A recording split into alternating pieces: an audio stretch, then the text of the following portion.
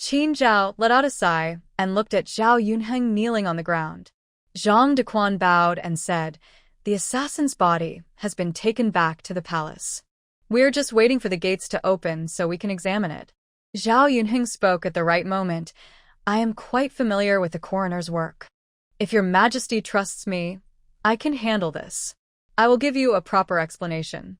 Qin Zhao looked away, seeming a bit tired, and lowered his head. "I know your loyalty, but tonight you are injured. If I give this task to you again, I worry about Uncle Wei's complaints. Just go and rest well." Zhao Yunheng slightly frowned, almost unnoticeably. "Thank you for your concern, your majesty. I will take my leave." Qin Zhao watched his back with a dark expression. "Take the assassin's body to the general's residence. Tell the Grand General to find out who he is." Zhang Dequan agreed and left. In a corner of the main hall, a small quietly slipped out unseen. Li Fei was reciting Buddhist scriptures in Liyun Palace. Suddenly, loud footsteps sounded outside, and Xiao Cui's voice came in. "Madam, several other consorts from the palace have come. Would you like to see them?" Li Fei's eyes flashed with surprise. She didn't expect visitors at this time. After thinking for a moment, she said, "Let them come in and wait in the hall." The old nanny helped her up, looking worried. "Madam, why bother? You don't believe in these ghost stories, yet you're still reciting scriptures late into the night. It's too much for your health." Li Fei smiled and opened the door to the Buddhist shrine. Outside, dawn was breaking. She looked at the faint light in the distance, her expression full of sadness. "This is not just for myself. The palace is already in chaos, and the city is even more complicated. I am truly worried about my brother. I pray for his safety." The old nanny sighed and helped her into the main hall. Several consorts looked unwell in the main chamber. Li Fei sat in the main seat. "Congratulations on your promotion, Sister Shufu. Why are you all here today?" Shufu forced a smile. "Don't tease me, sister. I've just returned to my original rank. It's not much of a celebration. But the palace's ghost stories can't wait any longer." Yun Fei, among them, looked the best. She put down her teacup and spoke with a worried tone. "Sister, you probably know that these ghost stories are just nonsense. But it's still unsafe now. Since Empress Dowager isn't in the palace, we need to discuss what to do." Consort Li looked around at them and suddenly sighed. "My sisters, you still don't understand. The reason the Empress Dowager isn't in the palace is because the Emperor is worried about safety. We are all not favored, so even if we come up with plans to see the Emperor, he wouldn't care. It's better to save some effort." The three concubines froze for a moment. After a long pause, they said nothing and turned to leave. Xiao Cui watched them go and quietly said, "Madam, don't look anymore. Shiwang is back. He said he heard some big news." Consort Li nodded, her face no longer showing worry. "Let him come in. Also, have someone carefully check the palace. We can't have any more ghost stories here." Shiwang soon entered. After bowing, he said, "I heard that the Emperor and the Empress Dowager were both attacked. The Prince of Wei's son has been allowed to stay in the capital for a while. The bodies of the attackers have already been sent to the general's residence." Consort Li siga d'Epli. Xiao Cui, standing behind her, looked a bit confused. "That's not exactly good news, but it's not a big problem for us." "Why are you sighing, madam?" Consort Li stood up and stretched her stiff back, saying mysteriously, "It seems our Empress Dowager will be back soon. I just don't know what plans she might have." Lu Qingjing didn't sleep well that night. She got up at dawn.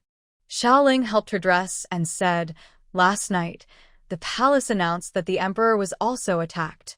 Should you go back and check?" Lu Qingjing was surprised.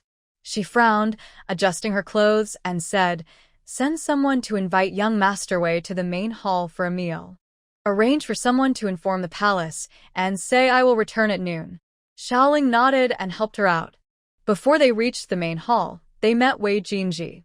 He seemed to hesitate for a moment and then said with a worried look, "I heard about the lady's attack. I feel very uneasy. I wonder if I caused any trouble."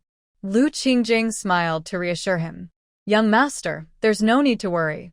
It was just careless people below. Some of the estate's workers are greedy for money, but it's nothing serious. I was actually planning to have breakfast with you. Why not do it together? Wei Jinji cupped his hands and smiled. Madam, you're being too formal. We're partners, so just call me Jinji. That sounds better. Lu Qingjing didn't mind the formality and nodded politely. She then led her people into the dining hall. The people from the palace are very quick and efficient. When the two of them entered, the table was already filled with food. Seeing this, Wei Jinji's eyes flickered briefly before he spoke. People from the Qingjin residence are truly extraordinary. This is the first time I've seen such a rich breakfast. Xiaoling looked at him with a slightly displeased expression. Of course, the people in our residence are the best. Small families like ours don't get to see such things. Wei Jinji repeatedly waved his hands. I didn't mean that. I was just surprised. Please don't mind, young lady. Xiaoling snorted coldly and said nothing more. Lu Qingjing sat quietly, eating her meal without showing any emotion, as if she couldn't hear anything. The meal was very tense for everyone. After the servants cleared the dishes, Lu Qingjing finally spoke. I will leave today. Jinji, if you don't mind, you can continue staying at the residence. Sorry to trouble you with the glass factory matters.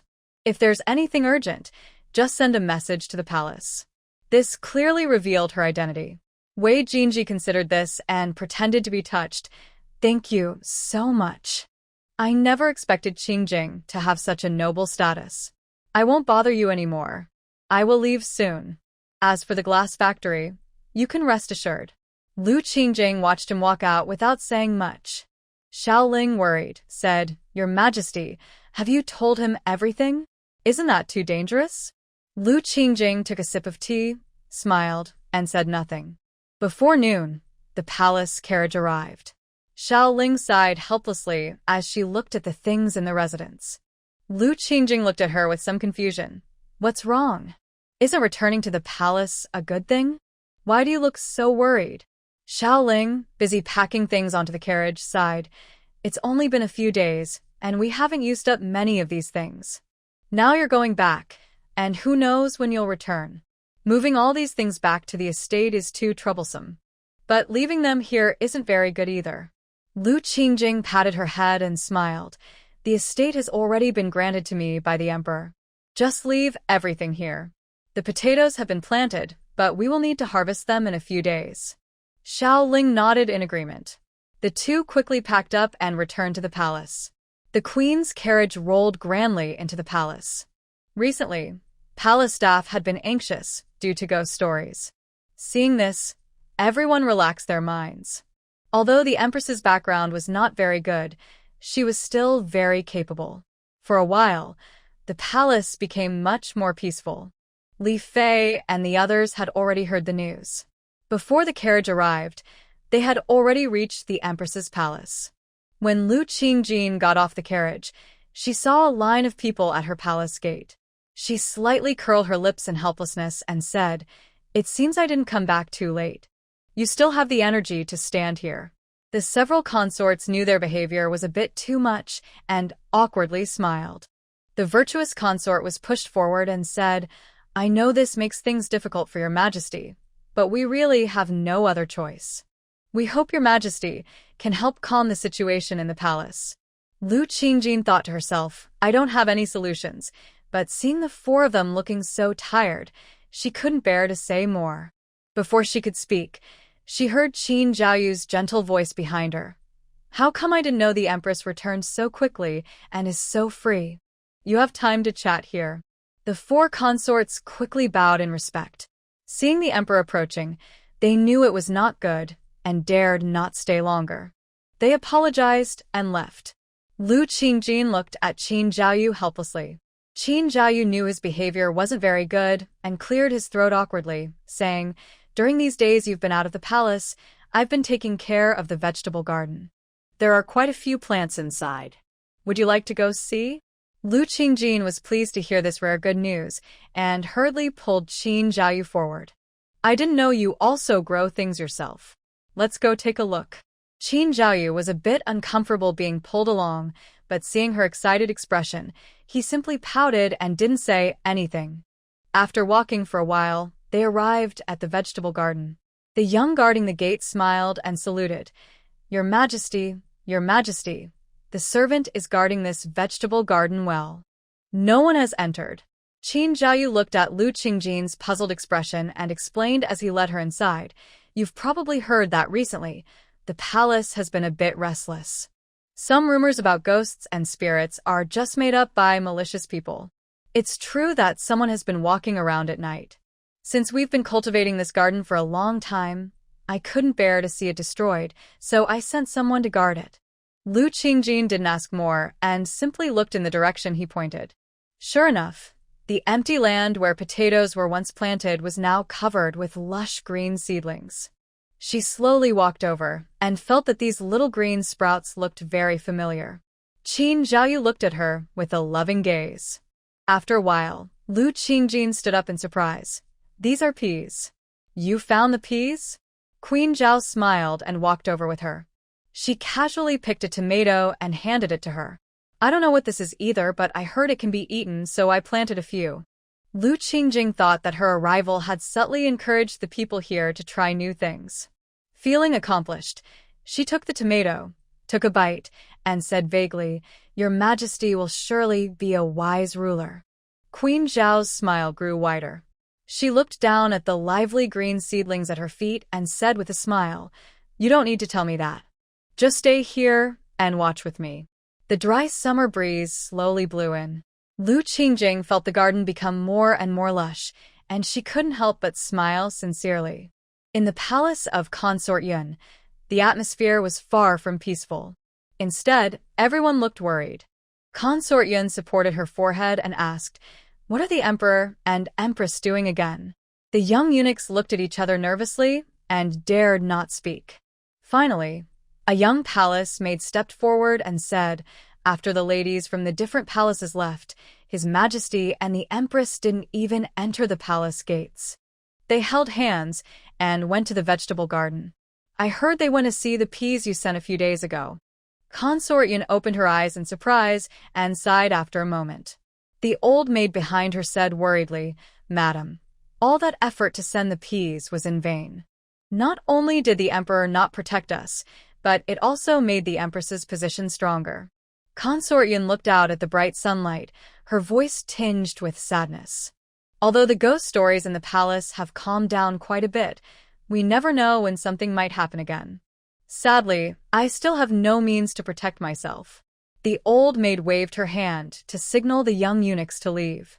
Although Consort Yun was a bit confused, she said nothing. After a while, the old maid spoke softly.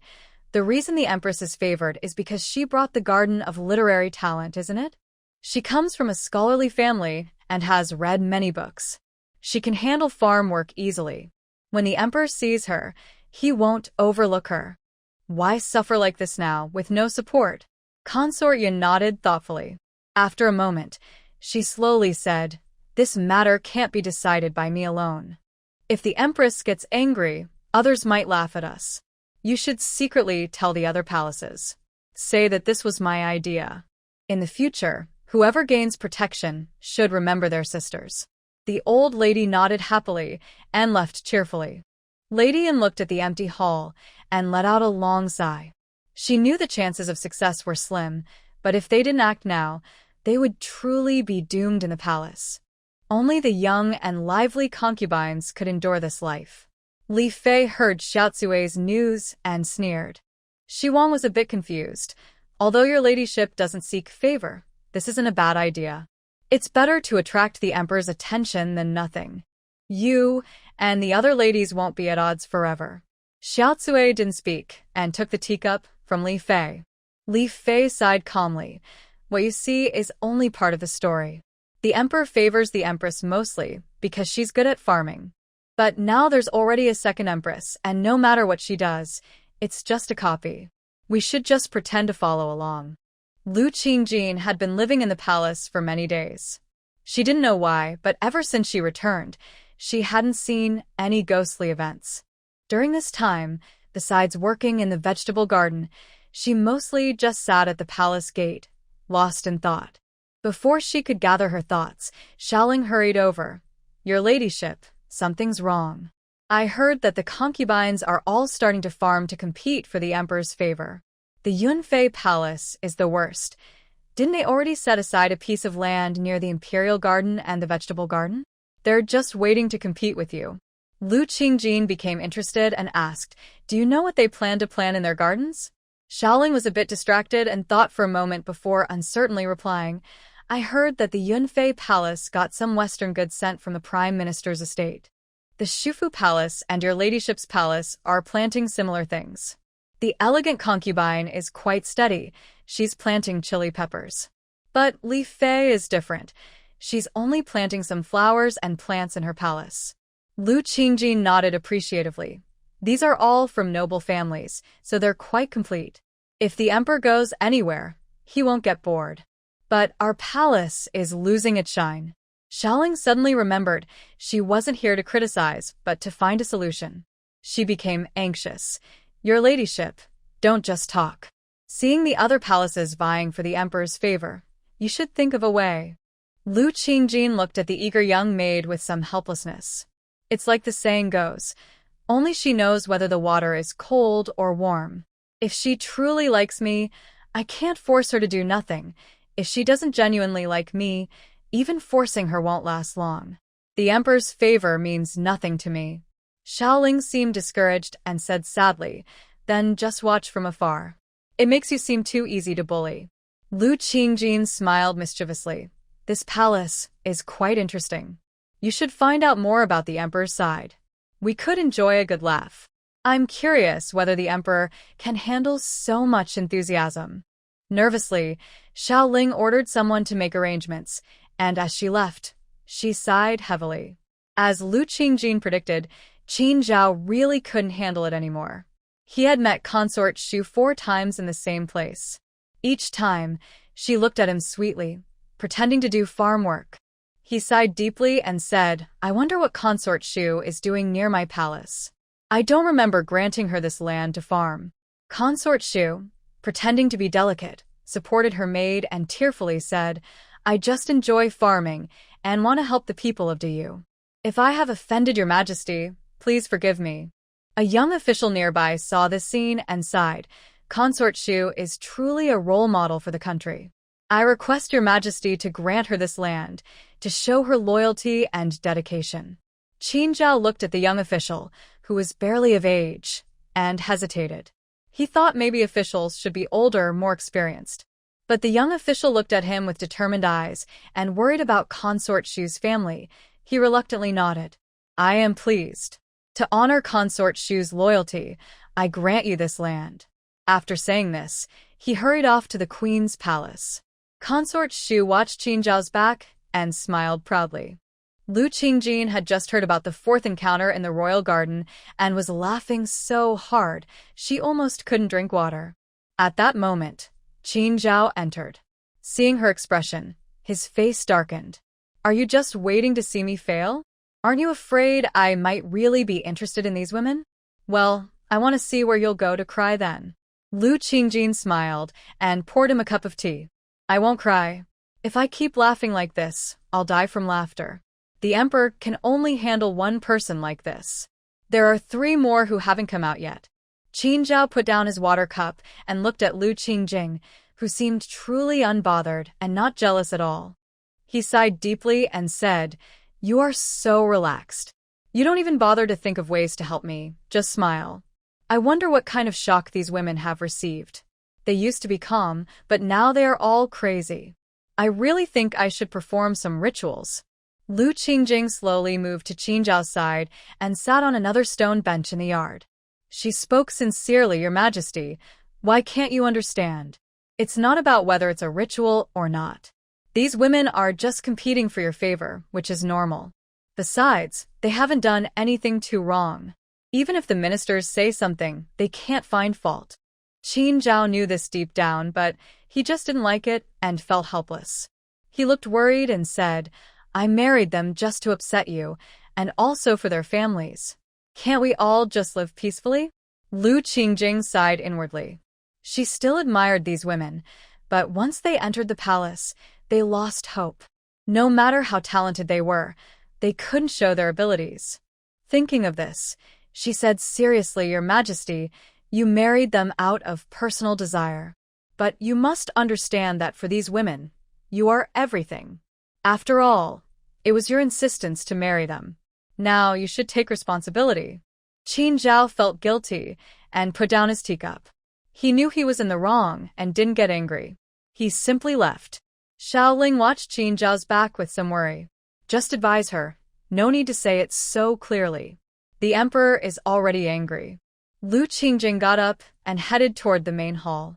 Although he is the emperor, some things shouldn't depend on status. I don't just rely on his favor to live. If he is wrong, I have the right to speak.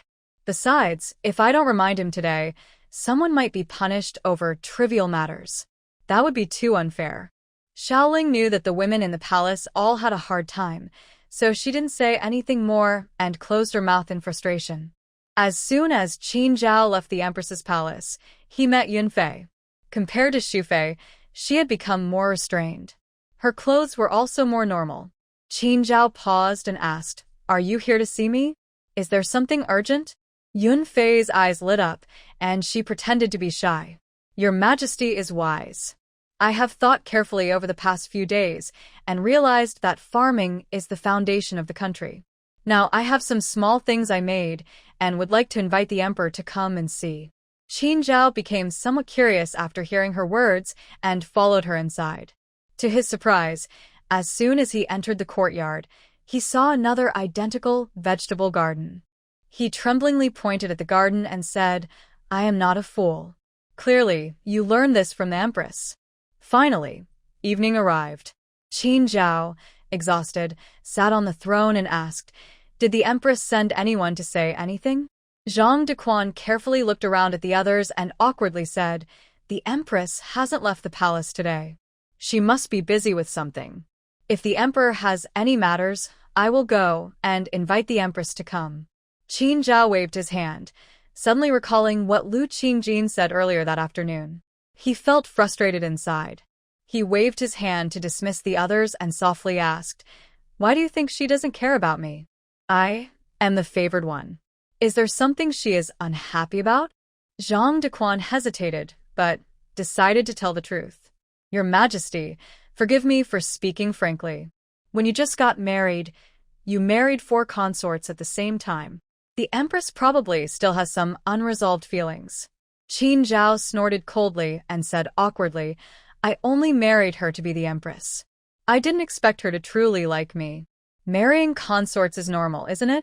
Zhang Dequan sighed and said quietly, Then what is your Majesty so troubled about? The Empress has been very peaceful with the harem. Besides not liking you, she hasn't done anything wrong. Shouldn't you be happy? Qin Zhao was stunned and mumbled, Happy? Suddenly, he remembered how he felt when holding the pea seeds, happy, curious, but mostly longing for Lu Qingjin's smile. At that time, all he hoped for was to get her approval. But that woman didn't like him, and she wasn't even willing to be jealous for him. Thinking of this, he suddenly shivered and asked absent-mindedly, What does it mean to like someone? Zhang Dequan looked up, then lowered his head again. I don't know, Your Majesty, but I think you probably like the Empress. Otherwise, you wouldn't hide what Lord Lu said. Qin Zhao rubbed his forehead and smiled bitterly. Yes, you see clearly. Never mind, I'm tired today. Help me rest.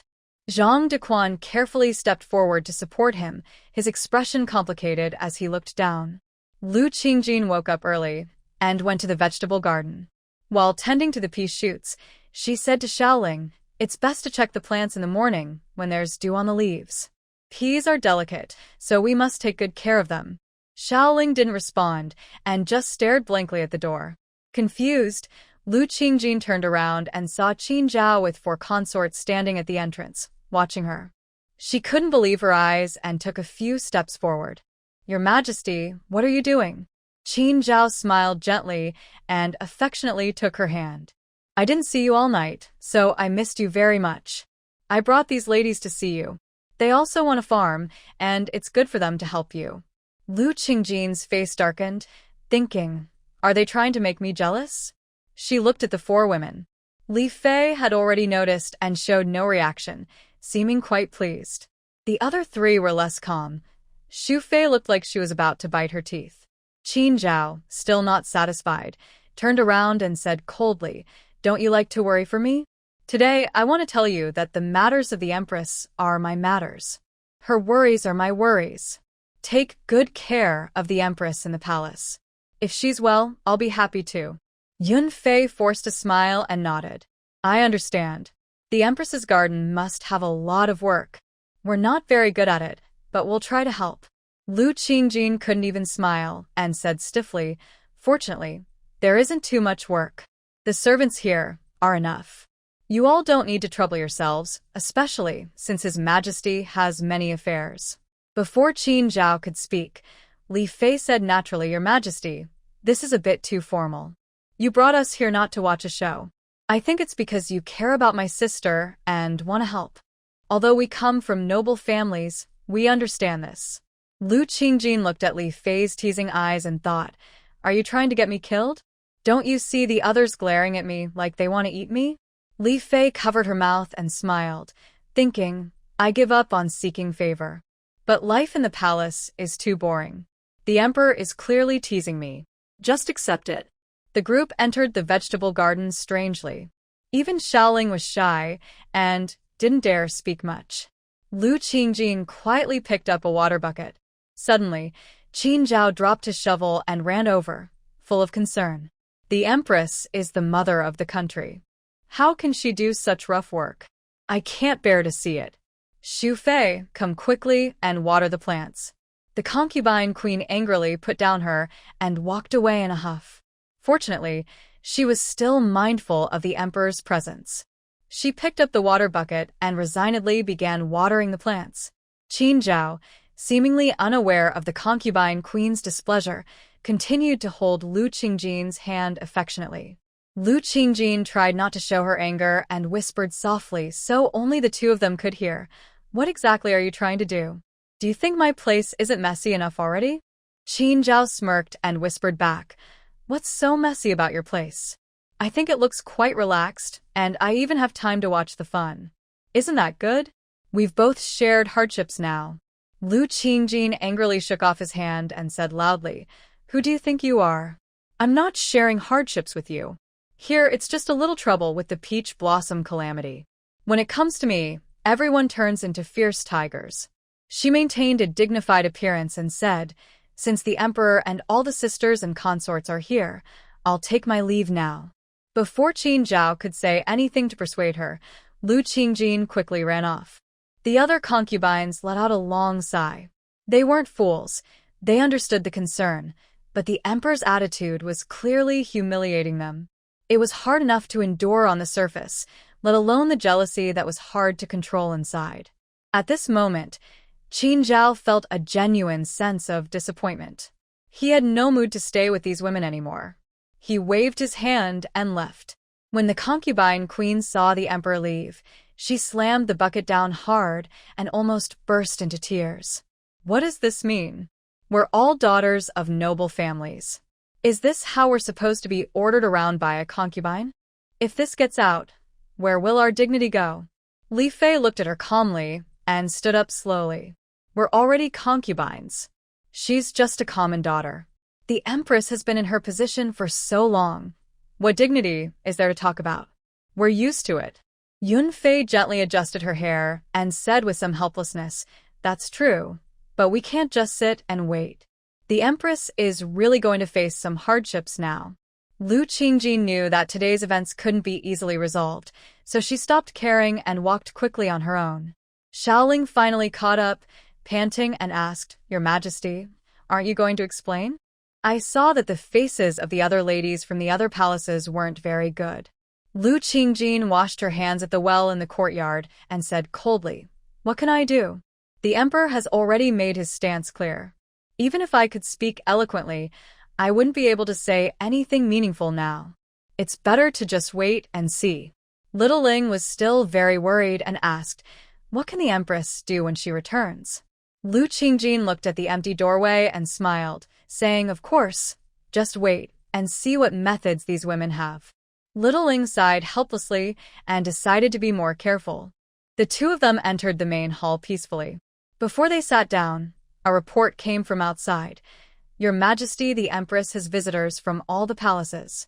As soon as the words finished, several consorts gracefully entered. The leading one, Yunfei, smiled gently and said, "Why did the Empress leave so quickly? The sisters are all exhausted, and when you turned around, you were gone." Lu Qingjin smiled kindly and said calmly, "I am quite tired today. If the sisters have no business, you may go now. It's probably time for breakfast." Xu Fei looked disappointed and said, "That's not what we meant. We just thought you might be bored and wanted to keep you company. Please don't let the sisters leave." Li Fei had been quietly drinking tea since entering the hall. She looked up when she heard this, saw Lu Qingjin's unhappy expression, and paused before speaking. "The Emperor has issued an order. He said your health is important.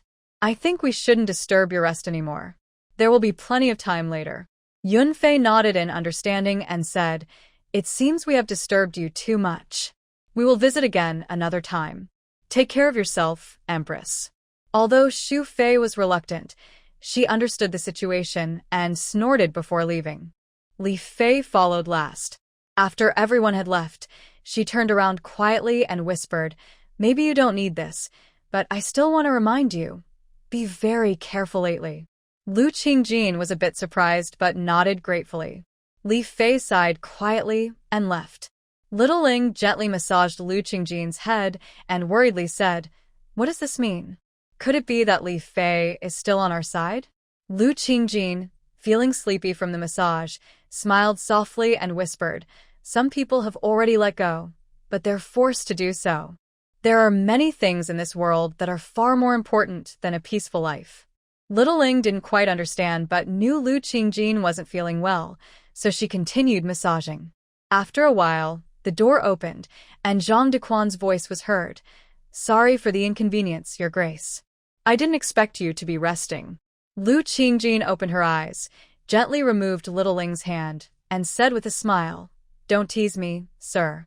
It's just a rest, not nighttime. There's nothing inconvenient about it. But is there something you need to discuss?" Zhang Dequan respectfully bowed and said, "Your servant has come to inform Your Majesty on the Emperor's orders. The Emperor has decided that tonight you will stay in the Empress's palace. Please prepare accordingly."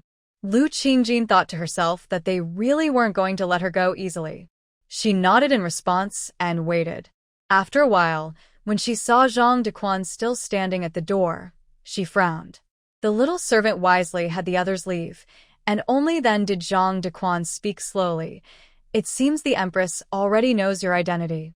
There is a letter here that the master asked me to deliver. Would you like to see it?" Lu Qingjin was surprised that someone was acting at this moment. She was momentarily stunned. Only when Zhang Dequan gently placed the letter on the table did she speak calmly. "Are you not afraid that I will tell the Emperor? This is a significant deed." Zhang Dequan smiled indifferently, looking as respectful as usual. "Once the Empress has read the letter, she will understand. Some things are simply unnecessary. Even if I had a second master, I remain loyal. That does not conflict." After saying this, he did not wait for Lu Qingjin to reply, but walked away on his own. She helplessly picked up the envelope. It seemed heavy, but it was only a single sheet of paper with a few words inside. After reading it, her expression changed drastically. Xiaoling quietly entered from outside. "Your Majesty, are you all right?" Lu Qingjin crumpled the letter in her hand and took a deep breath before saying, "Go burn this. Make sure no one else sees it." Xiaoling nodded and took the envelope to burn it. When she reached the back, she looked at the blazing fire and hesitated, then unfolded the paper again. She saw a large red character written on it. "Lu Qingjin is just a. The Emperor already knows." Shaking, Xiaoling threw the paper into the fire. After a while, a young palace maid outside saw her. "Sister, what are you doing?" "The Empress asked you to bring some soup because she wasn't feeling well this morning. You should go quickly." Xiaoling quickly agreed, took the bowl of soup, and left. Lu Qingjin sat there in the same posture. When she saw her coming, she raised her head. You already know, right? Now, can you tell me who your master really is? Xiao Ling almost spilled the soup from her hands. Her voice trembled as she replied, Your Majesty, what are you talking about? I am just a servant sent by Zhang Gonggong, but I don't know anything. Lu Qingjin sat calmly, without being moved. If you don't tell me, I will guess myself. It's probably not someone from Prince Wei's side, nor anyone else I have enemies with. They only want me to die, without a proper burial. I am usually cautious, but if I think of anyone who might harm me, I can only think of one person, that unpredictable and kind-hearted master of charity, perhaps.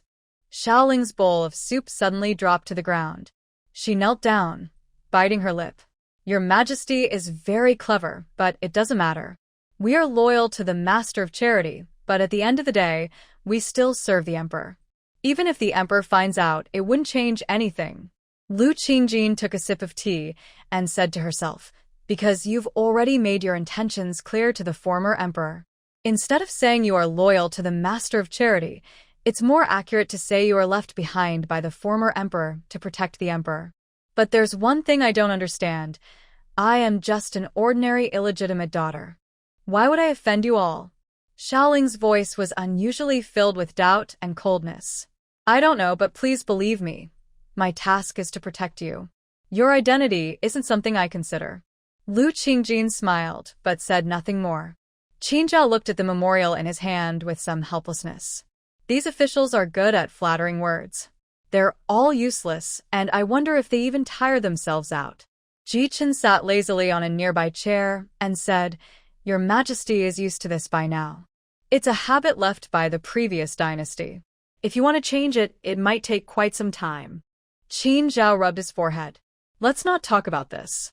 Did you find out anything about the matter I asked you to investigate a few days ago? Ji Chen stood up and bowed. I have looked into it thoroughly. If there are no surprises, Wei Jin is indeed connected to the forces of the previous dynasty. But we don't know his identity yet, only that he is a musician. Qin Zhao slammed the memorial onto the table. These remnants of the previous dynasty only know crooked tricks. If they had governed the country properly back then, they wouldn't be like this now. Now they're getting bold. Ji Chen stood quietly to the side without speaking. Qin Zhao seemed to remember something important. He waved his hand to signal Zhang Dequan to take the others out. Zhang Dequan's eyes flickered with reluctance as he left. Ji Chen watched his back with a frown. When only 2 people remained in the main hall, he cautiously said, The Emperor already knows, but unfortunately, now is not the right time. Qin Zhao looked expressionless. Even his tone was calm. He was arranged by the former Emperor. Even if I know, what good does it do? With this identity, it's never the right time. Ji Chen frowned more tightly and shook his head in disagreement. Your Majesty, think carefully. Now is a time of internal and external troubles. The charitable monk clearly does not stand on our side, especially since his people include the close around your Majesty. We must be cautious. Qin Zhao rubbed his forehead wearily. This matter can only be discussed later. As for the charitable monk's current unclear attitude, he hasn't done anything bad so far. He was kind to the late emperor, and even if I don't like him, I can't just act against him. Ji Chen wisely kept silent. After a while, Qin Zhao spoke again. I heard that the Crown Prince of Wei already knows about the potatoes in the royal estate. How did they react? Ji Chen thought carefully, sounding uncertain. They seem to look down on potatoes.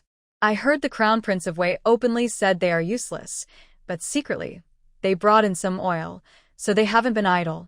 Qin Zhao smiled with some sarcasm. They see the value of potatoes but don't want to get them from me. It seems they plan to burn the royal estate, so I can't get anything.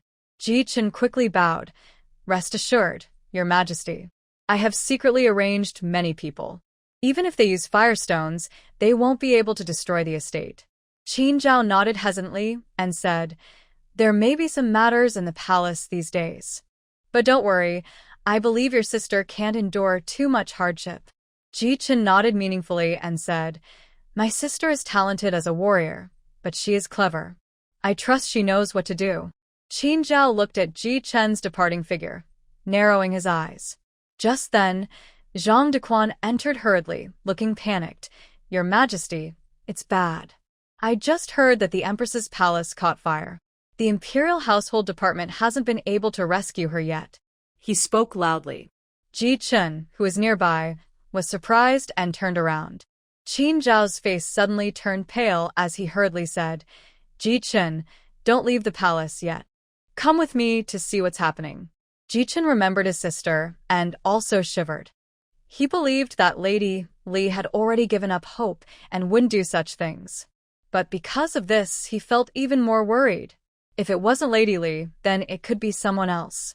The safety of the women in the palace could not be guaranteed. Qin Zhao hurried to the outside of the Empress's palace. Along the way, many young eunuchs and palace maids rushed back and forth carrying water buckets, making everyone nervous. Several consorts stayed outside the palace, anxiously directing people to put out the fire. When they saw Qin Zhao, they bowed awkwardly. Turning around, they kept watching the fire with worry. Qin Zhao didn't have time to argue and quickly asked, How is it inside? Has the Empress come out? A young, looking distressed, answered, We don't know how the fire started. The Empress was resting in her chamber, and the fire didn't reach her. But now the fire has surrounded the palace, and it looks very serious. Qin Zhao stared in disbelief at the raging flames and shouted, If the Empress can't come out safely today, everyone in this palace will be lost. Hearing this, the people around became even more anxious. They hurried to put out the fire faster. Ji Chen looked at the worried Lady Li, hesitated, and finally spoke. I know the Emperor is worried about the Empress, but there aren't many people taking care of her in the palace. If the Emperor allows, I can send soldiers from my family's army to help. Actually, this was quite rude to say. Usually, there were many women in the palace, and it was not proper to bring soldiers inside. But Qin Zhao was too worried about Lu Qingjing possibly being in danger, so he quickly agreed, saying, That makes sense. I approve. Hurry and take people there. Ji Chen nodded silently and quietly took Lady Li away. As they walked, he asked, What happened? How did the fire start inside the palace? Lady Li, unable to keep her composure, hurriedly said, Brother, you must believe me. This has nothing to do with me. It might not even be anyone else in the palace. Earlier, Yun Fei said she wanted to teach the Empress a lesson. It can't happen so quickly. Someone must have taken advantage of the situation. Ji Chen sighed and called out to someone nearby. The Emperor has ordered the soldiers from the general's residence to come and help put out the fire. Make it quick. Qin Zhao anxiously watched from a distance. The soldiers from the general's residence had arrived, and the fire was starting to weaken. Soon, two figures crawled out of the flames, wrapped in blankets, looking quite disheveled. Queen Zhao quickly went to help, and Lu Qingjin's face appeared from under the blanket. She looked okay, but her little spirit was badly injured. Before Qin Zhao could speak, he heard Lu Qingjin weakly repeat, Please save Xiaoling. She did all this for me. Please save her. She fainted before finishing her words. Qin Zhao felt heartbroken and held Lu Qingjin, who was covered in blood, while shouting loudly, Where's the Imperial doctor? Hurry and call the doctor. Ji Chen paid no attention to the two people on the ground but looked thoughtfully at the fire in front of him. When Lu Qingjin was dazed, she felt someone feeding her something sweet. Although she couldn't open her eyes, she obediently spat out what was in her mouth. The Imperial doctor by the bed wiped his sweat and said helplessly, Please forgive me, Your Majesty. I am truly powerless. The Empress's burns are not serious, but she stayed in the fire for too long, and some smoke has entered her body. It might cause asthma in the future. Qin Zhao almost staggered, and Zhang De, expressionless, supported him. The doctor thought for a moment, worried that his words were too harsh, and quickly added, There may be some aftereffects, but the Empress is lucky. She should wake up soon. Please rest assured, Your Majesty. Qin Zhao's face was grim. The concubine Li quickly spoke up, The Empress is now resting. Your Majesty, you should leave first. The officials from the Ministry of Internal Affairs are already asking questions in the main hall. Qin Zhao then remembered that the Empress's palace had been almost burned down. Now everyone was in Liyun Palace with concubine Li. He took a deep breath and said, "You're right. I will leave this to your maidservants to take care of. Be sure to ensure the Empress's safety." Concubine Li looked worriedly at the Empress on the bed, then confidently said, "Your Majesty, rest assured. I promise no thief can enter here. I am well aware of the Empress's situation." Qin Zhao sighed and turned to leave. Before going out, he quietly said, "Thank you." Concubine Li showed no sadness, as if she hadn't heard, and followed Qin Zhao out. In the main hall, Ji Chen saw Qin Zhao and quickly bowed. Qin Zhao waved his hand coldly and said, "General Ji, I believe you haven't seen your sister in a long time. Now I grant you special permission to stay in the palace. But the cause of the fire in the Empress's palace must be thoroughly investigated." Ji Chen nodded with a look of worry and glanced at the consort lady. She subtly shook her head, and only then did he lead his people away. The remaining concubines sat quietly on their chairs, and the atmosphere grew tense. Until Yun Fei slowly spoke, "I know what His Majesty is worried about. This matter wasn't just done by a few of us. I did want to teach the Empress a lesson, but I didn't have time to plan it, and I never intended to kill her." Qin Zhao looked at her coldly, took a moment, and then said, "I know what kind of people you are. Once the general investigates, it will be clear. You are all daughters of loyal officials, and I really hope this has nothing to do with you." The four concubines showed different expressions. After a while, Yun Fei led them to bow and leave one by one. Only Li Fei remained standing there. Before Qin Zhao could speak, he heard the doctor's voice. "Your Majesty, the Empress has woken up. Would you like to see her?" Qin Zhao immediately forgot about Li Fei and hurriedly left. Xiao Cui looked worriedly at Li Fei. After a moment of hesitation, Li Fei reluctantly followed. Lu Qingjin just opened her eyes and saw Qin Zhao's worried expression. She took a deep breath, struggled to sit up, but then felt a pain somewhere and lay back down weakly. Qin Zhao saw her fragile state and felt heartache like a knife stabbing. Li Fei, seeing Lu Qingjin look uncomfortable, handed her a cup of tea. Lu Qingjin took a difficult sip and then asked weakly, "How is Xiaoling? And the others in the palace?" Qin Zhao lowered his head with some helplessness and said, "Xiaoling has more injuries, but luckily she's not in danger. Besides you two, no one else escaped from your palace. The Empress's palace is almost burned down." Lu Qingjin stared blankly, muttering, "There are nearly 50 people serving in my palace, and only the two of us escaped?" Li Fei looked at Qin Zhao, who seemed too sad to speak, and sighed deeply. "Empress, don't be sad. The general has entered the palace. Soon, the cause will be found. Please have some more tea." Lu Qingjin lowered her eyes without speaking but finally took the tea and drank it. Outside the door, Zhang Dequan's muffled voice came in, "Your Majesty, Xiaoling has woken up. Do you want to let her in?" Qin Zhao didn't want Lu Qingjin to see Xiaoling emotional, but seeing her pleading eyes, he helplessly said, "Prepare her first, then bring her in." Outside, there was a rustling sound like someone tidying up. Soon, Xiao Cui helped Xiaoling inside. Xiaoling knelt respectfully and bowed. Seeing that Lu Qingjin was safe and smiling calmly, she spoke to Qin Zhao in a hoarse voice. "I know the cause of the fire.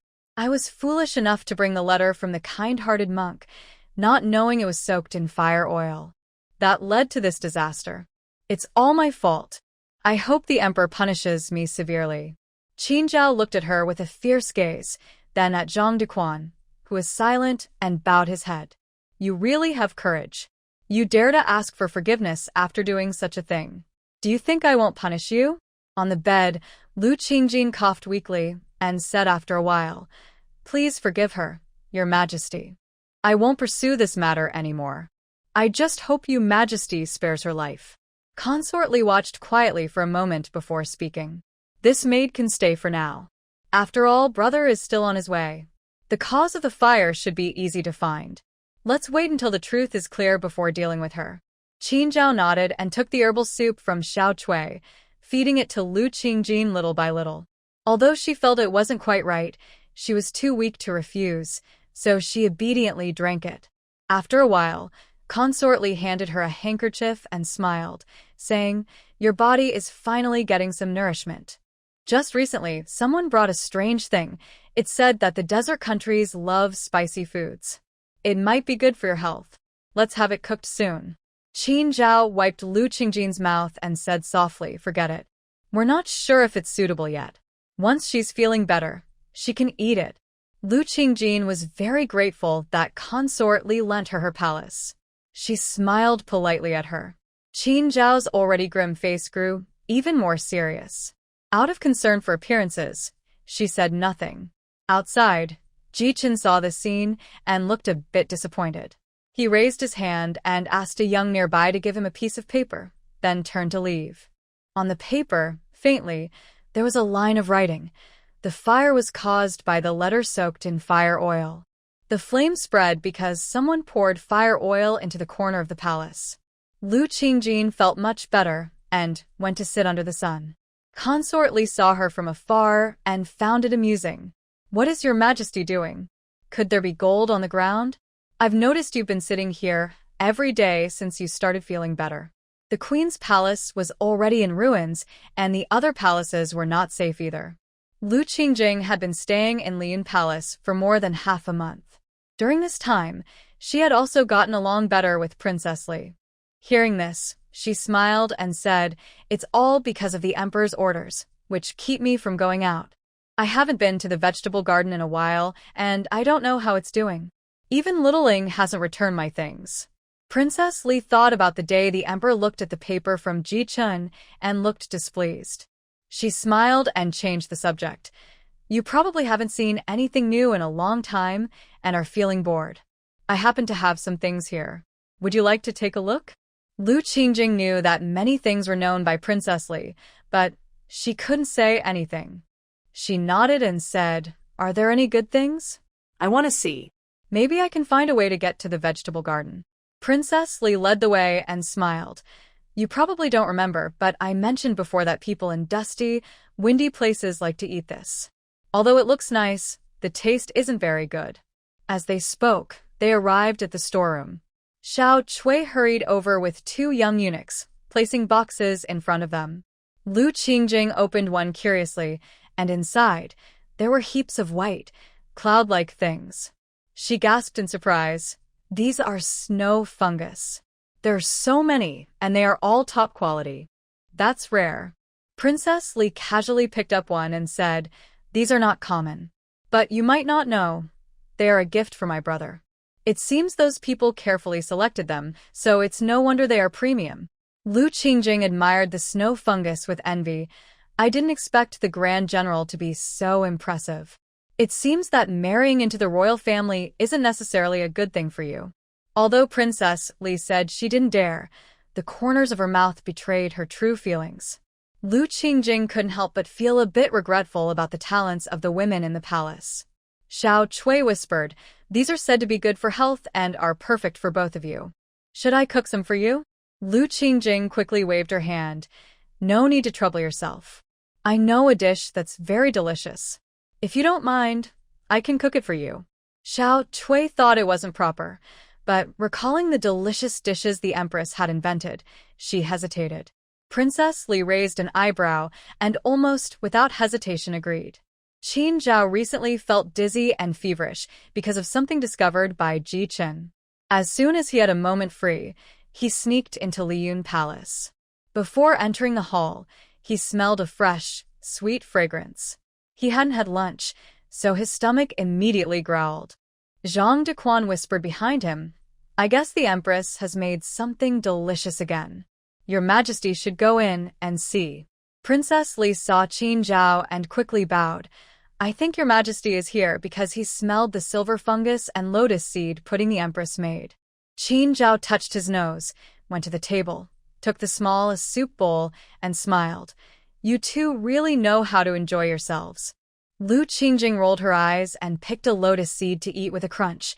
"Since I'm stuck here, I can only enjoy it with my words."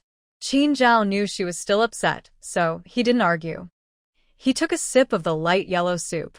A fresh, sweet, Slightly greasy flavor spread in his mouth, and his mood instantly improved. The three of them then focused on drinking their soup. It wasn't until Lu Qingjing had nearly finished that she broke the silence. "Your Majesty, are you done? I wonder when my little spirit can be returned. I don't even have a personal maid now." Qin Zhao, tossing lotus seeds into his mouth, replied, "It's not that I won't give you someone, but now isn't the right time. Your maid is from the charity mage's household, and I don't trust her being around you." Princess Li frowned and looked at Qin Zhao. "Isn't the charity mage a founding hero? Why would she do such things? Could there be a problem with the investigation your brother is doing?" Just as she finished speaking, Ji Chen's voice came from outside the door. "You only help your friends and not your family. Your own brother is slandering like this." Qin Zhao smiled and ordered Xiao Cui. "The Grand General hasn't had any soup yet. Go and serve him a bowl quickly." Ji Chen entered respectfully and bowed. "Thank you, Your Majesty. I could smell this from outside. I never thought the silver fungus could be made so fragrant." Lu Qingjing liked Ji Chen's brother and smiled. Different ingredients naturally have their own qualities. "We should thank the Grand General for this. High-quality silver fungus is rare." Ji Chen smiled and took the bowl. "Thank you for the compliment, Empress. If you like, I can bring some fresh ones tomorrow. You can plant them in the garden." Qin Zhao's eyes brightened. He usually didn't like these sweet, greasy foods, but today he was strangely fond of the silver fungus and lotus seed soup. He asked, "Can the Empress really grow this in the vegetable garden?" Lu Qingjing's eyes shifted as she replied, "It's possible, but quite troublesome. If His Majesty sends little Ling back, I think I could try growing it." Qin Zhao almost laughed out loud, glancing at Zhang Dequan behind him with a smile. "You do know how to find opportunities, but since it's about the silver fungus and lotus seed soup, I won't mind. Tomorrow, I will send that little palace maid back to you. You must keep your promise." Li Fei saw Qin Zhao's gaze, and his eyes flickered with curiosity as he looked at Zhang Dequan. Ji Chen spoke first, saying, "Speaking of that little palace maid, I find it strange. The palace is heavily guarded, almost like a fortress. So how does such a young girl have this kind of skill? There must be someone behind her." Lu Qingjing seemed to not understand and sipped her soup without speaking. Zhang Dequan lowered his head even more. Qin Zhao saw this and smiled coldly. "In the palace, most people are still loyal to the previous emperor. Since I haven't been king for long, some people still can't tell who the real master is." Ji Chen nodded in agreement. "Such people are truly despicable. Even a monk, no matter how talented, is just a monk. It's laughable that these people were deceived by a monk." Zhang Dequan's face grew darker with their words. Seeing that they had said enough, they changed the subject, and the atmosphere seemed to return to harmony. Qin Zhao had nearly finished eating. He looked at his soup bowl with some regret and said, "These matters are so annoying. If I were an emperor, I probably wouldn't have so many worries." His words were sudden, and no one responded at first. Zhang Dequan hurriedly said, "Your Majesty, why do you say that? The world belongs to you. It was left to you by the previous emperor." Qin Zhao smiled meaningfully. "You've been with me for so long, and I just now realize how loyal you are to the previous emperor." Zhang Dequan forced a smile, clearly aware that he had lost his composure. He said, "Your servant is loyal to your Majesty and also loyal to the previous emperor." Qin Zhao stood up to stretch and said, "Forget it. Go ask if there are any other empty rooms. I will stay in Liyun Palace tonight." Zhang Dequan quickly agreed and ran away. The remaining people looked a bit strange, and a guard behind Ji Chen clenched his teeth as if he was holding back something. Lu Qingjing looked at him with some curiosity, but before she could think of anything, Qin Zhao impatiently said, "What are you daydreaming for? Didn't I say I wanted that little palace maid? Come with me." Lu Qingjing hurriedly finished her soup and obediently followed Qin Zhao. Consort Li covered her mouth and smiled, secretly glancing at the guard behind Ji Chen. When the three of them reached outside Liyun Palace, Lu Qingjing suddenly remembered. She didn't know where they were going. Ji Chen seemed to have guessed her thoughts and softly said, "His Majesty has arranged suspicious people in the inner court prison. Since the lady wants that little palace maid, She will naturally come with us to see. Lu Qingjing nodded clearly and said, I understand. But even if the kitchen burned a piece of firewood, it shouldn't cause such a big fire. Is there something we haven't checked properly? Ji Chen looked at Qin Zhao hesitantly, but Qin Zhao nonchalantly said, You're somewhat clever. This matter isn't that simple. Someone poured fire oil into your palace. The person planned this carefully. Even if thousands of people come to put out the fire, it won't help because fire oil can't be extinguished easily. Lu Qingjing suddenly remembered how she escaped. Her eyes widened in disbelief, and she said, You knew all along that Xiao Ling was in danger because she was trying to save me. And yet, you don't plan to let her go? Qin Zhao shot her a glance and carefully stepped over the threshold, saying, Kindness to women. I shouldn't have told you in the first place. If she can betray the people on that side, she can also betray you. If she has a choice, why not choose a loyal servant? Lu Qingjing snorted coldly, showing her disagreement. You don't know anything. Xiao Ling and I have been together for a long time. She can't be replaced by anyone else. Ji Chen saw that they were about to argue and quickly interrupted. Although this little palace maid's identity is unclear, she did save the lady. I believe the emperor agreed because of that. But the urgent matter now is that since she couldn't have poured the fire oil, it must have been someone else. This makes the palace unsafe. Lu Qingjing looked somewhat hesitant, unsure whether to speak to Qin Zhao. Qin Zhao, noticing her expression, frowned and said, If you have something to say, just say it. If I didn't trust you, I wouldn't have let you go to the Internal Affairs Office. Lu Qingjing sighed and looked at the sign for the Internal Affairs Office in the distance, speaking in a low voice. If there is anyone with the motive and ability to do this, the only person I can think of is one. Ji Chen furrowed his brow and replied, Regarding this matter, I also found some clues. We initially thought the oil was meant to up the royal estate because it was brought by someone from the Prince Wei's people. But secretly, I discovered that the oil was actually sent by the Queen Mother's family, so there might be some mistake. Qin Zhao's steps paused, and he coldly said, A mistake? How could there be a mistake? I didn't expect that at this time, someone would dare cause so much trouble over palace disputes. It seems they are too bored. Lu Qingjing looked at the large doors of the Internal Affairs Office being pushed open and felt uneasy inside, but she saw Qin Zhao, who seemed to have made up his mind, say nothing.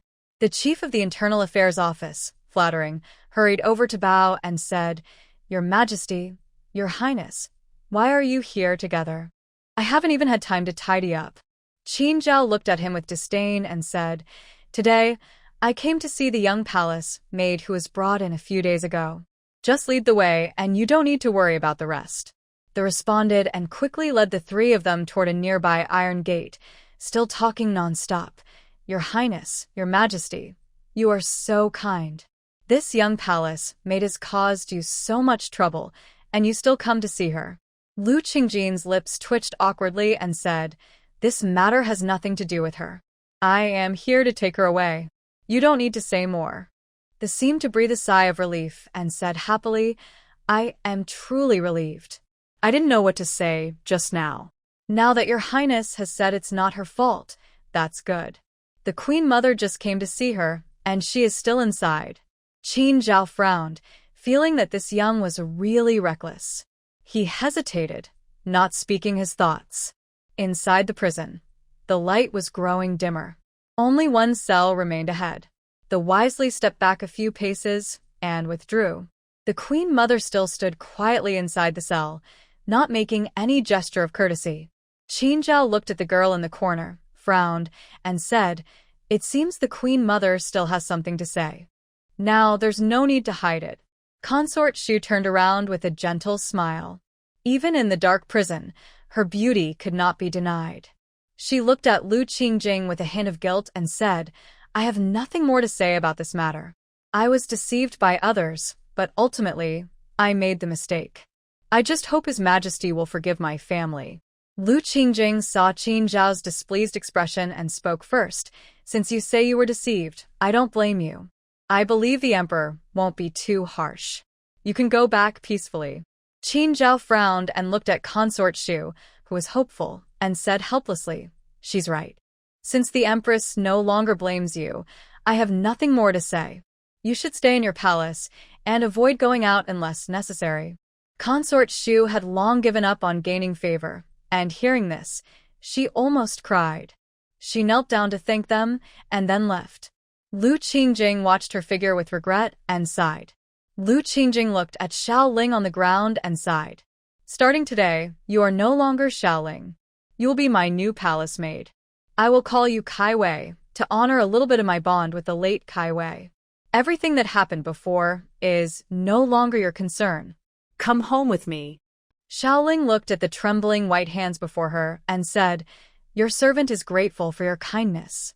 No matter what happens in the future, I will never betray you. Lu Qingjing carefully helped Xiao Ling to her feet. Qin Zhao frowned and said, Since you've already decided your future path, some things need to be made clear. For example, what role does Sishan play in all this? Xiao Ling wiped her tears and calmly said, I believe the Emperor has guessed. The Buddhist master Sishan is loyal to the Emperor, but he thinks the Empress is a disaster star, so he targets her and even teamed up with the Prince of Wei. Qin Zhao looked at her with an unclear expression. Then tell me, where did that letter come from, and what did it say?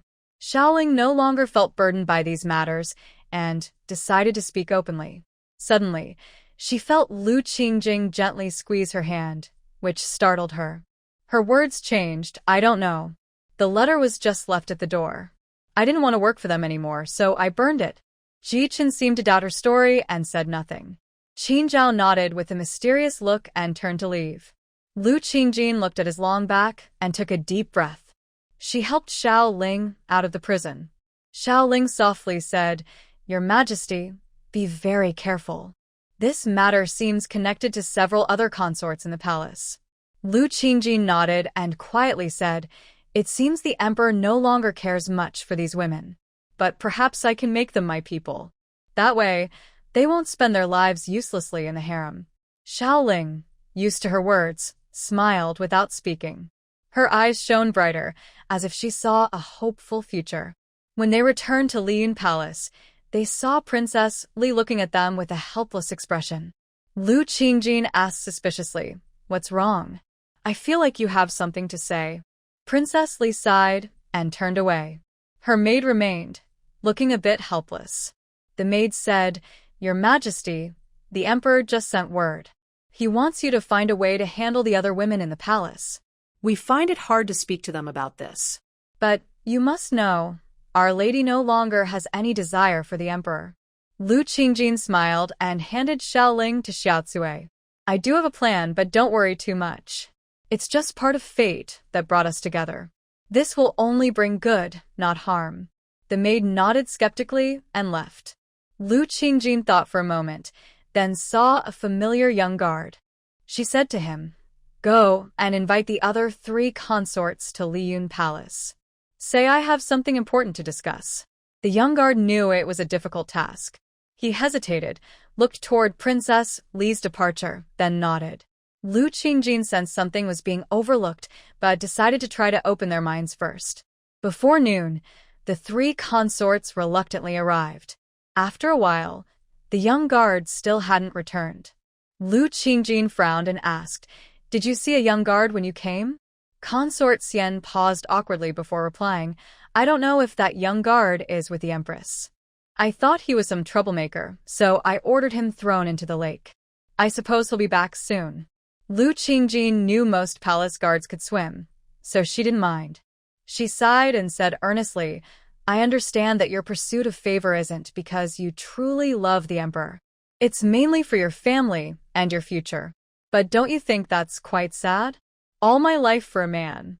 The others didn't speak, but Consort Shu, who had received favors from Lu Qingjing in the Imperial Household Department, finally said, We all understand what your Majesty means, but there's nothing we can do. Women in this palace can't leave their entire lives. Besides competing for favor, what else can we do? Her words sounded sad but sincere. Although the others didn't speak, they felt the same way. Lu Qingjing had been waiting for this moment.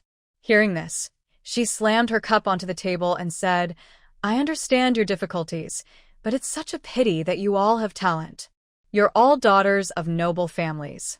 Why make yourselves look like resentful women? Don't you have other ideas? Yunfei listened and smiled. Her eyes seemed to glow with a faint light. Actually, I do have ideas. When I was young, I was tired of all these rules and customs. I wished I didn't have to marry.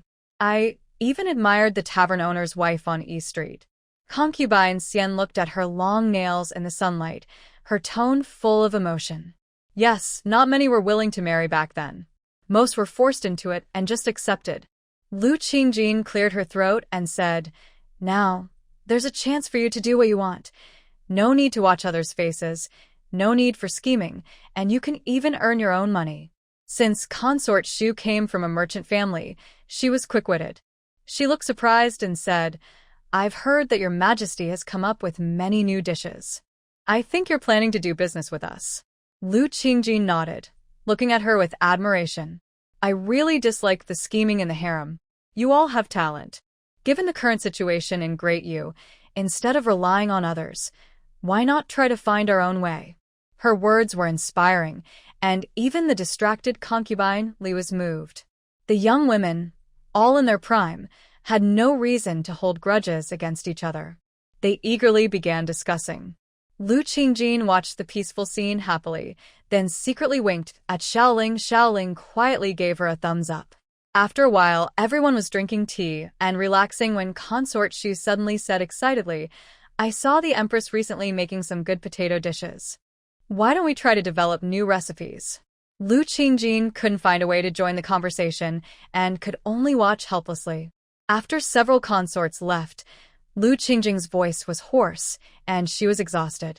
Li Fei sipped her tea and said, "Empress, you really have good ideas.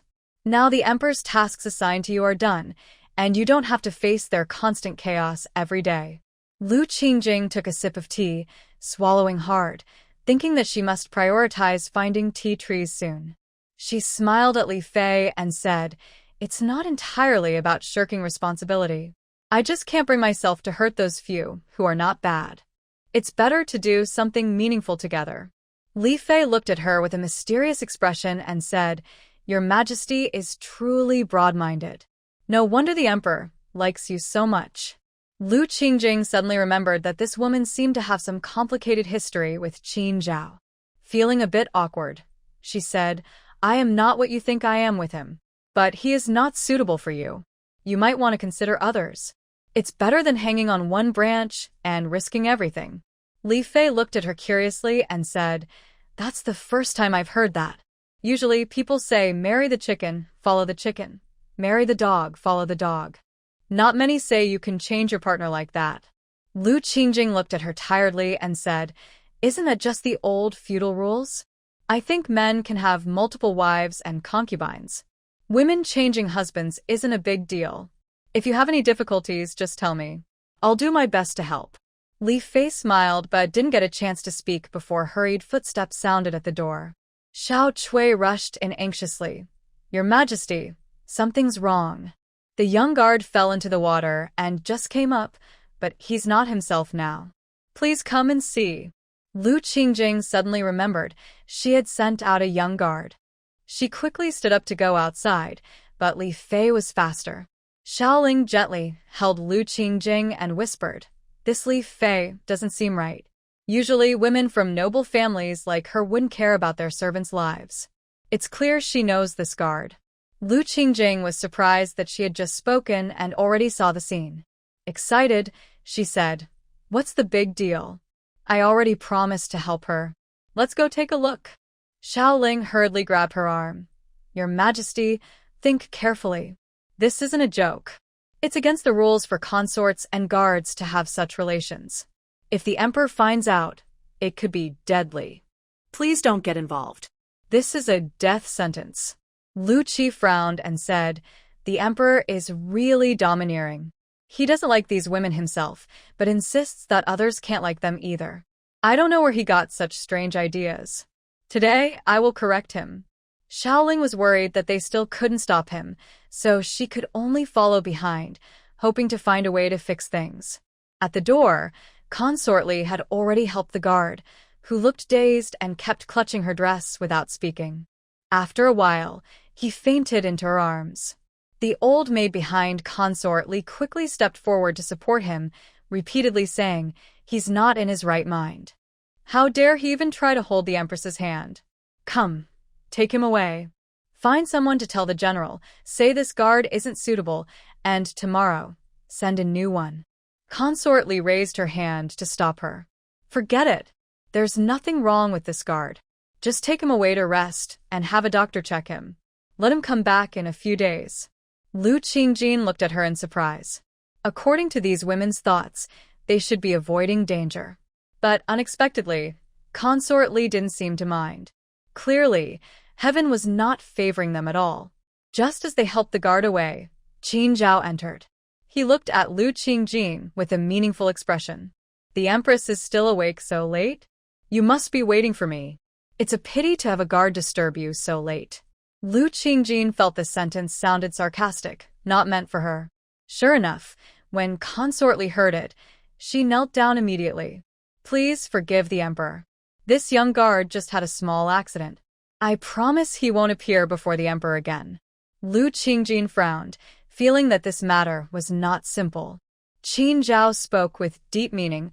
"I also don't want to punish him. After all, he's a familiar face. But now I am the Emperor, and some things can't be ignored. I hope Consort Li can understand." Consort Li's face instantly turned pale. She forced a smile and said, "Your Majesty, I understand. I promise I won't have any other ideas in the future." Lu Qingjin felt she could no longer bear it. She stepped forward angrily and said fiercely, "I don't quite understand. Why is it that when it comes to Consort Li, Your Majesty shows so much concern, but not otherwise? This is the first thing I think of when I hear about restrictions." Qin Zhao sighed, realizing he had forgotten about this little troublemaker. He said helplessly, "I was originally here to accompany you. Since you have something you don't understand, let's have a late-night talk together." Lu Qingjin stepped back and thought to herself, "Who wants to have a late-night talk with you?" But seeing Consort Li still looking pale, she nodded reluctantly. As soon as they entered the room, Lu Qingjin couldn't help but say, "You clearly don't like Consort Li, yet she can't even keep a little guard she knows. What kind of unreasonable rules are these?" Qin Zhao approached the table and handed her a cup of tea. "It's not that I don't understand reason. Think carefully. If today they just met, there's no guarantee they won't fall in love tomorrow. If that happens, even if I want to let them go, I can't. It's for their own good." Lu Qingjin calmed her emotions and said, "I understand what you mean, but Consort Li is still the sister of the Grand General.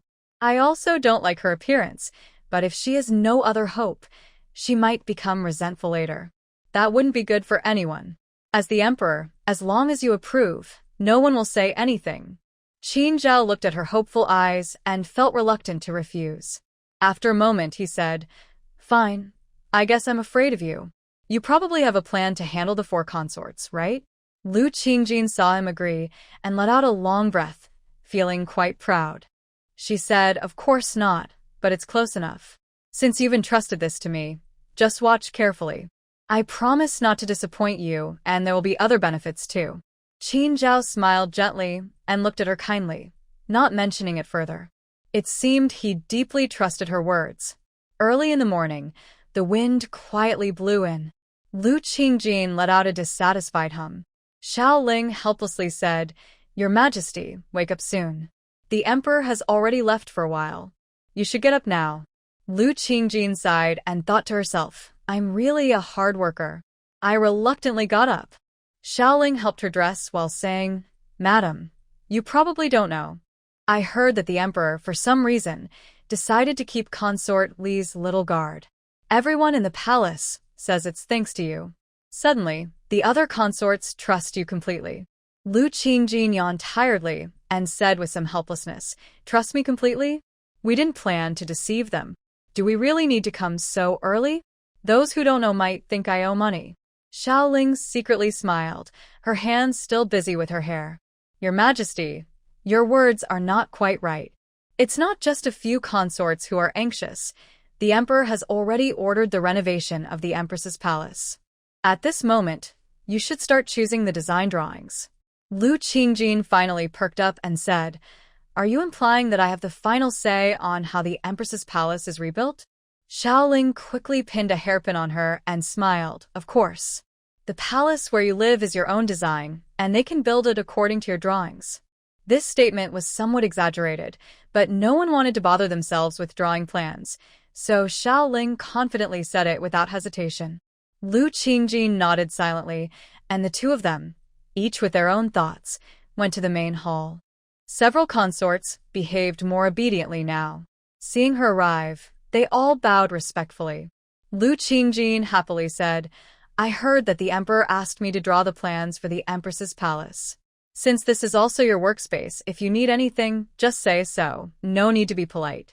A few consorts nearly fainted from shock, and even Xiaoling was stunned for a moment before quietly saying, "Aren't there already many ready-made plans? Why does the Empress need to draw her own?" They're all the same. Lu Qingjin took a sip of tea and shook her head firmly. "That's not true. I promised to create something special. The people from the inner court usually pick strange decorations that are flashy but impractical. It's better if I draw it myself." The consorts were convinced by her words. Yun Fei looked worried and said, "We all trust the Empress. As for this, it's better not to do it, so the court won't have anyone to accuse you later." Lu Qingjin nonchalantly picked up her brush and smiled.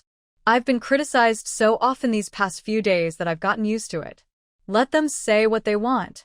The Empress's palace must be designed according to our ideas." Intrigued, the consorts gathered around. Xu Fei pointed at the hall Lu Qingjin was drawing and asked, "What is the Empress doing?" This hall looks small now. "That big table is useless."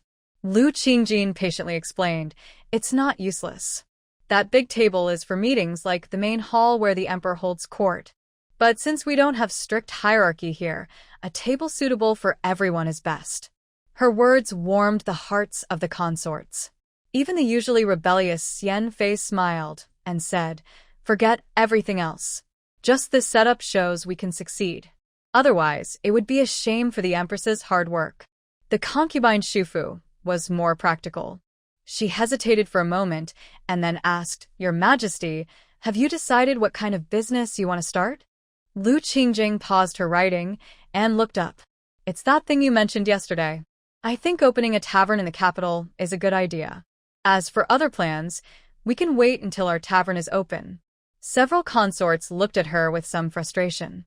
Lu Qingjing finally sensed something was wrong. She raised her head and looked at them with curiosity. "What are you all looking like? Weren't you very happy yesterday?" Li Fei shook her head helplessly and said, "You don't know yet? Yesterday, a new tavern opened in the city. It's said to belong to the son of the King of Wei. In just one day, it attracted many guests. If we open our tavern now, it might be embarrassing." Lu Qingjing really didn't know. She thought for a moment and then asked, "Do you know if this new tavern has anything special or new?" Yun Fei and the others come from scholarly families. Although they are well informed about such news, they don't have enough people to investigate in detail. Li Fei clapped her hands, and Shi Wang suddenly ran inside happily. Yun Fei smiled and said, "That's exactly the skill of gathering news. Even outsiders can't compare to Shi Wang." Shi Wang heard this and smiled happily. "Your Majesty, you flatter me. I've heard quite a bit about that tavern. Rumor has it that the son of the King of Wei is extremely wealthy. The tavern is famous for its rare and precious items. They have everything inside. I even heard they serve camel meat from the western regions. It's not very tasty, but it's valuable. So many people in the capital are rushing to try it." Lu Qingjing relaxed and let out a breath. "That's not so bad. Their thinking is different from ours. We mainly focus on novelty and deliciousness. That way, there's much more room for growth in the future." Everyone nodded in agreement. Li Fei saw that the matter was settled and also relaxed. Seeing that Lu Qingjing's painting had no flowers or plants, she said with a smile, "You shouldn't let your palace be too plain. Coincidentally, I got some red plum seeds yesterday. If you don't mind, you can plant them in the courtyard. It will look nice in winter." Lu Qingjing didn't really understand the meaning behind these flowers. She nodded without much thought. The others, however, looked a bit stunned. Coming from noble families, they knew the symbolic meanings of flowers and plants very well, especially the red plum, which is famous for loyalty. It's a flower that signifies fidelity and love. Thinking about Li Fei having no parents, there were quite a few comments in the palace yesterday. Yun Fei tentatively spoke. This general is too careless. Even if the red plum is from your brother, it shouldn't be given easily to a sister. Maybe Li Fei should return it. If the emperor finds out, it wouldn't be good. Li Fei waved her hand dismissively and said, "This isn't a gift from my brother. I think you all already heard about it. This matter should be handled mainly by Empress Dowager. As for the emperor knowing, it's not a big deal." Concubine Shu covered her mouth with a handkerchief, sighing with a mix of envy and surprise. Li Fei didn't mind. After all, she was the sister of the Grand General. Once she made up her mind, she wouldn't give up. The other several consorts looked at each other and sincerely said, "Congratulations to sister." Such a thing should be celebrated properly. Lu Qingjing looked helplessly at the four people in front of her, who quickly bowed to Qin Zhao as if mice saw a cat. Qin Zhao didn't seem to notice. Perhaps he thought this reaction was normal. Lu Qingjing cleared her throat twice and said meaningfully, "You wouldn't be here to regret, would you? You should know that my Empress's palace plans are almost finished." Qin Zhao, ignoring the others, scoffed disdainfully. "Who do you think I am? Do I need to regret such a small matter?" Lu Qingjing, not wanting to bother with this arrogant man, shook the plans in her hand and said, "I'm almost done drawing. Take a look and see if there's anything wrong. This is the place for future work, so it can't be sloppy." Qin Zhao frowned and turned to see the consorts quietly standing there without speaking. Li Fei seemed to realize Qin Zhao wanted to speak to Lu Qingjing alone and politely bowed. "Since we're not useful here, we'll take our leave first. We haven't seen the palace where the Empress Dowager's residence is being built. Let's go see." Yun Fei, being clever, quickly agreed. The other two, although reluctant, were somewhat afraid of Qin Zhao and quietly followed behind. Seeing most people leave, Qin Zhao finally spoke. "You probably already know the reason for this matter. I won't hide it from you. The Buddhist master of charity is the savior of the previous emperor. I can't move him for now." You. Lu Qingjing waved her hand helplessly and said, "I'm a woman, not a fool. I understand what you're saying. You can handle the rest." Qin Zhao seemed even more reluctant to speak and hesitated for a while before saying, "It's not just that matter. There is another thing which is a bit over the top, but I think you should still go see it." Lu Qingjing was full of confusion and thought to herself, "What kind of strange thing is this? Who am I supposed to meet?" Qin Zhao took a deep breath and quickly said, "Earlier, I received news that the charitable monk wants to see you. He has an unusual status, and I hope you can meet him." Lu Qingjing wondered inwardly what was so special about this charitable monk. This was the first time Qin Zhao was pushed into such a situation. To consider Qin Zhao's feelings, she pretended to be unaware and asked, "Since it's this monk, I should meet him. Do I need to leave the palace?" Qin Zhao knew his words were not very good and heaved a sigh of relief, saying, "Yes. I will send someone to take you out later. Be careful." Lu Qingjing nodded to show she understood. She looked at Qin Zhao's quick departure and sighed. "Xiaoling, do you know what the charitable monk might have that could force the emperor?" Xiaoling was startled and hurriedly said, "I really don't know. The charitable monk is said to be a true monk who can see the past and the future. I have never seen him myself, only heard that half of those stories are true." Lu Qingjing smiled with interest and said, "Seeing the past and future sounds interesting. We will meet him soon." Before Xiaoling could speak, the consort Li entered again with a somewhat unfriendly tone. "You only care about these dangerous things. If it weren't for my brother giving me the message, I wouldn't know. This charitable monk isn't a good person. You should be more careful."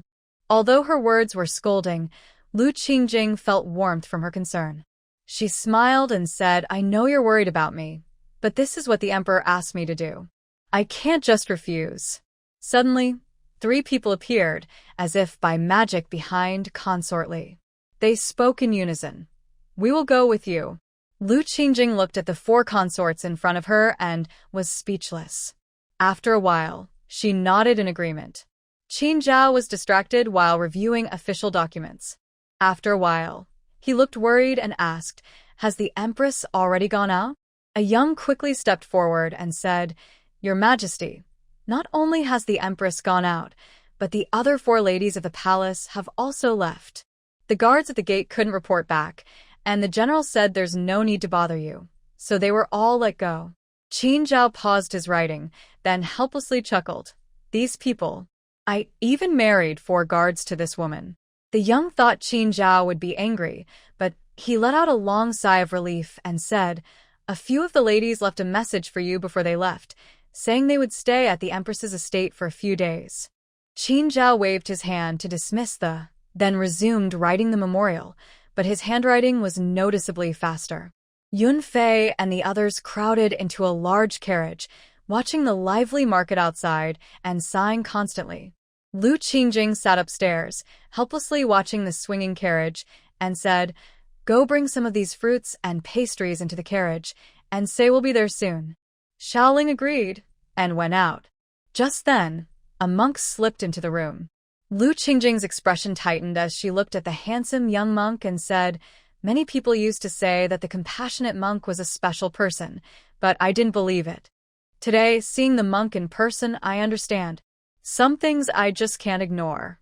The monk, named Compassion, smiled slightly, still looking like a wise outsider. When Xiaoling returned, she was startled, but Compassion looked at her and said, "Everything was arranged perfectly, but I didn't expect the young lady to change her mind at the last minute. Otherwise, today would have been quite different." Xiaoling lowered her head and stood behind Lu Qingjing, not daring to speak. Lu Qingjing chuckled softly and said, "Monk, what you said isn't quite right. If you had changed your attitude, today wouldn't be like this. Since you have the right to choose, don't I, a little palace maid, have that right too?" Compassion was not angry. He sat in front of Lu Qingjing, feeling a bit helpless. "I don't know where you come from, benefactor, and I don't need to know. Since this world doesn't belong to you, you should leave." Lu Qingjing's hand trembled slightly. "Since I've come here, this world belongs to me. After all, good and bad aren't words people just say. Seeing is believing." "Monk, please don't be upset." Compassion frowned. "You know yourself. I have no other intentions and don't think you're a bad person. But this country has its own destiny. Your appearance has undoubtedly disturbed it. Since you refuse to see reason, don't blame me." Lu Qingjing thought that this monk was very stubborn. She sighed helplessly and went downstairs. Lu Qingjing walked downstairs with a serious face, softly saying, "You probably heard everything just now. If you have anything to say, just say it." Xiaoling held her hand and trembled slightly. "I understand, but are you really a bad person who is ruining the luck of this country?" Although those words were harsh, they were true. Lu Qingjing slowed her steps and looked at the busy people coming and going, asking, "Do you think that if this country must fall, then I am doing wrong by trying to let it survive?" Xiaoling took a deep breath and said firmly, "Of course not. You are a benefactor to the whole country and its people. Everyone will be grateful to you. The kind monk who tried to stop you is the one who is doing wrong." Lu Qingjing's voice was faint and distant. "He is not the one doing wrong. He is a true cultivator. His practice of Buddhism tells him to follow the natural order. Why are you two just standing there? Come in already." Lu Qingjing was surprised and realized that they had unknowingly reached the carriage area. Xiaoling, perceptive, closed her mouth. She looked at Yun Fei with a puzzled expression and smiled. "Isn't this the same as when we discussed Buddhist teachings with that monk?" I was a bit overwhelmed. Yun Fei saw this and also got off the carriage. They were all daughters of noble families and used to wearing veils outside, but Lu Qingjing was a bit uncomfortable and took a few steps back. Yun Fei looked around and said, "You believe everything easily. But he's just a showy, ambitious monk who likes to pretend. Instead of worrying about what he says, let's enjoy our walk." The people on the carriage one by one got off. The noble consort looked excited. "Yes. I haven't had a good look at the outside world in a long time. I've heard there are many markets among the common people. Since we need to pick shops anyway, let's take a good look. Lu Qingjin had just heard about charity and felt nervous. When she heard this suggestion, she almost didn't hesitate and said, maybe we shouldn't. You all have noble statuses, and the city is not very safe lately. Let's go back quickly. Li Fei smiled and said, you don't know this. We have more than 200 people secretly protecting us. We've already told the emperor, and in the next few days, we will stay at your estate. Lu Qingjin helplessly shook her head, thinking that this palace drama had turned into a story about entrepreneurship and farming. What a mess it all was. She wondered how Qin Zhao would feel if she knew her consorts had been taken away by the Empress. Yun Fei, unable to wait any longer, pulled Lu Qingjin forward. They didn't know what festival it was today, but the street was busier than usual, with more merchants and people. Xiao Ling whispered, this is the annual Symbol Festival, a day to pray for safety. Your Majesty, please be careful. I think the monk's words earlier were more than just threats. Lu Qingjin looked at the delicate jewelry on a stall and whispered, I know they might take action. Be alert, and don't let those few get separated from us. Xiao Ling responded softly. The concubine Shu looked around happily and sighed. At home, I usually see complicated and fancy jewelry. This is the first time I've seen something simple and clean. Yun Fei agreed, saying, this kind of jewelry is indeed more beautiful. It's just a pity we are opening a restaurant, not a shop. Lu Qingjin followed behind a few people, took the candied hawthorn handed over by Li Fei, and said vaguely, you all have good ideas, but our energy is limited. The Jingqi Pavilion is too famous. We can't open a jewelry shop quickly. Once our restaurant is ready, we can open other shops. The bustling noise of merchants mixed with Lu Qingjin's thoughts about the future, and unexpectedly, they felt a sense of happiness blending into the lively market life. Concubine Xian couldn't help but smile. Before she could speak, she saw a small child staring intently at the candied hawthorn in her hand. She was momentarily stunned, looking at the child's coarse cloth clothes and asked, do you want this? The child looked at her shaking the candied hawthorn, eyes full of hope. Lu Qingjin stepped forward and handed him another uneaten one. The child happily took it and ran off excitedly. The concubine Xian looked at the candied hawthorn in her hand and then at the child's back as he left, murmuring, I never knew that nowadays, even children can't afford a candied hawthorn. Yun Fei frowned and said helplessly, I wonder where that child's servant went. Probably not valued at home, and they don't even have servants to serve them. Lu Qingjin looked helplessly at the group in front of her and suddenly remembered an old story. When the king learned that his people couldn't get enough food, he asked, why not eat meat porridge? She thought that the few young ladies in front of her were not much different from that king. Princess Li seemed to come from a humble background. She smiled and said, you don't understand. Only a small number of people in this country can afford servants like us. Many people, like that child you just saw, can't even get enough food, let alone sugar-coated hawthorn sticks. Consort Yun looked down in frustration and said, I've never heard of such things. Since that's the case, maybe we should keep our restaurant prices low in the future to help some people. Lu Qingjin led the others toward a lively place, saying, your idea is good, but rich people are hard to attract that way. It might not be worth it. Princess Shu was surprised that the usually gentle Lu Qingjin suddenly said this. She looked troubled and asked, then what should we do? We can't just do nothing. Lu Qingjin looked at the distant lights with a helpless tone. Of course, we won't do nothing. We can set some of our dish prices high to attract wealthy customers and keep others low to help the poor. Isn't that a good idea? Consort Yun's eyes sparkled with surprise. That's perfect. It can attract customers and also help the common people. If it works, the wine shop owned by the Crown Prince of Wei might face trouble.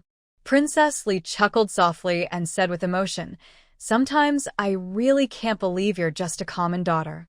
Lu Qingjin smiled at her response and slowly said, I find it hard to believe too, but I guess this is just fate. Everyone fell silent. each lost in thought as they walked toward the brightly lit distance. Lu Qingjing and the others followed the crowd and soon saw a magnificent restaurant. The entire building was made of expensive yellowwood. Under the night sky and the glow of lanterns, it looked very grand, like an out-of-place city gate. Consort Yun fanned herself to chase away mosquitoes and said, "This must be the wine shop of the Crown Prince of Wei. It looks quite interesting from the outside, but I feel something strange about it. Still, it's quite pretty." Lu Qingjing looked up and saw a bright red sign above the dim yellow building with large characters that read Haiyan Tower. She thought to herself, things are already like this, so it's no wonder. This place felt more like a tourist spot than a restaurant. Princess Li seemed to notice and said thoughtfully, "This Wei Wang's heir is quite creative, but unfortunately, he doesn't understand what common people really need. Most likely, this restaurant is filled with some of the wealthiest people in the city." Lu Qingjing led everyone inside and said, "Exactly. Just looking at this sign, you can tell he's got a big appetite. Peace and prosperity. People might think it's a royal restaurant." When they entered the hall, the staff immediately said, "Madams, you must be distinguished guests. Unfortunately, our private rooms are full. If you don't mind, you can sit in the main hall." Though they said just a little inconvenience, there were hardly any people in the hall, and the decor was very comfortable. The group quickly chose a corner and sat down. Yun Fei fanned herself and smiled. "You guessed right, sisters. Look around. There's no ordinary person here. If you didn't know better, you'd think this was a family banquet." A young waiter approached and asked, "Would you like to order something?" Consort Shu cleared her throat and, seeing no one else speaking, said, "Please bring 10 of your best dishes. I've heard this new restaurant is quite special. We hope you won't disappoint us." The waiter's eyes lit up and he hurriedly said, "This is the Wei Wang's heir's restaurant. Madam, just wait and see. I promise you'll want to come back again." Since arriving here, Lu Qingjing was experiencing true wealth for the first time. She looked at Consort Shu with mixed feelings and said, "You really go all out. With just a few of us, we can't even finish 5 dishes, let alone 10. Consort Shu waved her hand casually and said, "It's nothing. If there are leftovers, we'll give them to the beggars outside the city." I saw quite a few beggars outside when I came in. The waiter who was serving the food overheard and chuckled, "Madam, you don't come out often. The beggars at the door are just some street ruffians. Don't bother with them, they're not worth it." Lu Qingjing frowned and said, "The ones at the door all looked like old, weak women and children. Even the taller ones looked pale and thin. They don't seem like street ruffians at all." The man awkwardly said, "I was just speaking casually, you don't need to mind. The dishes are all served now, take your time to eat. If you need anything, just call the young one." Consort Shu picked up some food with her chopsticks and put it in her mouth. "What is this? The taste of bamboo shoots is even worse than the green onions in your kitchen. And still dare to call this delicacies from mountains and seas? I think they're just trying something new." Lu Qingjing took a bite, but couldn't tell what kind of meat it was. It was tough and dry, and in her mouth, it only tasted like oil. She put down her chopsticks and said mysteriously, "This dish is definitely strange. Even if the ingredients are fresh, there shouldn't be so many guests. There must be something suspicious behind this." Princess Li looked around thoughtfully and whispered, "I once heard my brother talk about the previous dynasty. The former emperor used to run a restaurant, but the food was very bad. The purpose was to chase away unimportant people. Most of the remaining guests were high officials, and they secretly planned some things that were not easy to mention." Yunfei took 2 bites and then put down her chopsticks. "This Haiyan Tower really has some problems. The beggars at the door seem suspicious too. I just don't understand why the emperor hasn't sent someone to check." Lu Qingjing sipped her tea calmly and said, "What's so surprising? The emperor already sent a few of us here. I think it's all been planned long ago. They want to use me to find out the truth. You all got involved in this." Concubine Xian seemed to have found a roasted pigeon she liked and happily ate while also feeling uneasy. "At first, I thought the emperor was a noble man. Now I see he's just another schemer. Everyone smiled, but before they could say anything, they heard a quarrel at the door. What more do you want? We don't want money anymore. Can't we just spend a night here peacefully? Lu Qingjing frowned and walked over. The four of them looked at each other, hesitated for a moment, and then followed. At the door stood an elderly woman holding a child about 8 or 9 years old. The child still had a candied hawthorn stick in his hand, which Lu Qingjing had given him. Concubine Xian, who was quick-tempered, liked the child very much. She ignored everything else and went over to scold them. Who are you all? Bullying such a small child? Is there no law left in this world? Several guards at the door smiled, and one of them, who was more polite, said, Madam, since you are here to dine, there's no need to worry about the other matters. You know how important many officials and nobles are in this city. Offending these commoners over trivial things isn't worth it. Don't you agree? The noble consort sneered and said, I don't think so. This building probably has many people of status. Those who flatter the powerful and look down on others are common here. But I don't believe many have higher status than I do. Lu Qingjing wanted to stop her, but she had already spoken. She could only helplessly say, We are just here to eat. Let's not talk about status. If you give these people some silver, today's matter can be considered settled. The noble consort still seemed annoyed. Yun Fei silently pulled her back. Just as Lu Qingjing finished speaking, a voice came from the stairs, saying, You are being too much. Quickly do as the ladies say. If I see you causing trouble again, this Heian building will not keep you anymore. Lu Qingjing had sensed something was wrong earlier, but she didn't expect trouble to happen so soon. Hearing this voice, she turned around with a helpless look. On the stairs, Zhao Yunheng, dressed in fine clothes, was smiling warmly as he looked at them. The noble consort clearly knew she had caused trouble and shrank behind Yun Fei, staying silent. Seeing that no one else spoke, Li Fei stepped forward and said, Thank you, young master. We didn't mean to cause trouble. We just wanted to help you solve a problem. We didn't expect to disturb you. Zhao Yunheng walked over a short distance, smiling, and looked at a few people. It's nothing. It's just my subordinate's fault. Madam, you helped a lot. I should thank you. A maid behind him quietly said, Something's wrong. Our guards are already stopped at the door. Hearing this, Lu Qingjing's heart tightened. If the guards are blocked outside, it means only the people serving them are left. If Zhao Yunheng has bad intentions, they are in danger. Zhao Yunheng had clearly planned this long ago. He squinted and looked around, finally fixing his gaze on Lu Qingjing. Madam, you look very familiar. I think I've seen you somewhere before. Could it be in the palace? Lu Qingjing didn't remember ever meeting this young master, but given the current situation, if she didn't reveal her identity, it would be very hard to leave. Just as she was about to speak and clarify her identity, Yun Fei spoke first. The crown prince is often forgetful of important matters. My father saw you a few days ago. I didn't expect that today I would cause such a fuss here. If my father finds out, he will surely scold me heavily. Zhao Yunheng was able to stop them not by accident, nor because he didn't know their identities. He just thought that as long as these concubines didn't reveal anything, he could take Lu Qingjing away. But now, the plan has failed. He forced a smile and said, So you are Lady Yun, I apologize for my rudeness. I suppose these ladies are also court ladies. This was quite abrupt of me. As soon as he finished speaking, he heard the hurried footsteps at the door leaving.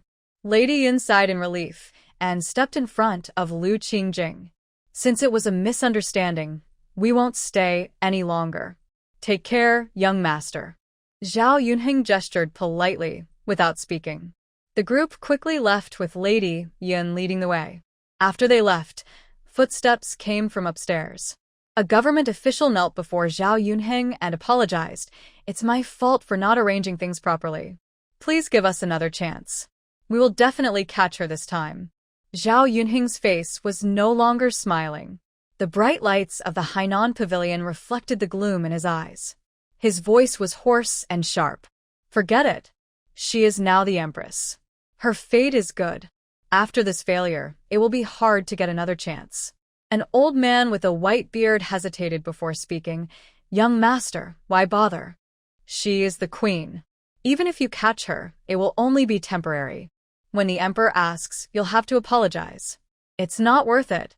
Zhao Yunheng walked upstairs and said, I just want to talk to her properly. You all think too much. Since it failed, let's disperse. The people below agreed, and left one by one. Only the old man with the white beard stayed downstairs, his expression complicated. Qin Zhao looked outside at the night and asked, Is the Empress already at Hainan Pavilion? Has anything changed? Zhang Dequan glanced at his expression, put down the scissors he used to trim the candle, and respectfully said, Nothing has changed. As you predicted, they have surrounded Hainan Pavilion. All the guards are outside. I believe in a little while, the ladies will bring news that the Empress has been captured. Qin Zhao nodded coldly. Suddenly, an urgent voice came from outside. Your Majesty, the Empress has arrived at the royal estate.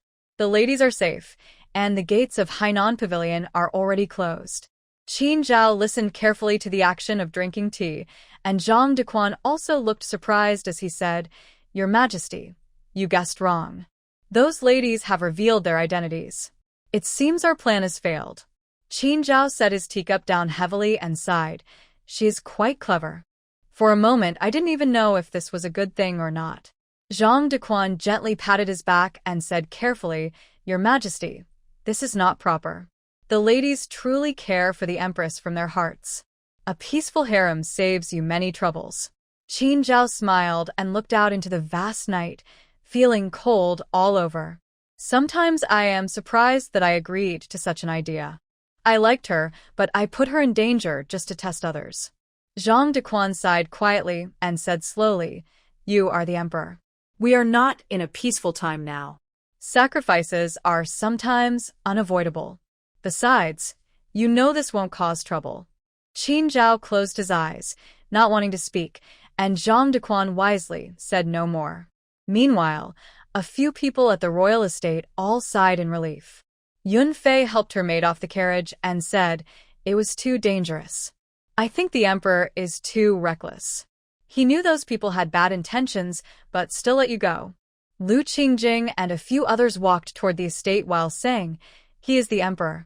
Such things are inevitable, not just now but in the future. You should get used to it. Li Fei looked at the grand, luxurious estate and sighed. Luckily, you woke us up. I can't imagine fighting for the favor of such a man. Xu Fei looked worried and said, Since we know they have a conspiracy, they won't come to catch us at the estate, right? Maybe we should go back while we can still enter the palace. Lu Qingjing shook her head with a smile. Forget it. It's too late now. By the time we reach the palace gate, it will be too late. Just stay here overnight. It's very safe. Xian Fei still acted carefree and said, Let's not talk about that. We still need to open a restaurant. We haven't even decided on a name yet. You guys should suggest a name. We must make it impressive. The group naturally looked at Lu Qingjing. She paused for a moment and said confidently, Since they call it Haiyan Tower, let's call our Shengshi Pavilion. Consort Li couldn't help but clap her hands and say, This name is interesting. Since he wants to rebuild a peaceful and prosperous land, let's tell him that now is a time of great peace. Lu Qingjing looked at the few side rooms in front of her and said tiredly, There are only these rooms available now. We might have to share one room between two people. The noble consort casually waved her hand and said, It's okay. We're all familiar with each other. This experience is quite new and interesting. The others had no objections. The group settled in peacefully. Lu Qingjing opened her eyes drowsily and saw Consort Li lying gracefully beside her. If her eyes hadn't been closed, Lu Qingjing might have thought she was looking at a statue. Consort Li seemed to sense her gaze, opened her eyes elegantly. Lu Qingjing looked at her puzzled and smiled awkwardly. You woke up quite early. I was just bored and took a look. If you're not fully rested, you can lie down again. Consort Li, with a helpless look, said, It's still early? Didn't we agree to get up early today to see the potatoes? I heard you planted a large patch. We haven't seen it yet. Lu Qingjing, dressed and smiling, said, I don't know what's so special about it. It's just a bigger potato field, but we can check the yield since our restaurant mainly features potatoes and similar foods. Before they finished tidying up, a worried voice came from outside the door. Your Highness, wake up quickly. Something's wrong with the potatoes in our yard. Lu Qingjing shivered and quickly put on her outer garment. Consort Li, understanding a bit, followed her out while comforting her. Don't be too anxious. I don't know much about potatoes, but I know that when plants are crowded, they tend to get sick. There must be something that can be used to treat it.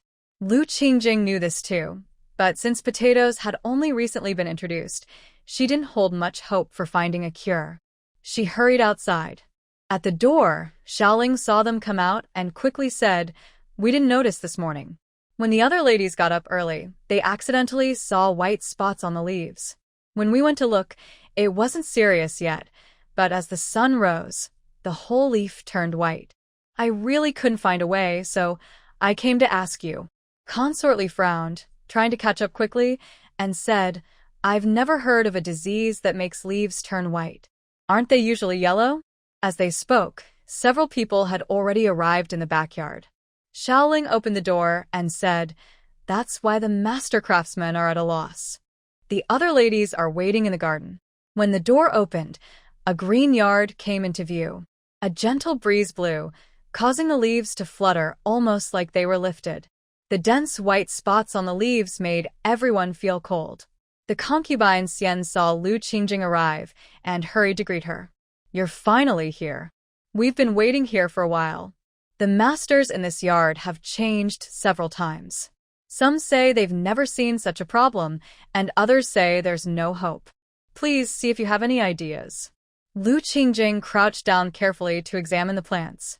She saw that the dark green leaves were healthy and full of life, but the white spots on them looked like they were sticky. An elderly master approached tremblingly. Ignoring the disapproving looks from others, he reached out and forcibly broke off a leaf. He handed it to Lu Qingjing and said, Madam, since you seem to know about crops, take a close look at the roots of this leaf. Lu Qingjing frowned as she took the leaf. The rough texture of the leaf and the terrifying spots made her feel uncomfortable. Some of the concubines subtly looked away. She forced herself to ignore the discomfort and carefully examined the roots. Tiny insects were quietly resting on the veins of the leaf. Lu Qingjing was surprised at how skilled the old man was. She looked up in shock. The old man stroked his beard and smiled. Madam, no need to be so surprised. I haven't seen this kind of plant before, but most edible plants are similar. The real problem is these pests. They're hard to control. Lu Qingjing sighed softly. I understand, but this batch of potatoes is very important. Can you think of any solutions?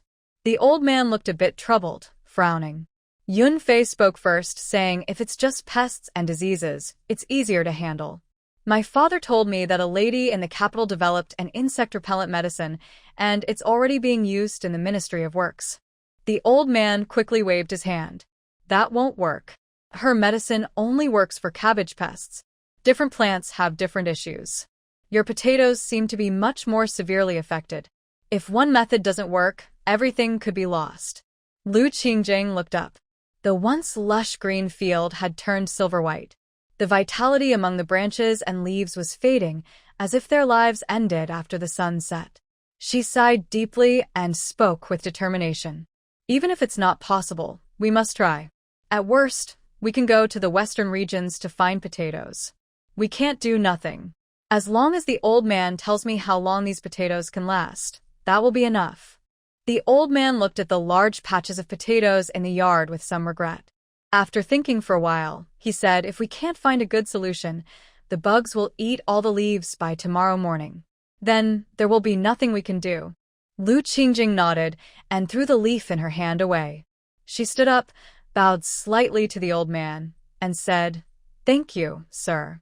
Please take care of the potatoes. We will go look for a solution soon. The old man waved his hand and said earnestly, I've heard about your status, madam. I understand what you're doing. There's no need to thank me. I've farmed all my life, and taking care of these potatoes is also helping the people. You can go now and rest assured. Lu Qingjing turned to leave with her 4 concubines. The old man's figure gradually disappeared behind them, along with the sickly potato field. For a moment, even the concubines who had just seen the potato field felt heavy in their hearts, as if they were carrying some responsibility. Yun Fei frowned as she ate her breakfast listlessly. Perhaps she was affected by the old man's words. The atmosphere at the table became quiet. After a while, Yun Fei raised her head and said, "We've all seen it. The potato harvest and cooking are fine. The most urgent thing now is to find medicine to treat the pests."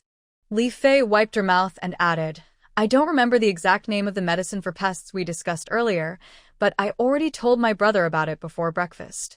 I think we'll hear back soon." Lu Qingjing breathed a sigh of relief and said happily, "Once we get the news, we'll go see. Even if it's useless, we can still ask that person to develop a new solution. If nothing works, we can change the restaurant's signature dish to the lotus seed and lily soup." Xian Fei covered her mouth and smiled. "Your Majesty is so optimistic. Well, we don't have many other uses now. Let's follow your Majesty and be ambassadors. I believe no one in the capital dares to ignore our faces." Lu Qingjing's mood was not as optimistic as it seemed. After all, no one would be happy to see their hard work vanish into nothing. However, Xian Fei's words gave her a boost. This is a matter of personal effort to help society. Even if this attempt fails, any of the ladies present could easily grow more potatoes. Outside the door, Shuang seemed to have heard that several ladies were feeling upset, so he was very cautious when he came in. Seeing his behavior, Lu Qingjing couldn't help but laugh. You're quite interesting." Consort Li pouted and said unhappily, "This isn't good for much, just good at passing on news. Whenever there's a little movement, he knows about it. Over time, I've gotten used to it, and I send him on all sorts of errands." Shi Wang bowed and smiled. It's a blessing for a servant to serve the ladies. The great general has already received news that the Empress is most familiar with the research on pest control medicines. Everyone looked at Lu Qingjing. She asked confusedly, "But the Lu family has already cut ties with me. In this city, it's hard to find even someone who isn't a stranger." Xiaoling seemed to remember something happily and said, "Madam, you forgot. A few days ago, Annie sent a letter saying she was working on some medicine for your vegetable garden. It looks like she has some results now." Lu Qingjing looked up in surprise. The other concubines also looked at Xiaoling with disbelief. It was understandable. Anyone hearing Annie would not think she was very capable. After a while, Lu Qingjing said with a complicated expression, "That's actually a good thing.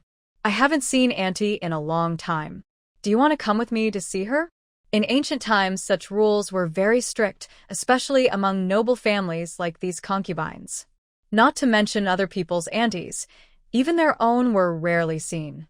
The others agreed in unison without feeling anything unusual.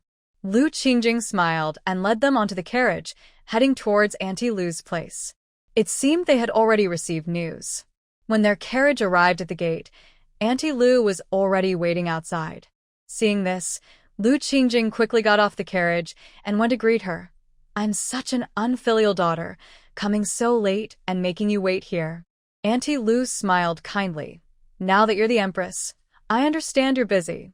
I heard you brought a few other ladies along, so come in quickly. Don't keep people waiting at the door." Consort Xian and the others stepped down from the carriage one after another. Auntie Lu hesitated a little and took a few steps back. "Ladies, please come in with me. We have plenty of fruit and cakes in the hall for you to try." A few people smiled and didn't say much before following inside. They exchanged polite greetings and sat for a while drinking tea. Aunt Lu finally spoke, saying, "I know why you've come. Coincidentally, I actually have what you need here." Lu Qingjing looked worried for a moment before saying, "I know you're confident in your medicines, but this time might be different. The problem is with the potatoes. The medicine might need to be studied again, but those potatoes can only last until tomorrow at most." As soon as she said that, the atmosphere became tense. Aunt Lu smiled and said, "You know what? Why don't you think about why I'm researching medicines? It's all for you. How could I not know what you're planting?" Yun Fei's eyes lit up immediately. Forgetting everything else, she hurriedly asked, "So, Aunt Lu, Do you already have a medicine for the potato pests? Aunt Lu's tone became uncertain. Well, I do have something, but I haven't tested its effects yet.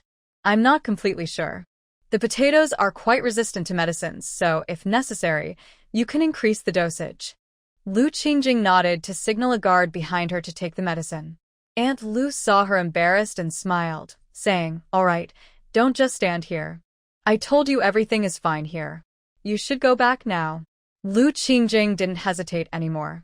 She bid farewell to the others and left quickly. Behind her, Aunt Lu sighed long and looked a bit lonely as she went to the back courtyard. A few people hurried into the Emperor's estate's backyard. The old lady was surprised they returned so quickly. She paused before saying, "Did you find a way? Then try it quickly. I almost sent someone to call you just now. These bugs are not like ordinary bugs. They seem to be more dangerous. If this continues, the potatoes won't last tonight." Lu Qingjing felt lucky. She sprinkled some medicine powder on a nearby potato plant while saying, "Mix all this powder into water and make it strong." The servants agreed and left. The group crouched on the ground, carefully watching the potato plant Lu Qingjing was working on. They saw that the area where the powder was sprinkled gradually showed healthy green leaves without white spots. Princess Li covered her mouth, almost crying out loud. Seeing this, Lu Qingjing also relaxed and smiled, saying, "As a daughter, I only know how to plant things." Luckily, Aunt Lu thought everything through, or today would have been over. Xiao Ling carried a large bucket and came over. She said, "Your Majesty, inside is all the medicinal powder." I just looked, 2 bowls of water and 1 bowl of powder should be enough. Noticing this, Lu Qingjing reminded a few concubines to take the empty bucket and pour the medicine from the large bucket. Several women lined up and sprinkled the medicine.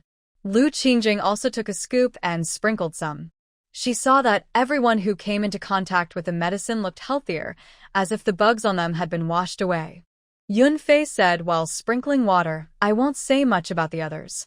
The potatoes are a bit ugly, but that's understandable since the yield is what matters. However, these bugs are just too much. They're hard to see and really disgusting. They even crawled onto my feet." Lu Qingjing looked down and saw her own feet, which also had many tiny bugs. Fortunately, these bugs were already dead. She couldn't imagine how frightening it would be if they were alive and crawling on a person. Clearly, Li Fei also noticed and said with some frustration, "I thought these things didn't get bugs, but I didn't expect so many. Let's finish quickly and take a bath. Who knows if any bugs are still alive and crawling on us." Hearing this, everyone shivered and hurried to work faster. They worked all day and were so exhausted they could hardly keep their eyes open. Li Fei, feeling drowsy, said, "The potatoes are safe now. I think I can't go on. Are you all tired?" Yunfei, a daughter of a scholar, was usually very delicate. She rarely did farm work and didn't even walk outside alone. Now, she was so tired she had no strength left to speak. Lu Qingjing looked at the dark night and smiled with relief. "We're tired too. It's been a whole day with little rest. You should get up now. We can't sleep here." They supported themselves with the help of palace maids and stood up. Suddenly, the clouds in the sky dispersed and the moonlight shone directly into the vegetable garden. The potatoes, perhaps affected by the medicine, suddenly bloomed in large clusters, as if they had just appeared. Xu Fei stood there in a daze, her voice faint and uncertain. "I've lived for over 20 years, but this is the first time I've seen such a scene. Honestly, I feel a bit ashamed." Yunfei stretched and looked at the colorful small flowers, smiling. "Who says it's not? Compared to competing for favor in the palace, this scene is more beautiful. It makes me feel all the effort was worth it." Lu Qingjing was already exhausted and had no strength left. She waved her hand, no longer paying attention to these people, turned around, and helped Xiaoling back to her room. The favored consort Li watched her back and hesitated for a moment before sighing and leaving. Early in the morning, a group of people had gathered outside the palace gate. The guards at the gate looked at the large, elaborate gift boxes in front of them and were a bit stunned. An older guard stepped forward and asked, Who are you? Did you come to the wrong place? You look like people here to propose marriage. A young servant carrying a big box smiled honestly and said, Of course, we are here to propose marriage. We didn't come to the wrong place. Isn't this the palace? The two guards' faces immediately turned grim. Knowing this was the palace meant they hadn't come to the wrong place, but inside there were only a few noble ladies. Anyone proposing marriage here would be in big trouble, especially with such a grand display. Lu Qingjin sat with a few consorts in the hall, eating and chatting happily. Suddenly, they heard hurried footsteps outside. Remembering yesterday's experience, they all felt tense. Before Xiaoling could speak, Lu Qingjin spoke first. Is there a problem with the potatoes in the yard again? Seeing everyone staring intently at her, Xiaoling quickly explained, No, the potatoes in the backyard are fine. It's just that a group of people came to propose marriage at the gate. The guards there didn't dare ask questions. Your Grace, do you want to see them or send them away? The noble consort smiled and said with interest, Let them come in and meet us. It sounds interesting. Maybe someone is here to propose to one of us. Lu Qingjin nodded in agreement. Xiaoling bowed and went out. The noble consortly felt something was wrong. Suddenly remembering some news she received yesterday, she twitched her lips and said, Forget the others. Your Grace will find out soon. But one thing, please stay calm when you see them later. Lu Qingjin thought to herself, could it be that something serious has happened? Even a troublemaker wouldn't cause such a fuss. It must be something more serious. Just as she finished speaking, a few people entered the gate.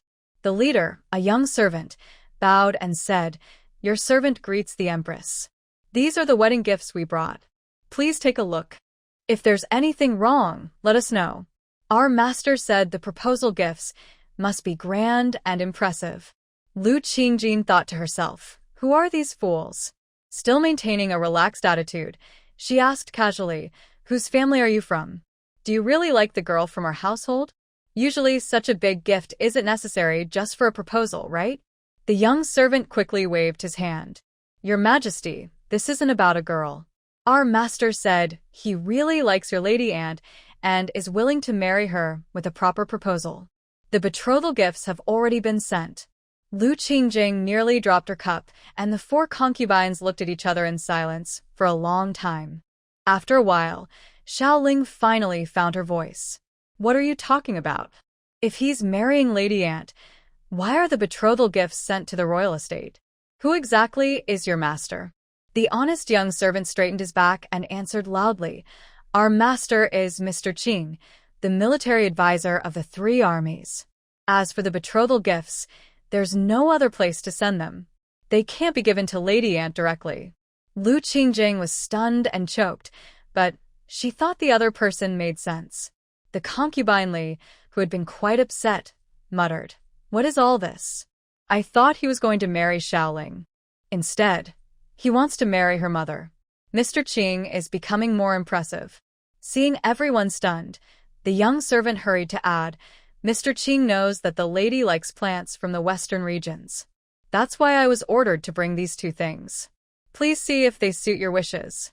Lu Qingjing opened the box blankly. Inside there were a bunch of fresh wood ears and a few bitter gourds. She was overjoyed and forgot everything else. She quickly said, These things are very useful. Thank you, sir. Concubine Xian coughed and pointed to the betrothal gifts in the yard. Only then did Lu Qingjing realize she had been so excited that she forgot why these people had come. Before she could speak, the young servant started speaking again, endlessly. Our master put a lot of thought into this. He's very fond of Lady Lu. Since you're satisfied, we'll go back now. The wedding date will be discussed in a few days. After saying this, the young servant left without looking back. Lu Qingjing watched his figure and then looked at the bitter gourds and wood ears in her hand. She sighed deeply, feeling a bit overwhelmed. Princess Yun was the first to speak. I noticed that concubine Li seems to know something. Now is the time to tell us. Concubine Li also looked embarrassed. After hesitating for a moment, she said, I only found out yesterday from my brother. I didn't expect that this gentleman wants to marry Lady Aunt, but his character is good. He truly likes her sincerely. Lu Qingjing looked a bit dazed. She never thought she would marry off her own mother in her lifetime. She spoke softly, feeling uncertain. This matter is really a family issue for the elders. I can't decide it myself. I just passed the message to the lady, and if she is willing, I wouldn't stop her. Several concubines sighed and expressed mixed feelings, both regret and curiosity. Even after Lu Qingjin left, they continued to talk, as if they considered themselves part of Lu Yinyang's family. As for Lu Qingjin, she had already gone to the back courtyard, since not everyone can handle such a big shock. Lu Qingjin patted the slightly dazed little spirit on the shoulder and said, "Don't think too much. Yinyang will handle her own affairs. The most urgent thing now is to plant the wood ear mushrooms and bitter melon." Little spirit nodded and skillfully took the box. She looked up with some confusion and asked, "Your Majesty, which one should I plant first? I've never seen these two things before, so I can't help much." Lu Qingjin rolled up her sleeves and smiled. "It's nothing special. They're just common things. You'll learn later. For now, help me with this." Little Spirit looked at the empty space nearby and said, "I think Your Majesty still needs two places. There's only one left in the yard. Maybe we should go back and plant them later." Lu Qingjin frowned as she looked at a spot far away, suitable for bitter melon to grow, then at the dried-up wood ear mushrooms and said, "No need. This is enough. Go check the storeroom for some old wood and bring me a piece." Little Spirit muttered as she left. Lu Qingjin thought for a moment but followed her, unsure. They picked through some rotten wood and found a decayed piece. Little Spirit took off her hairpin and kept poking at the wood. Lu Qingjin quietly reminded her, "Be careful. This wood is too rotten. Just carve the front a little looser." Little Spirit carefully worked on the wood while saying, "Your Majesty, shouldn't you find a better place? Even if we plant the rotten wood, it shouldn't be stored in the storeroom." Before Lu Qingjin could reply, she heard a gentle female voice behind her say, "What are you doing? That looks familiar." Lu Qingjin shivered and turned around to see several people standing behind her. She sighed and explained, "I'm planting wood ear mushrooms. They grow on rotten wood and don't need sunlight. Isn't the storeroom the best place for that?" Consort Yun looked a bit disdainful as she glanced at the damp, dark environment around them. "Can you eat things grown in such a place? I think bitter melon is a better choice." Lu Qingjin thought to herself that soon everyone would see which way was better. She stopped Xiaoling's actions and looked around, pointing at an empty shelf. She said, "This will do. The dried fungus we received are top quality. If we plant some, they should grow. Let's move them over there. You tell the people below not to come in often, and keep the warehouse door closed." Xiaoling nodded and carefully placed the small pieces of wood on a nearby shelf. Lu Qingjin straightened the wood and took out some dried fungus from a box. She tremblingly buried the fungus in rotten wood, because only the spores inside the fungus were needed. The fully grown fungus couldn't grow again. A few concubines stood idly to the side, watching Lu Qingjin work carefully, feeling a bit confused. The wise concubine, being straightforward, asked, "Why does the lady have to be so careful? There are only a few here. Even if they grow, there won't be many." Lu Qingjin clapped her hands with a smile and said, "I chose this place because it has a lot of wood. If the fungus grows well, in a few days, the wood will be covered. Then this warehouse will be used just for growing fungus." Xiaoling softly reminded her, "Madam, don't forget, there's also bitter melon. You said it was planted in the yard, so we probably don't need to move the wood again." Lu Qingjin, with a few people, carefully closed the door of the house. She looked at the two bitter melons in her hand with some worry. Yun Fei saw this and smiled, saying, "Maybe the Empress doesn't know how to plant them either. That's interesting." Lu Qingjin casually took the tools from Xiaoling and dug two pits in the open space after a while. She looked at the bitter melons with some regret and said, "These bitter melons are very juicy, but they don't ripen well. If we plant the seeds, they probably won't grow." The soil was dark and a bit sticky. Soon, Lu Qingjin's hands were covered in dirt. Li Fei saw this and took out a small knife from her waist, walking over. Lu Qingjin wasn't afraid and wisely handed the bitter melon to her. Li Fei quickly cut the bitter melon in half with her knife. Lu Qingjin finished planting the 2 pits quickly. After covering them with soil, she stuck a small wooden stick nearby.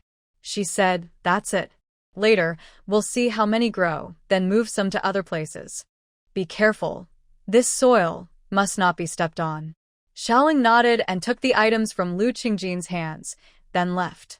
Li Fei, who had been squatting by the potato field, frowned and said, without knowing when, "Come quickly and take a look.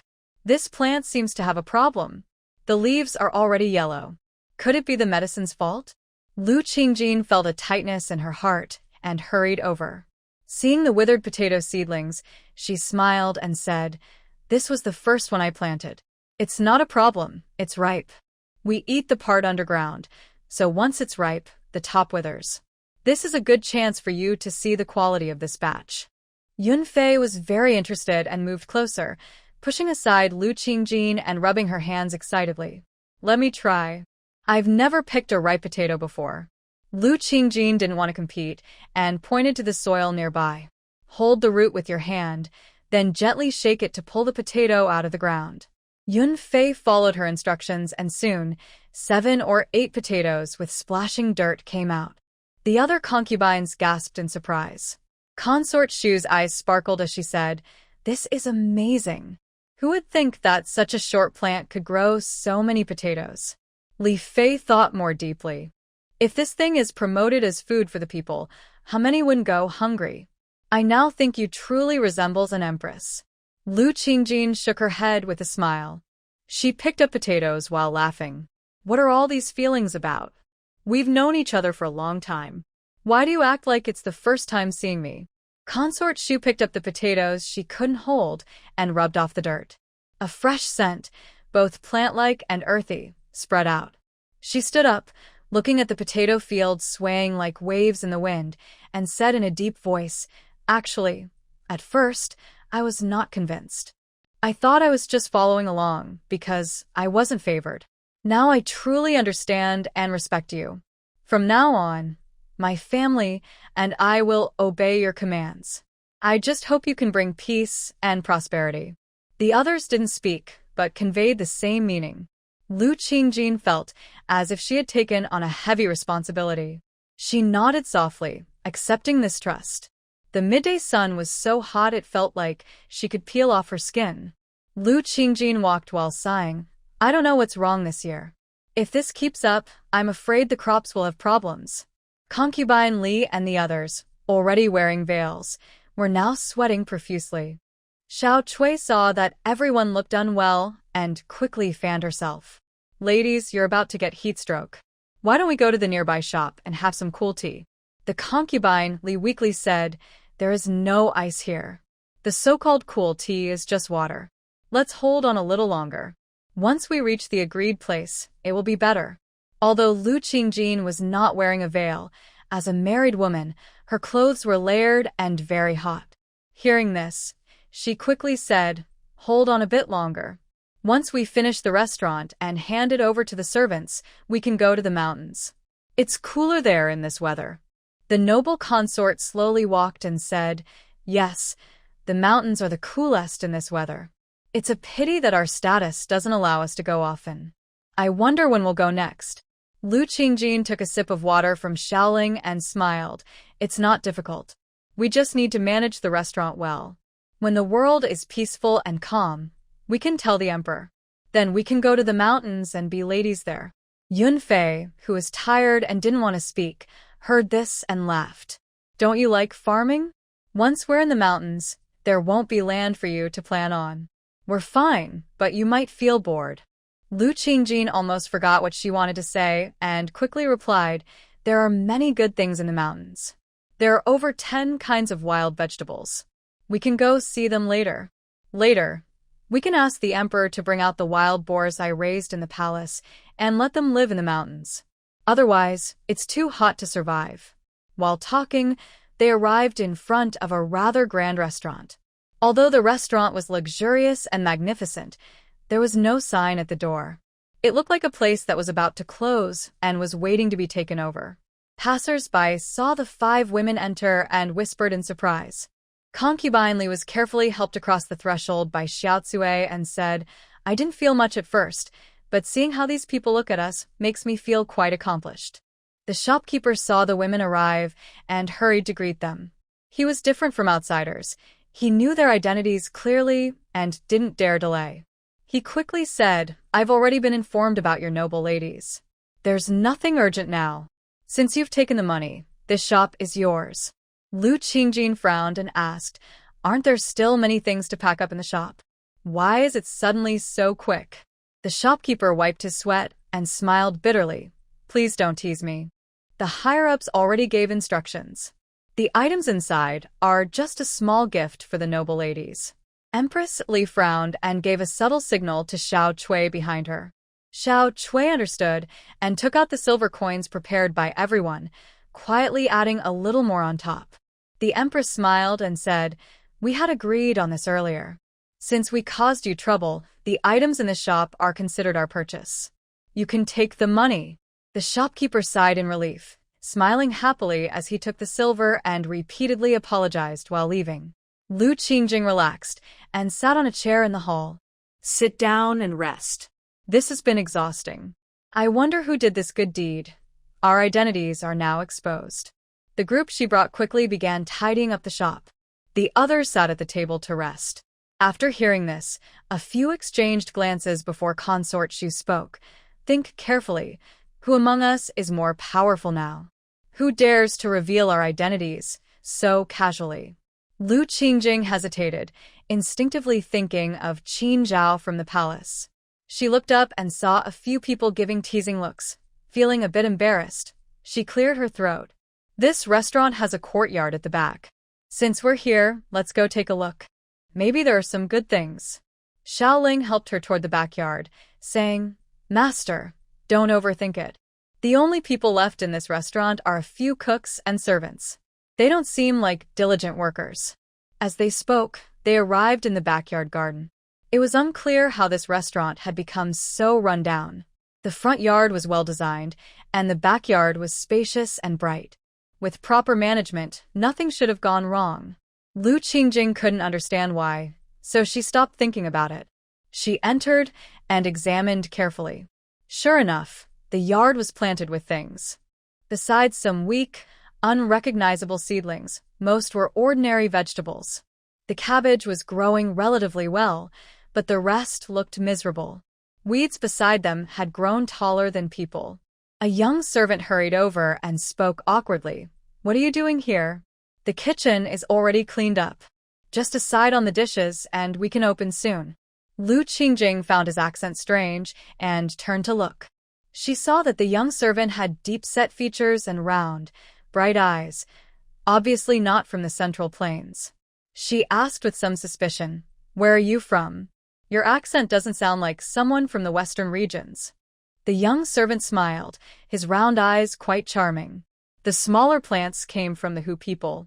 The seeds in this yard were all brought by the mother of the little person. I didn't know what they were, so I just planted them here. If you like them, feel free to take some." Lu Qingjing smiled, picked up some water nearby, and poured it near the small vegetables. Then she reached out and pulled out the wild grasses around them. Seeing this, the few concubines found it boring and left, thinking they should go to the front yard to prepare. Xiaoling looked at the young servant nearby with a stern tone and said, "Your planting is all over the place. In the end, Our Lady has to do it herself. Come and learn how to do it properly." Lu Qingjing didn't stop Xiaoling. After all, these plants still needed to be taken care of by the young servant later. The young servant squatted down and looked carefully. Maybe it was just his feeling, but after Lu Qingjing took care of the seedlings, they looked more lively. It was as if they had suddenly drunk some magical nectar. Lu Qingjing carefully started thinning the seedlings. These vegetables had already grown quite big. She didn't understand what the young servant was thinking. Why didn't he pull some out? The plants were so crowded they almost couldn't grow properly. When the seedlings had space to grow and felt the familiar energy from Lu Qingjing inside, they grew vigorously, as if they suddenly became much larger. The young servant watched in amazement. Lu Qingjing finally finished her work. Looking at a few small seedlings that seemed somewhat familiar, she felt a bit helpless, thinking she could only wait and see what they would become later. When she looked up, she saw the young servant staring in shock. Lu Qingjing chuckled and shook her head. What's with that expression? Have you finally understood? I won't always be here in the future. You'll still need to take care of these plants.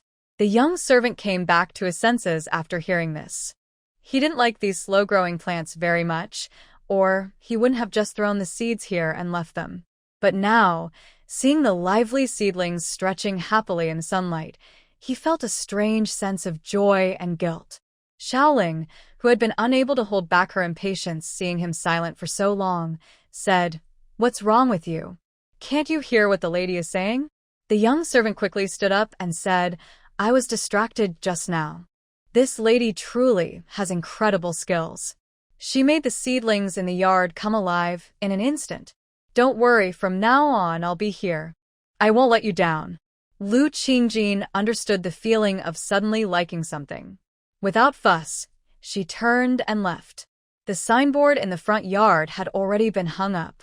The 3 big golden characters of Xingshi Pavilion attracted many onlookers. Consort Li looked a bit disheveled as she came out from the back kitchen. Finally finished.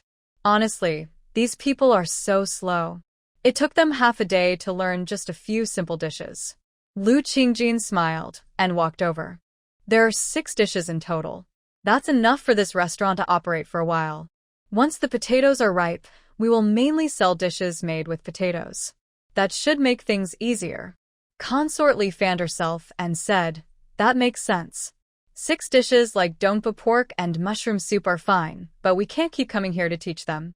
It's time to find some chefs to develop new recipes, or I'll be too busy." The noble consort came down from upstairs gracefully.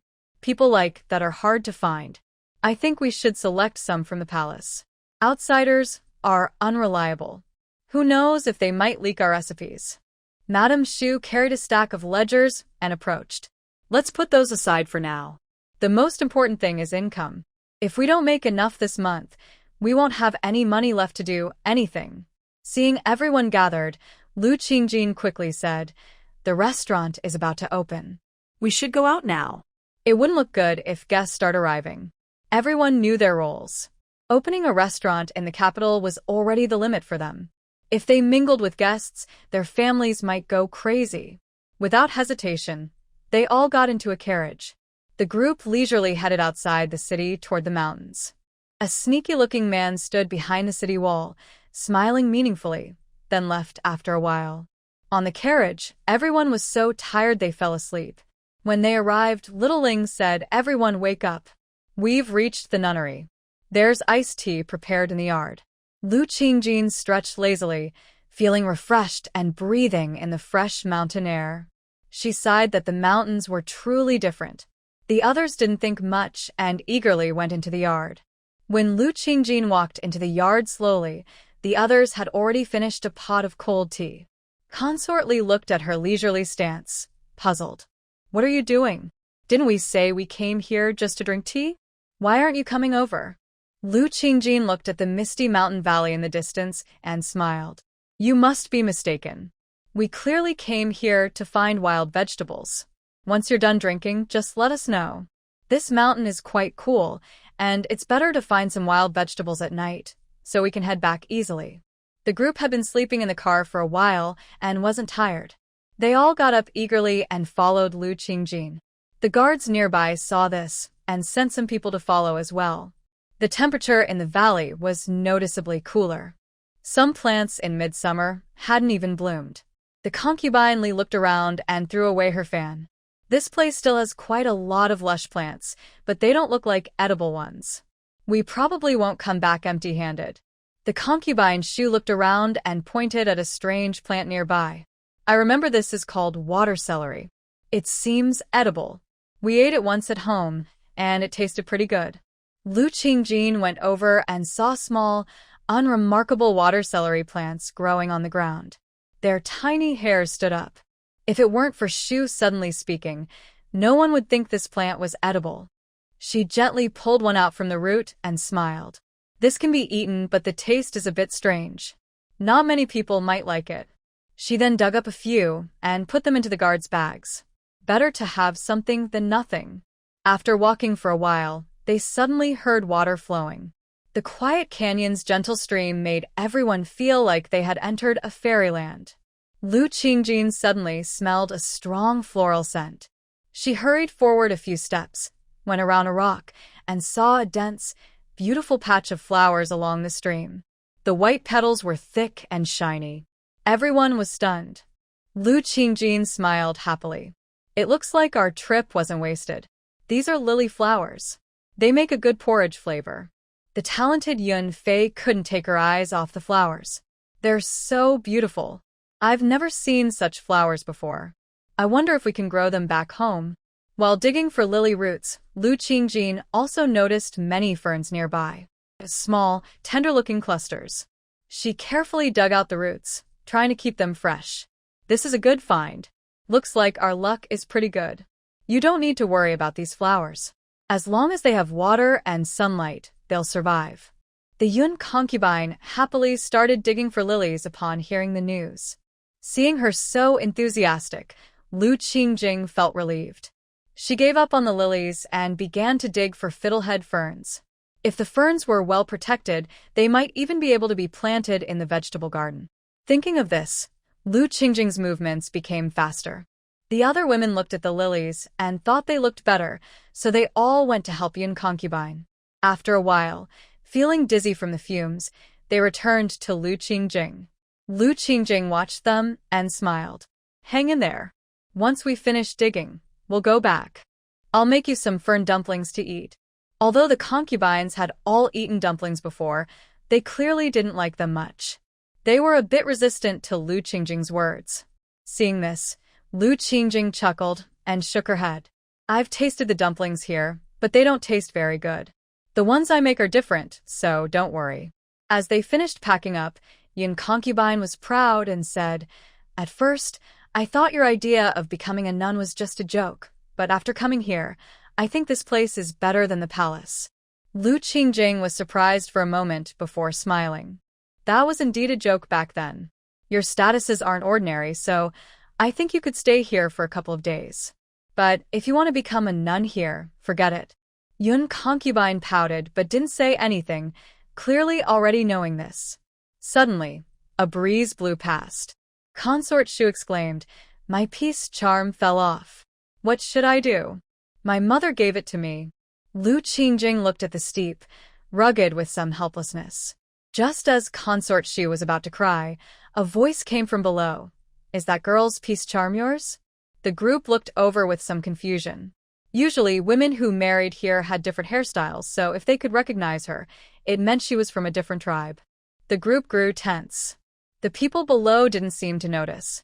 As they climbed up, one of them said, Wasn't she just crying a moment ago? Why is she silent now? Women from the Central Plains are really strange. When the person got closer, everyone saw that he was tall and agile. Although he was dressed in strange clothes, his aura was extraordinary. Consort Shu didn't think too much and immediately asked, Who are you? Although I appreciate you helping me retrieve the amulet, your rude attitude suggests you come from a humble family background. The man cheerfully smiled and said, Forget it, I won't argue with you since you're a woman, but I remember you. You're more interesting than others. Maybe we'll meet again by fate. After saying this, he turned and walked away. This made Consort Shu very angry. Not only was the man impolite, but he also repeatedly mocked her for being married, which had never happened before. Her face turned red with anger, and she couldn't speak. Lu Qingjin comforted her while thinking that the man seemed to be dressed like a foreigner. After this, the other concubines lost interest and hurried toward the nunnery. Princess Li fell behind and whispered, I think that man looks like a foreigner. You must have noticed too. Be careful. I heard the border of the foreigners is near Wei Wang's territory. It seems they are working together. Lu Qingjin nodded seriously. The few people ahead entered the courtyard without noticing anything. Shi Wang quickly approached and bowed, saying, Your Highnesses, you are finally back. I've been waiting here for a while. The palace has sent a message saying if there's nothing urgent, you should return quickly. The officials are already considering impeaching you. Yunfei, holding something in her hand, scowled and said unhappily, impeachment again? Are these officials too idle? They seem to have no real skills, only good at impeaching others. Lu Qingjing, carrying some fern shoots, went into the kitchen and smiled. Be careful with what you say. If your father hears, he might send someone to teach you manners again. Consort Shu, still looking distracted, didn't react to the words and went into her room. Concubine Xian was worried and followed her. The remaining princess, Li and Yunfei gathered in the kitchen. Lu Qingjing looked at their curious faces and felt a headache. What are you doing here? You know so little, you're just going to cause trouble. If it had been the old days, they would have turned and left. But maybe because they've been here long enough, they've become bolder. They giggled and said, don't look down on us. I can learn these things quickly. Lu Qingjing thought to herself that it wasn't complicated. Anyone could learn it. She didn't chase them away and handed the fern shoots to both of them. Peel off the tiny hairs on the fern and toss them away. Pick out the good leaves and keep them. This was the first time two people encountered this thing. Although their movements were slow, they were careful. Lu Qingjing watched for a while, then confidently went to knead the dough. Behind her, the two people were whispering quietly. Xiaoling saw Lu Qingjing personally kneading the dough and hurried over. I am here to help with these tasks. Your Majesty just needs to watch here. Lu Qingjing nodded. Xiaoling was quick, and soon they finished. The two behind her had already prepared the vegetables, and Lu Qingjing skillfully chopped the filling. Empress Yun looked at her skilled work and said with admiration, you really are quite talented. Luckily, we didn't compete for favor with you in the palace, or we would have lost badly. Lu Qingjing, a bit helpless, said while working on the filling, favor, and these things are not related. You are all noble families, and I am just a humble daughter of a concubine. Who knows what might happen in the future? Thinking of something sad, she shrank her neck and shivered. Consort Li smiled and changed the subject. Let's not talk about that. Have you noticed that Consort Shu has been acting strange since halfway here? It seems like she thought of something. Yunfei hesitated as she took the bowl from Lu Qingjing and said, if you hadn't said anything, I might not have remembered. Now that you mention it, that man looks a bit familiar. Lu Qingjing, confused, asked while directing Xiaoling to roll out dumpling wrappers. He looks like a foreigner. How could you possibly recognize him? Consort Li suddenly understood and exclaimed, I remember now. That man was the original foreign prince in the capital, the former hostage. After saying this, everyone's faces looked grim. Yunfei sighed and said nothing more. Although Lu Qingjing was still curious about what was happening, she sensed it wasn't good. She sighed and said nothing. The group silently carried the cooked dumplings into the hall. Consort Shu sat there blankly watching them. Noble Consort Xiang seemed to already understand and sighed without speaking. Lu Qingjing, not knowing exactly what had happened, could guess it wasn't good. She coughed and said, let's not think too much. My fernleaf dumplings are ready. Please have a taste. The several consorts, out of courtesy, took a bite. They seemed to be lost in thought, and the food tasted bland and unappetizing. Just as dawn broke, a few people got on the carriage. The concubine Shu didn't say a word. Lu Qingjing frowned and sighed. I know you all have your reasons. We are partners now, so can't we just talk openly and find a solution together? Princess Li glanced at everyone, hesitated, and said sadly, even if I tell you, there's nothing you can do. I guess this is just my fate. Lu Qingjing was a bit impatient but saw how sad Princess Shu looked and held back her words. She said every problem has a way to solve it. I don't believe in fate. Just tell me what's wrong. Princess Shu almost started crying. Princess Li took over and said, it's about the man we met yesterday. You probably don't know, but he's a prince from the Hu people. He used to be a hostage in the capital. The former emperor wanted to marry him to the princess, but things changed, and it was dropped. Now he's come to the capital asking the emperor to grant him a consort. Lu Qingjing's eyes widened in surprise. Yunfei sighed and said, "Honestly, in the harem, there are only 4 of us. Only Princess Shu's family is from merchants. It seems she's the only suitable candidate." Lu Qingjing shook her head seriously. "If you trust me, don't worry. The emperor doesn't want you to go to the Hu people. Even if he asks for me, I have a way." Just stay calm. Princess Shu seemed to truly relax after hearing this. The carriage swayed, and soon she fell asleep. The others, each with their own plans, kept quiet. Qin Zhao looked at the approaching carriage and frowned. Zhang Dequan, sensing the situation, called out, "Stop the carriage. The emperor is still here." The carriage hurriedly stopped. Lu Qingjing got out and turned back to see Princess Li and the others gently shake their heads. As she approached Qin Zhao, the carriage started moving again. Lu Qingjing made a grand gesture, helped Qin Zhao into the palace gates, and said happily, "The Interior Affairs Office is really well done. Next time, I'll let others see it. It's exactly the same." Qin Zhao looked at her affectionately, then frowned and said, "Forget it. They're not suitable to come now. There are many things happening in the court lately."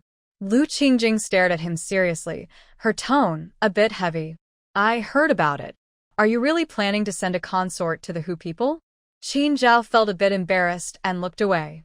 "As the Empress, you shouldn't interfere. Even if I really sent someone, I have my reasons." Lu Qingjing, used to the old customs of valuing men over women, thought she was used to it, but still felt angry. She said, "Your reason is to send an innocent woman to a remote place? You know that the prince is just trying to shame you, and those sent there won't have a good ending." Tell me, who do you want to send? Qin Zhao frowned, helpless, and sat down on a chair, trying to keep his voice calm. "It's a difficult decision. Now we face internal and external troubles. I don't want this either, but Consort Shu is the most suitable. Sacrificing one person to save thousands of DU people, isn't that good?" Lu Qingjing sighed deeply and said firmly, "I'm not the emperor, and I don't want to understand your reasons. I can only tell you, as long as I am the empress, this person must never be sent away." Qin Zhao looked at Lu Qingjing with a mix of admiration and exhaustion. "The empress doesn't necessarily have to be you. They even tried to poison you with wolf peach. Is it really worth it? Think carefully about it." After saying that, he turned and left without looking back. Lu Qingjing watched his back for the first time and felt her heart so empty that tears involuntarily fell. Xiao Ling entered cautiously from the door and said, "The guards just reported that the fiddlehead ferns on the carriage are starting to wither. Should the lady go check?" Lu Qingjing reached out and casually wiped her face, then calmly said, "Have them take the fiddlehead ferns to the vegetable garden. I will go there soon." Xiaoling gave a subtle signal to the young outside and helped Lu Qingjing outside. Lu Qingjing looked at her and asked, "Do you think I am very foolish?" Xiaoling sighed helplessly and said, "I understand what the lady means. It's just that you dislike seeing women being looked down upon." Lu Qingjing said nothing and went straight to the vegetable garden. Several withered fiddlehead ferns were on the ground. She slowly walked over, gently touched the yellowed leaves, and began digging a hole with the nearby shovel. The moist black soil seemed to have a special power that calmed her mood. She carefully peeled off the dry soil from around the fern roots. Under the sunlight, the fiddlehead ferns seemed to tremble slightly. She filled the hole with water and planted the ferns one by one. When the soil was completely covered, the ferns still looked yellow and withered. Xiaoling looked at the fern vegetable, which responded differently from the usual plants she had planted before, and sighed. "Your Majesty, you should give up. This fern seems to have adapted to the valley and might not survive here. Perhaps I should bring other seeds for you to plant instead." Lu Qingjing looked at the small, yellow, unresponsive fern on the ground with a dazed expression. This was the first time she had encountered such a situation. Usually, any plant she touched would grow strong because of her bloodline. This was the first plant that showed no response. Just like Qin Zhao, he was the first man who made her feel so sad and disappointed. She stood up, looking at the lush vegetable garden in the distance, feeling a bit sad. The plants seemed to sense her mood. As the wind rustled, She heard herself say firmly, "Tomorrow, I will send someone to that valley. I don't believe I can't make this fern survive." Xiaoling hesitated but finally spoke. "Your Majesty, there's no need to worry so much. This fern is just a wild vegetable. You just need to give up. Just like how the concubine Shu is only a consort, you don't need to worry about this matter. The emperor won't blame you." Lu Qingjin turned around and slowly walked forward, her voice blending into the rustling of the plants, becoming faint. "That's not true. I promise to protect her and to make this fern grow. I won't give up on either." Xiao Ling helplessly followed behind her. The two supported each other silently on the long road. Behind the vegetable garden, where she couldn't see, a few fern leaves outside turned yellow and fell one by one, while the tender green core inside shimmered brightly under the sunlight. Lu Qingjin massaged her forehead and leaned back in the chair, lost in thought. Xiao Ling hurried in excitedly. "Your Majesty, the fern you planted yesterday has already survived. Do you want to go see it?" Lu Qingjin was stunned for a moment before shaking her head. After a hesitation, she said, "No, I won't go. I already know. There are more important things now." "Is the emperor in the imperial study?" Xiaoling shrank her neck and sighed. "You embarrassed the emperor so much yesterday. It might not be the right time now. If your status really..." Lu Qingjin stood up and tidied her clothes. "Let's go. There's no need to discuss the rest. I can handle it myself. And for now, don't let concubine Shu know." Little Spirit supported her as they walked toward the imperial study, complaining, "You really are something. This isn't our business. Concubine Shu doesn't trust you much. In the end, she won't owe you anything because she won't know anything." Lu Qingjing walked slowly for a while before sighing softly. "I didn't mean to make her owe me anything. When the country is poor and weak, if the emperor really agrees to such demands, it would lose its dignity. That wouldn't be good." Outside the study door, Zhang Dequan saw the two of them early on. The young beside him looked at him with some hesitation. Zhang Dequan sighed and stepped forward, saying, "The emperor said no one is to be seen. Lady, you should go back."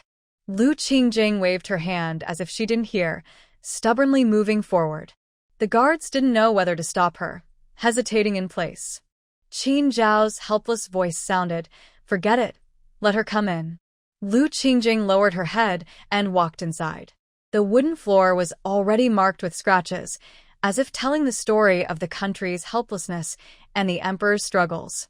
For a moment, this made Lu Qingjing feel a bit soft-hearted. Qin Zhao looked at her with a hesitant gaze. "My words yesterday were indeed too harsh, but that decision is the best option we have right now." Even the concubine Shu's family agreed. Lu Qingjing raised her head, her eyes shining with determination. "I know you have difficulties, and I understand that DU is now running out of resources. Even the palace for the Empress was built despite much opposition. Now I only ask you one question. Is there any other way?" Qin Zhao closed his eyes helplessly. "There is one more way, but it can only support us for 10 years. After 10 years, if we still haven't become strong enough, we will have to fight the barbarians." Lu Qingjing nodded firmly. "Then give me 10 more years. I promise you will become a powerful nation that even the barbarians fear." Qin Zhao didn't quite believe it, since the country's treasury was almost empty. No one had ever made a weak, dying nation strong in just 10 years. But seeing Lu Qingjing's determined look, he inexplicably believed her. He quietly agreed, "All right, I believe you." Lu Qingjing felt her worries gradually ease. She smiled broadly and said, "Good. Just wait and see. To reward your trust, I'll treat you to lunch today." Qin Zhao smiled affectionately. "There probably isn't any vegetable in your yard I haven't eaten. What do you want as a reward?" Lu Qingjing paused for a moment and then thought, "That's true." She remembered the fern shoots in her yard and clenched her teeth, feeling a bit sad as she said, "Yesterday, I brought back some fern shoots. I'll make dumplings for you at noon today." Qin Zhao naturally knew that Lu Qingjing had carefully planted those fern shoots in the garden yesterday. He didn't say much but added cleverly, "You should make a lot. After all, I didn't eat yesterday." Lu Qingjing felt even more upset. She frowned and replied listlessly before hurriedly running away. Qin Zhao softly chuckled and said to Jean de Quan, "Invite consort Shu over. Tell her I have something important to discuss with her." Jean de Quan agreed and went down. Lu Qingjin had no idea about this. She was busy feeling conflicted about digging up the fern shoots. Soon, consort Shu arrived, looking very pale. When she saw Qin Zhao, she bowed perfunctorily and said nothing. Qin Zhao sighed inwardly, knowing he had let this woman down. He softened his voice and said, "You probably already know. I called you here today to tell you there is hope. The Empress has made a promise. You don't need to go anymore. When you return home, pass the message to your family." Consort Shu looked up in surprise. She didn't expect Lu Qingjin to go out of her way for her. Tears welled up as she bowed again. "Thank you, Your Majesty and Empress. I am grateful. If I am needed in the future, I will not refuse." Qin Zhao waved his hand to dismiss her. Although what he faced next would be more complicated, he felt surprisingly lighter inside. Meanwhile, Lu Qingjin had just finished making dumplings when Xiaoling excitedly ran in. "Madam, the Ministry of Internal Affairs has already sent half of the Lu family's wealth here. I've already sent someone to deliver it to our warehouse." Lu Qingjin was interested and headed toward the warehouse. "That's interesting. I don't know exactly how much property the Lu family has. It probably isn't small. We've made a big profit." Xiaoling nodded in agreement. "It's a whole big box. I don't know where they got so much silver.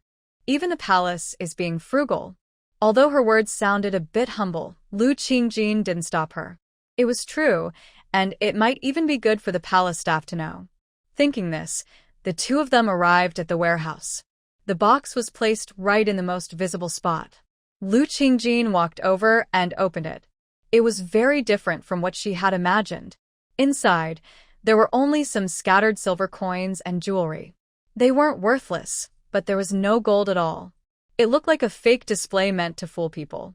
Lu Qingjin frowned and quietly asked, "Do you remember the charity sending a letter saying that the emperor already knows my identity?" Xiaoling nodded helplessly and said, "That was a long time ago. Why does the Empress suddenly remember? Is there something wrong?" Lu Qingjin played with the items in the box and coldly said, "I was still thinking about how the Lu family situation was suddenly lifted, but now I see it was all waiting here." Xiaoling was surprised and asked, "You mean Lord Lu used this news to threaten the emperor and protect the Lu family?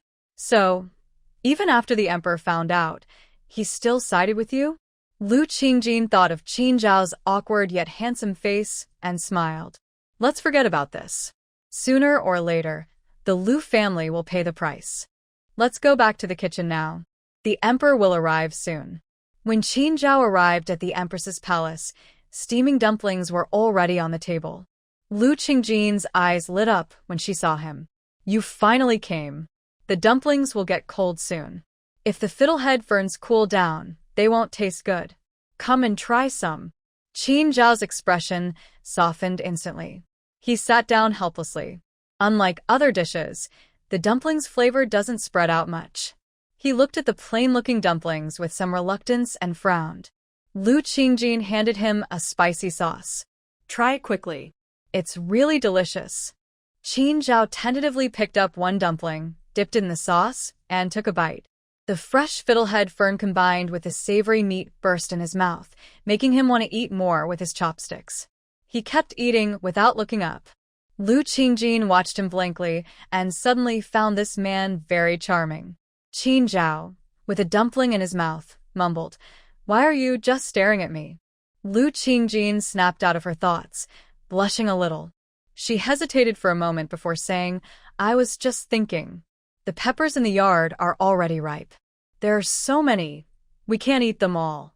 Maybe we should sell some at the market. I heard some people from the western regions really like peppers. Their soil is poor, so they can't grow much. I think we could sell quite a few." Queen Zhao finished the last dumpling and patted her stomach with a satisfied sigh. "You have good ideas, but your garden isn't very big, and I doubt there are many peppers. Maybe we should just forget it." Lu Qingjing, frustrated, said, "I'm doing this for the 10-year promise. Can't you just support me a little? Qin Zhao raised his hands helplessly. All right. If you say so, then it's settled. Tomorrow, I'll send some people with you. The Internal Affairs Office will have someone in charge. Lu Qingjing looked at him tiredly and said gently, Don't worry. I know what I'm doing. It's getting late, so you should go home and rest. I have a meeting with the ministers this afternoon. Qin Zhao nodded and left directly. Lu Qingjing brushed imaginary dust off herself. Xiaoling, call some people. We'll go out now. Once the peppers are sold, we can rest. Xiaoling hurriedly gathered a few young guards and followed Lu Qingjing. As they walked, she whispered, Do you know how the pepper harvest is? I've been busy with other things lately and haven't checked on it for a while. Xiaoling looked a bit embarrassed. The peppers are in the corner of the garden, blocked by some things. I haven't checked in a long time, but the little who waters them said they seem to be growing well. Lu Qingjing felt a bit helpless. Soon, they arrived at the vegetable garden. They bypassed a wooden board cover, and she clearly saw the peppers hanging heavily on the branches, looking very promising. Xiaoling excitedly reached out and pulled a pepper seedling, counting. Madam, this one has nearly 20 peppers on it. We should make a lot of money this time. Lu Qingjing was also happy. She directed the people behind her to pick all the peppers and added, Be careful not to damage them. Later, call the officials from the Internal Affairs Office. I want to tell them personally how to sell them. The bright red peppers were picked quickly, filling several bags. The entire patch of land was cleared. Lu Qingjing looked thoughtfully at the nearby rice field. Leave this area. Isn't there only one rice field here? It's already ripe. I'll come later and plant this land too. Xiaoling agreed, but hesitated before speaking. There's trouble in the palace. I heard someone is spreading rumors about ghosts again. And this time, the rumors seem to target all the ladies. Since you're the Empress, you're the main target. Lu Qingjing was already fed up with these people causing trouble, but she knew she couldn't do everything at once and had to prioritize. She let out a long sigh and said, Go tell the guards to be careful. At night, no one from the palace should go out. As for the rumors, there's nothing we can do for now. Just let them be. The head of the inner court quickly ran over, bowed to Lu Qingjing, and said, Your Majesty, we understand. Please rest assured that we will handle this matter. It won't be a problem. Lu Qingjing looked at the well-shaped chili peppers and said, These are all grown by me, so the quality is naturally good. You only sell these to people from the western regions. Remember, each bag should sell for at least 10 gold coins. They have the money.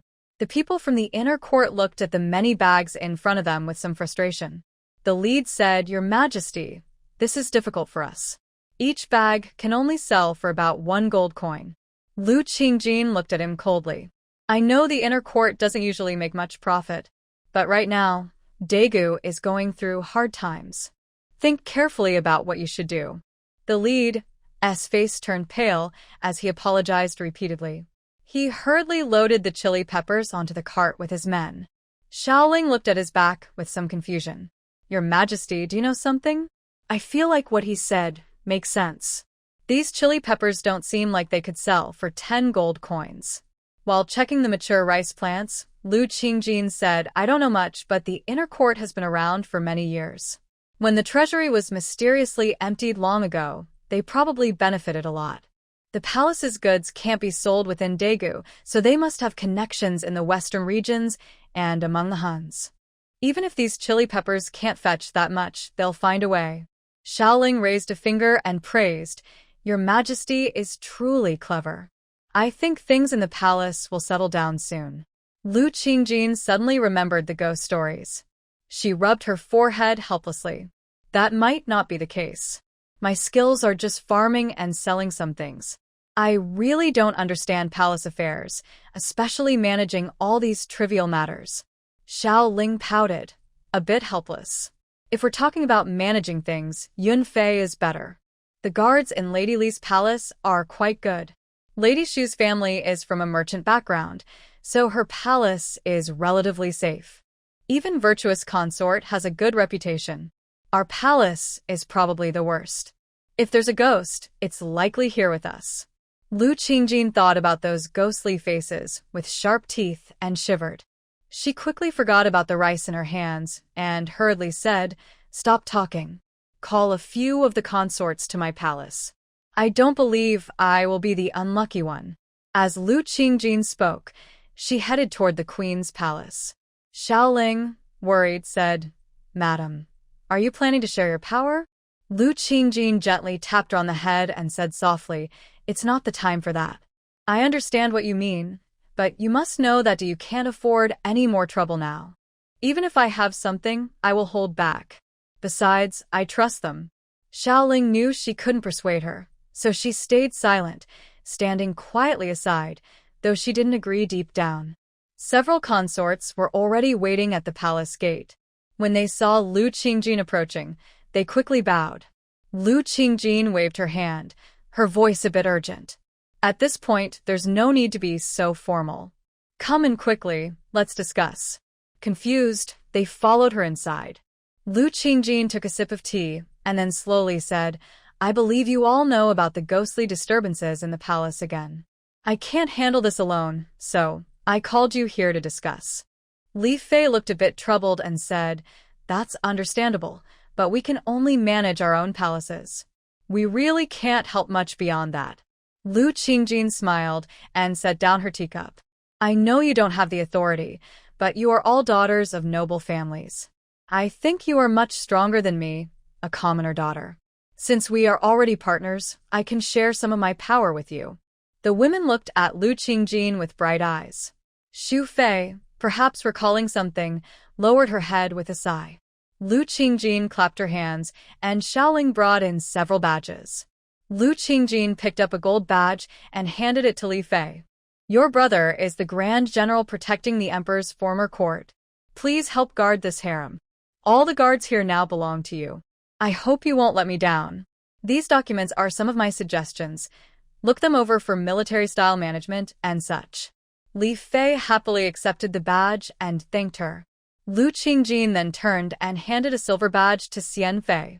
"I've heard your family handles practical affairs. I am not very familiar with palace management, so take this. From now on, you will oversee the management of the harem." The concubine smiled and said, "It turns out that the thing you're most unwilling to part with is these 4 badges. Now that you have them, they feel a bit heavy to hold." Yun Fei covered her mouth and chuckled. "Once you have them, they become responsibilities. We've had a relatively peaceful life, but now it's time to get busy." Lu Qingjin smiled gently. "I'll leave the internal affairs to you, and also the promotion of the taverns outside the palace. Don't forget your promise." Yun Fei gracefully took the badge and said with a smile, "My father was a prime minister, and I am known as a talented woman. I believe I won't regret this. Please watch and see, Your Majesty." Lu Qingjin didn't reply, but turned to look at the quiet consort Xu. She forced a smile and said, "I understand everything you've done for me. There's no need to push yourself now. I come from a merchant family, so I don't think I'm suitable for this." Lu Qingjin frowned slightly and comforted her. "Don't say that. The last badge is yours. Since you come from a business background, you're best at managing accounts. From now on, you'll handle the palace's ledgers and the tavern's accounts." Consort Xu suddenly lifted her head in disbelief and said, "Are you saying I can also manage the harem?" Lu Qingjin smiled and stood up loudly. "I'm trusting you with these responsibilities. We don't know who in the palace is targeting us now, so it's up to you to catch them. I have other matters to attend to, so I can't stay with you." After speaking, she turned and left. The remaining 4 people were stunned for a moment, then respectfully bowed in the direction she left. Yun Fei sighed and said, "How narrow-minded we were back then. This is what a true empress looks like." Concubine Xian covered her mouth and smiled. "I think she looks more like an emperor." They all laughed and walked away in different directions. Lu Qingjin hurried back to the vegetable garden, where people had already started threshing the harvested rice. She approached and picked up a rice stalk to examine it carefully. The grains were full and growing densely on the stalk, but the only problem was that there weren't many grains. It looked good, but that didn't make up for its shortcomings. It couldn't fill people like potatoes could. Lu Qingjing put down the rice stalk and frowned. This wasn't something that could be fixed overnight. Xiaoling quietly came over and said, "Your Majesty, do you want a plant? But the ones here have too many added. You should choose some. The rest, while the internal affairs officers haven't gone far, let them take it out to sell." Lu Qingjing chuckled softly and patted her head. "That won't do. I wasn't planning to sell this now, especially not to people from the western regions. Tonight, besides our palace, we'll send some to the other palaces for them to try." Xiaoling agreed and went to prepare water. Since the other field was also being turned into a rice, and in ancient times without water pipes, this was not easy. Both tasks were done together, making the vegetable garden unusually lively. Qin Zhao came in and looked around, smiling. "What are you doing? The garden is all uneven now. Isn't this crop already mature?" Lu Qingjing, as she carefully planted each grain of rice, replied, "Don't think it's useless just because it looks bad. Compared to the coarse rice you're eating now, this is a delicacy." Qin Zhao rolled up his sleeves and carefully stepped into the rice field. He followed the lines, planting rice while saying, "Daegu is still developing. It will be better once we have more money." Lu Qingjing sighed helplessly and worked with the other servants. "Stop looking at it. There's too much now. Let's work faster. When the sun sets, we'll go back." Qin Zhao looked at her with a smile, admiring her delicate side face. "This is my crop. You have to keep your word. If it's not tasty, I'll punish you. Maybe I'll accuse you of treason. What do you think?" Lu Qingjing washed her hands in the clear water of the rice field, feeling the rice growing slowly in the soil. She said, "No need to wait. I've kept quite a bit for you. Just go back and try it yourself." Qin Zhao also stepped onto the bank. The clear rice paddies reflected the ugly mud, creating a unique scene. He frowned helplessly. "Such a good place, and now it looks so ugly. I remember. From now on, I want it to look better." Lu Qingjing walked toward her palace, saying, "I remember I raised a few wild boars. I heard that a few days ago, the palace's food was short, so they killed one. Is there any meat left?" Qin Zhao coughed nervously. "There are still some. If you want, I can ask the kitchen to send some over." Lu Qingjing looked at the peeled, shiny rice in her hand. "That's good. The palace doesn't have much meat anyway. Since the rice harvest is coming, I'll make some sweet and sour pork." A young guard hurried over and reported, "Your Majesty, the Grand General wants to see you. There are some issues outside the palace that are not going well." Qin Zhao frowned and waved his hand, and the guard wisely left. Lu Qingjing smiled and said, "You should go. I've prepared dinner for you later, but this is more important. Remember your promise. You are the ruler of this country, and you must keep your word." Qin Zhao affectionately tapped her nose and then left. Lu Qingjing went to the kitchen alone, feeling a bit worried. In the imperial study, Jichen saw Qin Zhao and quickly bowed. Qin Zhao waved his hand to tell him to stand up. "What exactly is going on? Aren't everything outside the palace already arranged? How could there be any trouble now?" Jichen looked helpless and glanced behind Qin Zhao at Zhang Dequan before speaking. "It's because of that kind-hearted magician. He told the foreigners about the Empress's affairs. The foreign prince has changed his mind and now wants to marry the Empress back. What's worse, some officials in the court support him." Qin Zhao angrily threw the inkstone on the table, holding back his fury. "I've never thought the court was full of useless people. Now they're being bullied at our doorstep, and they still agree with it?" Jichen cupped his hands in frustration. "Dayu is weakening. The treasury is almost empty. They just want to keep peace. But I'm sure you won't agree to their terms. They know that too." Qin Zhao seemed to remember something. He waved his hand, signaling Zhang Dequan to leave, then spoke. "Speaking of which, I just remembered. Are the rumors in the palace about those personal matters again?" Ji Chun hesitated, thinking for a moment. "I'm not sure, but I've heard some rumors. They're false and aimed at all the ladies in the palace.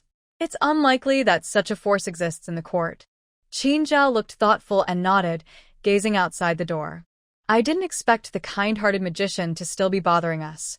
There's nothing we can do now." Zhang Dequan won't stay with me for long. A little told me that the magician once visited the Empress's palace. We can't ignore this. Send someone to investigate carefully. Jichen touched his nose awkwardly. You probably don't know, right now, the palace's power has been divided. The guards are all under my sister's control. If you have any issues, go talk to her. Without waiting for Qin Zhao to reply, he hurried off. Qin Zhao was stunned for a moment and shook his head with a faint smile. Zhang Dequan quietly asked at the door, Your Majesty, should I lead the way to the Empress's palace? Qin Zhao looked at him thoughtfully and said slowly, Just let Xiao Fuzi take me there. You can stay here and watch the study. The servant nearby lowered his head as he watched Qin Zhao leave. It seemed that Zhang Gonggong had lost favor. They would need to find another master soon. An unseen change was happening. Meanwhile, the main characters sat peacefully at a table eating. Lu Qingjing scooped a piece of shiny, saucy meat into Qin Zhao's bowl. Try this. The sweet and sour pork is really delicious. It's my favorite dish. Qin Zhao's expression darkened slightly. He picked up the meat and put it in his mouth. Maybe because it was still hot, the sour and sweet flavors spread quickly. The tender meat, wrapped in a crispy shell, was especially tasty. Qin Zhao carefully savored it for a while before saying, This is definitely better than spicy chicken. It's just a pity wild boar meat isn't easy to find. These days, we don't get to eat much in the palace. Lu Qingjing took a bite of rice and sighed longingly. I know. The Dayu Kingdom has been quite poor lately. Hopefully, once the restaurants start making money, things will get better. Try this plain rice. It's much better than other coarse grains. Qin Zhao smiled helplessly. You don't need to comfort me. I know I, as the emperor, am quite ridiculous. The country is so poor, yet I can't do anything. Now we're facing internal troubles and external threats, and we're being oppressed. Lu Qingjing scooped some rice into his mouth and said with a smile, After all, Diu is a relatively new country. These things are inevitable. Everyone has to take one step at a time. Qin Zhao forcefully swallowed the rice, expecting it to choke him, but it didn't. Instead, a special aroma filled his senses. The soft rice, combined with the leftover sweet and sour meat, was especially fragrant. Qin Zhao felt much better. Looking at Lu Qingjing, he suddenly burst into laughter. You're interesting. Everyone else is trying to expand their power, but you are giving yours away. Lu Qingjing, hurriedly eating the familiar rice with the sweet and sour meat, mumbled. Do you think that's bad? You're the emperor, and you also distribute your power, right? That's strategy. Qin Zhao laughed happily and said, Luckily, I married you. If I had someone like Lu Yurua, I couldn't handle it. It's better to have someone clever like you. Lu Qingjing listened and smiled softly. Stop saying that. Try the sweet and sour pork soup with rice. I made a lot just for you. Qin Zhao obediently scooped a spoonful of soup and poured it over the rice. The fragrant rice combined with the sweet and sour brown sauce made people's mouths water. He couldn't wait to taste it. After a bite, the sweet and fresh flavor exploded in his mouth. He took a deep breath and said, You're really suited to be a cook. I heard that all the dishes at your restaurant are your own creations. It looks like you're making quite a bit of money. Lu Qingjing ate while saying, Now even the Treasury has little silver left. The common people don't have much either. I mainly want to attract merchants from the western regions. That's when we'll really earn money. Qin Zhao smiled and said, All right. I'm not as good at business as you. Everything in the palace is decided by you. Tomorrow, I'll give you the authority over the treasury. Don't let me down. Lu Qingjing rolled her eyes at him but said nothing, happily eating on her own. Lu Qingjing woke early and sat in the hall, holding a ball of wool. Xiaoling poured her a cup of tea and frowned. Who gave you this? Since breakfast, you've been sitting here working on it for a while. Lu Qingjing really felt dizzy from looking at the wool. She sighed and put down the wool ball. You went to deliver messages yesterday, I don't know. This was sent by the Empress Dowager's family to thank me for saving their daughter. Xiaoling took a small cloth bag and carefully put the wool into it, a bit annoyed. Isn't this just wool for making pillows or felt? Why are you staring at it for so long? Lu Qingjin tilted her head and looked out the wide window, relaxing her eyes and casually saying, I originally wanted to spin this wool into fine thread, but there aren't many embroidery women in the palace, and I can't use it myself, so there's nothing I can do. Summer was almost over. A gust of wind made Xiao Ling shiver. Seeing this, Lu Qingjin frowned and looked thoughtfully at the busy windows. Let's put this aside for now. There's something more urgent. Autumn is coming, and we haven't arranged the coal supply in the palace yet. Our place isn't very warm. Tomorrow, we need to visit the glass factory to replace our windows. Before Xiaoling could speak, the concubine Xian's voice was heard from afar. We all heard it. Your Majesty can't just think about herself. None of us can get through winter easily. If we change the glass, we should have a share too. Lu Qingjing humorously pointed to the bench beside her. You really don't lose out at all. Sit down first. You will get your share. The 4 concubines happily sat around the large table. Xiao Ling thoughtfully brought up the silver fungus and lotus seed soup. Everyone happily started drinking, and for a moment, they forgot to talk. Lu Qingjing shook her head helplessly and said, Yesterday, I heard some noise from Yun Fei's palace from far away. What's going on? Could it really be haunted? Li Fei snorted and swallowed the lotus seeds in her mouth before saying, Your Majesty should know. There are no ghosts in the palace. Yesterday, we caught 2 little eunuchs pretending to be ghosts. They are still locked in the palace prison. Yun Fei took out a handkerchief to wipe her mouth and said, It's thanks to Li Fei. Otherwise, last night would have been dangerous. Those troublemakers even tried to set fire to my palace. Li Fei waved her hand and smiled. It's just part of our duties. Luckily, it was a close call.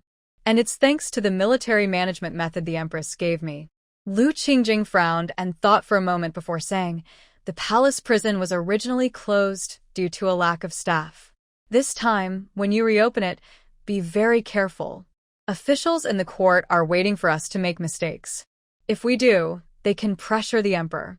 Li Fei interrupted her seriously. Your Majesty knows this. Don't worry. But why did you call us today? Lu Qingjing waved her hand to dismiss the attendants.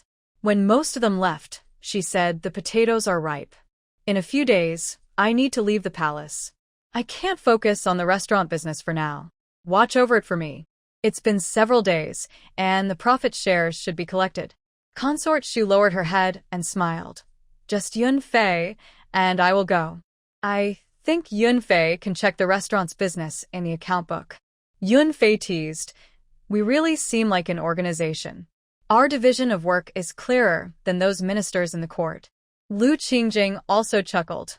This is our Forbidden City company. Consort Shu is the head of the sales department. Yun Fei is the head of the publicity department. Concubine Xian is the manager of the management department. And Li Fei is the security chief. A few people nodded upon hearing this.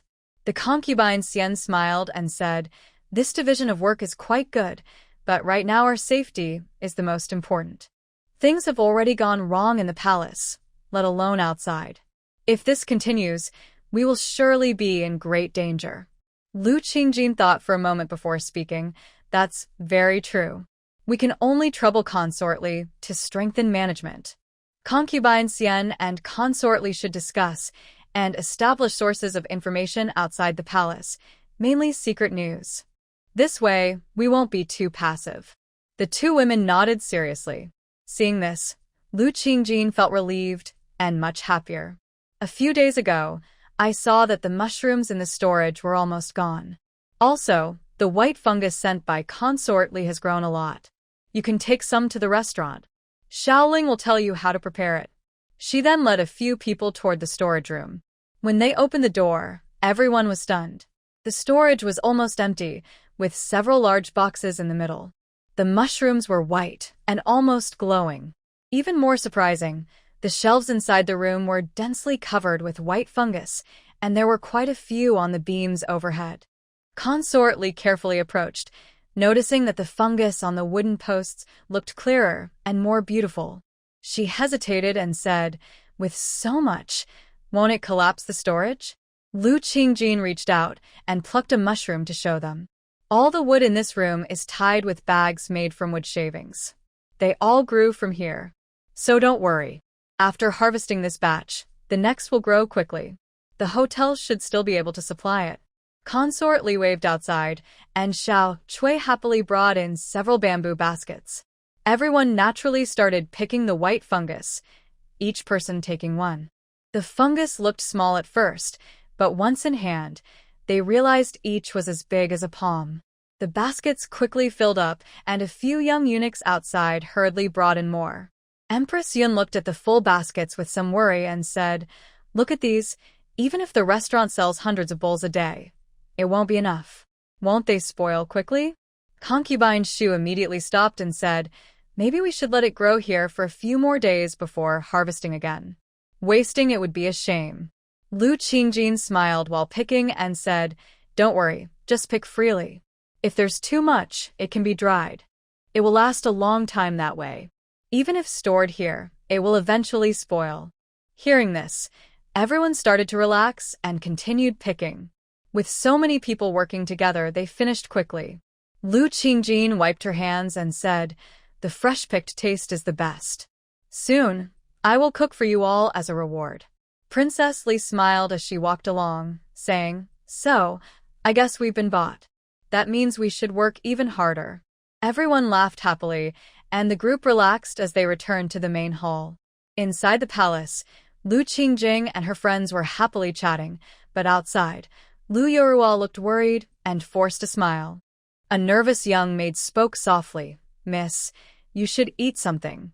I heard the young master is trying to come to see you soon." Lu Yorua angrily threw her bowl on the ground and said harshly, "Just eating. In the capital, everyone is poor.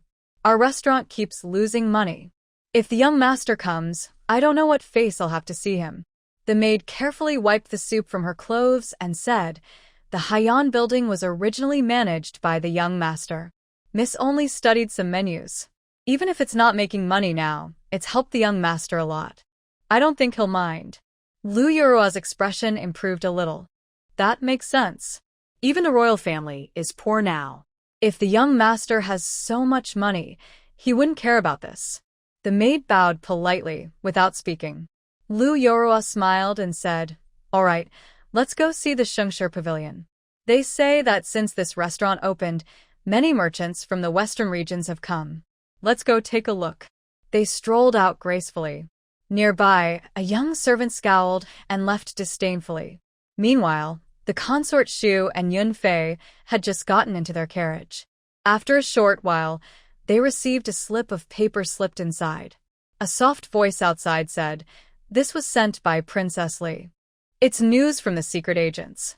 The consort Shu picked up the note, and the two looked at each other for a moment. Yun Fei sighed and said, "The Empress just said that within a few days news from the underground network will come out. Princess Li and her friend are really impressive." The consort Shu finished reading and smiled. "We need to work hard too, and not lose to them.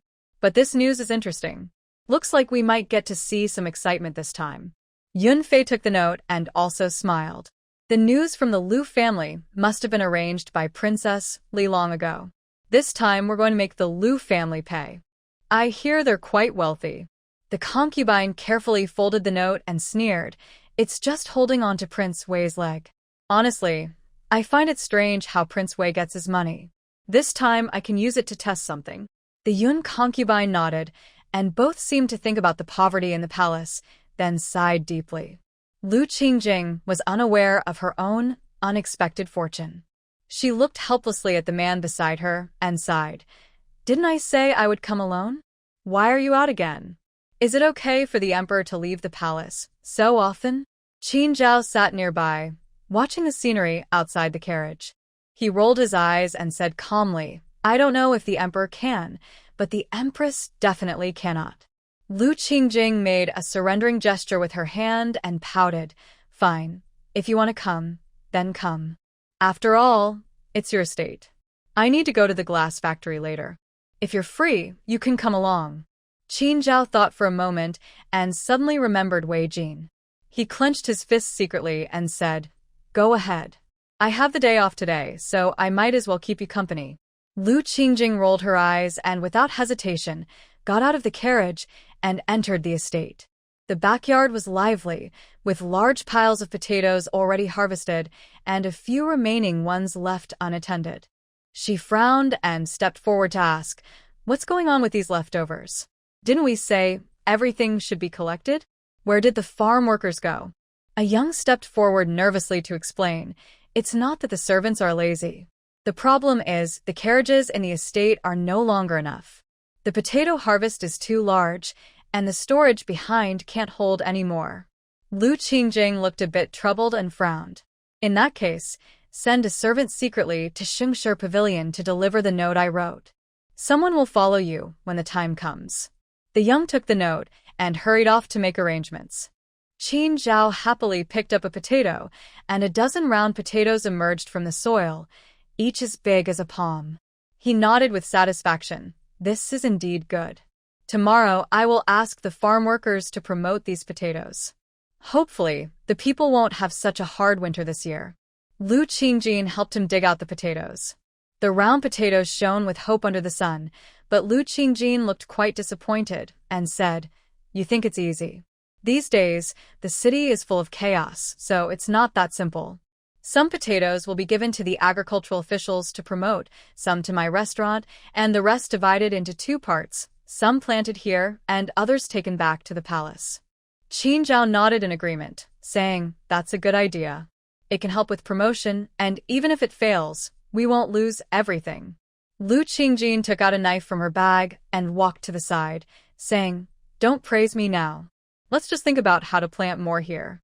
Qin Zhao, experienced in farming, started turning the soil in front of her and said, "Let that little water the plants while you plant. After you finish, I'll come to dig more."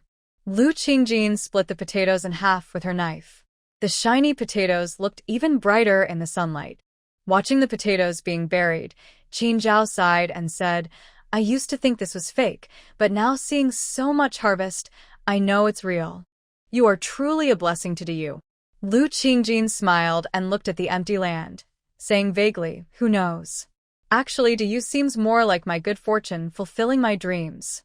This was also the reason the world consciousness sent her here. After all, Lu Qingjin, with the bloodline of the Flame Emperor, was very suitable for this poor agricultural country.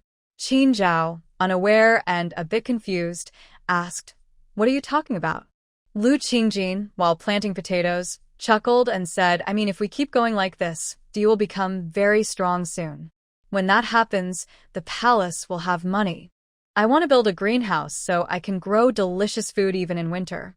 Qin Zhao's face softened, as if he saw a peaceful and prosperous world, and he eagerly said, "Good. That's what you said. I'll leave my meals to you then." "Don't break your promise." The potatoes were dug out in piles.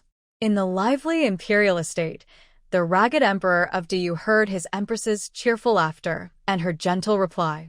She smiled and said, "All right, I will never break my word." At Shengshi Pavilion, Yun Fei and another person just sat down when they received a note from Lu Qingjin. After finishing, the concubine Shu sent a few people over and said, "The Empress is really impressive. I thought the Emperor would send someone from the Ministry of Agriculture to deal with this potato, but I didn't expect them to call our people so quickly." Yun Fei took a sip of tea and casually looked down through the window of the private room, saying, "The harvest has been pretty good lately, and it's just the right time. I've noticed more people from the western regions at Shengshi Pavilion. It's a good idea to add some new dishes." Seeing this, concubine Shu leaned in and whispered, "What are you looking at? What's so interesting in the main hall?" Yun Fei pointed to two women in the corner of the hall and smiled. "Do you think those two look familiar?" Concubine Shu moved closer and thought for a while before suddenly realizing, "Isn't that Lu Yurua? She was the one who caused trouble for the Empress before. I've seen her portrait before. But how did she end up in the hall? I thought the Lu family had become quite wealthy after aligning with the Prince of Wei." Yun Fei smiled maliciously. "Of course, she's here to attract more attention when causing trouble. Luckily, Lady Li sent a message this morning, or we might have been caught off guard." Concubine Shu shook her head helplessly. "She probably isn't willing to let us make so much money. Since we can't go out easily, I wonder if anyone else with a strong background can keep her in check. We shouldn't just suffer losses for nothing." Yun Fei grinned proudly. Just watch. This morning, Lady Li borrowed someone to ensure our safety. Meanwhile, downstairs, there was a commotion. Lu Yurua, looking delicate and weak, was crying amidst a group of guards. The things in this building are unclean. No one noticed such a big rat in the plate. Luckily, I didn't eat it, or I'd have gotten the plague and caused a disaster in the whole city. Her plan was truly vicious. Not only did the people in the restaurant gasp in shock, but even those outside gathered to watch. Once they recognized Lu Yurua as the legitimate daughter of the Lu family, their voices of condemnation grew louder. The young waiter in the restaurant repeatedly denied it, but to no avail. A cold voice came from the stairs, saying, "This is the first time I've seen such a thing. If I don't figure out what's going on, I can't keep this restaurant open." Ordinary people are usually afraid of officials, so the accusations weakened a bit. The person who arrived, dressed in black with sharp features, walked to the table and openly picked up the rat's tail. "Miss Lu says this rat was accidentally put in by our staff while cooking?" Lu Yurua saw his pale face and forced herself to speak. "I don't know if this tavern is owned by Lord Chonglin, and I apologize for any offense. But this mouse truly cannot be denied." Chonglin snorted coldly, using a knife to split the mouse in two, pointing at the dripping blood, and asked, "Miss Lu, do you mean that this mouse has been in the pot for so long, yet the blood is still fresh?" Lu Yurua's face turned ashen, and she dared not speak. Lord Chonglin is a high-ranking official in the court, in charge of salt and iron, and even Lu Qi wouldn't dare oppose him, let alone Lu Yurua, who holds no official position. Upstairs, the concubine Shu laughed happily. Now Lu Yurua has no way to escape. I wonder how the beautiful concubine managed to invite this person. Even my father wouldn't dare to command him. Yun Fei, sipping tea, said, "This is all thanks to the Grand General. I heard from the concubine that her brother's close aide, a little official named Yan Sheng, is always around. It's said that he's completely captivated by the Grand General. Since Lord Chonglin is Yan Sheng's sworn brother, it's probably not hard to invite him." Concubine Shu smiled meaningfully upon hearing this, and the two understood each other, without speaking. Outside the city, in a glass factory, Wei Jinji was talking when he turned and saw Lu Qingjing happily approaching. "Qingjing is here. Quickly, take a look at the factory's products. Business is booming now, and I can't handle it alone." Lu Qingjing carefully glanced at Qin Zhao beside her and said with a smile, "You do good work, so I trust you. I didn't come just for business this time. I mainly want to take a batch of glass." I wanted to talk to you about that. Wei Jinji looked at Qin Zhao with a flickering gaze before replying, "Your dividends are about to be settled. If you hadn't come, I wouldn't know how to find you. Don't worry about the glass. Consider it a gift from me, a token of thanks for saving my life earlier." Qin Zhao felt annoyed at being ignored. "I've heard that young Master Wei has made a big business as a musician. Today, it seems true. Your reputation is well-deserved." Lu Qingjing's lips twitched, thinking to herself, he's making money off others and still mocking the musician. Doesn't he fear losing his earnings? She smiled and said, "This is my husband. He's not very good at speaking, so please don't mind." Wei Jinji waved his hand happily. "It's nothing. But soon business will be impossible. I heard that many refugees have come from the south. The city looks fine, but outside, there are corpses everywhere. We're worried about the plague, so we can't open again for a while." Qin Zhao put aside her personal feelings and spoke seriously. "You said that there are many disaster victims nearby, and it's very likely they have caught the plague. Why didn't we encounter any on our way here?" Wei Jin smiled bitterly and said, "This young master looks like a city boy. During the day, these disaster victims are busy trying to find food. They only return to this area at night. But I think they will soon move into the city, since the weather is cooled and the city is warmer." Qin Zhao didn't speak and turned to leave. Lu Qingjing continued discussing business with Wei Jin. Qin Zhao walked to the door and clapped his hands. The nearby guards hurried over. He coldly said, "There are hideouts of disaster victims nearby. Take me to see them." The leading guard gritted his teeth and advised, "But during the day, there's no one there, and we don't know if there's a disease." It's better not to go, Your Majesty. Qin Zhao looked at him coldly. Soon, the guard, unable to resist, obediently led the way. The hideouts of the disaster victims appeared one by one. Qin Zhao's face grew more serious. He had seen thousands of victims, but he couldn't imagine how many more hadn't returned. The guard honestly said a few days ago the general sent people to check. But before they found out anything, they didn't report to Your Majesty. The disaster victims in the capital are already overwhelming. Without enough food, many people might die this winter. Qin Zhao almost stormed back to the royal estate in anger. Soon after, Lu Qingjing returned with 3 carts of glass.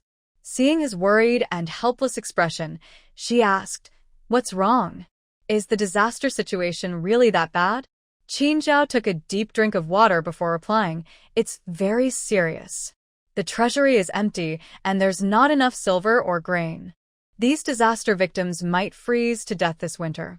The bodies alone could cause a plague. We have almost no options left." Lu Qingjing gently patted his back. "Don't worry. We just harvested potatoes. They grow quickly. If I plant them myself before winter, we can harvest twice more. Once we promote them, most of these disaster victims won't go hungry. You can rest assured." Tired, Qin Zhao rested his head on her shoulder. "It's good to have you. I'll follow your plan. Tomorrow, I'll start promoting potatoes. The disaster victims outside the city can wait until the general's investigation is finished." Lu Qingjing nodded softly and took him to eat. After the meal, both of them felt much better. Lu Qingjing proudly said, "I just remembered that there are still a lot of wood ear mushrooms in the warehouse. I'll take you to see them later." Qin Zhao rolled his eyes dismissively, but obediently followed. When they entered the warehouse, Qin Zhao realized how wrong he was. Perhaps because Lu Qingjing's Emperor's bloodline was so strong, the mushrooms were piled high, almost spilling over, with many as big as a palm. Lu Qingjing seemed a bit dissatisfied and walked inside. "These mushrooms are pretty good, but it's a pity the space is too small. I was thinking of promoting them together with potatoes, but now it seems impossible." Qin Zhao watched the guards pick baskets of mushrooms and carry them out, then swallowed hard and said, "Why not? There are so many. I think about half as many as the potatoes." Lu Qingjing turned around and smiled. "It's different from potatoes. Growing mushrooms is quite rare. Instead of letting them plant it, it's better to give it to them to eat. Let's promote potatoes first." Qin Zhao had no objections. The two of them carried a basket of dark mushrooms into the palace. The agricultural officials had been waiting for a long time. When they saw the two, they bowed excitedly and said, "Your Majesty and the Empress, thank you so much. Once these potatoes are promoted, many common people won't have to go hungry anymore." Lu Qingjing waved his hand. "Don't be too happy yet. You should know the people. They are usually reluctant to accept new things. Some might even prefer to starve rather than plant potatoes." Qin Zhao frowned and led the two to the imperial study. "That's indeed a problem. Think carefully if there are other ways. At least, we can't let the people resist too strongly." The agricultural official stroked his beard and said, "There isn't a perfect solution. However, I heard that many disaster victims have come outside the city. They usually don't care much about these things. Maybe Your Majesty can let them eat first. When the people see that, they'll believe it, and it will save us a lot of trouble." Lu Qingjing took a sip of tea and shook his head. "That idea won't work. Not to mention we don't have enough potatoes to supply. Even if we did, these refugees only know how to eat, not how to plant, which isn't good." Qin Zhao rubbed his forehead in frustration and asked, "Then, do you have any better ideas?" Lu Qingjing thought carefully and said cautiously, "Shengshi Pavilion has already sent Xiaoling to teach the method. Tomorrow, the dishes made with potatoes will be ready. This is probably a good way to build a good reputation. I heard that Shengshi Pavilion has attracted many people from the western regions, who are usually more open to these things and unlikely to reject them. Gradually, the common people will also learn about it." Sinuang excitedly stood up. "Your Majesty is right. Potatoes are quite valuable now, and all the restaurants in the capital will want them. Even ordinary people will start planting them to make money." Qin Zhao nodded with satisfaction. The capital is now mixed with good and bad, and some people may have bad intentions. Sinuing, you should act first. I will give you some potatoes to promote. Make sure the people understand that this is not a bad thing. When the time comes, the restaurants can also promote it. Sinuang happily agreed and left happily. Lu Qingjing thought for a moment, bowed slightly, and followed out. Qin Zhao's lips moved, but he said nothing. When Lu Qingjing arrived at the palace gate, she heard the voice of Consort Li. The Empress has finally returned. We've been waiting for you here for a while. Lu Qingjing only then realized and forced a helpless smile. You're not really waiting for me. I think you're more interested in the silver ear fungus and lotus seed soup in my palace. Let's hear how things are with you first. Hearing this, everyone laughed. Yun Fei spoke first. We've actually done some promotion for you. It won't be long before the potatoes sell out. Lu Qingjing was worried about this and brightened up. What exactly did you do? The emperor was just worried earlier about how to promote potatoes. Xu Fei added, it's all because of your sister, Lu Yurua. She went to Shengshi Pavilion today to cause trouble. Lord Changlin not only suppressed her, but also extorted a lot from her. We thought you had already arranged for people to handle the potatoes, so they should be sold soon. We sent some words down, saying that potatoes can strengthen the body and improve beauty. Now most of the capital knows about it. Lu Qingjing chuckled and shook her head. That was a lucky coincidence. It seems promoting potatoes is no longer difficult.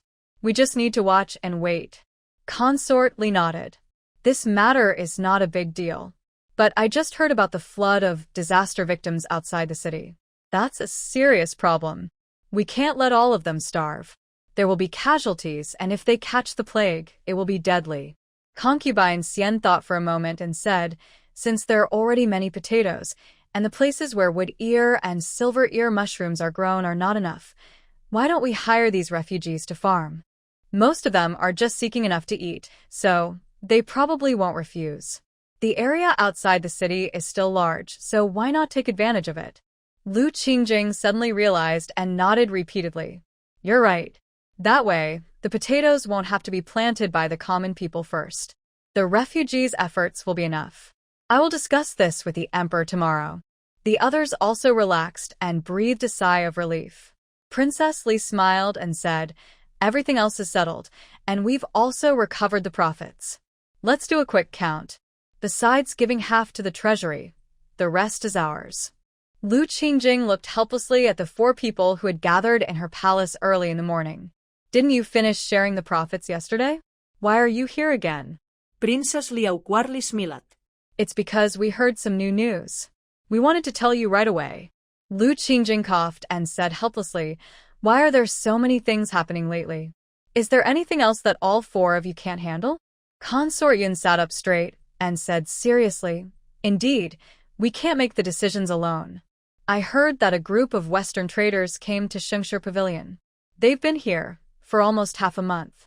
Last night, the leader of that group went to Lord Changlin's house, saying they want to buy potatoes and rice. Since we can't decide, they came to ask. Lu Qingjing's spirits lifted considerably. Are you saying they want to buy these 2 crops in large quantities, but don't plan to grow them themselves? Princess Li nodded and explained, yes, they made it very clear. The Western region doesn't produce much of these 2 things. They want to buy them long-term. The most important thing is that they want the recipes for cooking, which is what we are most worried about. Lu Qingjing gently tapped the table and nodded. You're right. We absolutely cannot give them the cooking recipes. But if they want to buy long-term, we can provide chefs. Find a few reliable ones and rotate them regularly, so there's no need to worry about betrayal. Concubine Xian thought for a moment and said, it's no longer suitable for us to leave the palace. Why not send someone to invite them in for a discussion? Lu Qingjing frowned and shook her head. There is no need anymore. Those who should know already understand. The owner of Shengshi Pavilion is our matter, and it won't be hidden for long. If people from the western regions enter the palace now, it might cause some suspicion among the Huns.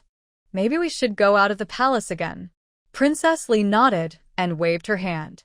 Xiao Chui wisely went to prepare. Consort Xu, from start to finish, was lazily listening and even smiled, saying, I now feel sorry for the emperor. The palace women keep running out every few days, and he has no way to stop them. Lu Qingjing led a few people as they walked outside and said, "This is also for the country. Since he has become a calm and simple emperor, we might as well find something to do ourselves." Everyone chatted happily as they arrived at Shengshi Pavilion. Outside the door, Western region merchants had been waiting for a while. When they saw them, they hurried over and started talking excitedly. Lu Qingjing frowned and entered the private room with a cold face. A few Western region people obediently followed inside. After everyone sat down, Lu Qingjing spoke, "Since you are in Daegu, please stop speaking Western region language. If you don't know Daegu language, please leave." The leader of the Western region men, with a full beard, smiled and said, "We can speak it. We came here with good intentions. We know your status is noble, so trust us. We are not joking." Lu Qingjing glanced at Princess Li, who nodded and said, "We believe you. But you should know that the potatoes you want to buy can't be transported very far. And since you want cooking methods, I can't help but suspect that you want to open a similar restaurant nearby." The leader shook his head hurriedly and said, "That's not our intention.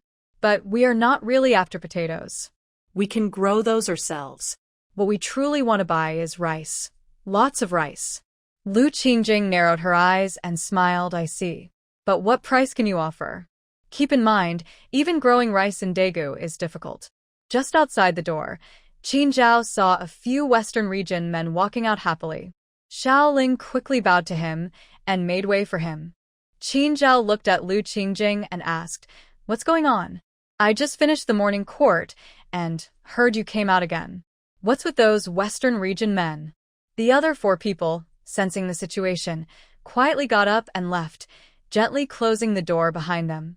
Lu Qingjing stood up, poured him a cup of tea, and slowly said, "The merchants from the Western regions tasted our rice and were willing to pay a high price to buy it. Along with that, our potatoes, white fungus, chili peppers, and wood ear mushrooms also found buyers. This could bring us a lot of money, so we hurried over feeling anxious." Qin Zhao frowned and took a sip of tea. "That's good news, but the rice yield isn't very high. If we can't supply enough, it will be a problem. After all, gold can't be eaten. We should prioritize the people's needs." Lu Qingjing opened the window and sighed.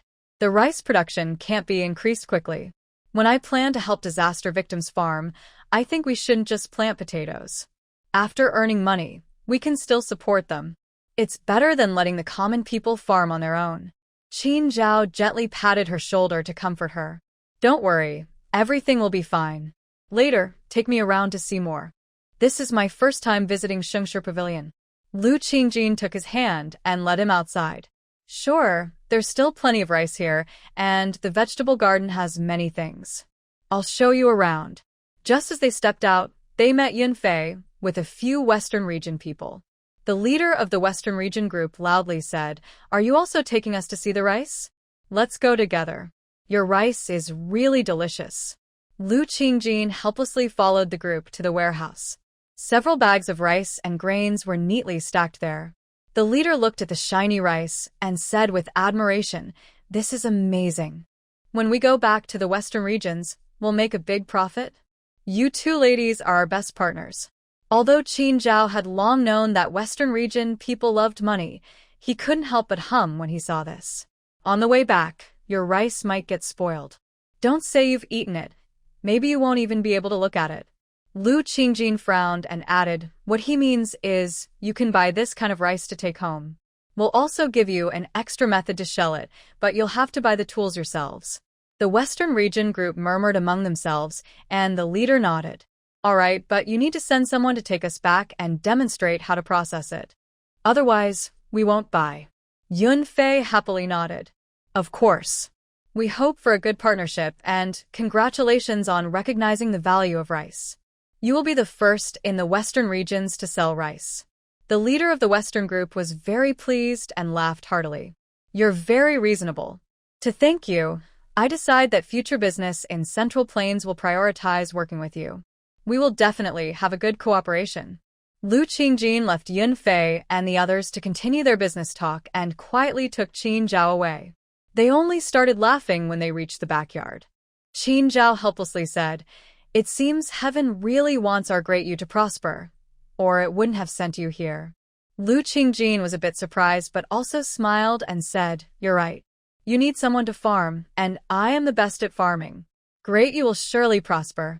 Before Qin Zhao could speak, a young servant hurried over and said, "Madam, you're finally here. I've taken good care of the garden, but some plants inside seem useless. Would you like to take a look and see if we should remove them?" Lu Qingjin then remembered a few small, strange plants in the vegetable garden. They followed the servant to the garden. As soon as they opened the door, they heard the servant gasp. In the yard, the originally healthy cabbages had been pushed aside by tall, lush plants, and now the row of cabbages was no longer usable. Lu Qingjin smelled the familiar scent in the air and hurried over with joy. She reached out to touch the scattered leaves and said happily, "These are carrots. What a pleasant surprise. It looks like we have more things to sell to those from the western regions." Qin Zhao squatted down, plucked a leaf, and sniffed uncertainly. "Can we really eat this?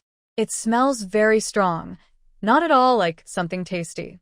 Lu Qingjin looked at the mature carrots and thought for a moment. Carefully, she grabbed the root and pulled hard.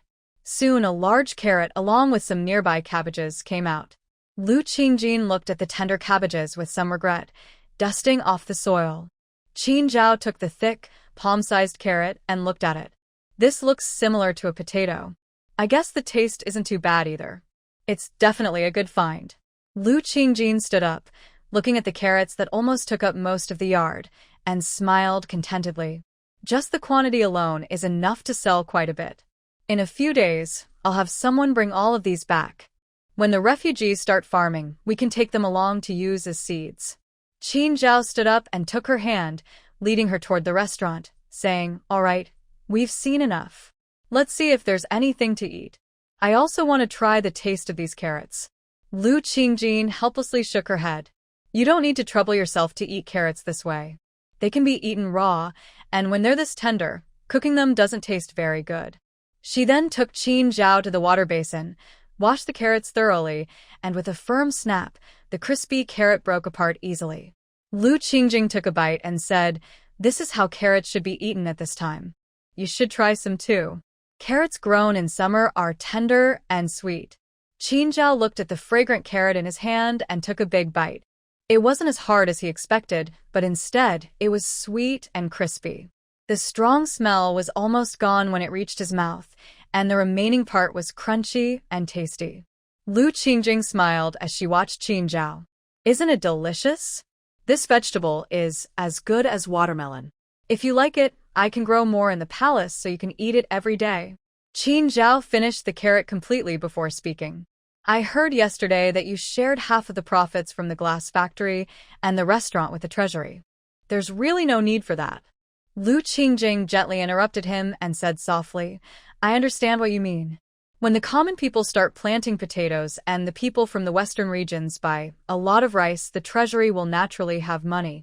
But right now, the Treasury can't be empty. Just consider it my way of thanking you for supporting me." Before Qin Zhao could speak, Xiao Cui came over and said, "Master and Madam, the other ladies are calling you. They say the heir's apology has arrived." Hearing this, Qin Zhao frowned slightly and whispered, "I remember that yesterday, Lu Yurua caused trouble. Why is the one here to apologize now Zhao Yunheng?" Lu Qingjing, walking quietly beside him, softly said, "Probably because of Heian Tower. Lu Yurua is officially the owner of Heian Tower, but everyone in the capital knows that the tower is backed by the Wei King. If the Wei King's heir wants to use Heian Tower, he might have to stand up for Lu Yurua." They went upstairs to a private place and watched quietly. Downstairs, Zhao Yunheng still looked elegant and composed. Chong Lin stood opposite him, calmly saying, "Since the heir already knows that Shengshi Pavilion belongs to me, he shouldn't say more. I accept the apology today. Let's forget about the rest." Please go back now. Yun Fei quietly came behind them and said, "Zhao Yunheng is really impressive." As soon as he entered the building, he said he wanted to buy Shengshi Pavilion. He didn't even care about Lord Chong Lin's face. As soon as the words fell, Zhao Yunheng's cold voice rang out from downstairs. I also don't want to make things difficult for you. It's just that Lord Chong needs to know I am the heir of King Wei, and my official rank is much higher than yours. The future of Shengshi Pavilion depends on your decision. Chong Lin looked at him with a foolish look for a moment before saying, what you said makes sense, but you are just a prince from a different family. Your future also depends on the emperor's decision. Zhao Yunheng walked away angrily, with a cold face. Lu Qingjing sighed as she entered the private room, saying, I used to think Zhao Yunheng was a remarkable person. Now, seeing him so proud and reckless, he's no different from anyone else. A young servant brought a plate of carrots and set it down. Qin Zhao picked at a carrot and then spoke. You don't really understand him. Usually he's like that. Only because King Wei asked him to stay friendly did he have to pretend. He probably got angry and lost control just now. Princess Yun and a few others also came in. Without saying a word, they took some carrots and started eating. Lu Qingjing looked at them and said, Lord Chonglin is quite interesting. The general has a way. I've heard most people can't get close to him. Princess Li said while eating, this is really good. We should set a higher price and sell a few batches to see how the market reacts. You make a good point. It's thanks to my brother that Lord Chonglin came here. He used his charm. Qin Zhao nearly spat out his tea. That sounds about right. If I had to face him, I wouldn't want to. He's too cold. Only Yan Sheng can handle him. Lu Qingjing chuckled and shook her head, then looked toward the door. A shadow stood straight at the entrance, and everyone inside seemed unaware. Lu Qingjing looked serious and shouted, Who's at the door? Xiao Chui hurried to open it. Chong Lin appeared, seemingly without any guilt for eavesdropping, and bowed politely as he entered. I heard the emperor was here, so I hurried over. I didn't expect him to be talking about me. Looks like I came at the wrong time. Lu Qingjing awkwardly smiled. Thank you, Lord Chonglin. We were just curious. Please don't take it the wrong way. Chonglin shook his head and said, no problem. I mainly came to invite the emperor to see the disaster victims outside the city. The land reclamation has already begun, and we still need your guidance. Qin Zhao nodded and looked at the people in the room, saying, the Empress and I will go first. The others organize things here and go back. The ghost stories in the palace haven't ended yet, so be careful. The 4 concubines all bowed and watched the 3 people leave. Concubine Li sighed and said, Fortunately, the Empress gave us a new path. I can't imagine how exhausting it would be to compete for this man's favor. The 3 of them all laughed loudly. Yun Fei said, enough of the feelings. First, tell Hu Luobua to prepare part of the menu. We need to see the apology from below. Concubine Li waved her hand, and Xiao Chui went downstairs. She said helplessly, You all forgot again. We are out now, so we can't reveal our identities easily. Let's wait until he lifts us up. They sat and waited for a while. A young servant quietly approached and whispered, I just received news that the heir of the King Wei has arranged for many fireworks to be sent after he returns. It seems to be aimed at our Shengshi Pavilion. Concubine Li frowned deeply and said angrily, This is bad. Zhao Yunheng is furious. I will send a message to my brother right away. The others nodded in agreement.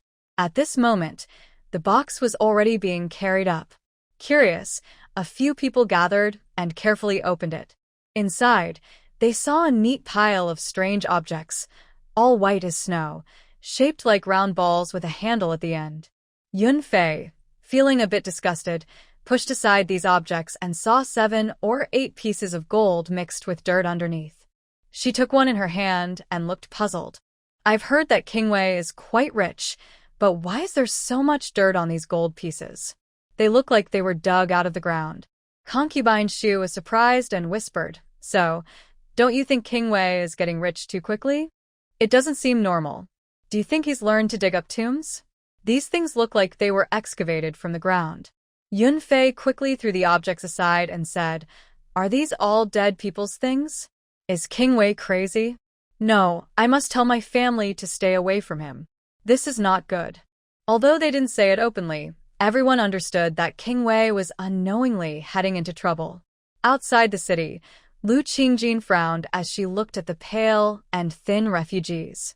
Can they really farm? I think they're lucky if they don't eat up what they have. Chong Lin replied calmly.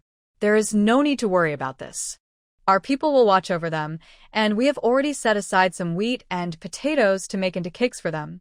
As soon as the potatoes planted grow, these people won't go hungry anymore. Qin Zhao looked at the large group working hard and sighed, saying, We don't know what the harvest will be like yet. We can only hope what we plant will keep them alive. Suddenly, a sharp crying sound came from nearby. Two people looked over and saw a young girl, about 8 or 9 years old, sitting on the ground crying sadly. A soldier nearby looked at her coldly. Lu Qingjing went over and helped the girl up, asking, What's wrong? Why are you crying so much?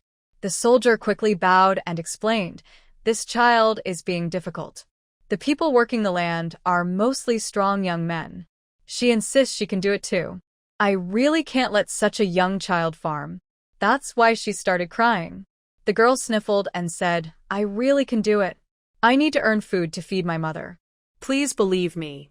I can do any kind of work. Chong Lin, standing nearby, said helplessly, This is too tiring for you. It's not suitable. You can take your mother to the city and see if there are better jobs. You won't starve then. The girl shook her head fiercely and replied, I won't go to the city. The city is full of places that need workers, but I don't want to go. I want to stay with you. Don't make me go to the city. I don't want to go to those places.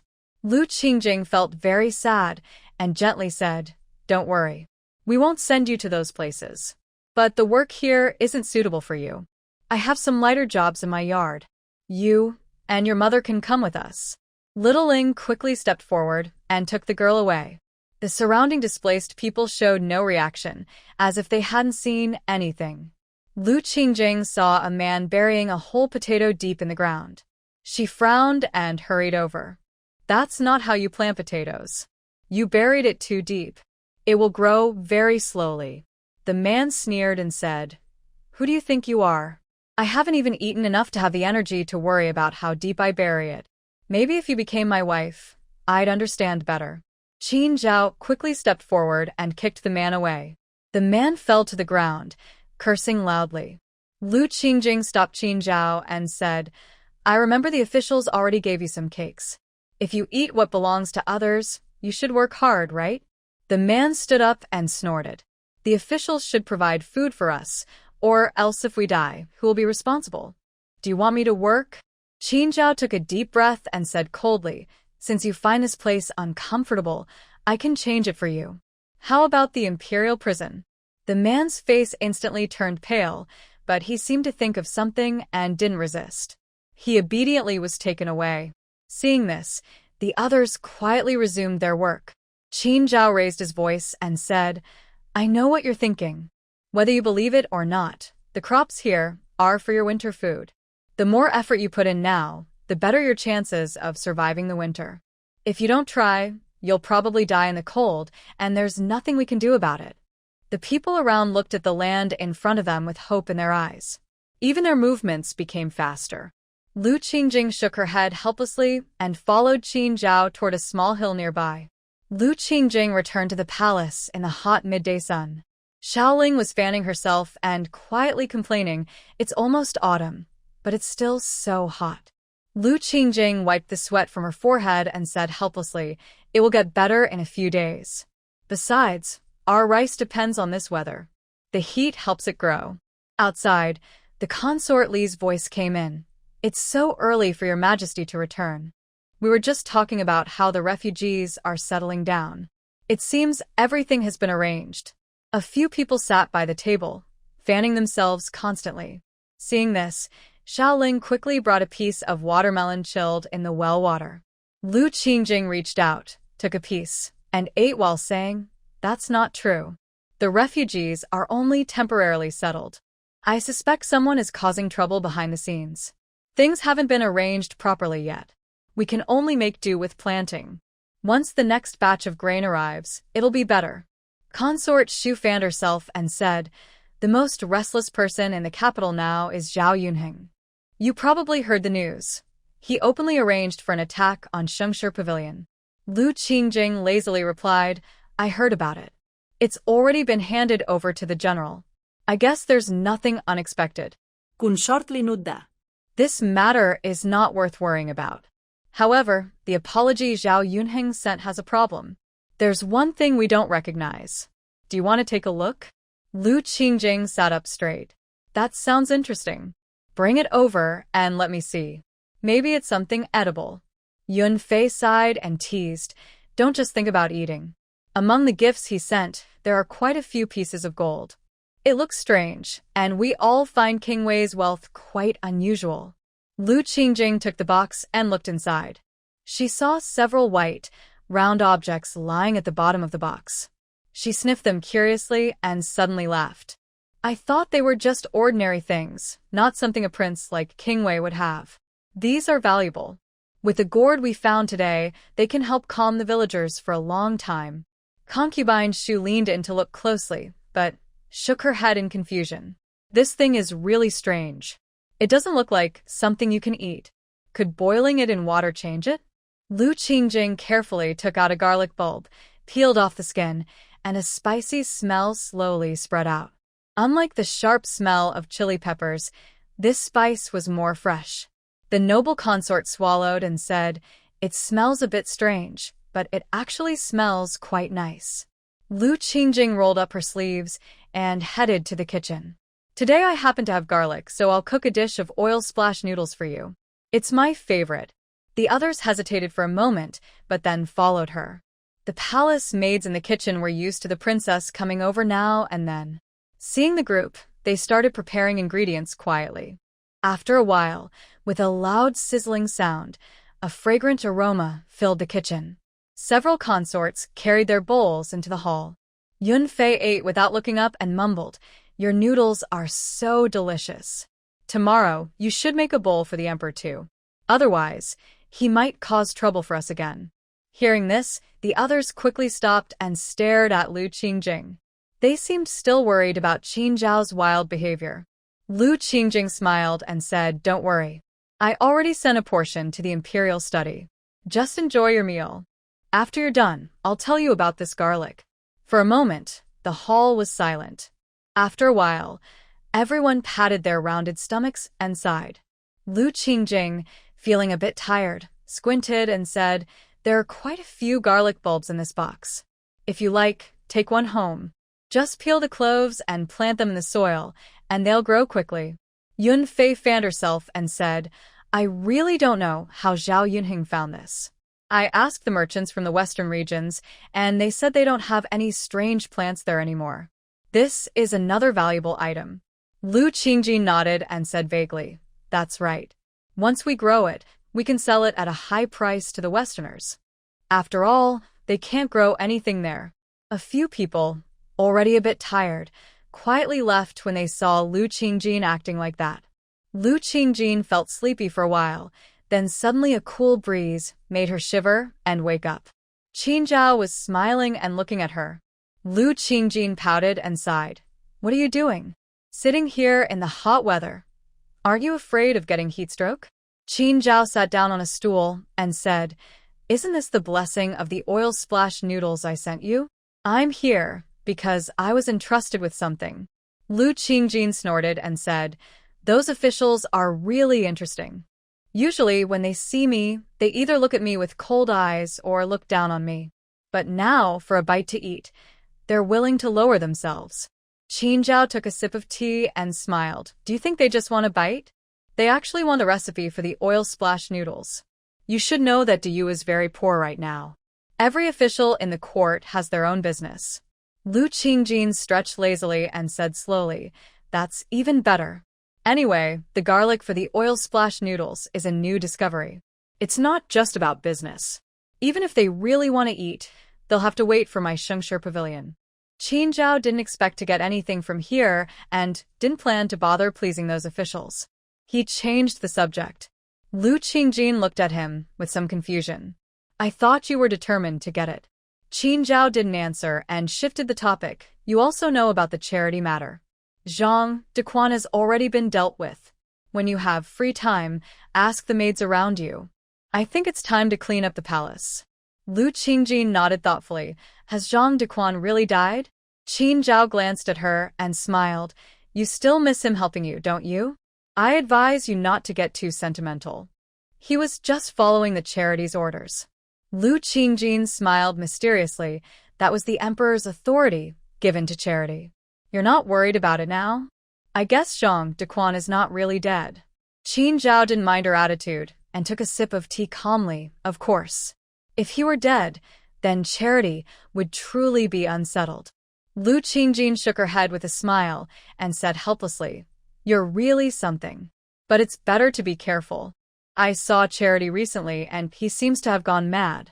Who knows what he might do? Qin Zhao nodded and quietly leaned close to Lu Qingjin, whispering, You've done so much for Daegu. I should reward you. But the treasury is empty, so I don't have much to give. Since the cold palace is already abandoned, I'll give it to you.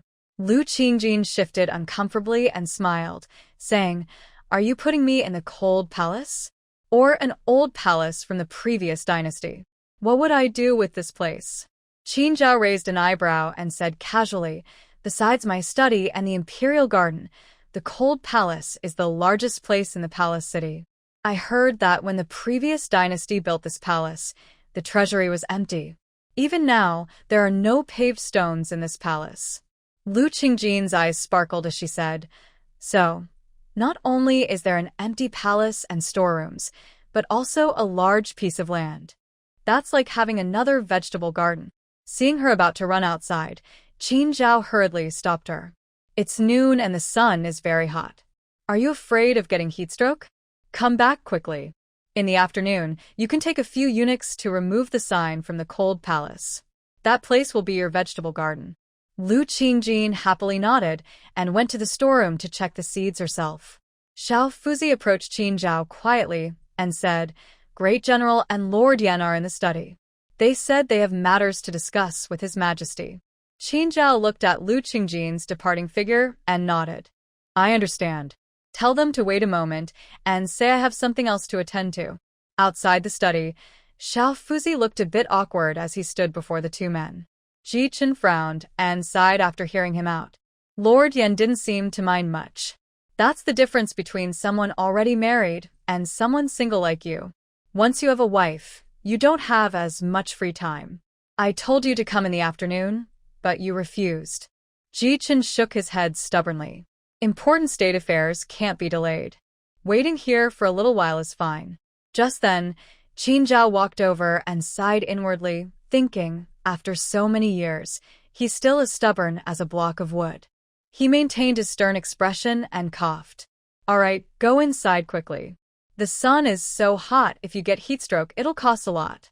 The three entered the study. Xiao Fuzi wisely took everyone downstairs. Lord Yan then seriously said, We came to talk about Zhao Yunheng's gunpowder. At first, we thought that even if the gunpowder was shipped here, it would only be a small amount, just enough for a single boat. After all, it's just a restaurant. But we didn't expect Zhao Yunheng to have already sent 3 ships to the capital. His plans might be more complicated than we thought. Queen Zhao frowned and asked Ji Chen suddenly, Has Lu Qi shown any recent signs of activity? Ji Chen was surprised for a moment before replying. Besides Lu Yorua occasionally visiting Haiyan Tower, there's nothing else. I heard Zhao Yunheng has distanced himself from her for some unknown reason. Madame Yan looked thoughtful and said, This Lord Lu Qi isn't completely clueless. The Emperor might be able to use this. Queen Zhao's mind moved, and she thought about Lu Qingjing's identity, then shook her head. We must not alert him prematurely. Keep watching all sides' movements, and make sure not to let him smuggle in more gunpowder without being noticed. The two nodded and left. Queen Zhao was left deep in thought. Lu Qingjing had no idea how much trouble her identity was causing Queen Zhao. She was heading to the new vegetable garden with her people. Princess Li and Princess Yun, who were relatively free, followed along to watch the fun. As soon as they entered, they were hit by a strong smell, causing one to stumble. Princess Yun fanned herself and said, What's that smell? It's like someone died. Princess Li barely tolerated it and said helplessly, "That's from the old dynasty. They didn't repair it much back then, so weeds have grown in several batches. It's impossible not to have a smell. Once the rotting grass is cleared, it'll be better." Lu Qingjing looked at the cold palace, which was as big as 3 vegetable gardens, and sighed. The former dynasty was really extravagant. A few young eunuchs hurried to start cleaning. Lu Qingjing squatted beside her basket, watching the contents. Princess Li approached and pointed at a round, twisted gourd, asking, "Is this the new food you found? It doesn't look easy to grow." Just then, an area nearby had already been cleared. Lu Qingjing ran over with the twisted gourd. The dark, rich soil looked even more fertile than the imperial farm. She nodded with satisfaction and began digging a hole with her shovel. "This thing is actually very easy to grow, and it produces a lot." Princess Yun, having finished her walk, brought over something she found somewhere. "It's so big. How do you plant it?" Do you want me to find someone to cut it open?" Lu Qingjing threw the whole twisted gourd into the hole and covered it, saying, "This land has been barren for so long. I don't know if there are snakes, insects, or mice. It's better to plant the whole thing and let it sprout naturally." The 2 women nodded, seeming to understand, but not fully. As more land was cleared, Princess Li and Princess Yun also started working. Lu Qingjing was responsible for turning the cornered, uneven ground into rice paddies, while they tirelessly planted garlic. The large garlic took up quite a big area. Yunfei, watering the plants, worriedly said, "We've never planted anything before. Will this garlic even survive?" Li, looking proudly at the neat, soft soil, replied, "Don't worry. Since the Empress gave us this land, she must have confidence in it. It will definitely grow." Lu Qingjing, smiling behind them, said, "This plant is very hardy. Besides, I am here. In a few days, you'll see the results." They turned around and were surprised to see Lu Qingjing covered in mud. The muddy land behind her had turned into a tidy rice, with clear water flowing quietly and young rice plants visible in the soil. Li, wiping mud from her hands, said, "This yard is so big. We've just tidied up a corner. We'll finish the rest tomorrow." Since rice paddies are quite hard to manage, Lu Qingjing was tired and nodded in agreement. "That's good. Tomorrow, the carrots should arrive. We can plant more and sell them at Shengshi Pavilion." Yunfei nodded and agreed.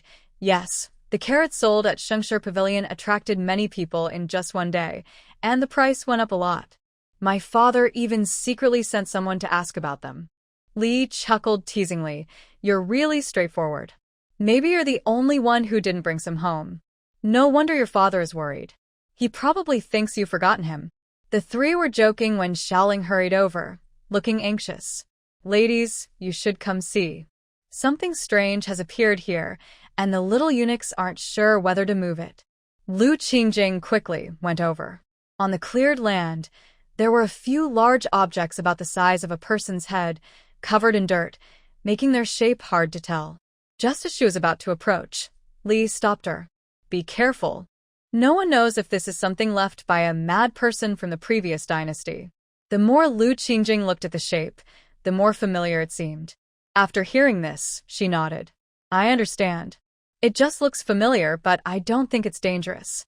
Yunfei, more curious, quietly followed behind Lu Qingjing, sniffed the object, and said, "This looks edible. It smells similar to carrots." Lu Qingjing reached out and peeled away the dirt outside. She saw that the outer skin was smooth, pale, and slightly fragrant. She smiled happily and said, "This is indeed edible. It's a white radish, similar to a carrot but with a different taste. It looks like we don't need to clean this whole area, just a quick fix will do." The little quickly replied, "We have carefully checked. This isn't wild grass, and the plants are very neatly grown. They are in both the corner here and over there."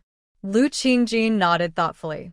The consortly then said, "That's not surprising. I heard that the former crown princess stayed here for quite some time, so she probably left these behind." Lu Qingjing, not very familiar with this part of history, asked with some doubt. Are you saying the crown princess was sent to the cold palace?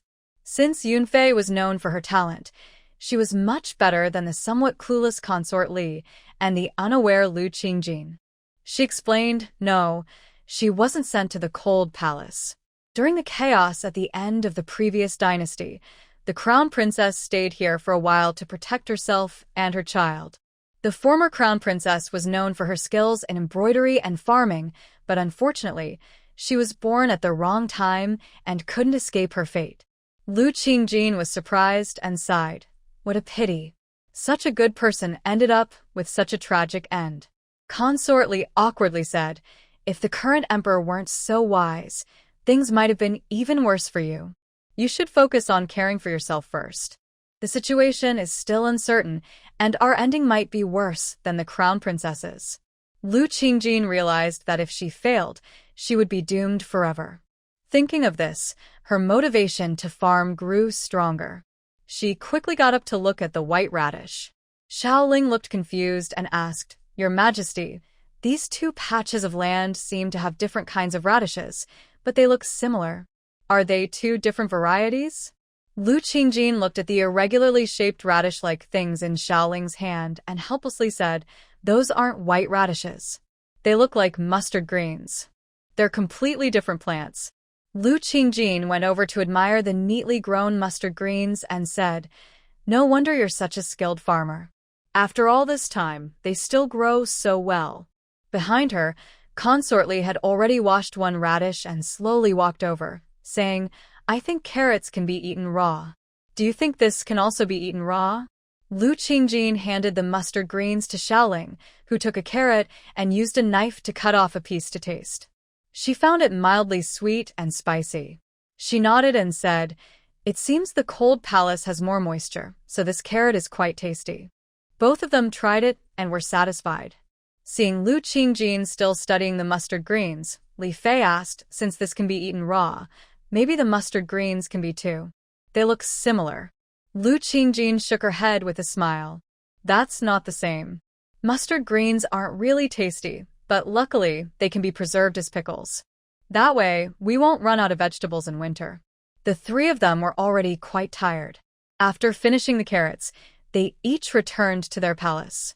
Xiaoling supported Lu Qingjin as they walked and said, Your Majesty hasn't spoken since earlier. Are you thinking of a new idea again? Lu Qingjin turned around and patted her, then said, You're clever. When I saw the mustard greens earlier, I remembered that although we've already harvested quite a bit of wheat and potatoes, we don't have many greens. It's hard to keep them fresh in winter. I was thinking of salting more greens so they'd last longer. Xiaoling nodded in agreement. In previous years, winter wasn't very long. But these past 2 years, for some reason, winter has become cold and long. Last year, not only in the city, but even in the palace, many people froze or starved to death. Although Lu Qingjin had accepted the memories of the original owner, she was still a concubine's daughter and didn't know much about these matters. She was momentarily stunned and then said, It's that serious? Luckily, I found out early. Otherwise, we'd be caught off guard. Xiaoling sighed and advised, You really shouldn't get involved. You're good at cooking, but heating is mostly arranged by the household department. Because of the freezing deaths, the head of the household department has been replaced several times. In the end, there's just no good solution. Lu Qingjin knew that in this era, heating mainly relied on wood, while coal and other fuels were still rare and not yet mined extensively. She quietly remembered this and didn't say much on the surface. After a while, they arrived at the palace gate. A young stood there with a blank expression. When he saw them, he handed Xiaoling a letter, glanced at Lu Qingjin, then left. Xiaoling looked at the envelope with some confusion. After opening it and reading, her face turned pale. Lu Qingjin, standing nearby, saw this clearly. She sneered, Zhang Dequan is not dead after all. I don't know how the emperor arranged it, but he still managed to send a letter. Xiaoling's voice trembled as she responded. Your Majesty, you do not understand the charity master. Their influence is much greater than you think, otherwise the emperor wouldn't have hesitated several times. It seems I won't survive much longer. Lu Qingjing finds it hard to believe that Zhang Dequan went through so much trouble to send a letter just to tell Xiaoling to kill her. If it was to kill herself, that might be understandable, but Xiaoling has no real reason to do so. Lu Qingjing recovers and sees that Xiaoling still looks very scared. She sighs and says, "Don't worry. I think this letter has a hidden meaning. They don't really want to kill you. Besides, we are in the palace. Recently, Consort Li has made strict rules, so even if they are powerful, it's hard for them to kill someone here." Xiaoling feels a bit better after hearing this, but she is still very worried and looks distracted. Lu Qingjing feels sorry for her and sighs, then tells her to go rest. As Xiaoling leaves, Consort Li hurriedly arrives. Lu Qingjing looks at her tired face and asks, "Aren't you tired? Didn't you go rest already? Why are you here suddenly?" Consort Li, catching her breath, waves her hand at Xiao Chui. Xiao Chui puts the paper package she's holding on the table. Consort Li then speaks, "I came because I have something urgent. Quickly look at this." Lu Qingjing carefully opens the paper package. Inside, she sees some sticky, powdery substance. Her heart skips a beat, sensing something bad. She quickly pinches a bit to smell it and suddenly changes her expression, saying, "This is a mixture of fire oil and dried gunpowder. If used like regular fire oil and gunpowder, it's 10 times more effective. Even more frightening, it can stick to anything and burn or explode. Where did you get this?" Consort Li's face turns pale, and she swallows hard before saying, "Some of it was brought in by my brother, and the rest was found on a little.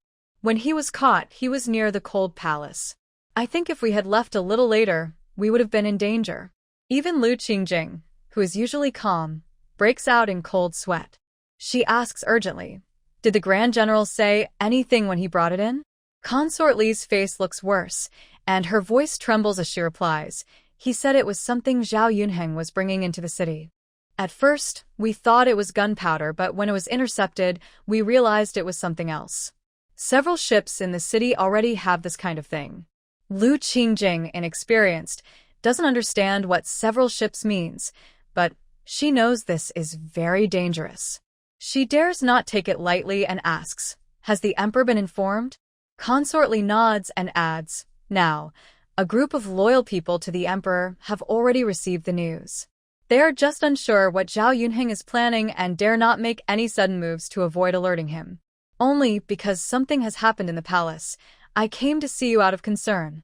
Lu Qingjing sighed deeply and said, "We don't know the full story yet. We can only keep a close watch on Zhao Yunheng. Also, the palace guards must be reinforced. We can't let this happen again." Consort Li hesitated for a moment but finally spoke, "You should know that many people in the palace are leftovers from the previous emperor's time. Some are secretly working for the charitable master. It's no secret that the King of Wei is now connected with the charitable master. Even if the palace guards are under military management, it won't help." Lu Qingjing understood her meaning, nodded seriously, and said, "Then we can only select some trustworthy people to strengthen the guards. No matter what, we can't do nothing. The rest is up to me. I will send you a list tomorrow, and you just need to arrest those people." Hearing this, Consort Li breathed a sigh of relief, bowed slightly, and left. Lu Qingjing sat back and thought. Xiao Fuzi came over quietly at some point, bowed slightly, and softly said, "This servant is delivering a message from the Emperor. The Emperor said that even if he cares about little Ling girl, he still hopes you can let go. The situation is chaotic now, so the overall situation must come first." Lu Qingjing saw him leave and sighed, then got up and headed to Little Ling's room. Little Ling was distracted, staring at the door. When she saw Lu Qingjing, she showed no surprise. "Your Majesty has arrived. It's much later than I expected." Lu Qingjing felt a pang of sympathy but kept a cold face and said, "Since you already know, just tell me. I have no choice. The charitable master has already started targeting the palace people. The capital is in danger. I can't take any risks." Little Ling smiled helplessly and said, "I understand. After all, you're the Empress. When the disaster victims started reclaiming land, I thought you should speak up. I didn't expect it to take so long. I am somewhat satisfied now, since I still hold some position in your heart.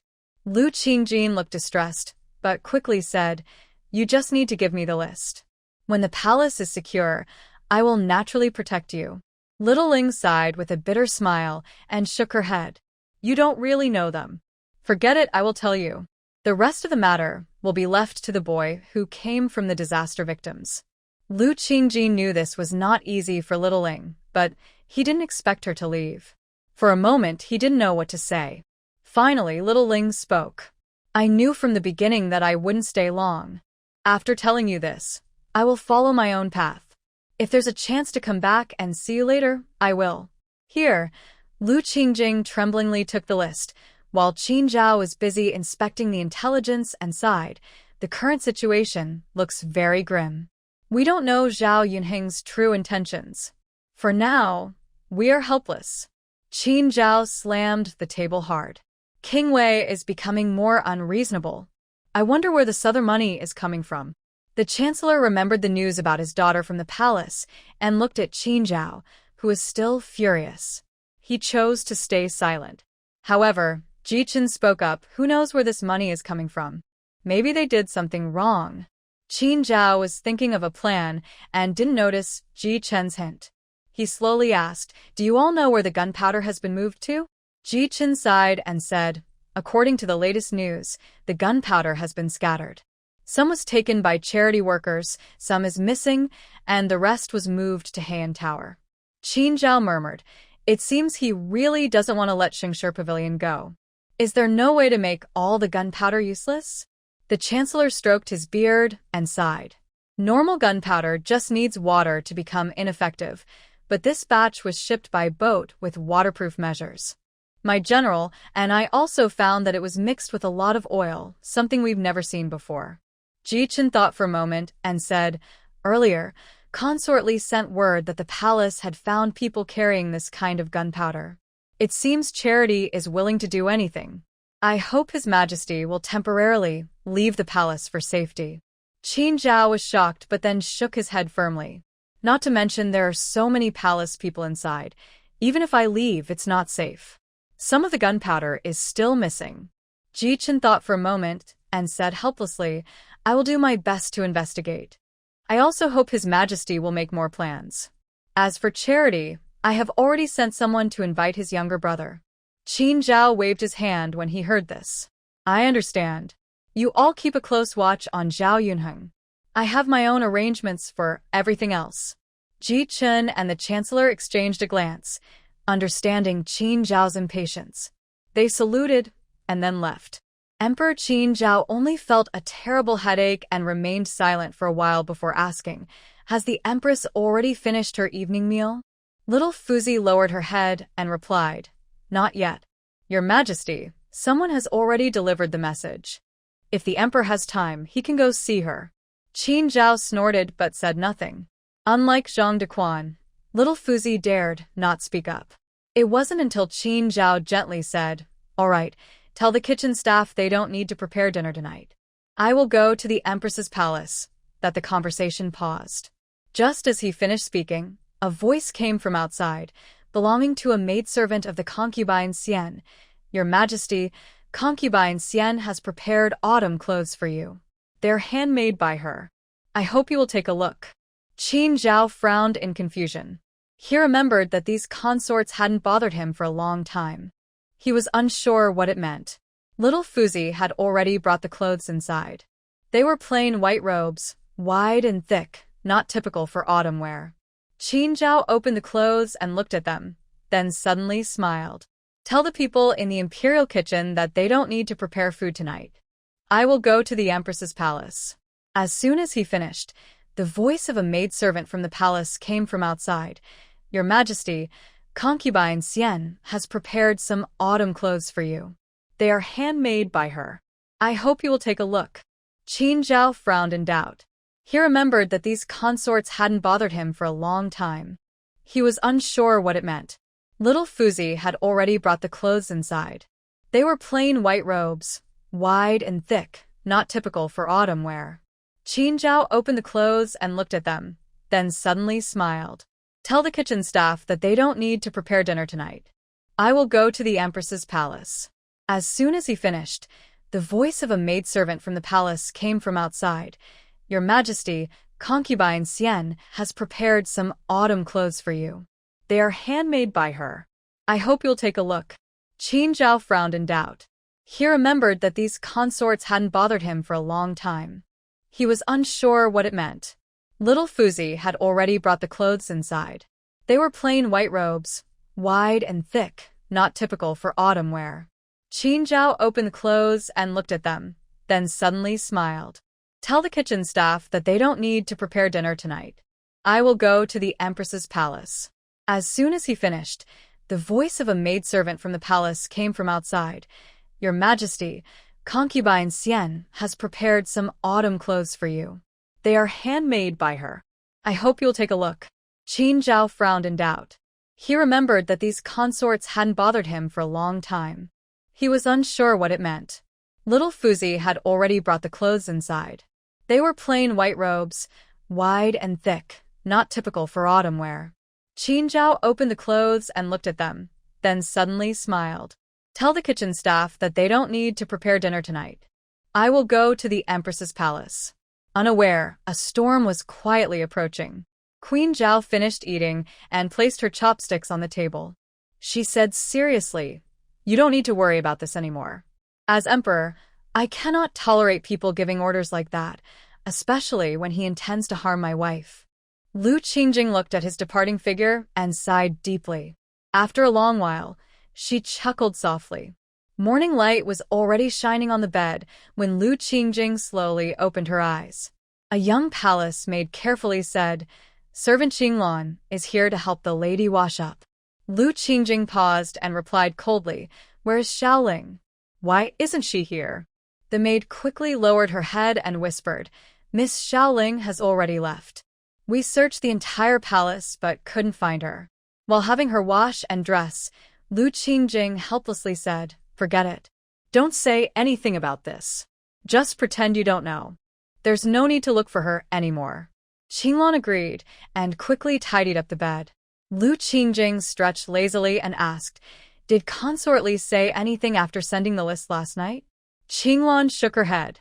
"No, the consort didn't send any message yesterday. Instead, concubine Shu sent word that she would dine with you this morning." Lu Qingjing found this a bit strange and smiled, saying, "What's going on? Suddenly wanting to dine together? Have they discovered something delicious?" From afar, concubine Shu's voice was heard. "I'm not the Empress, so I don't have any special dishes. I just found something interesting to show you." As Lu Qingjing headed toward the main hall, she asked, "What is that?" "It looks familiar." Once they were seated, concubine Shu explained, "It's nothing important. I overheard yesterday that you made twisted melon cakes for the disaster victims. I thought they might taste good, so I had some made. Surprisingly, people liked them, but they felt a bit bland. We couldn't think of anything else, so I wanted to see if you could help improve the recipe." Lu Qingjing tasted one and felt it lacked flavor. She said with some helplessness, "I didn't realize you liked to eat so much. Why are you so attentive early in the morning?" Concubine Shu smiled shyly. "It's because the new dishes at the restaurant are few. If this one turns out well, I want to add it to the menu. Just change the name and wealthy people won't mind."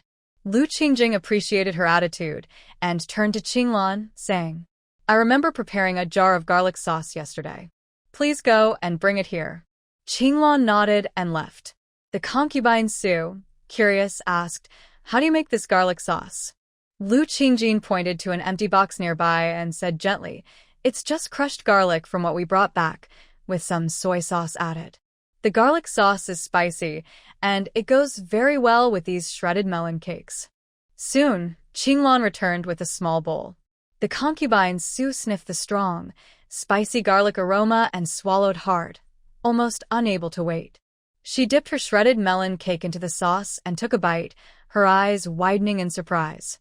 Lu Qingjing watched her and, amused, asked, "What do you think? Is it good? If it is, this dish could become a signature at the restaurant." The concubine Su hurriedly swallowed and said, "It tastes fresh and spicy. The melon cake itself remains simple, but it makes people want to eat more. If you ask me, this is a great improvement.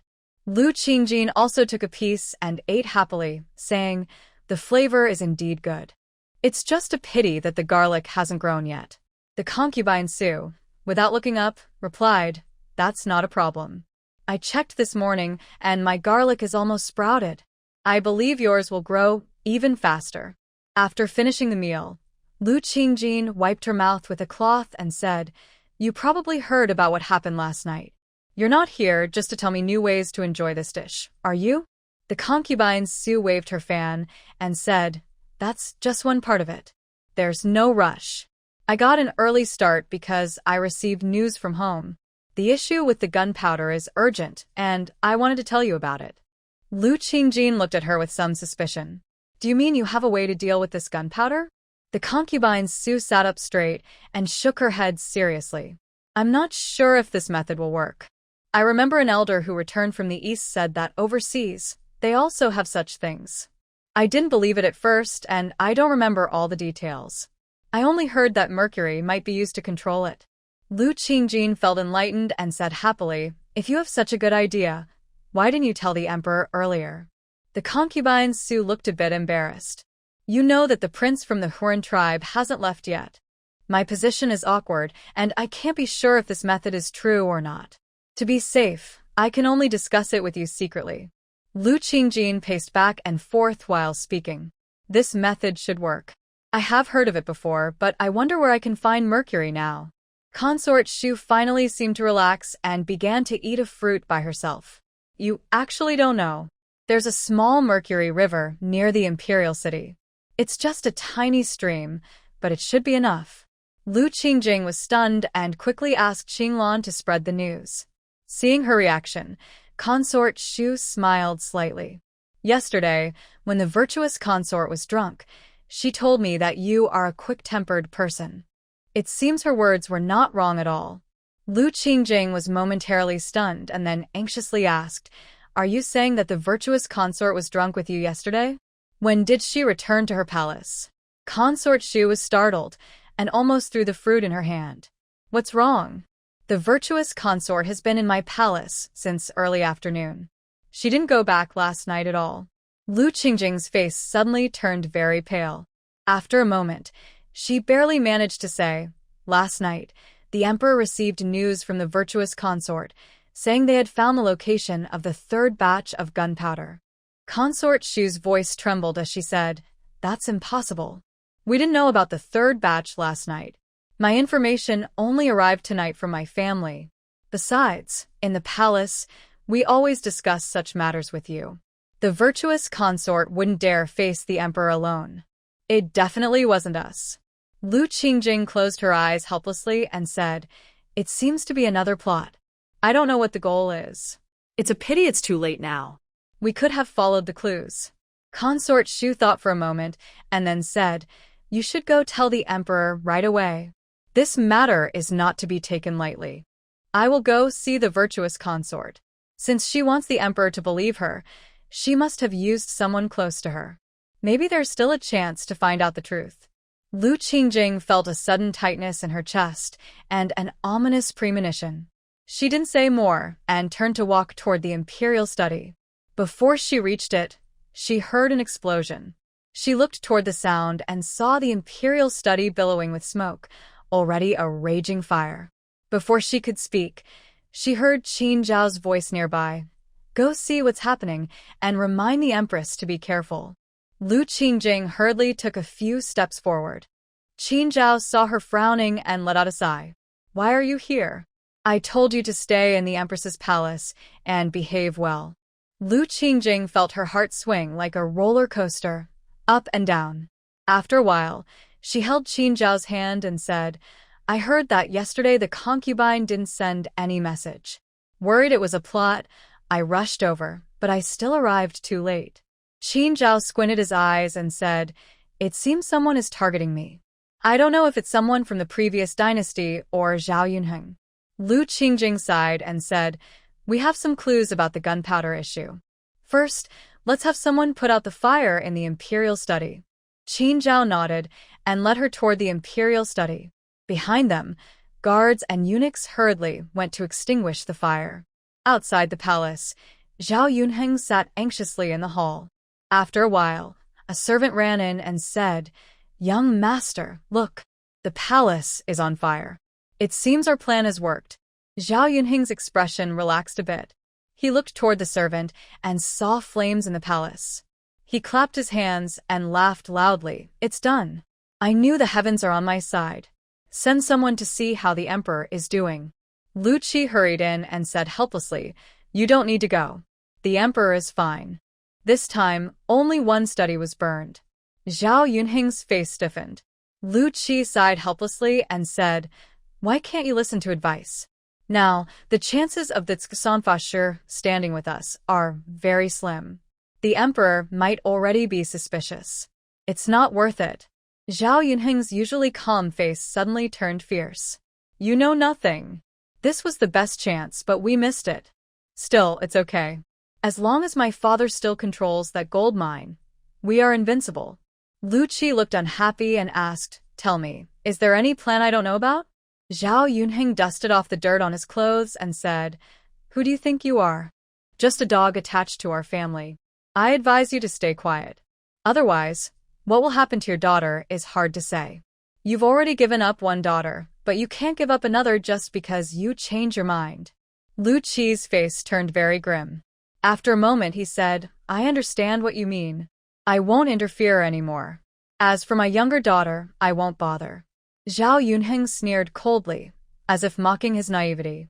Lu Qi said nothing and left quietly, his figure looking much lonelier. The young servant around him only spoke after Lu Qi had left. "Young master, should we deal with the Lu family? I see that Lord Lu already regrets it. Who knows how long Miss Lu can hold him back?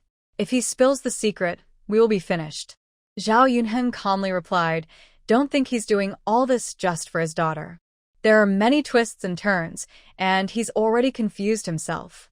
If we fail, he won't fare any better." Wei Jinji from Jingqi Pavilion was planning to call Lu Qingjing out in a few days to discuss other business deals. Suddenly, the shopkeeper hurriedly said, "Young master, something's wrong. I heard there was an incident in the palace, and some of our forces are already being watched." Wei Jinji's pupils shrank, and he quickly ran outside to look. He saw thick smoke billowing from the direction of the palace. People on the street were talking in groups. Wei Jinji's face darkened as he returned to his room. "It looks like we've been betrayed. Zhao Yunheng has some clever tricks." Just as he finished speaking, there was a knock at the door. The shopkeeper warned cautiously, "We're closed today. If it's urgent, you should go somewhere else." After a moment of silence outside, a cold voice said, "I'm not here for business. I just want to see a friend. I hope young master will open the door." Wei Jinji stepped a few paces to the door and let the visitor in. After closing the door, he asked, "What do you mean calling me young master at this time? Do you think Zhao Yunheng hasn't already leaked our news?" The visitor, named Sishan, still looked calm and indifferent. "Young master, you are mistaken. Few people now understand what the word young master means. Even if they did, they wouldn't connect you, a musician, with the former prince's son." Wei Jinji frowned and carefully examined Sishan. He noticed that Sishan was no longer wearing his original monk's robes, but instead dressed like a scholar. His clothes were dusty, and even his face bore scars. Seeing this, Wei Jinji was no longer angry. He sat down in a chair and said, "It seems even the monk Sishan has been deceived. We are both unfortunate people." Sishan clasped his hands together and recited a Buddhist chant. "I am different from the benefactor. My scars are tests on the path to enlightenment, while your despair is merely the burdens of worldly life." Wei Jinji currently does not want to argue with him. He snorted and said, "I really don't understand why you insist on killing Lu Qingjing. Look at how Zhao Yunheng has tricked you now. It's not just about power. Even your goals are clear to others. The most frustrating thing is that, despite all this, you still haven't achieved anything." Sishan frowned softly and said, "I'm here mainly to tell you that your mother's book has been found. It's in the palace. I can't do anything more now. Everything depends on you. Wei Jinji looked at Sishan's back as he slowly sipped his tea. The shopkeeper couldn't help but whisper, "Young master, don't you want to find a way to get the crown princess's book back?" Wei Jinji suddenly remembered Lu Qingjing holding a potato and smiling happily.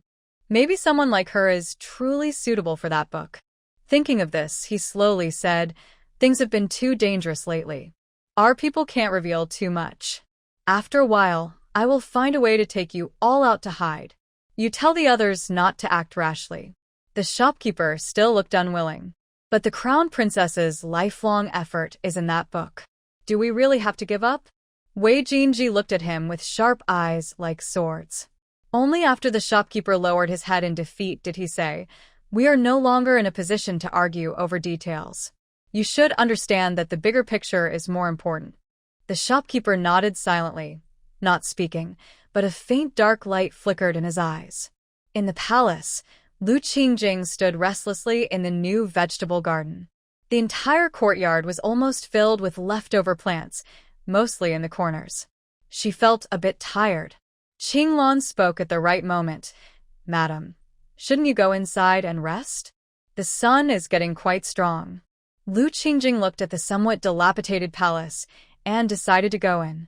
Qinglan led her and said, "This palace used to be very dusty. We have already cleaned it, so the lady can rest here." Lu Qingjing looked at the relatively tidy dressing table and sat down.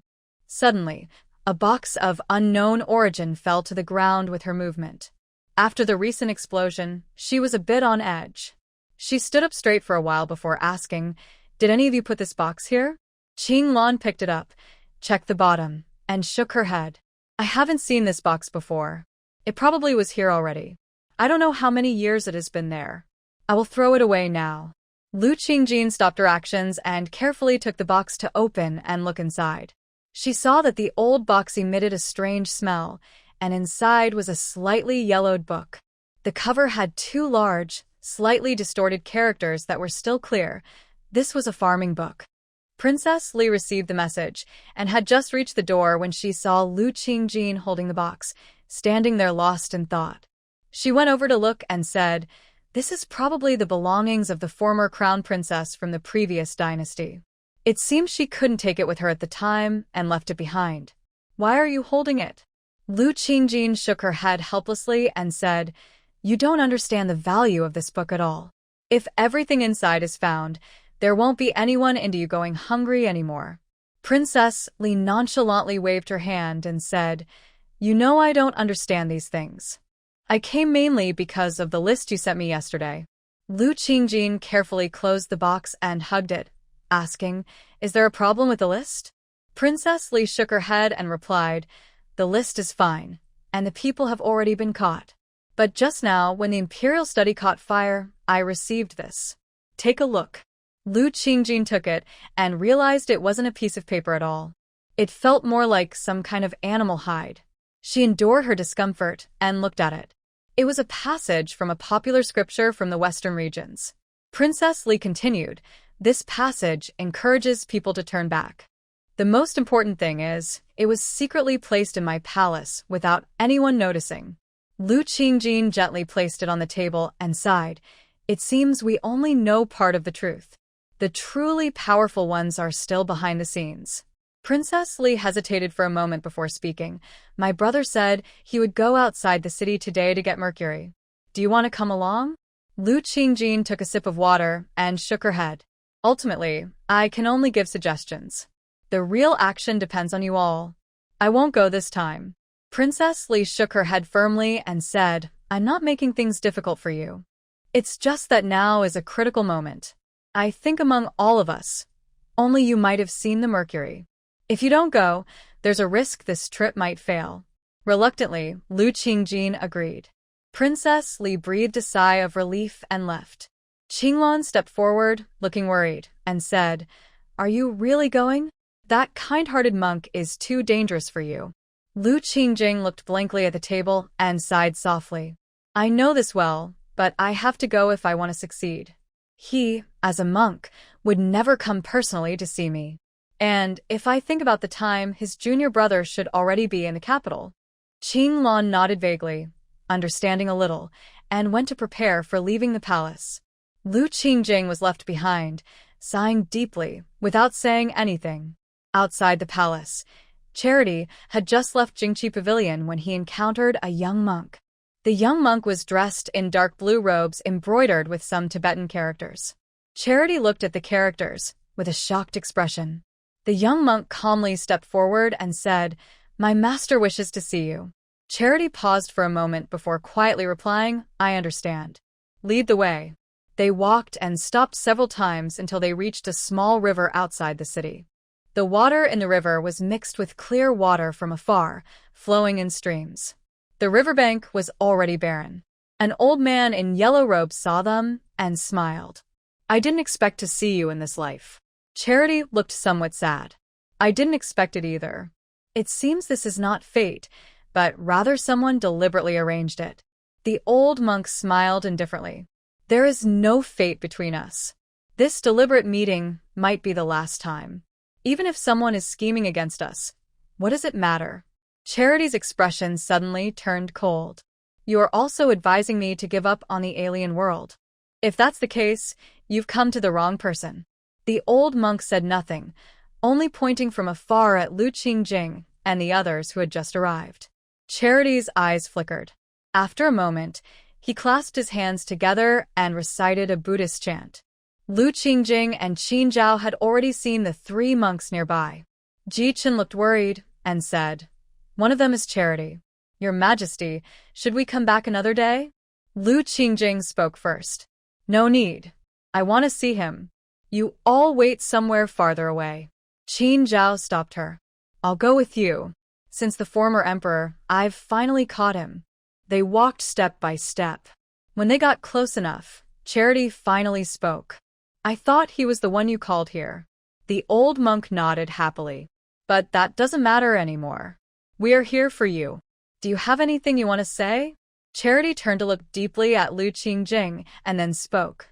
"Miss Lu, do you know why there are no fish in this river?" Lu Qingjing looked at the water but said nothing. Charity didn't expect an answer and continued speaking to himself. "Because there was more mercury in this river. The clean water became toxic, and that's why there are no fish now," the old monk explained with a gentle smile. "He means you are not truly part of this world, like the mercury mixed into the river water." Lu Qingjing sighed and squatted down to look at the river. After a moment, she reached out and stirred the water. Suddenly, a strange-looking fish appeared in the transparent water. The fish was completely see-through. If it weren't for the splash Lu Qingjing caused, it would be impossible to notice it. The kind-hearted man's face stiffened. Lu Qingjing softly said, "You think it's not there just because you didn't look closely. Do you believe killing me will fulfill your destiny? How do you know I'm not chosen by fate? You, the mage, are too stubborn." The kind-hearted man didn't answer directly. Instead, he turned to Qin Zhao. "I said this when your father was alive. He was destined to be emperor, and so are you. But this woman has disturbed your aura. I'm doing this for your own good." Qin Zhao held Lu Qingjing's hand confidently and said, "Since I first met you, you've been like this. At that time, I felt uncomfortable around you, but my father trusted you. After he died, I felt even worse. Can you tell me why?" The kind-hearted man sighed and turned away, his voice echoing softly behind him. "Killing one to save many is also a kind act. You just don't understand." The old monk looked at his retreating figure and sighed. "That's just how my senior brother is. I really can't do anything about it. After all, he is the true disciple of the master." On the way back, Lu Qingjing suddenly spoke. "Do you think they belong to which temple? Why are both of them so strange?" Qin Zhao chuckled and said, "They're not proper monks from any temple. They're just some rogue monks who left their monastery. They don't follow the strict rules of the Blue Lantern discipline. They're just always talking nonsense like that." Ji Chen saw that the two were safe and let out a long breath of relief. "That's a relief. Otherwise, I wouldn't know what to do. Has Master Qi Shan given up?" Lu Qingjing pointed at the river water nearby and said helplessly, "Probably not. General, You'd better quickly put away the mercury. No one knows when those crazy people might up the tavern. Ji Chen sighed and gave orders carefully for the others to pack up the mercury. Lu Qingjing and Qin Zhao went into the carriage. At the young master's residence, Zhao Yunheng was gently touching his ring and asked, "Any news from Master Qishan?" The young servant bowed and replied, "I have searched everywhere I could think of, but there is no news. It seems the mage is angry." As soon as he finished speaking, a kind voice came from afar. "Who said I am angry? I am just here. Do you know what the young master wants to talk to me about?" Zhao Yunheng frowned, unsure if it was his imagination, but the aura around the kind person seemed increasingly fierce. After a moment, he spoke again. "I mean no harm. I just want to ask if there are any taboos regarding this gunpowder." The kind person suddenly remembered the strange river and the odd fish. He paused and then said, "This formula I got from overseas. I don't know if it has any weaknesses, but it's better to be cautious." Zhao Yunheng seemed reassured and smiled. "Since it's from overseas, that's good. Even Qin Zhaoji, with his wide reach, probably can't do anything about it. That means we have already won." The kind person hesitated, but asked, "You already blew up the palace. Is there any other place where you must use this?" Zhao Yunheng sighed and pretended to be regretful. "There are many such places, like the garden the Empress made, or the Shengshi Pavilion that doesn't know gratitude, or the wavering Lu residence." The kind person's pupils shrank slightly. After a long moment, he recited a Buddhist chant and left. Zhao Yunheng's face behind him looked strangely displeased. Lu Qingjing sat quietly in a chair, drinking tea. Zhang Dequan, kneeling on the ground, trembled as he wiped his sweat. "The Empress already knows. It's not that I don't want to help, but the kind mage no longer trusts me. Even if I go, it's useless." Qin Zhaoji, looking somewhat disdainful, found a stool by the round table and sat down. "You saw it too. Although this person admits his mistake, he is stubborn. You're wasting your effort." Lu Qingjing took a sip of tea and said calmly, "I guess you don't want to hurt your old friends. I don't mind, but it's a bit troublesome to find someone else. Your old friends are different. If you go personally, we might show mercy. Otherwise, you'll hear only about everyone's death." Zhang Dequan's expression froze. After a long pause, he finally said, "The Empress is so sure I only care about others. Maybe I just fear for my own life." Lan Qingjin smiled casually and said, "That makes it even simpler. After your brothers are gone, it will be your turn next. Your group always says I am a frightening person. If I weren't a little scary, I wouldn't be true to your words."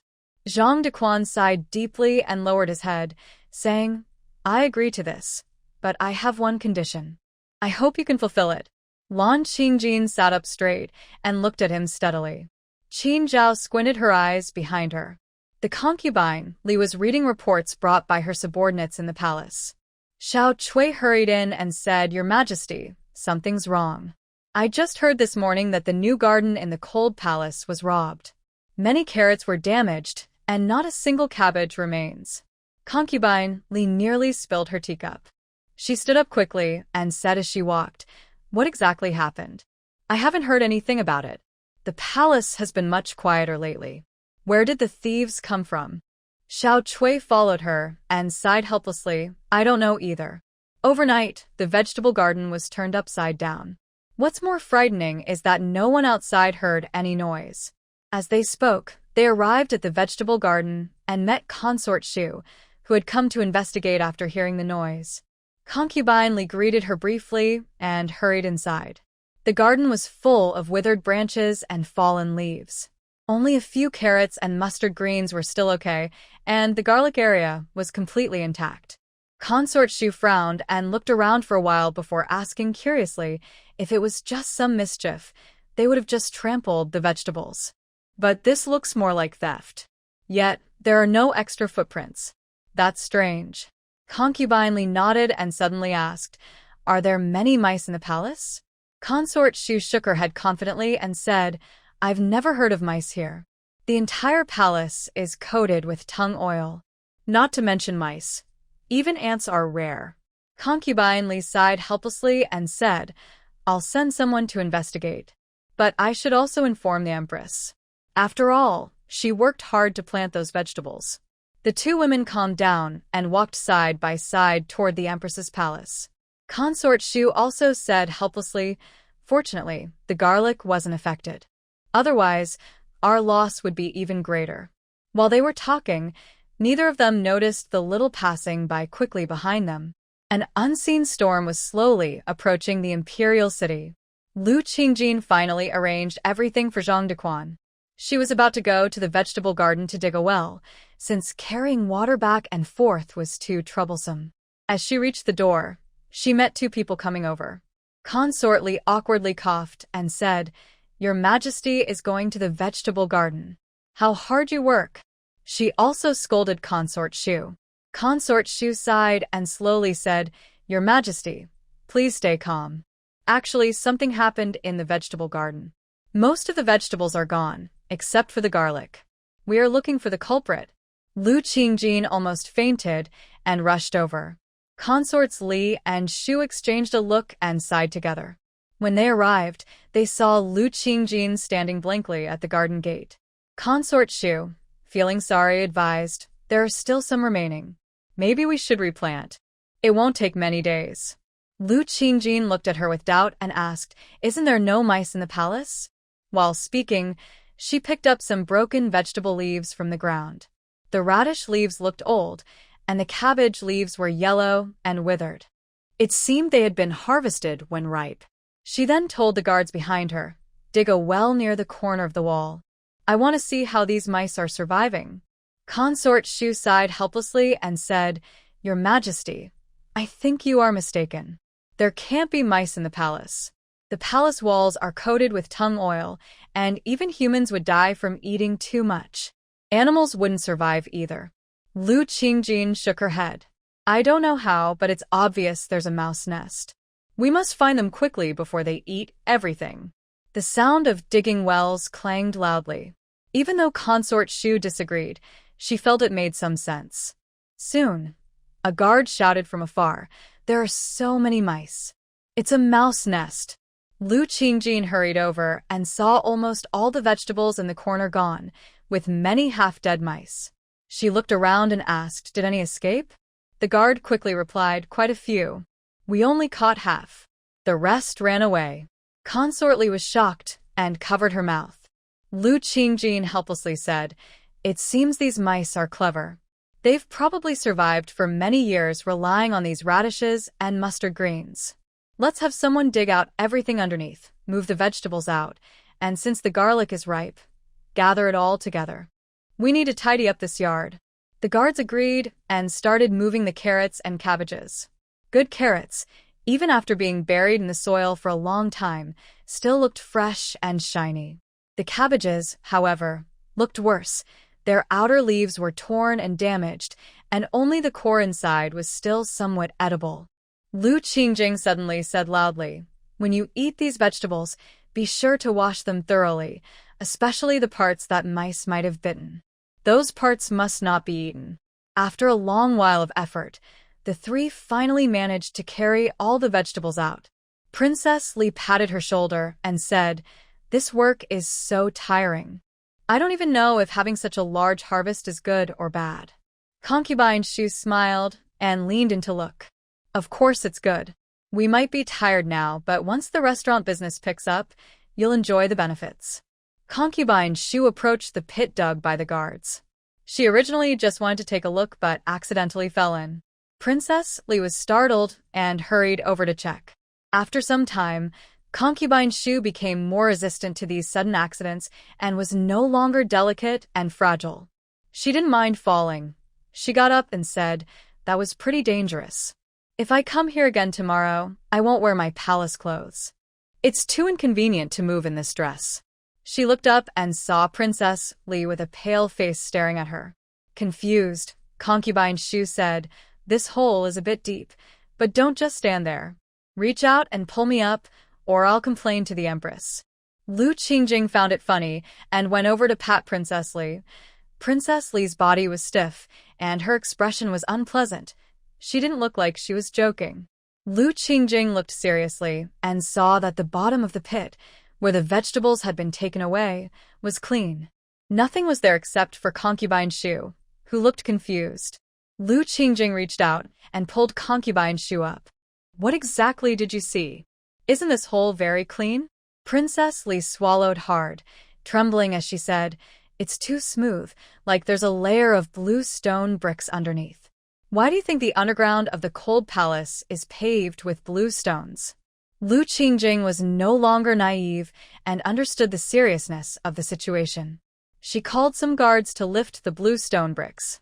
Concubine Shu's face also turned pale as she asked nervously, What about the former concubines who lived in the cold palace before the crown prince's wife? Do you remember if there are any records? Consort Li sighed and sat on a stool to speak. Historical records say they all died from illness, and their bodies were thrown outside the city. But many rumors say the emperor at that time sought evil magic, and those women were eaten. The three of them trembled at her words. Lu Qingjing forced herself to stay calm and moved closer. The head guard helplessly stopped her. Your Highness, you shouldn't look. These are processed bodies, and they died very tragically. Lu Qingjing pushed him aside and looked. The twisted bodies immediately caught her eye. The bodies seemed soaked in mercury, many not decayed, but there were marks where rats had eaten, which looked very frightening. Consort Li covered her mouth, unable to hold back, and ran outside the palace gates too. Noble Consort asked, pulling Lu Qingjing along. Your Highness, maybe you should find a different place to farm. This place is too unlucky. Although the bodies are buried deep, it's still taboo to grow crops here. Lu Qingjing also shook her head helplessly. You're right. Let's forget about this place. I'll find another spot to farm. But this is too strange, and I should tell the emperor about it. After this incident, both Noble Consort and Consort Li lost interest and left after apologizing. Lu Qingjing also walked absent-mindedly. Qin Zhao looked at Lu Qingjing, who seemed distracted, and frowned. His delicate face asked, You're already here, but you're still distracted. What's bothering you? Tell me, maybe I can help. Lu Qingjing realized she had unknowingly walked near the imperial study. She smiled and sat on a stool inside. It's nothing serious. How is Zhang Dequan doing with sabotaging the gunpowder you arranged? Qin Zhao laughed loudly. It's done. Unknowingly, Zhao Yunheng and the charity's gunpowder are unusable now. If nothing unexpected happens, the general will return tomorrow morning to investigate, and they will be caught. The situation in the capital is gradually stabilizing. Lu Qingjing felt something was off, thinking this wouldn't end so easily. But she had no better ideas, so she said nothing. Qin Zhao noticed her distracted look and asked, What's wrong? Things haven't been right since earlier. Has something happened in the palace again? Lu Qingjing relaxed and spoke calmly. It's just that the vegetables in the cold palace were stolen. I sent people to investigate and found many rats. Then, Qin Zhao sipped his tea lightly and replied, Then you found many dead bodies, right? Lu Qingjing shivered and loudly said, How do you know? Could it be that you're behind this, not someone from the previous dynasty? Qin Zhao gently patted her back and sighed. What are you thinking? Yes, it was the people from before.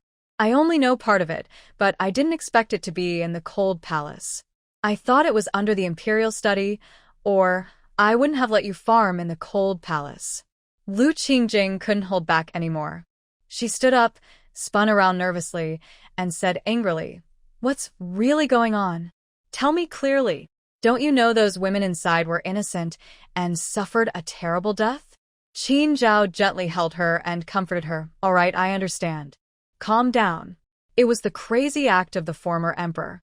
He thought killing 200 women could stop the fall of the country. What you see are all his leftovers. Lu Qingjing sighed deeply. Maybe her fiery blood made her more sensitive. When she saw the bodies in the soil, she felt the women's anger before they died. Her temper couldn't be controlled anymore. Qin Zhao saw her calm down and spoke again. I originally wanted to remove these bodies, but I didn't know exactly where they were. The treasury is also very empty. Such a big project can't be done quickly.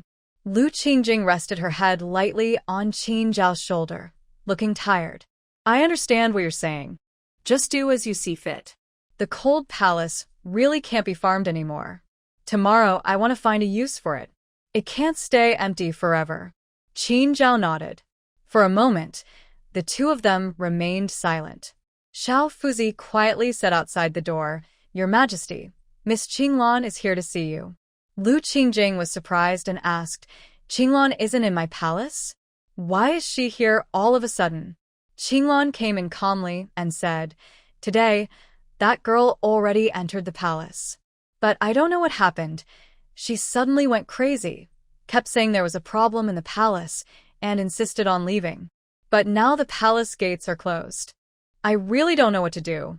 Lu Qingjing suddenly remembered the little girl they had rescued from the disaster zone. She sighed and followed Qinglan. After a few steps, she stopped again and said, "I don't know if it's just my imagination, but I feel like tomorrow's events won't go smoothly. The emperor must be very careful. Zhao Yunheng is not easy to deal with." Lu Qingjing followed Qinglan to the palace and realized how serious things were. She frowned and carefully approached the already agitated young girl. "Do you still remember me?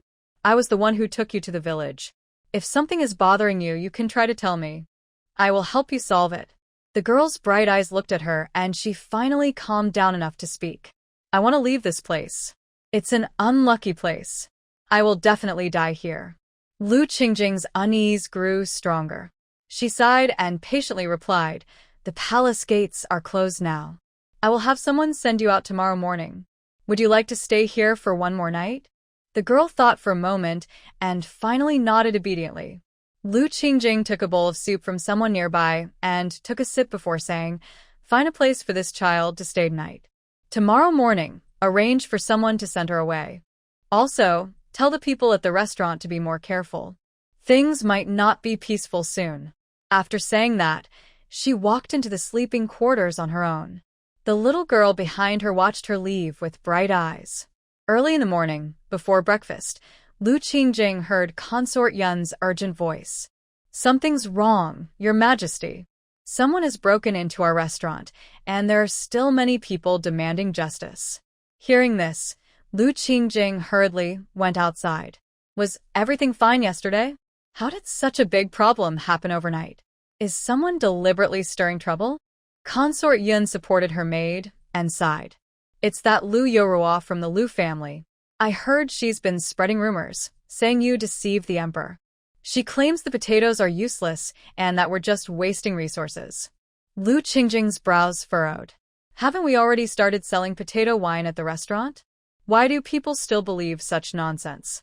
Consort Yun was exhausted. She sat down in the hall and said, "At first, no one believed it.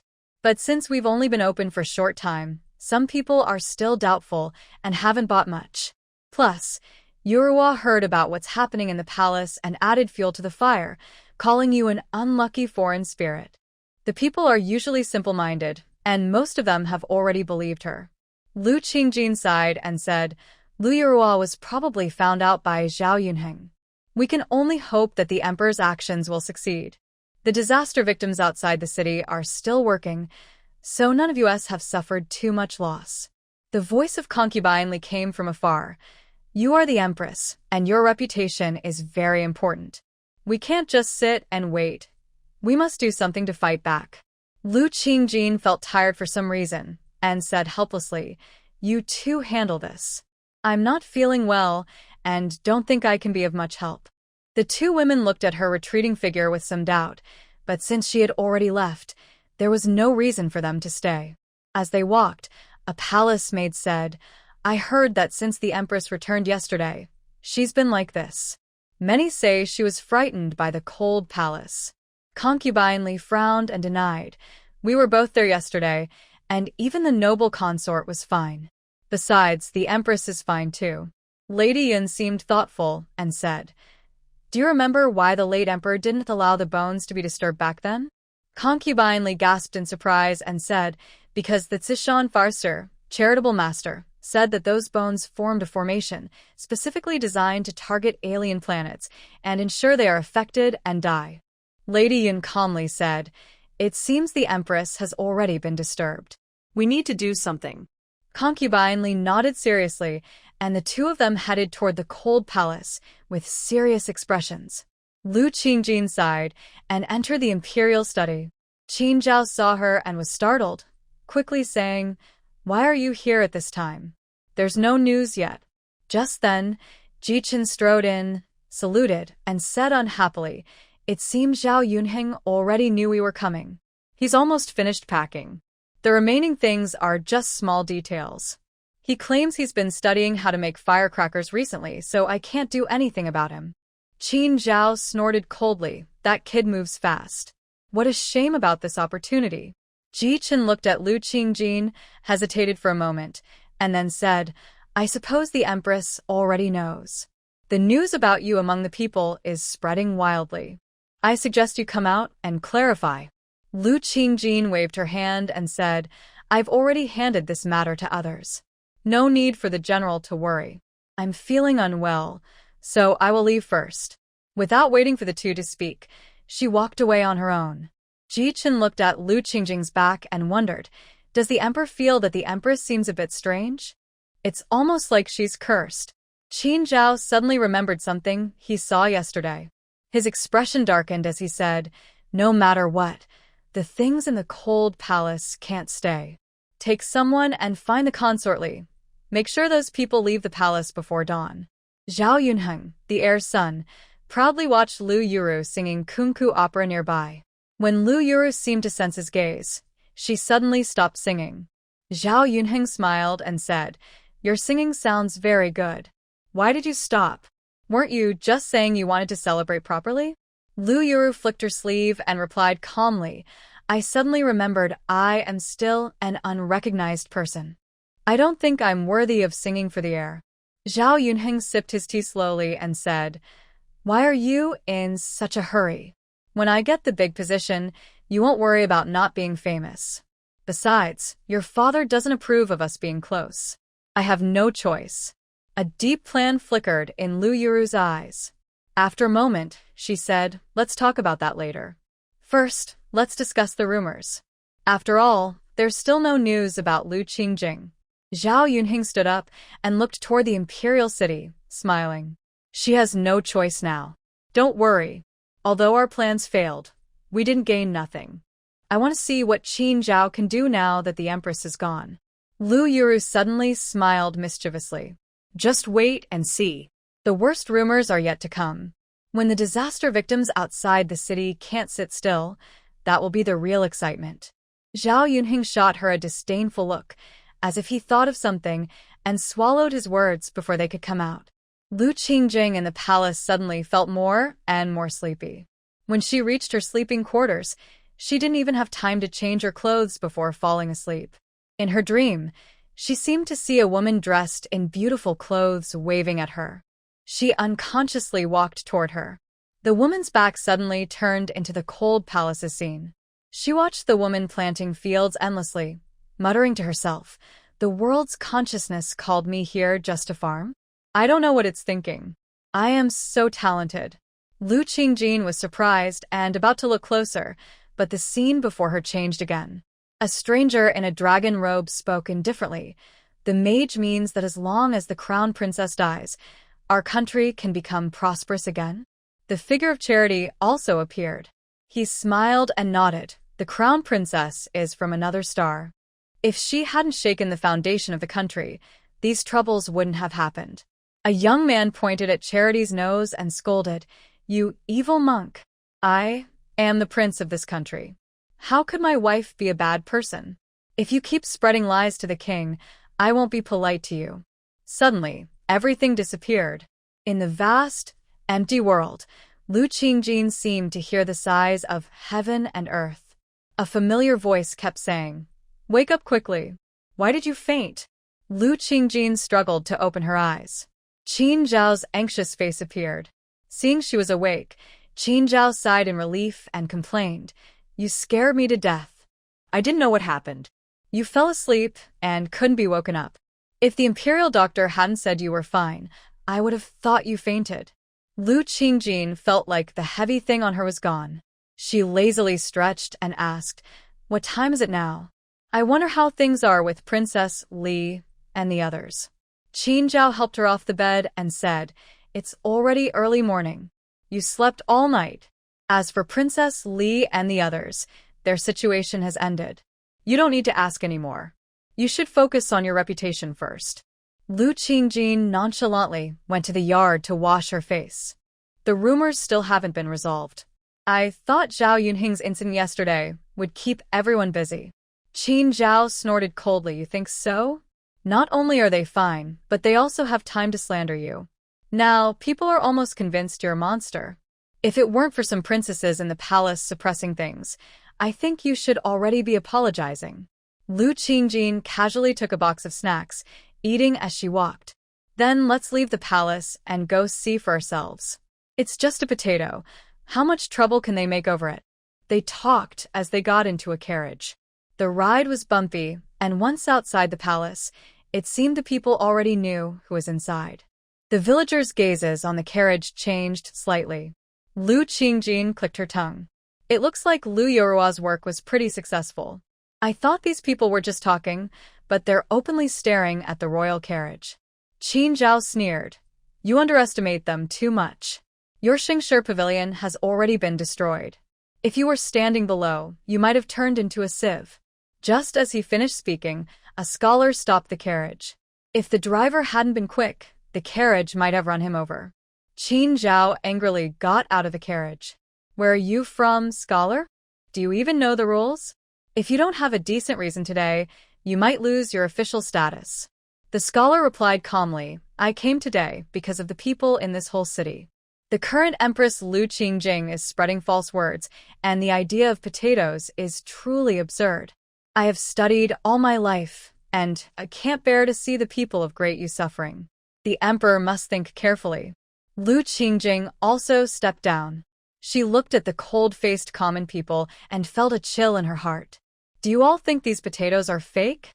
A brave woman spoke up boldly. "Of course they are. Your sister already said you don't understand farming at all. You're just trying to compete for favor. We common folks aren't like you. We need to work and earn money. You just speak nonsense about planting potatoes and eating potatoes. What are you thinking?" Lu Qingjing took a deep breath and loudly said, "I know you don't believe me. I came out today to prove that what I say is true. If you want to know the truth, follow me." A group of people looked at each other and then followed Lu Qingjing out of the city. Lu Yurua stood in a private room at a nearby tavern and asked, "Have the disaster victims outside the city been taken care of?" A maid behind her stammered, "I really don't know. Everything was fine earlier, but since this morning, no one has responded." Lu Yurua's smile suddenly disappeared. She angrily slapped the maid. "You wicked girl. Why didn't you say anything earlier? It's already this late. What else can I do?" The maid knelt on the ground, repeatedly apologizing. After scolding her for a while, Lu Yurua angrily left. After she left, a young servant came behind the maid. "You did well. Consort Li sent a message. Tomorrow morning you can go to the palace. 2 years from now, they'll find a good family for you. You won't have to suffer this kind of hardship anymore." The maid happily stood up and followed the young servant. Meanwhile, Lu Yurua, who had already walked far away, had long forgotten that there was still a maid behind her. Everyone arrived outside the city. The disaster victims were still farming, and a large patch of crops had already grown. They looked at the newcomers with curiosity. The leader came over and asked, "Your Majesty, is something wrong? Why have so many people come all at once?" Lu Qingjing ignored him and pointed to the distant fields, saying, "Did you see that? Those are potatoes. If I only wanted to compete for favor, I could just have you plant these. Why bother growing these other things? It's all for your sake, so you can have enough to eat." Everyone was unsure whether to believe her. Behind them, Qinglan brought out a plate of fried potatoes and shared it with everyone. Each person took a piece and tasted it. Lu Qingjing looked at them and said, "You've seen and tasted the potatoes, so you should know I'm not joking. These potatoes produce a lot. You can decide whether to plant them yourselves." Without waiting for a reply, she turned and walked away. The scholar behind her regretted it and beat his chest in frustration. Qin Zhao quickly followed, asking, "Are you angry? That doesn't seem like your usual personality." Lu Qingjing smiled slightly, with her lips pressed together. "I was just scaring them a little, and also giving Lu Yurua something to do. After all, I've been busy for so long." Lu Qingjing returned peacefully to the palace. However, Lu Yurua, who had just arrived, was having a hard time. A crowd surrounded her. The scholar from earlier rushed over without regard for manners and asked, "You told us the Empress didn't know anything, but look at these fields now. What are you really up to?" A maid nearby sneered and said, "You men are so clueless. It's obvious you're jealous of your sister. It's sad that we still trust her. Now we've become her pawns." Lu Yurua was furious but knew she was in the wrong. She quickly forced a smile and said, "My sister really didn't know anything before. I didn't expect her to be so successful now. As her older sister, I was just worried she might cause trouble. Now I feel reassured." After saying this, she sniffled and shed 2 tears before turning to leave. The people behind her watched her with different expressions and gradually dispersed. Lu Yurua, who had turned away, was no longer the fragile girl from before. She almost whispered through clenched teeth, "Let's go back to the mansion first. Send someone to tell the young master that it failed." A young servant nodded timidly and left. As he walked away, he glanced at the shop in the Jingqi pavilion nearby. Lu Qingjin happily took a big sip of chilled lotus seed soup and said, "This time, potatoes are more famous. Although the common people don't know that Shengshi Pavilion is ours, only Shengshi Pavilion has dishes made with potatoes in the whole city. It must be very popular." Qin Zhao chuckled and shook his head at the news he just heard. But this has also helped me a lot." I think Zhao Yunheng is almost furious. Lu Qingjin looked up in confusion and asked, "We only managed to defend successfully. I don't think it's enough to make someone so angry." Qin Zhao patiently explained, "The most important part of this matter is the refugees outside the city. He is probably using you to make the people notice the refugees. If the refugees rebel, they can take the chance to accuse me. If the bodies of the refugees are not handled promptly, it could cause a plague. Then they can sit back and benefit from the chaos." Lu Qingjin didn't understand all these complicated plans, but heaved a big sigh of relief. "It seems we are quite lucky. But I really can't handle this kind of thing. In the future, I will leave it to other consorts in the palace." Qin Zhao didn't reply, but continued drinking his tea. Xiao Fuzi at the door whispered, "Someone just brought news that Prince Li has already died from illness. The young master is too young to manage the fiefdom, and he's now on his way to the capital." Lu Qingjin looked up and shook his head helplessly. "You should go handle government affairs. I want to go see the vegetable garden. The new garden has no proper plan yet, but at least the old one should be well taken care of." After saying that, she left without looking back.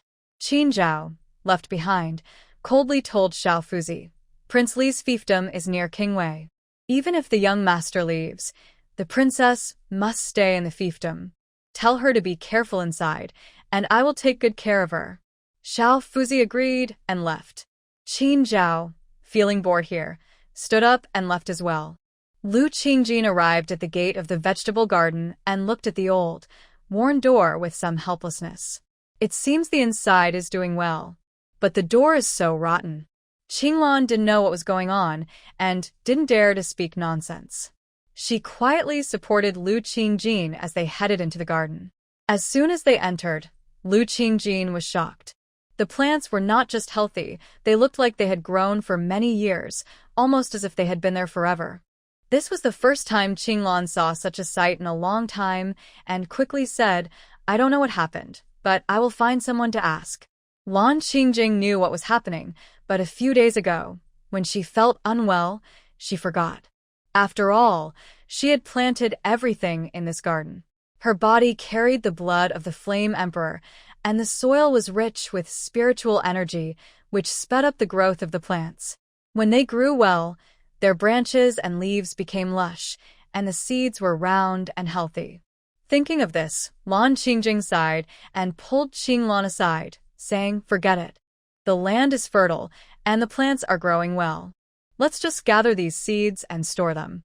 As soon as she finished speaking, a young entered. He looked surprised when he saw Lan Qingjing, then knelt down to apologize, saying, "Your Majesty, forgive me. I really don't know how to farm. I only water the plants daily. I don't understand why the vegetables in the garden are growing so big. I am of low status and rarely see your Majesty." Now this is how it has become. Lan Qingjing thought to herself that it was all her fault. She spoke gently. "Lush leaves mean the plants are healthy. You did a good job. Get up. Come with me, and let's see how the harvest is." The young stood up, looked surprised, and asked, "Your Majesty, what harvest? Aren't these plants just for viewing?" Lan Qingjing looked around and confirmed that everything was either cucumbers, peppers, or wheat. None were just for decoration. Then asked, "Why do you think this is just for viewing? Haven't we harvested anything from the garden since I arrived?" The young sniffled and said, "It's my fault. I am useless. I used to be the young master of a noble family, but now that the family has fallen, I entered the palace. I don't even know what kind of vegetables these are." Lan Qingjing sighed helplessly, thinking she was lucky she arrived early. "It's okay. Even if we can't eat them now, they still have seeds. At least nothing is wasted. Don't cry. Let's go and see the harvest." The young wiped his tears and led the way ahead, saying, "The cucumbers have been ripe for a long time. I saw they were about to fall, so I tied a string around them to keep them from dropping. Maybe you can take a look." Lan Qingjing slowly walked over. She saw yellowish cucumbers hanging on the green branches. She gasped and almost fainted. Shaking, she pointed at the string tied around the cucumbers and said, "You don't need to do that. Just pick all the yellow cucumbers. If you leave them for a few days, they will rot and be unusable." The young nodded quickly and started picking the cucumbers efficiently. Qinglan looked at the row of old cucumbers and sighed softly, saying, "These cucumbers are no longer edible. It's no use for the Empress to pick them. Maybe we should just throw them away." Lu Qingjin didn't think it was possible. She looked at the cucumber in her hand and said, "It's not that bad. Although the skin can't be eaten anymore, the inside is still good. The seeds are already quite mature." Soon, the little had placed all the cucumbers into a basket. Lu Qingjin sighed and carefully examined the cucumber vines on the shelf. She was surprised to see that the cucumber seedlings didn't look as withered and yellow as she had expected. She looked up at the little and asked, "Did you use something on these cucumber seedlings? I feel like something's not right." The little kept shaking his head. "I don't know much about farming. I only watered them, nothing else. I don't know why they're growing so well. I really didn't do anything special." Worried that Lu Qingjin might not believe him, he scooped some water and poured it onto the cucumber seedlings. Suddenly, a breeze seemed to through the air. Lu Qingjin squinted and gently sensed the surroundings. The spiritual energy in the air and the soil seemed to flow into the seedlings. In an instant, it was as if the seedlings had grown quite a bit. If Emperor Yan's bloodline could make the soil's spiritual energy help plants grow, then Emperor Huang's bloodline could use the spiritual energy in the air to the fullest. Lu Qingjin looked at the honest little with surprise. From his reaction just now, she could tell that he possessed only a small amount of Emperor Huang's bloodline, but even that was very precious. The little felt chills from being watched and stammered, "Is it because my watering method is wrong?" Lu Qingjin cleared her throat and shook her head. "No, you did very well. The plants in this garden are growing very well. From today on, you will be responsible for this place. Someone will come regularly to collect the produce. You just need to water the plants normally." After speaking, Lu Qingjin turned and left. The plants had absorbed enough spiritual energy and were no longer the ordinary plants that would die after a harvest. If everything went smoothly, these plants could live for many years. She saw no reason to stay any longer. Qinglan looked back with curiosity and asked, "Although the plants in the garden are still lively, this little is too unreliable. Your Majesty should consider it." Lu Qingjin smiled and waved her hand. "You don't understand. This garden is perfect for him. Anyway, we have no other plans. Let's go see if there's a place near the Imperial Flower Garden to plant something new." The two of them started searching everywhere. They looked for many days until Qin Zhao stopped them. In the Lu residence, Lu Yurua's handkerchief was almost torn apart. She listened to the other young ladies and smiled awkwardly, feeling uncomfortable. A young lady in white gently said, "You all should talk about something else. Can't you see Rua's face doesn't look good?" A young lady from a general's family smiled and said, "What does that matter? Just hearing about how wonderful Shengshi Pavilion is already makes you upset. If I mention the queen's hard work, she might faint." Lu Yurua's smile could no longer hold. She harshly said, "Zhou Wei, be careful with your words. If it gets back to the air, you better watch your position." Zhou Wei seemed to have expected this and said calmly, "It's already this late, and you still don't see the situation clearly. Let me tell you. My father has already been transferred under the Grand General's command. We are no longer under King Wei's control. You better be careful too.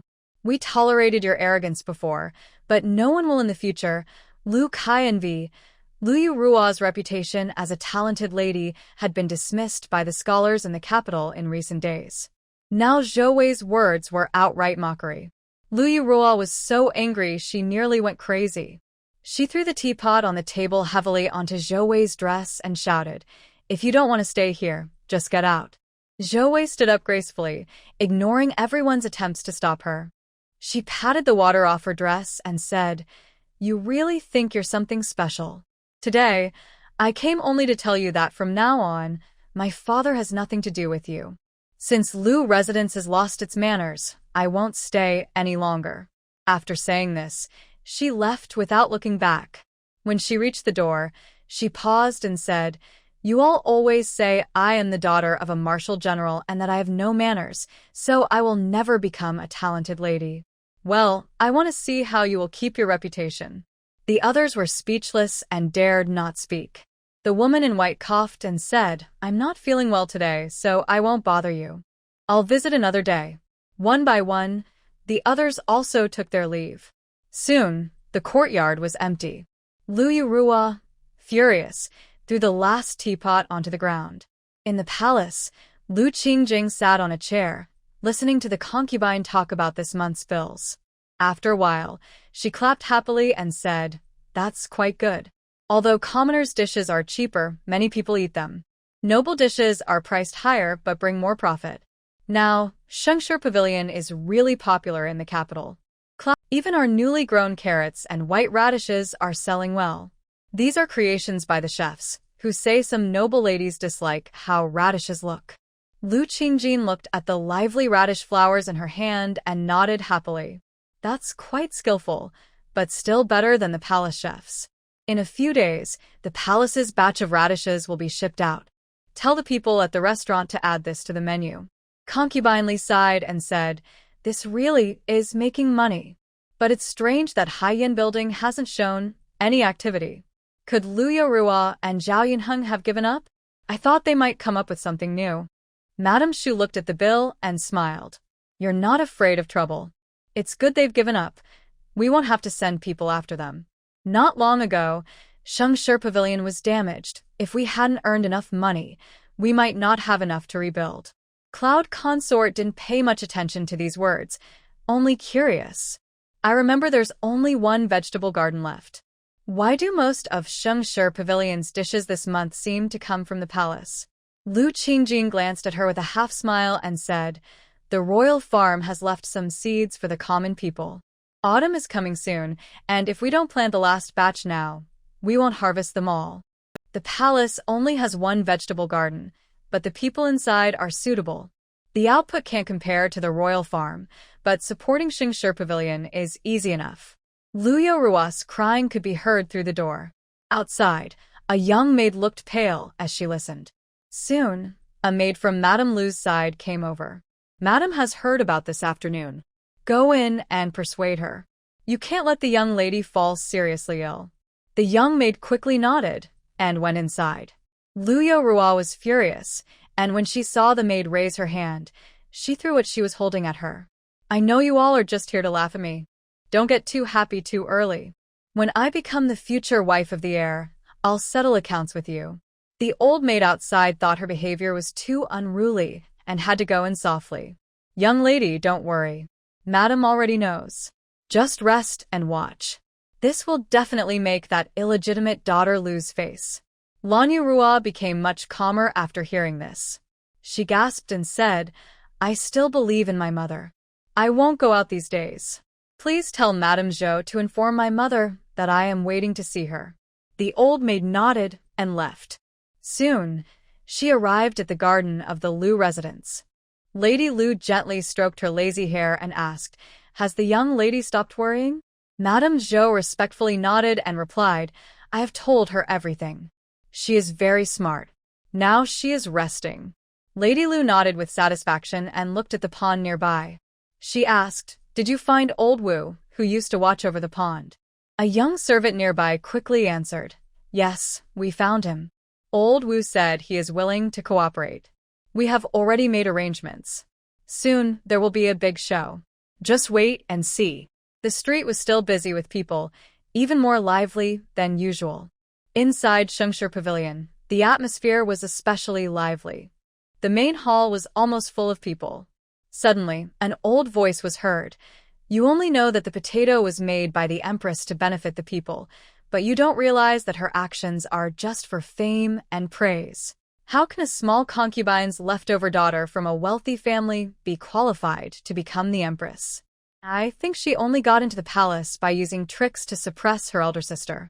Hearing this, others began whispering.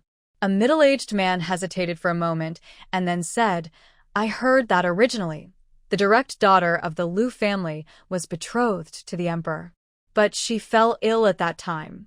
The royal marriage couldn't be delayed, so that's how the current concubine became the Empress.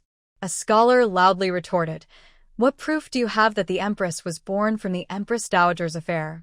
Are you trying to frame her with bad intentions? The old man snorted proudly and said, I was in charge of the pond in the Lu residence before. Most of the people there saw it. Lady Lu ran from the garden to her room half-dressed. If Lord Lu hadn't been kind-hearted, the Empress wouldn't have been involved in this. Hearing this, others looked even more strange.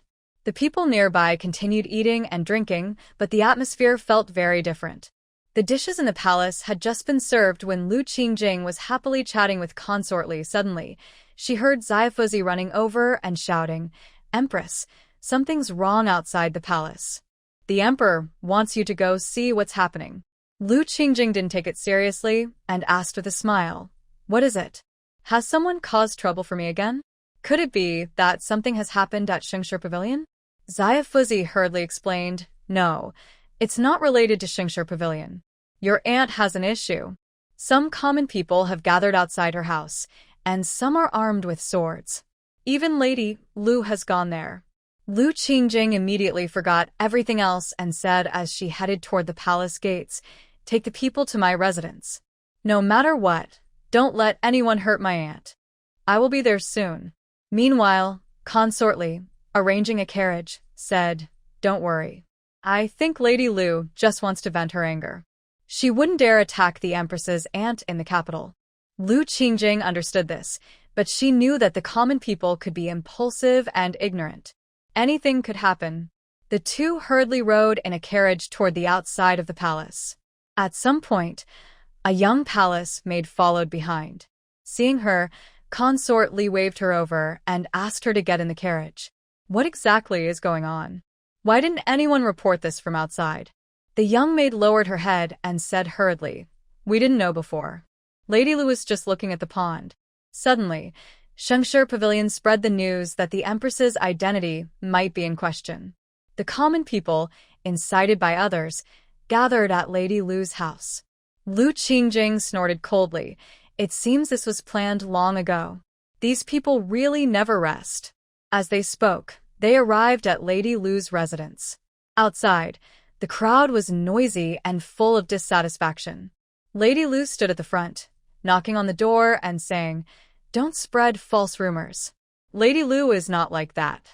I will call her out to speak with you. Lu Qingjing quickly got out of the carriage. That's enough. No need to trouble Lady Lu. If you have anything to say, just tell me. The crowd saw her arrive and started murmuring louder. The leading scholar hesitated before asking, Is this about moral principles? Or are we hoping the Empress can give us an explanation? Lu Qingjing waved her whip and asked, if it's true, what do you want? If it's not, then what are you waiting for? The scholar clenched his teeth before speaking. If it's false, we will apologize. If it's true, I hope your majesty will remove the queen herself. Even if Diyu's power is weakening, we cannot have such an improper queen. As soon as he finished speaking, others around him agreed. Lady Lu covered her mouth and smiled with ill intent. Suddenly, the gate opened, and Lady Lu, looking pale, came out. You really are good citizens of Diyu. Just gossiping here is one thing. But daring to doubt the queen? I swear here that the queen is definitely Lu Qi's daughter. If not, let me be struck by lightning. Everyone heard her swear so fiercely and were shocked. Seeing Lu Qingjing's face turn paler, they all left quickly. But Lady Lu stayed silent, standing there without moving. Lu Qingjing looked coldly at Lady Lu. It seems you've achieved your goal, madam. The sun is so hot, so please don't stay here. Go back. Lady Lu snorted and walked away without looking back. Her maid followed a few steps and then spoke. Madam, why not add more details? It's unfair that these two people managed to slip away. Lady Lu smiled as she walked. You still don't see the full picture. This is enough. Anyway, Lu Qingjing has already cut ties with the Lu family, who can still force her to do a blood test with the old master. These rumors are like dirty water in a basin. Once she's alive, she can't escape them. I want to see what face she'll show when she tries to compete for favor again. The maid quickly praised, Madam, you're so clever. Now Miss is finally relieved. She'll be happy when she returns. Lady Lu sighed and waved her handkerchief. Talking about my useless daughter makes me sad. She only wants to marry that young master. But that's risky. If the young master doesn't work out, she might have a chance to enter the palace. The maid looked around carefully before speaking. The treasury is empty now. I think even the Shengshi Pavilion has more money than the palace. Miss probably can't stand this hardship. Besides, Prince Wei is... well, he probably won't lose to the emperor. Lady Lu sighed tiredly. Who knows? I always feel this emperor isn't simple. It's better to be cautious. After all, the matter with that woman was our doing. If the old master finds out, he might side with someone. We need a backup plan. Here is the improved and translated version. As Lu Qingjing entered the yard, she was startled to see a garden full of red flowers and green leaves. There was even a large pumpkin hanging on a branch. She walked closer, looking at the tall pumpkin vine, and said, I only knew that the lady was good at embroidery before, but I didn't expect her to be so good at growing things. I thought this was in my own yard. Aunt Lu's face, which was pale, turned a little rosier. She gently moved the pumpkin leaves and said, It's all thanks to what you found. When I had free time, I researched many insect-repelling medicines. These were just for experiments. When I ran out of things to test, I let the plants grow naturally. Who knew they would grow so big now? Ever since she discovered the person with the yellow emperor's bloodline, Lu Qingjing had been full of hope. She gently touched the pumpkin leaves, feeling their texture. But she was disappointed. This was just an ordinary pumpkin, nothing special, just a bit larger than usual. Seeing her disappointment, Aunt Lu smiled and said, There are still many peppers, wheat, and loofah here that you brought. I even planted many of the flowers from your royal estate. Hearing this, Lu Qingjing looked up. Even the dense, lush leaves were intertwined. Unlike the garden grown from the bloodline of a young, this was carefully cultivated by Aunt Lu herself. Others could hardly imagine how much effort she had put into it. Lu Qingjing sighed helplessly and said, Auntie, you should take care of your health. These plants are just for fun. There's no need to worry so much. Aunt Lu looked at her with a nostalgic smile and said, You don't know. My two sisters also loved planting these things. Back then, I was impatient, but I still helped a lot. It's nothing special now. Lu Qingjing paused, casually plucking a persimmon to eat while saying, I don't remember you having sisters. Are you just saying that to make me less worried? Aunt Lu smiled helplessly and said, What are you talking about? There's nothing to lie about. I have an older sister named Wanfeng and a younger sister named Siminen. But they both died young, unlucky in this world. Since entering, the seemingly unnoticed Li Fei stood frozen for a moment after hearing this. After a while, she softly murmured those two names. Aunt Lu glanced at her, but said nothing. Lu Qingjin appeared unaware, walking deeper into the yard and saying, "What are you planting inside? It's so hidden. If I didn't have good eyesight, I wouldn't see it." Aunt Lu looked at Lu Qingjin, who was standing still, and sighed. "It's just some fun plants I grew to see. Now that everything is fine here, you can take your people and go back. There are still many matters in the palace to handle." Lu Qingjin seemed to want to say something, but Consort Li quickly grabbed her and smiled. "It seems Auntie is tired, so we won't bother you anymore. There are indeed many unfinished affairs in the palace." Lu Qingjin only came back to her senses when she was pulled onto the carriage. She said in disbelief, "The plants in Auntie's yard are. Did you see them?" Consort Li sighed and said seriously, "That's not a big deal. Although the laws of DU prohibit growing, many people still do it privately. However, the two names you mentioned, Lu Qian and Si Minin, are quite problematic." Lu Qingjin frowned and asked puzzled, "What's wrong with them?" I don't know either of these people. Consort Li sighed heavily and explained, "Wanfeng is the name of the former crown princess. As for Si Minin, she was a wanted person in the court. She was caught by Lord Lu Qi when the previous emperor was still alive.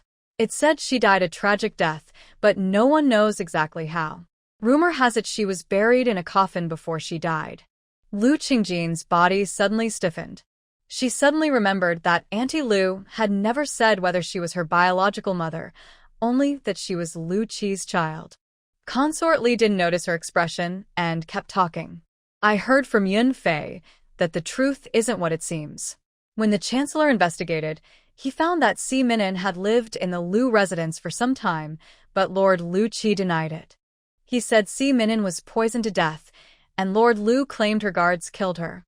Lu Qingjin interrupted her and asked, after she was found, "Where was Si Minin buried?" Consort Li paused for a moment before replying, "I'm not sure about that. But I heard the previous emperor was very angry and secretly threw Si Minin's body off a cliff. No one knows if it's true. Why do you ask?" Lu Qingjin forced herself to compose her expression. "Since she's Annie's sister, I have to ask. It would be better if she was properly buried. Annie shouldn't have to face everything alone." Consort Li quickly stopped her and said urgently, "Something's wrong today. Auntie said these things openly, without hiding. You must not speak of this. Si Minin was wanted for witchcraft and sorcery. She was one of the most dangerous people in the DU court. Everyone in the palace is terrified when they hear her name. Be careful." Lu Qingjin sat in her palace, feeling restless for quite a while. Only when Qinglan came in did she regain her composure. She frowned and looked at Qinglan, who hesitated before speaking. "Is there something else? Just tell me directly. No need to hide it." Qinglan slowly spoke up. "A few days ago, the master asked me to arrange for someone to send that young girl away. I had the inner court handle it. But today, I found out that the estate didn't receive her. The steward asked the inner court, but they couldn't give a clear answer. That's why I came to the palace. Your Majesty, see this." Lu Qingjin frowned and sighed. It seems the inner court didn't do their job properly, and just threw the girl outside the palace. Let's go to the inner court and find out. Although the city has become calmer recently, there are still many things to handle. It's better to find her quickly." Qinglan nodded and led Lu Qingjin to the inner court. When they reached the gate, someone recognized them. A timid young asked, "Your Majesty, why are you here?" We didn't know. Lu Qingjin felt something was off but usually didn't like to trouble the servants. She paused and spoke kindly, "I need to see the steward about some matters. You can go on your way."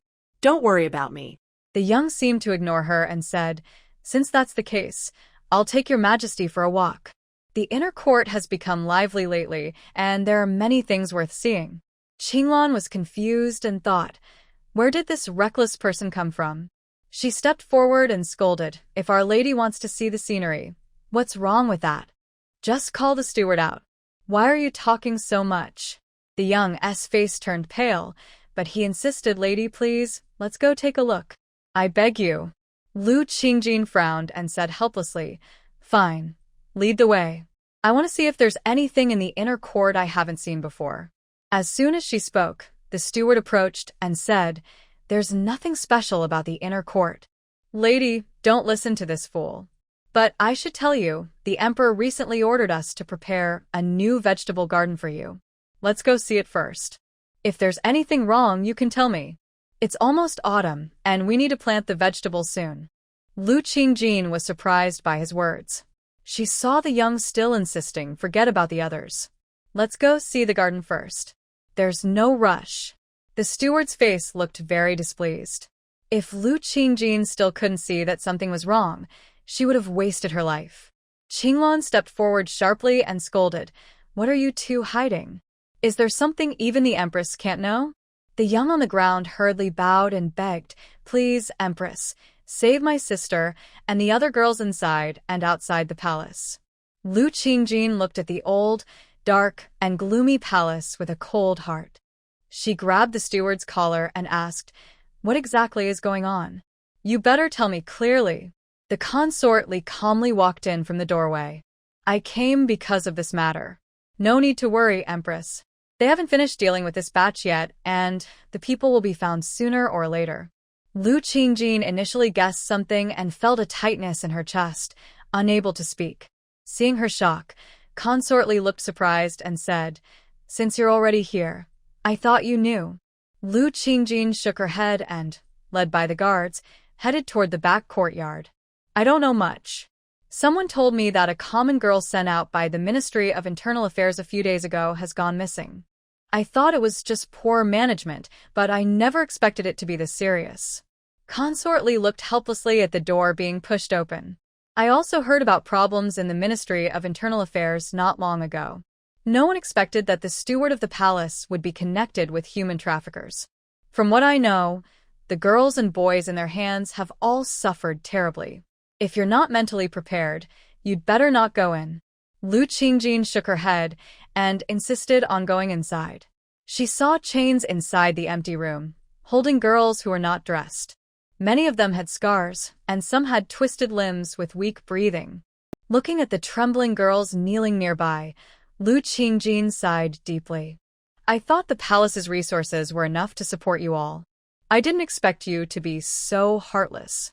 The steward, knowing he couldn't escape, sneered and said, If the late emperor were still alive, we wouldn't have to do such troublesome things. Now, the treasury is almost empty, and there's no more profit to be made. We had no choice but to do this. If there's anyone to blame, it's because you kept the palace so tightly controlled. Lan Qingjing closed her eyes, without speaking. The princess beside her sneered coldly, saying, People who harm others often have the ability to turn black into white. I won't argue with you. You should know that selling women into you is a serious crime. Just endure it quietly. Lan Qingjing ignored them and softly told the young, Starting today, you will be in charge of the Inner Affairs Office. Take your sister to rest now. I will find out the truth about this matter. The young nodded and left. The princess looked at Lan Qingjing and nodded. Within an hour, everyone in the Inner Affairs Office was sealed off. While the princess was investigating, Lan Qingjing quietly left. Qinglan followed her and asked curiously, Now that the bad people have been punished, shouldn't you be happy, Your Majesty? I saw that many palace maids are still safe. They are very grateful to you. Lan Qingjing gently opened the door to the vegetable garden. It was still lush with ripe fruits. She finally felt her chest's gloom ease a little. Sitting under the cucumber trellis, smelling the fresh scent, she said, This matter is definitely connected to that kind-hearted monk. I feel a bit helpless. They could live well, but they choose to suffer to achieve their own cultivation. Qinglan couldn't say anything and quietly weeded nearby. Seeing the large eggplants, Lan Qingjing suddenly smiled. I was overthinking. Others' cultivation is ultimately not our business. But we can't just let this go. Go and tell the other consorts to take strict action. Make sure no one dares to do this again in the palace. Qinglan agreed, bowed and left. The Shengshi Pavilion in the city is very popular now. Even eating a meal inside requires waiting a long time for a seat. So, there are many people standing and waiting everywhere in the hall. Suddenly, a group entered the door without saying a word and went upstairs. The staff seemed to ignore them and didn't greet them. A man nearby looked confused and asked, "Who are these people? Why did they go straight upstairs?" Maybe the shopkeeper didn't notice they sneaked in? Someone next to him, noticing his suspicious look, quickly stopped him and said, "Don't talk nonsense if you don't know. Shengshi Pavilion belongs to Lord Changlin. The ones upstairs are probably officials. They are not like us. Just wait in line honestly." The man still felt a bit confused and thought those few people just now looked like monks. He decided it was none of his business. Soon, both of them forgot about it, and no one else paid attention to this side. At the door of the private room, Charity shook his head at his attendant. The attendant wisely let him go inside alone. Inside the room, the old monk saw him and smiled, saying, "I didn't expect you to come here to see me. I was prepared to wait all day." Charity snorted and sat by the window. "My junior brother is young, but quite capable. He can sit in Shengshi Pavilion all day. I can't be your senior brother anymore. Just tell me quickly if there's something. I'm Buse." The old monk took a sip of tea and said, "What does age matter? I wonder how you keep your face from aging. That skill makes you tease others." Just then, the noise downstairs grew loud. A young servant entered and placed 2 plates of potato dishes and a plate of mushrooms on the table. Seeing both men watching the busy street outside, he smiled and said, "You probably don't know, but today is the day Princely is coming to the capital. I hear he's just a kid. Everyone is curious. He'll probably arrive soon." The old monk smiled, gave the servant a silver piece, and said, "Don't worry. Lord Changlin has already arranged everything. You can wait here all day without issue." After he left, Charity looked at the old monk thoughtfully. The old monk didn't mind and looked out the window. Soon, a carriage appeared. A chubby, round-faced child peeked out, seeming to see them upstairs or perhaps the cheering crowd. He squinted and smiled, looking incredibly cute. Charity glanced at him and shook his head. "What's the point of me seeing this? Neither of us are good people. We're just 2 fake monks tricking others." The old monk sighed deeply. "Yes, neither of us are good. I'm not good because I don't do good deeds, and you're not good because you've done too many bad things." The old monk slowly raised his head, tears shining in his eyes. Charity looked at his aged face, and his vision suddenly blurred. He remembered when they first met. Both were young boys fleeing from danger. They had fought over a steamed bun right away, both stubborn and fierce, hitting each other until they bled. Looking at the old face before him, a wave of sadness suddenly rose in his heart. After a long moment, he shook his head and said, "I understand what you mean, but I can't turn back now. You're already old, so just live peacefully and die quietly. It might be considered a good ending." After saying this, he left without looking back. The old monk remaining behind continued to watch the lively crowd outside the window, murmuring, "Master said from the first time he saw you that you wouldn't have a good ending. Now you're living longer than anyone else. I don't know if that's good or bad." Lu Qingjing was planting persimmon trees in a newly created vegetable garden. The soil there was still not very good. She struggled hard to plant a row of trees. She wiped her sweat and complained, "Why is there still sandy land in the palace? If other places were suitable, I wouldn't want to come here." Qingluan handed her a glass of water with a smile and said, "This used to be a fish pond in the old dynasty. Later, for some reason, people said the pond's feng shui was bad, so they filled it in, and now it looks like this. But the sand and stones at the bottom of the pond can't be helped." Both of them shook their heads helplessly. Just as Lu Qingjing was about to go back to plant more, she noticed something in the hole. Qingluan walked over and burst out laughing. She bowed politely and asked, "Why is Princely here? Didn't he just enter the capital today?" A small child, the prince, looked up happily at Qingluan. "Sister Qingluan, you're here too?" I didn't know. I heard the Empress likes farming. Before my mother went to the capital, she told me to behave well, so the Empress would like me. Qinglan's face instantly turned pale, but Lu Qingjing found it amusing. You don't even know the Empress. Why do you want her to like you? The prince, only about 5 or 6 years old, crawled out and said, Of course, because she's favored. My mother said that only by relying on the Empress can we survive. I'm a prince, and I will do my best. Lu Qingjing was momentarily stunned and felt a twinge of sadness. Qinglan knelt down and said, Please forgive us, Your Majesty. The prince is young and naive. Please don't take it to heart. At this moment, the small boy realized he had caused trouble. He stood there feeling a bit lost. Lu Qingjing sighed softly and gently took his hand.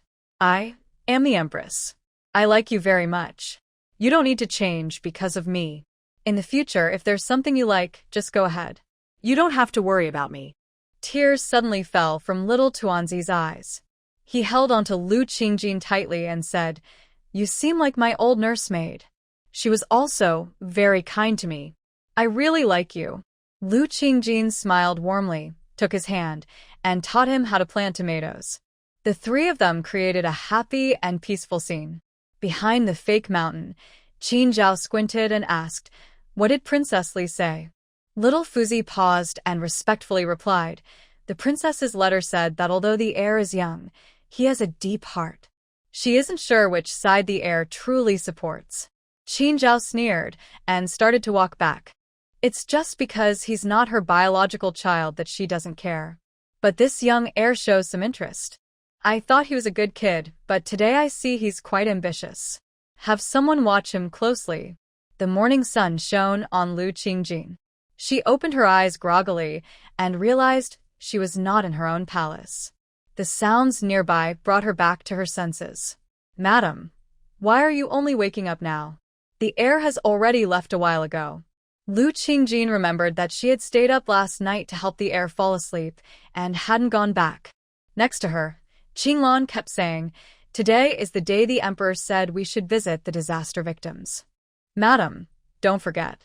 If you wait too long, you'll miss the carriage. Lu Qingjing stretched lazily and said, Don't worry. I remember. Yesterday, I already told the Leafy Eye to send someone to pick me up at Yongle Hall. Just pack up this room. Even though it's the heir's temporary residence, we can't be careless. Qinglan nodded and started tidying up. Soon, the sound of a carriage reached the door. Lu Qingjing went outside and saw Yunfei sticking her head out of the carriage, waving at her. She smiled and got into the carriage. Seeing the 4 consorts sitting properly inside, she paused and asked, Why are you all here? Didn't we agree on a secret outing? Xu Fei tugged at her clothes and said, Look at how simply we're dressed. It's still a secret outing. I also heard this morning that you and the heir from Lord Li are close. The palace is saying you plan to recognize him as your adopted son. Is that true?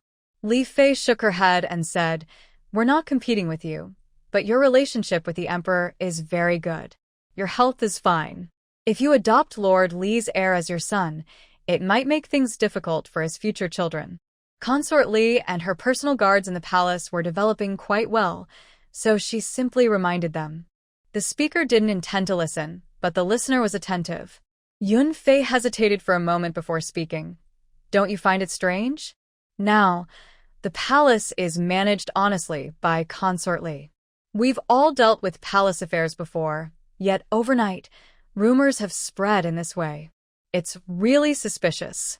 Lu Qingjing paused, silent. She could tell Yun Fei didn't want to talk more.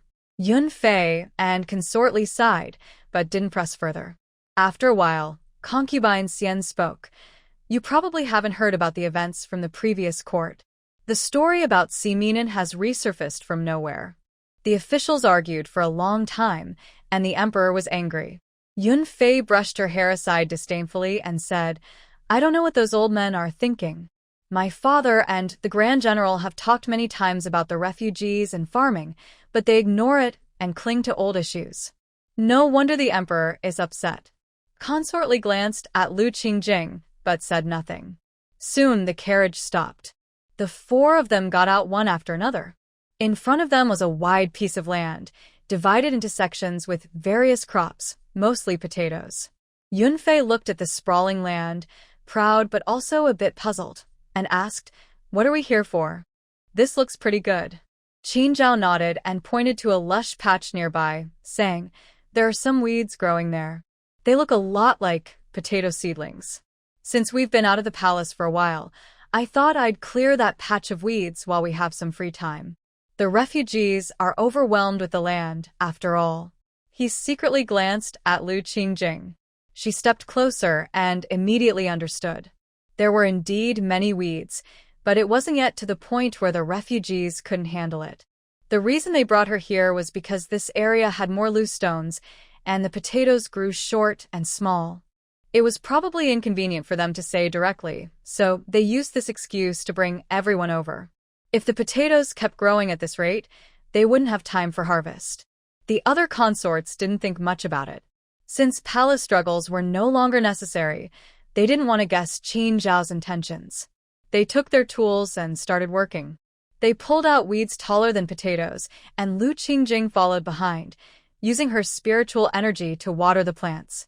Soon, the potatoes in that area looked much healthier. While resting, Concubine Shu said, "I'm not sure if it's just my imagination, but I feel like this potato has grown quite a bit larger than before. I think it's because it's been taken care of with more care." Lu Qingjing covered her mouth and smiled. "Anyway, we still need to finish this task. Everyone, work harder. Once we're done, we'll go to Xingshi Pavilion in the city to enjoy some good food." Everyone laughed. Concubine Shu teased, "It's because the Empress hasn't come up with anything new lately. I thought all the dishes at Xingshi Pavilion were created by the chefs." Yunfei carefully walked around the seedlings and said, "It's quite interesting. Let's try our best to get the Empress to invite us for a nice meal. When we go back, we should make sure she develops some new dishes."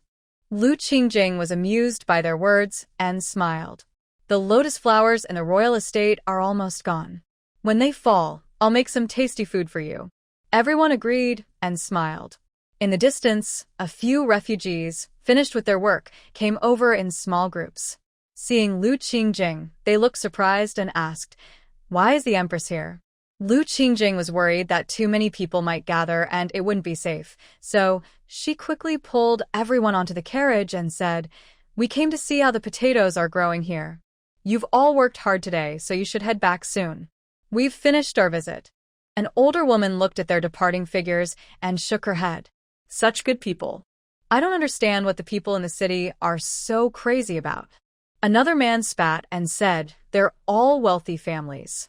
Once they're full, they go looking for trouble. I don't care what nonsense they talk. I only trust the Empress who feeds us." Others agreed, and a group of people swayed behind the carriage as they went to eat. Lu Qingjing finally relaxed when she got on the carriage. Yunfei fanned herself and said, "Fortunately, these refugees are decent. It's worth your effort. But the people in the capital are really hard to deal with. Your reputation isn't very good right now." Li Fei nodded in agreement. "That's right. It's all that Lady Lu's fault. Sadly, we can't do anything about her. It's so frustrating." Yunfei shook her head helplessly. "After all, she's Lady Lu, and her future son-in-law is the heir. We have to be careful. We should wait for a better chance. Acting rashly could lead to serious trouble." A few people quickly arrived at the back door of Xingshi Pavilion. The shopkeeper warmly welcomed them inside, saying, "I've heard that a few bosses are coming today. Everything in the restaurant is prepared. Please enjoy your meal, without worry." Qin Zhao nodded as he walked ahead. "Business here seems to be getting better. The backyard is much bigger than before." The shopkeeper glanced at him and said, "Of course. Some staff asked if we should open a branch, but there are only so many people in the capital. Opening another branch isn't necessary. We just expanded the place, and now it's just right." They quietly moved upstairs to a private room. The smell of spicy chicken made everyone feel energized. Li Fei and the others no longer looked at Qin Zhao with awe. They sat down and started eating. Even the concubine Xian, who had slept a long time in the carriage, was happily eating. Qin Zhao looked a bit displeased at the concubine sitting across from him. He picked up some spicy chicken with his chopsticks and placed it in Lu Qingjing's bowl. Eat more. I see you've lost a lot of weight recently. Don't worry about the rumors in the city. I'll have someone handle it in a few days. The other four exchanged glances and grinned. Concubine Shu coughed sarcastically and said, "The emperor should focus on the court affairs instead of worrying about the rumors about our empress." Concubine Xian looked up in confusion after swallowing her food and asked, "Aren't the rumors about Simeon also related to the empress?" Everyone was stunned. Qin Zhao thought carefully for a moment and realized no officials had ever linked the two matters before asking, "What did you hear?" "I don't remember any connection between those issues during the morning court." Concubine Xian looked at their puzzled expressions and suddenly felt something was off. It's a folk rumor that when Simeon died, she left behind a coffin. That's the current empress. I sent you all quite a few messages about this, but no one responded. Don't you all know? Yunfei looked at Lu Qingjing in surprise. What exactly is going on? Isn't Lady Lu just staying peacefully at her house? How did you suddenly become Simeon's daughter? Qin Zhao frowned, wanting to speak, but Lu Qingjing patted his hand and spoke first. Yes, I am Simeon's daughter, but I am also Lu Qi's daughter. This will be exposed sooner or later. I'm telling you now so you're prepared. The concubine hurriedly said, "This matter won't cause much trouble for now, but it might get worse later. The Empress is easy to handle in the palace, but Aunt Lu is in real danger. Maybe we should bring Aunt Lu into the palace." Initially, Lu Qingjing thought Aunt Lu was a weak woman, but when she remembered the mysterious poison and the marijuana in Aunt Lu's yard, she couldn't convince herself otherwise. After a long pause, she sighed and said, "You don't need to worry about Auntie's affairs. She has her own ideas. The most important thing now is how to guide public opinion." Just as she finished speaking, there was a knock at the door. Yun Fei went to open it. A young servant smiled and said, "The shopkeeper said that a monk introduced by Lord Changlin a few days ago left some things after eating. I've brought them here for everyone to see."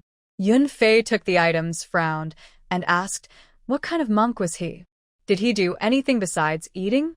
The servant looked a bit surprised and said, "Of course, he's an old monk with a face full of wrinkles, wearing a kasaya.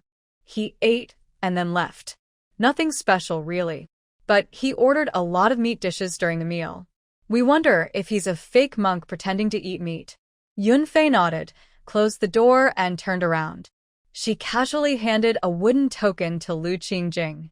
"It seems Lord Changlin has some issues too. But I don't know if Lord Yen and the Grand Marshal are aware of this."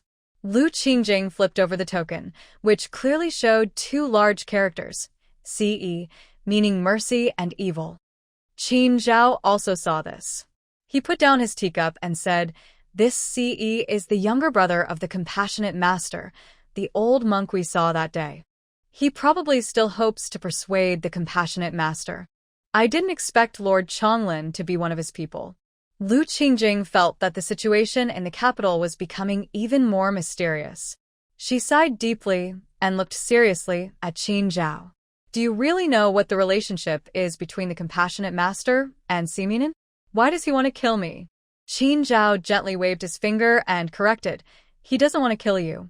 He wants to take you away or even kill you himself. As for Simeon, she probably has nothing to do with this." Li Fei glanced at Qin Zhao and added calmly, "But Simeon's sister has some connection to him. She's the former Crown Princess Luanfeng. She was personally killed by the Compassionate Master."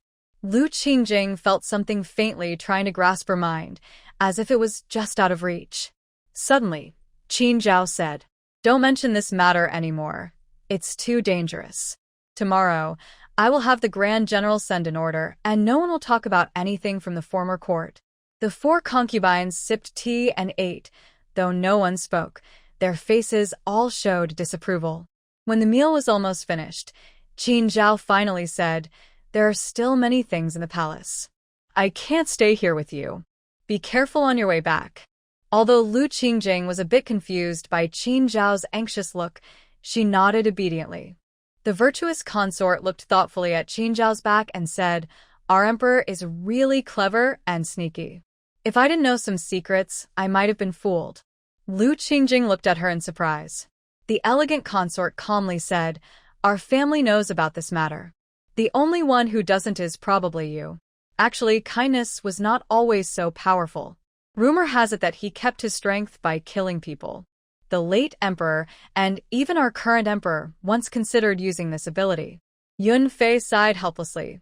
The Empress should not worry too much. It's just a rumor. But Master Sison, you must be careful. He truly gains his power through killing. We call him a master out of respect, but now he's even more crazy. Lu Qingjing asked softly, why was the crown princess, who was so noble at the time, easily killed? No one responded. They were all daughters of noble families and knew how cruel the truth was. When Lu Qingjing returned to the palace and sat down, she hadn't spoken before Qinglan outside the door scolded, "How do you do things? Do you need to bother the lady over such small matters?" Lu Qingjing frowned and went outside. She saw a few young palace maids kneeling on the ground. She sighed and asked, "What's going on?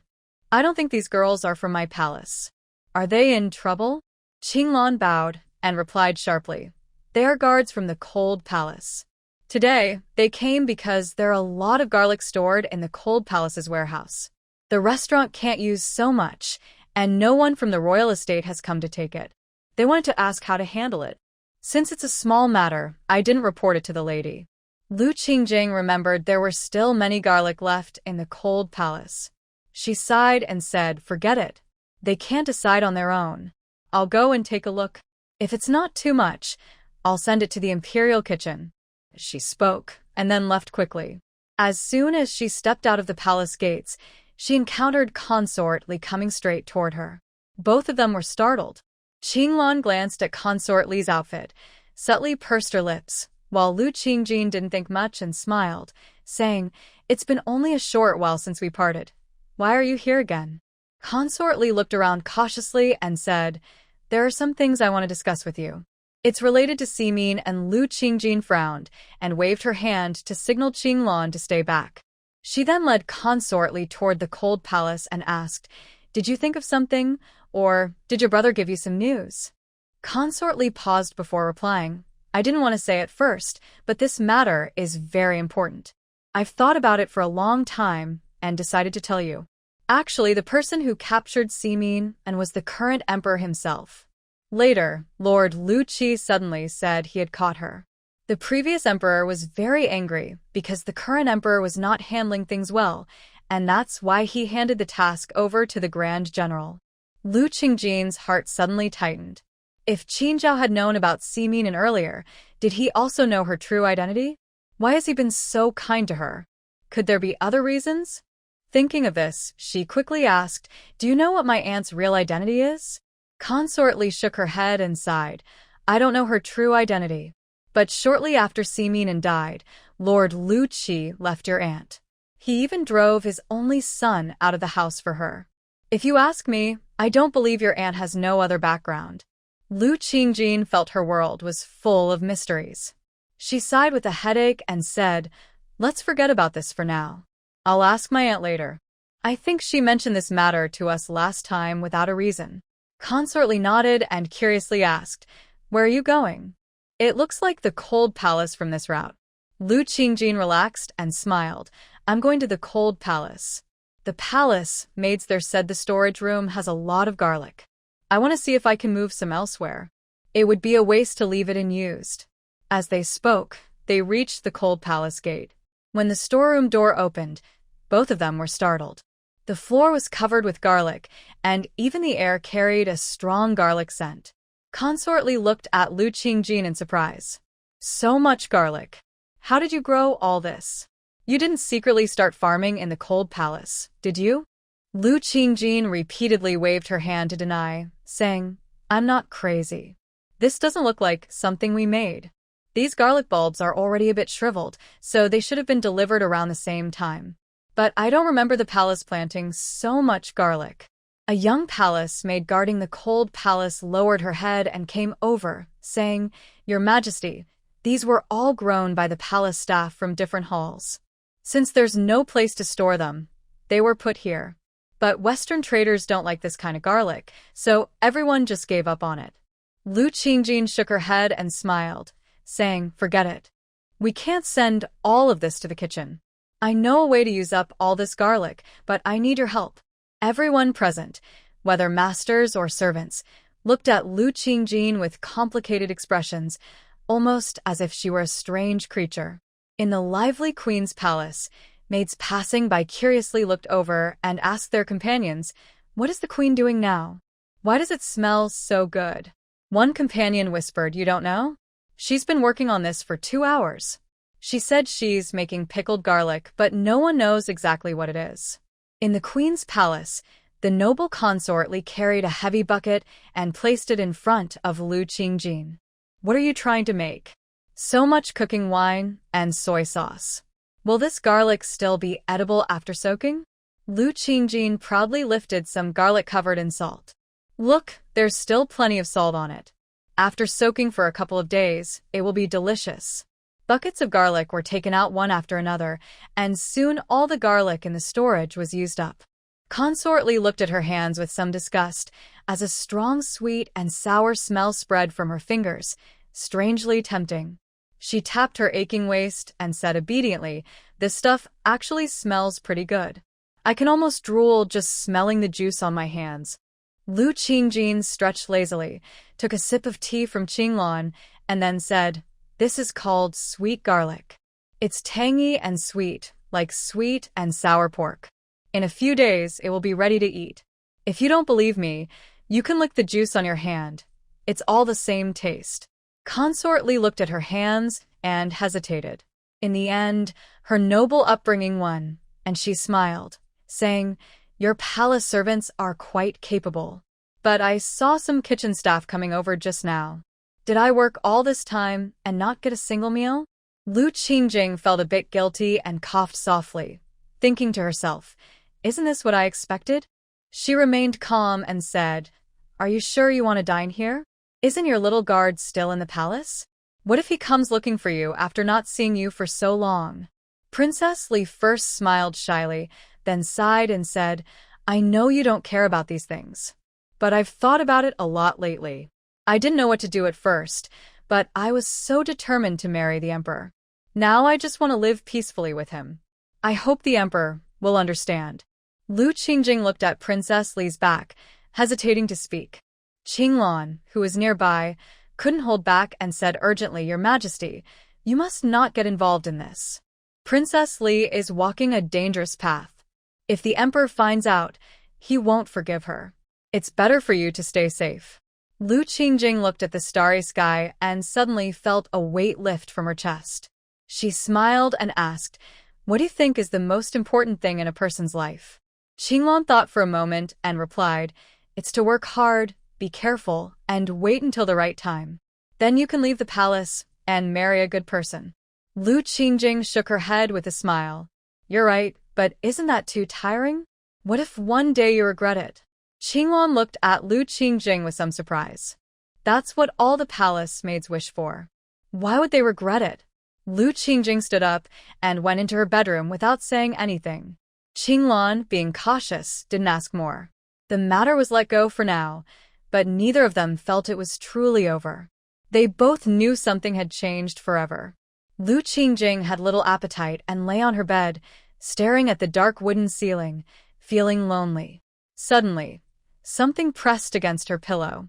She quickly turned over and looked. She saw a bamboo tube carefully placed under her pillow, probably because her pillow was soft and no one noticed it. Gently, she opened the bamboo tube and found a note inside. It was written in blood. "I have regained trust. If there is an urgent matter, Your Majesty can contact me." Lu Qingjin looked further, but found nothing else. She recognized the handwriting immediately. This was Xiaoling, who had been missing for some time. Carefully, she threw the note into the oil lamp. The remaining ash slowly floated out the window. Lu Qingjin first felt unsure of what she should do. She didn't know and couldn't imagine how Xiaoling had regained trust, but Xiaoling's actions were clearly for her benefit. She had no idea why these people were targeting her. There was a soft knocking outside the door. Lu Qingjin, not wanting to see Qinglan, casually said, "I'm tired now. Just tell the people downstairs to prepare some porridge and put it in the hall. You don't need to worry about anything else." Instead of leaving, the person outside opened the door. Qin Zhao's face appeared from behind the door. "Are you throwing a tantrum? Can I at least know why?" Lu Qingjin looked at his face and suddenly felt less upset. She smiled helplessly and said, "It seems you're not here to help me. Did you come here tonight because you didn't eat and want to mooch some food?" Qin Zhao sat down next to her with a smile. "I'm not interested in the plain porridge you make, but I really haven't eaten. I wonder if your majesty might honor me with a meal?" Lu Qingjin stood up helplessly and walked outside, saying, "You're not someone who begs for food, but forget it. I haven't eaten today either. So, I guess I might as well share my meal with you." Qin Zhao sat on a vine chair in the yard. The starry sky was still shining, and the gentle smoke rising from the kitchen made the night less cold. Lu Qingjin's voice drifted faintly. "Look at you coming so late. I already told everyone in the palace to rest. If you had come earlier, I wouldn't have had to work so hard myself." She brought out 2 bowls of noodles. Qin Zhao looked at the dark noodles in front of him with some dislike. "Your cooking always looks so ugly. Can't you make it look better? It's hard for me to have an appetite." Though he said that, he still picked up his chopsticks and started eating because of the delicious smell of the fried sauce noodles. The thick sauce had blended perfectly with the noodles, and the cucumber strips on top added a refreshing taste. Lu Qingjin watched Qin Zhao eat without much grace and couldn't help but smile. "You have such a good appetite. Just now, you were complaining that my food was ugly, but now you're eating so happily." As Qin Zhao ate, he suddenly felt a sweet, sour, and spicy flavor in his mouth. He swallowed and looked puzzled. "I only see cucumber strips in here. How come I tasted garlic just now? You haven't put something strange inside, have you?" Lu Qingjin turned over the noodles in her bowl and picked out a white piece, saying, "This is pickled garlic I made today. To let you eat it sooner, I chopped some up. What do you think?" Qin Zhao recalled the feeling from earlier and awkwardly said, "It's okay. You did a good job.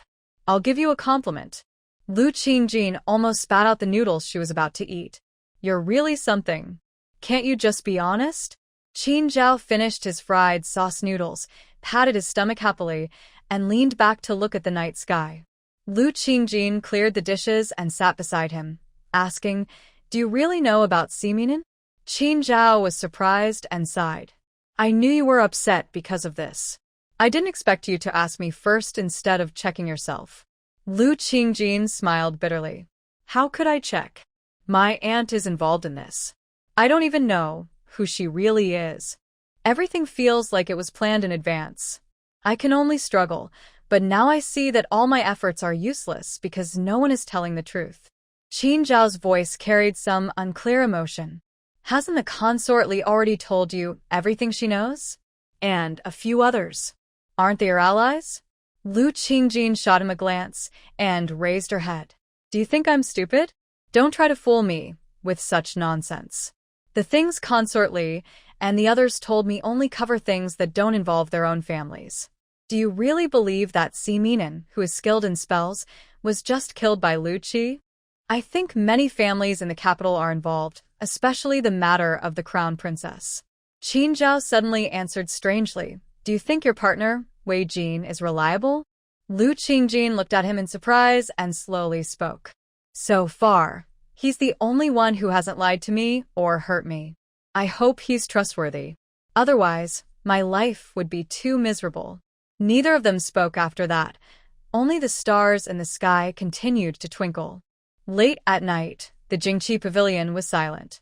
Soon, the sound of footsteps echoed from nearby, faint and distant, carried away by the wind. What's the meaning of the general's words? "We've been hiding outside Jingqi Pavilion for almost half a month, but we haven't seen anything," the faint footsteps said. Another voice lazily said, "The general hasn't said anything, so don't complain. Let's just watch this place carefully. Old Wang and the others have come to change shifts. Let's hurry up and leave. There are too many people on the street, which might cause suspicion." The shopkeeper of Jingqi Pavilion quietly looked outside and saw no one left. He then crossed 2 streets and gently knocked on the door of a house. Inside, a small voice asked, "Is there a tail behind you?" The shopkeeper shook his head firmly and knocked twice more. The door creaked open, and he asked as he stepped inside, "Is the young master here?" A young guard nodded and whispered, "Not only is the young master here, but quite a few guards are inside, including some gentlemen. Be very careful. The young master isn't in a good mood." The shopkeeper entered the hall, bowed, and said, "Jingqi Pavilion has been noticed by others. I fear action might happen soon. I came here to ask whether we should close Jingqi Pavilion." Many elderly men in their 50s and 60s stared at him intently. One of them slammed down his teacup and asked, "Jingqi Pavilion is an important contact point in our capital. If we close it, not only will we lose a lot, but all connections with other groups will be cut off. Will you take responsibility for that?" The shopkeeper simply looked steadily at Wei Jinji, showing no concern for the elder's words. Wei Jinji looked up and said, "Sir Wen, please don't be angry. This is a matter of the organization. As the person in charge, I can't let the organization suffer losses." His words carried a strong warning. For a moment, no one in the hall spoke. The shopkeeper glanced at others and then said, "The items you asked us to prepare are ready. We can set out in a few days." Sir Wen cleared his throat heavily and said, "Young master, are you confused? It's already this time, and you're still planning to leave? The Crown Prince of Wei is about to succeed. If we don't seize this opportunity, it will just give others an advantage." Just as he finished speaking, a clear voice came from outside. "Sorry for being late. I thank everyone for waiting." A kind-looking monk walked in from outside. However, everyone present looked displeased upon seeing him. Wei Jinji frowned and said, "What exactly is the monk here for? You better tell us the reason, or don't blame me for seeking revenge for my mother today." Charitable person sat quietly beside Wei Jinji, smiling indifferently upon hearing the news. "Young master, your anger seems to be growing stronger lately. I won't say more, but the Prince of Wei's heir wants the gunpowder in your hands." Wei Jinji almost sneered. "What? Is this place already the Prince of Wei's private garden? He can take whatever he wants from us with a single word. Does he think we are so easily looked down upon?" Charitable looked at his cup, the light reflecting off it making it hard to see the elegant woman carved on its surface. He sighed and said, "This kind of thing benefits everyone. I believe your mother in heaven wouldn't want her child to suffer. Wouldn't it be better if someone else handled this?" Wei Jinji looked at Charitable, smiling as he raised his cup, but his face was grim. Mr. Wang, sitting nearby, hesitated and said, "If we give all this to the heir, what good will it do us? Or what guarantees can he give us?" Charitable's smile grew wider. He said carefully, "He can promise to overthrow this great you and make your enemies die." Wei Jinji suddenly thought of Lu Qingjin's face. He closed his eyes helplessly and said, "We need to think about this." Charitable nodded and stood up to leave. Others seemed to want to say something, but seeing the stern look from the shopkeeper, they closed their eyes and quietly left the room. When the last footsteps disappeared, Wei Jinji softly asked, "Do I really have to agree to this?" The shopkeeper sighed and hesitated before replying, "Although you must agree, how much you give them is up to you." Wei Jinji gently rubbed the patterns on his cup, without speaking. The night deepened, and whether his intentions were sincere or not, some of the gunpowder had already been moved elsewhere. In the morning, sunlight shone so brightly on Lu Qingjin that she could hardly open her eyes. She stretched lazily and turned her head, meeting Qing Lan's disapproving gaze. Lu Qingjin looked a bit guilty and smiled. Qing Lan sighed and said, "I don't mean to interfere, but how can you sleep in such a place? It's no longer midsummer. If anything happens, you'll need medicine." Lu Qingjin took the cup Qing Lan handed her, rinsed her mouth, and said, "All right, I understand. Tell the kitchen not to prepare anything. I ate too much last night and have no appetite. I'll go to Lian Palace to see the consort." Qing Lan watched her rush off and sighed, then went to have breakfast by herself. Lu Qingjing walked while thinking about how to have the noble consort send someone to watch over the concubine. Soon, she heard a soft, sweet voice behind her. Your Majesty, where are you going so early? Lu Qingjing turned around and saw a fair, tender little face looking up at her. The bright, clear eyes seemed to lift everyone's mood. She smiled and replied, I have something important to discuss with the noble consort. Would you like to come with me? The little one lowered his head and sighed maturely. I've already walked a long way just to find you. I'm worried I won't make it to Lian Palace. Lu Qingjing chuckled softly. Don't worry. We can walk slowly together, and we'll get there eventually. She took the little one's hand, and they peacefully moved forward. The news had already reached Lian Palace. Xiao Cui, feeling a bit worried, suggested, Your Majesty, maybe you should pretend to be sick. The Crown Prince can't see you now. Everyone knows the Crown Prince is always by that person's side. Although the noble consort looked serious, she insisted, I can't hide forever. Besides, Empress is very clever. If I show any signs of suspicion, I'll be suspected. The Crown Prince is only about 5 or 6 years old. Do I have to hide from a child? Xiao Cui still looked worried and said, But I've heard that, although the Crown Prince is young, he's very clever and cunning. If it weren't for that, the Emperor wouldn't have brought him into the palace. Here, the consort looks at the items and recognizes them. She remembers that her father's wooden carving was buried with him. She is surprised that the other person still keeps it. The consort's expression flickers with some strange feeling. She pretends to stay calm and says, Young master, you are joking. This is just a small ornament. If it makes you sad to see it, you can take it away. It's not an important thing. The little boy pauses, bows to Lu Qingjing, and says, I just remembered it's almost time to go to the study. I won't stay with the lady anymore. Lu Qingjing nods and doesn't mind much. But when the boy reaches the door, he suddenly stops.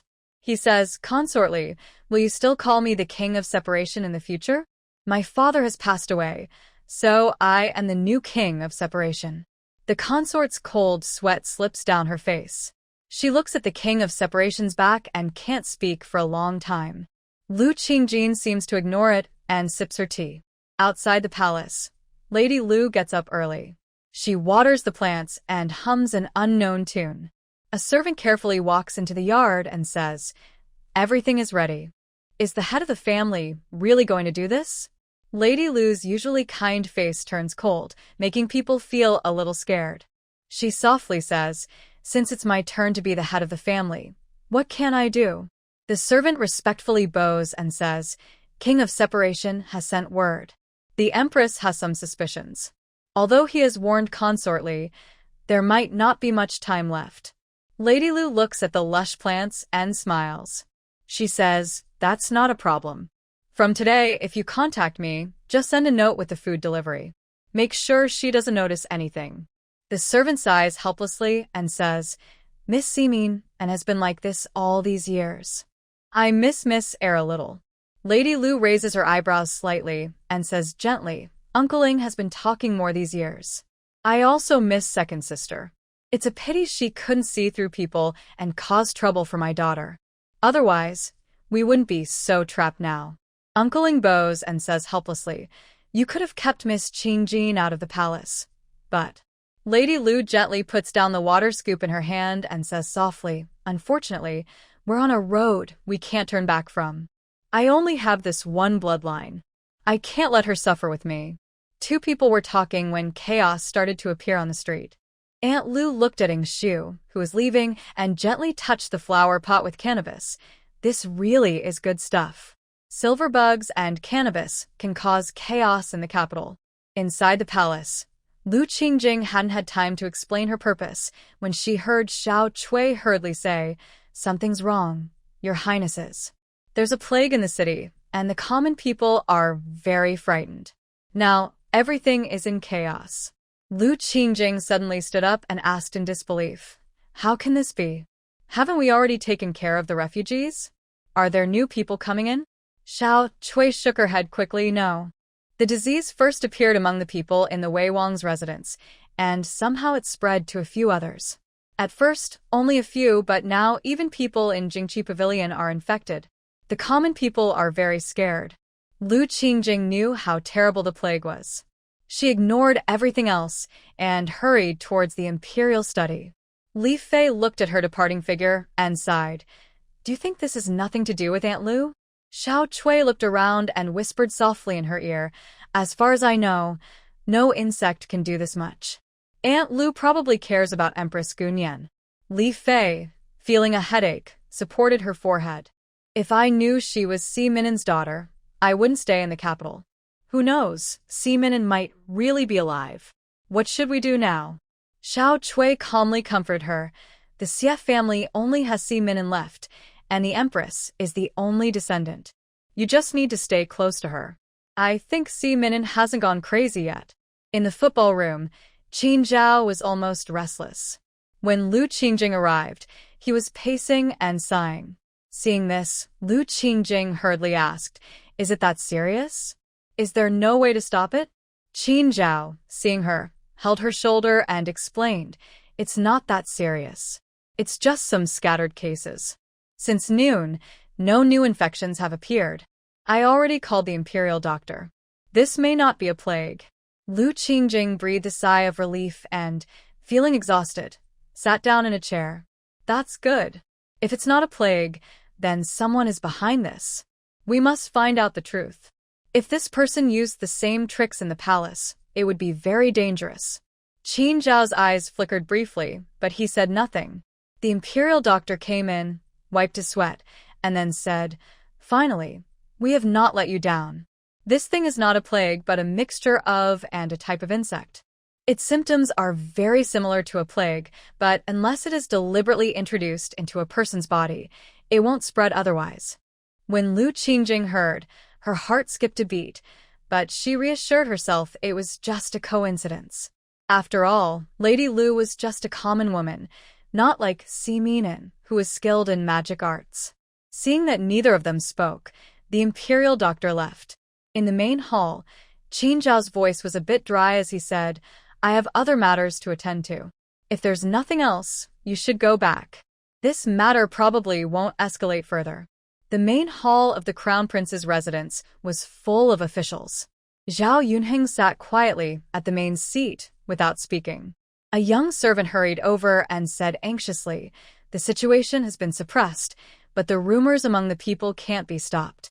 Many of our people have died, and we are running out of manpower. A middle-aged man looked around several times before awkwardly saying, We are officials who haven't gained the Emperor's favor. Now that the Crown Prince is in trouble, I should help, but my strength is limited. I won't bother you anymore. As soon as he finished, several others stood up. The others looked around but decided to stay. Zhao Yunheng placed his teacup down heavily and said, If anyone is still unhappy, they can leave directly. I am not lacking dedicated people. Everyone looked around but didn't leave, and no one spoke. The young servant bowed and withdrew. Zhao Yunheng nodded and said, Since everyone has stayed, I believe you trust me. I won't say much more. The method of poisoning my people with magic toxins, I think you all know who did it. Let's make that person pay a price. An old man stroked his beard, looking very displeased. It's not that we don't want to help the Crown Prince, but you don't understand the Xie family, especially Si Min. If we can avoid offending her, we should. Zhao Yunheng tapped the table and smiled faintly. Old sir, what you said makes some sense. I've heard about Si Min and's reputation too. Let's settle this score on someone else's behalf. After saying that, he left without looking back. The remaining people sat in thought, all with pale faces. Lu Qingjing returned to the Queen's palace and felt somewhat restless. Qingluan wanted to ask what had happened but was stopped by someone pressing her shoulder. When she turned around, she almost shouted in surprise. The person shook their head to signal her not to make a sound. Qingluan nodded quietly and left, closing the door behind her. Lu Qingjing stared blankly out the window, not reacting immediately. It wasn't until the person behind her said helplessly, Your Majesty, what's wrong? Your caution is too high now, that she snapped out of her daze. The familiar voice made Lu Qingjing turn her head quickly. Sure enough, it was a familiar face. She asked happily, How did you come here? Didn't you say you had regained trust? Did something happen at the charity organization? Xiaoling shook her head and sat on a nearby chair. Nothing serious. I just had some free time to come see you. There have been many things happening lately, and I wanted to see if I could help you. Lu Qingjin smiled gratefully. I know you chose this path mostly for me. You should stay out of these matters. After all, there's now another concubine, Lu Yinyang. If she's not good, she might accidentally hurt you. Xiao Ling handed her something while saying, I can't let others know about what I brought this time. Be very careful. This is something I worked hard to get. Take a look and see if it's useful. Remember, don't trust everyone in the palace. Don't investigate past matters anymore. Lu Qingjin looked at her departing figure with some curiosity. Carefully, she opened the letter she held. It was neatly written about Simin and the Xie family. Even a little information was enough to be shocking. She put away the letter with a sigh of helplessness. Suddenly, Qinglan's voice came from outside the door. The things from the imperial farm have arrived. Your Majesty, come and take a look. They probably won't be fresh for long. Lu Qingjin collected her thoughts and went outside. In the yard, several large iron buckets were filled with muddy, strange substances. Qinglan, though standing nearby, looked disgusted. Lu Qingjin reached out and grabbed a piece of lotus root, which was white with a slight yellow tint. It was surprisingly clean after being out of the water. She looked at Qinglan with amusement. These are edible things. Let's gather them and send them to the kitchen. Come, let's cook something together. Long strips of lotus root were pulled out one by one, still full of life, which made Lu Qingjin feel especially comfortable. Qinglan was chopping the lotus root while saying, Sometimes I really find it strange. You love farming but also enjoy cooking, like you like both creating and destroying. Lu Qingjin calmly placed the chopped lotus root into a plate and continued chopping peppers. You're also quite strange. You say you want to stay out of trouble and honestly marry someone, but secretly you're involved in charity work and contacting my aunt. Qinglan paused briefly, then suddenly became angry. The pot had already been cleaned, and Lu Qingjin poured oil in, making a loud sizzling sound. Amidst this noise, Qinglan slowly spoke. I'm not lying, but I did those things. Don't worry too much. I only sell information, and I'm not connected to any major power. You're still my master. Just tell me if you need anything. Lu Qingjin calmly mixed the lotus root with the peppers and poured it into the pan. The spicy, fragrant lotus root emitted an enticing aroma. Qinglan said as she walked away, There's nothing wrong with that. If luck is on our side, we won't have to work so hard in the future. If luck isn't with us, we might even get ahead of the Empress. Lu Qingjin sighed silently and said quietly, I won't talk about this anymore. Take these to the different palaces and come to my room tonight. Qinglan nodded politely and left. Lu Qingjin sat alone in the hall, feeling speechless. When Qin Zhao entered, he saw Lu Qingjin looking tired and asked with a smile, What's wrong? Did someone offend you? Lu Qingjin handed him a bowl of rice and said with a smile, I am the Empress. Who in the palace would dare offend me? This is freshly made stir-fried lotus root. Eat some while it's hot. If you like it, maybe next year you can plant more. Qin Zhao picked up some with his chopsticks and put it in his mouth. Unlike the crispness of lotus seed or lotus root slices, the lotus root strips had more chewiness. Paired with spicy chili and sauce, it had a unique flavor. Lu Qingjin watched him happily and said, You always like spicy food, but you don't seem to be able to handle much heat. Qin Zhao ate casually and said, Just drink more water later. Consort Li of Liyun Palace was calmly drinking tea, while nearby Consort Yun looked uncomfortable and said, In the end, this is our fault. If Simi and truly intends to seek revenge, I doubt anyone in my family can escape. Consort Li put down her teacup and coldly looked at the gradually darkening night outside the door. Betrayal, cruelty, these words are not too much to describe the current major families. If the Xie family really wants revenge, it's understandable. Consort Yun clenched her teeth and said helplessly, I know you're right, but back then, it was a chaotic time. Moral rules had to be set aside.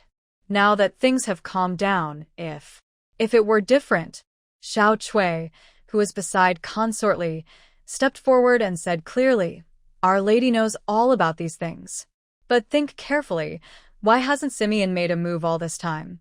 Besides the fact that the timing isn't right, there must be other reasons. Consort Yun thought for a moment, her voice trembling slightly as she said, "You mean the Empress?" Consort Li waved Xiao Chui away and nodded. The Xie family was wiped out, and now all the nobles are involved. But Lu Qingjin is already the Empress, and she still came to the shop with us. Even if the Dayu royal family is protected, the rest depends on us. Consort Yun finally looked calmer. Although I don't know what Simeon plans next, it seems different from before. We can't tell the Empress about this, but someone has to step forward and take the blame. Otherwise, she's so clever, she won't be able to hide it for long. Consort Li pointed towards the imperial study with her finger. We now have a new support. The old one is no longer useful. It's a bit risky, but I think Lu Qingjin wouldn't really do anything harmful. Consort Yun swallowed hard, but said nothing. Her trembling handkerchief betrayed her nervousness. She couldn't believe she would one day use such a thing to scheme against the strongest power in the country. Early in the morning, Lu Qingjin just opened her eyes when she heard Qin Zhao shouting angrily, "What are you all doing? How can such things appear in the palace? Go tell Consort Li to investigate quickly. The Empress's palace is under strict guard. Without my permission, no books can be brought in." Lu Qingjin looked confused as she walked out. Most of the people outside had already dispersed. Only Qin Zhao was still standing at the door. Seeing her, Qin Zhao forced a smile and said, "I haven't even had time for the morning court. Why are you awake so early?" Lu Qingjin coughed a little and said hoarsely, "I ate too much salty food last night. My throat has been sore all morning, and I haven't been able to sleep well. I think I heard you scolding someone just now. Did something happen?" Qin Zhao supported her shoulder and helped her sit by the table before replying, "It's nothing serious. Just 2 palace maids brought in some unclean books. I scolded them a bit, that's all." Lu Qingjin nodded in agreement, saying, "Yes, love between men and women is natural. There's no need to be too strict. Tomorrow, I will remind Consort Li about it." Qin Zhao nodded without saying anything further, and then left. Qinglan came in with a cup of tea. "Your Majesty, please have some tea. It's not very good, but it helps clear the fire." Lu Qingjin frowned as she drank and asked, "Who exactly are you? What is your relationship with Xiaoling?" Qinglan smiled and answered, "I am originally someone who trades information in the palace. Xiaoling just happened to save me by chance. Later, she had to leave, so she brought me here. We agreed that I can continue trading information, but I won't deal with anything harmful to you." Suddenly, a small voice interrupted their conversation. "Consort Shu has sent some things. You should take a look, Your Majesty." Qinglan didn't speak, but obediently went out and brought back a very large box. Even with her martial arts training, it was quite difficult to carry. Lu Qingjin was curious and opened the box. Inside, she saw about 20 corn cobs neatly arranged, all yellow and white, tender and fresh. She happily asked "Did Consort Shu say anything after sending this?" Then knelt respectfully and replied, "Consort Shu only said it was from her family. She didn't mention anything else." Lu Qingjin picked out a few of the oldest cobs and turned to walk toward the courtyard. Qinglan followed worriedly. "You don't know if these will survive. It's better not to plant them in the courtyard. There are many precious flowers and plants there. If you want to plant something else, it might waste a lot." Lu Qingjin ignored her and found a flat spot to clear the plants and weeds. The soil in the queen's palace was quite good. Soon she dug several holes. It seemed Qinglan had resigned herself to it. She took a water bucket and started watering. Lu Qingjin carefully removed the corn kernels and gently placed them into the soil. Qinglan, covering the soil, said, "You really do like farming, don't you? I used to think it was some rare seed. It was so hard to grow the peony, but now it's been pulled out." Lu Qingjing didn't bother with her teasing. She gently placed her hand on the ground. The scattered spiritual energy suddenly flowed into the corn. She only stopped when the corn sprouted. Qinglan was busy dealing with the pulled-out peonies and didn't notice what was happening here. Lu Qingjing felt something strange about the soil, but she was a bit tired. She looked at the corn in her hand and said, "Soon. Someone should come and put up a fence here. We can't let careless people trample the plants." Qinglong nodded and picked up the peony. "What should we do with this? The restaurant has made a lot of money, but this is a rare plant. We can't just throw it away." Lu Qingjing looked at the garden full of flowers and plants, feeling a bit overwhelmed and speechless. A young nearby spoke up, "There's some space near the kitchen in the back courtyard. The emperor once said to plant lucky bamboo there because it's good for repelling pests, but he changed his mind. If we plant peonies there, they might survive." Before Lu Qingjing could speak, Qinglong walked over on her own. The young bowed and left. Lu Qingjing looked thoughtfully at the empty courtyard and muttered, "With so many people in the palace, why would they need to plant lucky bamboo?" No one answered her in the quiet courtyard. Only the mischievous young outside the walls smiled slyly. Empress Yun sat in the main hall, lost in thought. Soon, she heard voices outside. "What's going on? The plants in the garden are almost all withered. Did someone water them wrong?" Yunfei shivered and hurried out. Why is the Empress Dowager here? Usually, she's so busy she's hardly seen. Lu Qingjing smiled shyly. "I was just bored and came to visit. But your garden is really strange. It's not even autumn yet, and all the leaves are falling like it's fall." Yunfei hadn't noticed before, especially since Siminen had scared her quite a bit. Now she looked carefully and said, "That's strange. Little Yun, check what's going on. Maybe some lazy servant isn't taking good care of the plants." A young palace maid walked over, looked around, and squatted down to pull up a plant of Moon Princess. She saw many tiny bugs crawling densely at the roots. Lu Qingjing finally understood why she had felt something in the soil earlier that morning. Empress Yun's face was already pale. She took a few steps back and muttered, "How can it be bugs? How is that possible?" Lu Qingjing thought, has the fear of bugs become this serious? She gently comforted her, saying, "It's just a few bugs. Yesterday, Lady Lu gave us some insect repellent. I'll have someone bring more tomorrow morning." Yunfei managed a forced smile without saying anything. Seeing her look so distressed, Lu Qingjing turned and left. After she was gone, Yunfei suddenly jumped up as if she had been stung, shouting, "Burn all the bugs in this yard." She hurriedly left afterward. Little Yun watched the bugs secretly and smiled. Lu Qingjing walked toward the garden and asked, "How have the vegetables been lately?" "I haven't come here for several days." Qinglong proudly replied, "I've been taking care of this garden for a few days. Now, the vegetables grown here are enough to supply the entire palace. Some people are so jealous they can't stand it." Lu Qingjing shook her head with a smile, seeming to disagree with her exaggeration. When she opened the gate to the garden, she saw that Qinglong wasn't lying. The garden was so lush that it looked like a forest, and even eggplants were over a meter tall. Not long after they entered, a young came over with a worried expression. "Your Majesty, you're finally here. This garden is so overgrown now. I'm afraid to leave. If I leave for even a moment, the fruits might rot." Lu Qingjing chuckled softly and looked at the eggplants. She saw the flowers on the plants were visibly drooping, and in no time, new eggplants grew on the branches. Maybe the plants had too much spiritual energy, but despite their slow growth, they were still impressive. Soon, they had harvested a batch of vegetables.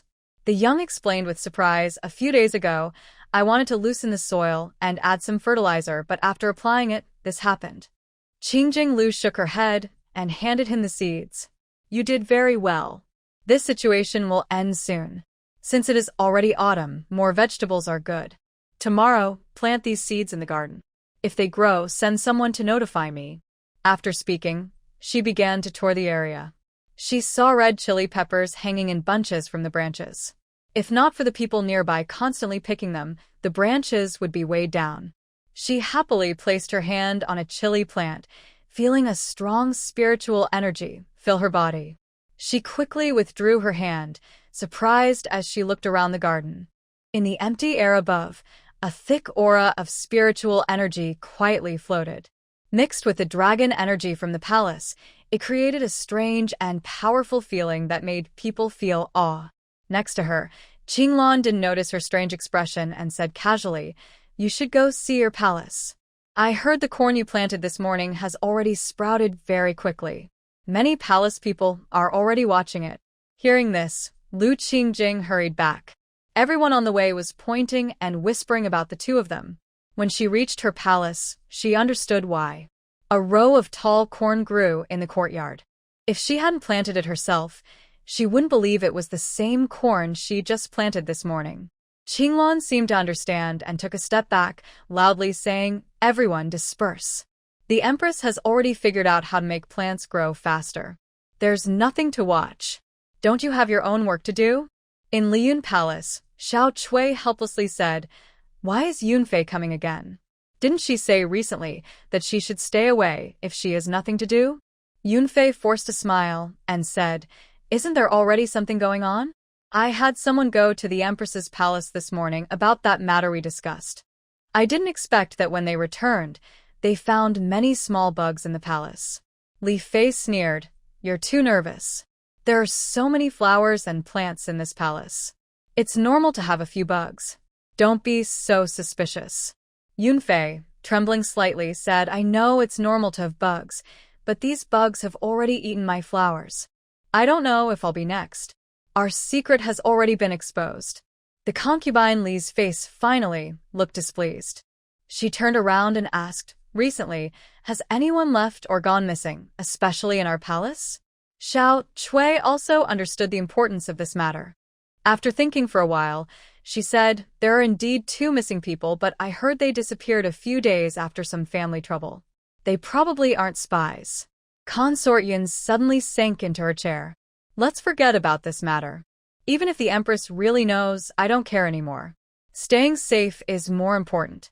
She staggered and walked out. Xiao Chui looked worriedly in her direction. "Your Grace, maybe it's better to forget it. Consort Yun usually has a brave heart, but now she's so frightened. What if something really happens to us?" Concubine Li sighed helplessly and nodded in agreement. "I used to hear how amazing Ximinin was, but now I see how truly frightening it is." Qinglan gently placed chicken soup on the table. Lu Qingjing, sitting in a rattan chair and sunbathing, lazily asked, "I heard quite a few rumors this morning. What's really going on?" Qinglan hesitated and softly said, "It's not a big deal," but Consort Yun suddenly became very nervous. Her palace has had bugs several times, and for the past half-month, there's been talk that she might be losing her mind. Lu Qingjing opened her eyes and looked at her with a mischievous smile, frowning. "Don't bother explaining why. I think it's not good news. Tell concubine Li to keep an eye on her." Qinglan took away the cooled tea and said, "What can concubine Li do? She's been investigating since late summer. It's already autumn, and there's still no result." Lu Qingjing sat up and sighed. "Forget it. I am the Empress after all. I should go see for myself. By the way, tell the Emperor I'm going to the estate. I might take Consort Yun with me." Qinglan agreed and left. The crisp voice of Wang Qing came in. "Your Grace, where are you going?" "I finally finished my lessons, and I can't catch you when you're free." Lu Qingjing smiled and patted his head. "Of course not. But Consort Yun isn't feeling well. I'll take you to pay her respects. She should feel better seeing someone as adorable as you." This speech left the little bun speechless and choked with emotion. Lord Li looked at Lu Qingjing's back and frowned, unsure whether Lu Qingjing was completely unaware or had other plans. Soon, the two arrived at the palace gate. Xiaoyun had been waiting there for some time. Seeing them arrive, she hurried forward and said, "Our lady has been waiting inside for a while. Empress and Lord Li, you should go in quickly. The autumn wind is cold and not good for you." Lu Qingjing nodded and led Lord Li inside. The hall was darker than before, perhaps due to some coverings on the windows. There was a strange smell in the room. Yunfei saw Lu Qingjing forcing a smile and said, "I haven't been feeling well lately. I appreciate your kindness in visiting me, but I still haven't fallen behind on the restaurant matters. In a few days, the prophets will come again, and this time, it will be several times more than last time. While talking, Yunfei noticed Lord Li walking behind Lu Qingjin. She suddenly coughed twice and couldn't speak. Lu Qingjin gently held her hand and said, "Don't worry. Lord Li is just here by coincidence. Recently, I've been thinking of staying at the royal estate for a few days. Being here might make you feel anxious and upset. Would you like to come stay with me for a few days to rest? I hear the chrysanthemums in the royal estate are already in bloom. It should be a nice view." Lord Li's eyes flickered briefly, but said nothing. Yunfei was not stupid and naturally understood the meaning behind the words. She quickly said, "That's just what I hoped for. I hope the Empress won't mind." In the imperial study, Qin Zhao heard Qing Lan's words and nodded, indicating she understood. After Qing Lan left, she sighed and said to Xiao Fuji, "Do you think she really knows that Ximinin did this?" Xiao Fuji bowed respectfully and replied, "I believe the Empress only suspects, but doesn't know for sure. However, it seems she's already starting to doubt you." Qin Zhao slammed her pen down heavily. These two women are really bold. If it weren't for needing their family's support, I wouldn't tolerate them even if Ximinin hadn't acted. After hearing this, Xiao Fuji hesitated for a moment before saying, "This time, Yunfei's situation was almost safe, but the matter with Lady Li and that guard." Qin Zhao frowned with dislike and said helplessly, "Forget it. I guess I've been unfair to her. Since she's found a good man, I won't interfere anymore." The Empress agrees too. Send more people to the royal estate. Zhao Yunheng suffered a big loss last time and probably won't give up easily. Xiao Fuzi quietly agreed and left, then returned shortly after, softly asking, "Is Consort Yun's little servant girl in the palace going to be taken away?" Qin Zhao sighed and shook her head, "No need. Just send someone to secretly watch her. We must ensure she doesn't cause trouble for Li Fei. That's enough." On a bright and sunny morning, a carriage stopped at the entrance of the royal estate. Lu Qingjing led the coughing Consort Yun inside. It seemed she was feeling better after changing locations. As soon as they entered, she exclaimed in surprise, "This is so beautiful. I never thought the weeds in front of the estate could look this good." Lu Qingjing looked up and saw the yard full of pure white chrysanthemums. The tall flower stalks, with blossoms as big as a person's head, looked stunning and eye-catching. Qing Lan smiled and said, "These flowers just bloomed. In a few days, the flowers will be even more beautiful." Many people used to come here to see the chrysanthemums. But the estate isn't open for everyone to enter freely. Most people just peek over the walls. Consort Yun couldn't help but laugh. Those people call themselves scholars and poets. They look elegant, but in reality, they're just chasing fame and profit. Lu Qingjing and she walked and looked at the flowers, soon arriving at the main hall. At the door, a smiling young man who had treated Tudu before greeted them. "This isn't right. Although there are many fame seekers, there are still good people. Like me, I enjoy the scenery and nature." Lu Qingjing shook her head and chuckled. "You shouldn't call yourself a lover of nature. You should be called a farm manager. But if you didn't say so, I wouldn't think of you as a scholar and poet."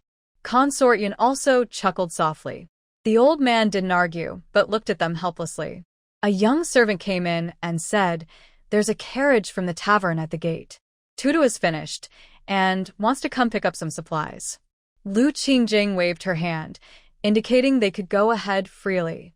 Consort Yun sighed and said with a helpless smile, "You've become quite the laid-back manager. The tavern's accounts are getting more and more complicated. The recent ledgers were checked by me and the concubine Shu." Lu Qingjing took a sip of tea and was surprised. Not many people in the capital. Huh? Has Tudu become so popular? The old man stroked his beard and smiled. Even someone like me has heard about it. Many people from the western regions have come here. Even merchants want to visit Shengshi Pavilion. And that's not counting other places. Lu Qingjing looked at the two people with bright eyes and said, "In that case, we should think about whether we can buy another one." There was no spiritual energy in the royal estate like in the palace. Lu Qingjing felt a bit uncomfortable and stood up. She said, "We came mainly to see the vegetables in the garden." "Sorry to bother you, sir. The old man stroked his beard and smiled. No trouble at all. I'm about to leave too. You two can go now. The vegetables here are quite good. Yunfei seemed energized and followed Lu Qingjing toward the backyard. When passing by the lotus pond, she was startled. There are too many lotus seed pods here. I wonder how many will remain in winter. Lu Qingjing looked at the pond curiously. She saw many lotus seed pods crowded together, swaying gently in the autumn breeze, which made her feel happy. She asked suspiciously, the lotus seed pods in the pond look good, but why won't there be many left in winter? Yunfei coughed and wrapped her clothes tighter. You probably don't know.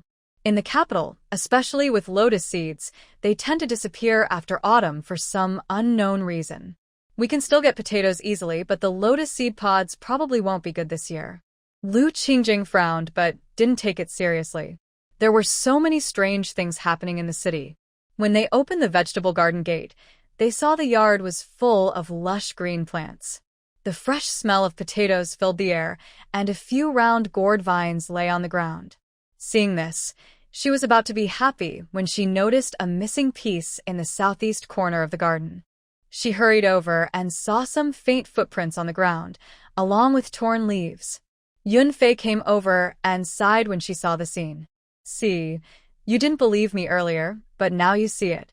These potatoes have a special taste when unripe, but crops like cabbage aren't so lucky. Next, it's the lotus seeds in the pond. Lu Qingjing looked thoughtfully at the footprints on the ground. Do you mean no one knows what took these vegetables? Yunfei squatted down and trembled slightly before speaking. No one knows. Usually it happens overnight. People in the city are used to it. Many say it's the mountain god's doing, just taking some offerings. Over time, no one investigates anymore. Lan Qingjing sighed as she helped her up. I know how to handle this now, so you don't need to worry. Since this place is empty, I brought some corn. We can plant it here tomorrow. Yunfei nodded, looking tired. I'm still not feeling well. Please don't mind. Lan Qingjing shook her head and signaled someone nearby to take her back. After Yunfei left, she glanced at Qinglan. She doesn't seem sick. I think someone might be secretly harming her. Qinglan lowered her head respectfully. I am just a palace maid. I don't know about such things. But if the lady wants to find out who's stealing the vegetables, I have a way. Lan Qingjing didn't reply and walked away on her own. Qinglan sighed. Behind her, the vegetable garden was silent. Only faint giggles could be heard. An old man appeared behind Lan Qingjing without her noticing. He looked at the calm pond and large lotus pods and asked, What is the lady thinking about? Lan Qingjing shook her head. Nothing much. Why haven't you gone back yet? The old man smiled helplessly. Recently, I've been helping buy firewood for winter. I've been busy for a few days. Just now, another batch arrived and was taken to the storeroom. Lan Qingjing paused, realizing coal was still rare. She thought for a moment and said, Starting today, no more firewood needs to be bought. I have my own plans for winter. Just tell the people to take good care of the vegetable garden. The old man looked confused. Don't mind me, but the tavern has made quite a bit of money. Although the treasury is still poor, it's not to the point where we can't buy firewood. Winter is very long. Please consider this carefully. Lan Qingjing didn't know what to say, so she remained silent. The old man sighed and left, worried.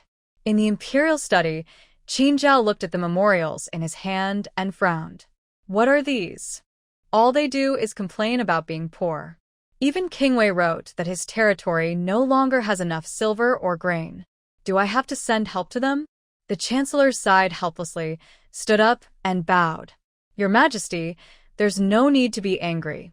King Wei's letter is just talk. Everyone in the court knows his situation. You only need to take care of the capital. On the side, Jichen knocked on his desk and said, When it comes to poverty, people only get used to pretending they are not poor. Outside the capital, there are still many disaster victims with nowhere to go. If they can't survive the winter, it will be very dangerous in spring. Qin Zhao sighed helplessly. Although there is some money in the treasury, it's not enough to build houses for all the disaster victims. We need to find another way. Jichen put down his pen and looked up seriously. That's just one part of the problem. Recently, I found out that the manager of Jingqi Pavilion doesn't seem to be a leftover leader from the previous dynasty. They've also made some unusual moves lately, and some are even led by charitable organizations. Qin Zhao shook his head to deny, that's impossible. The crown princess from the previous dynasty was quite popular at the time. Many people might not know about the killing of the princess by the charity, but those from the old court mostly knew the truth. I believe they only cooperate, but if it's organized by a charity group, that's unlikely. Ji Chen stepped back silently while the chancellor looked worried and spoke. It's already autumn. The grain in the city has started to go missing gradually.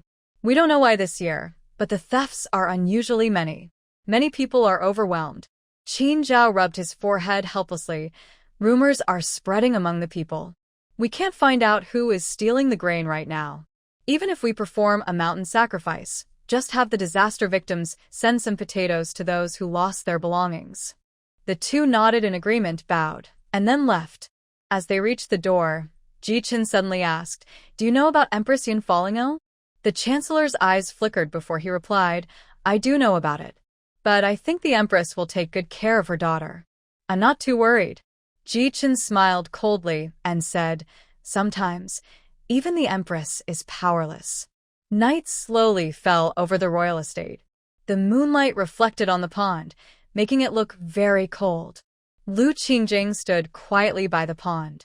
A guard hesitated for a moment and said, "It's late, and with the frost and dew, you should go back, Your Majesty. We are here to protect you." Lu Qingjing tightened her clothes and shook her head. Before the guard could speak again, rustling sounds came from the bushes. Soon, she heard something splash into the water. Lu Qingjing's spirit was shaken as she quickly quieted herself and tidied up. The guards, understanding the situation, said nothing. In the middle of the pond, the sound of lotus seed pods cracking was heard. At first, it was just one sound, but gradually, the noise increased. Lu Qingjing made a gesture to signal and pulled the rope tightly. The guards, seeing this, exerted more effort. Soon, they heard the sound of the rope breaking. Lu Qingjing urgently shouted, "Pull the second rope tighter. We must get it up as fast as possible." The guards were very strong. A few dark, squeaking creatures were pulled up, one of them stubbornly biting the net. Lu Qingjing took a lantern and shone it over.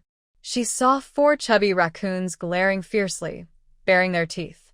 She sighed and said, "It's really these creatures. I don't know how they got here. You should send this to the palace. The emperor will know what to do." The leader of the guards happily held the rope and said, "Thanks to Your Majesty. These creatures have stolen quite a lot. If we don't catch them now, many families might not have enough food this winter." Lu Qingjing felt exhausted. She yawned and said, "All right, just send them away. When the emperor finds all the lost items in the city, it will be the same. But you guys will have to work hard in the next few days. These aren't the only ones." The guards agreed and went to do their work. Lu Qingjing returned to her room and lay down to sleep. Before the morning sun had fully risen, she was awakened by a sharp cry. She struggled to open her eyes, feeling annoyed, and got up to see what was wrong. What happened? Why so early in the morning? Qinglan came over and gently supported her, saying, "You must stay strong, Your Majesty. I just heard about it too. Something happened in the vegetable garden. Several people have already gone there." Lu Qingjing suddenly became alert. She quickly washed her face and ran toward the vegetable garden, asking as she ran, "Didn't we already catch the raccoons yesterday? How could there still be problems?" When she arrived at the garden, she saw an old man sitting on the ground with a worried look. She hurried over and saw what was happening, nearly fainting from anger. Qinglan, trying to calm her, said, "Actually, these creatures haven't never been caught before. But they tend to band together and revenge, so no one could catch them. Everyone thought losing a little was okay. But I didn't expect you to catch and release them." When Jiji Yunfei arrived, she saw the entire courtyard filled with dug-up potatoes, many of which had been bitten. Lu Qingjing looked very angry and was saying something nearby. She walked over, a bit confused, and asked what happened. "Did someone break in yesterday?" Lu Qingjing shook her head, supporting her as she sat down, and said, "It's not really thieves. It's just some small creatures causing trouble. I've already sent people to deal with it, and they should be back soon." As she spoke, 2 guards came over. One threw 3 raccoons, all onto the ground. "My mistake, Your Majesty. I didn't notice what was happening last night, so these 3 got away. Please forgive me." Lu Qingjing rubbed her forehead and said helplessly, "This isn't your fault. It's mainly my idea. Starting today, we must guard the vegetable garden very carefully. Take the potatoes and pick out the bitten parts. The rest can be given to the disaster victims outside the city." The guards nodded and left. The remaining Yunfei sighed helplessly and said, "So you're fighting against these little creatures. I wondered why I heard so many noises last night. You really have courage. Many people wouldn't dare to touch them, even if they don't believe in mountain gods. Now you're probably being watched." Lu Qingjing pouted and said unhappily, "It's clearly these little thieves stealing my things. I just used their own methods against them. Now they're angry."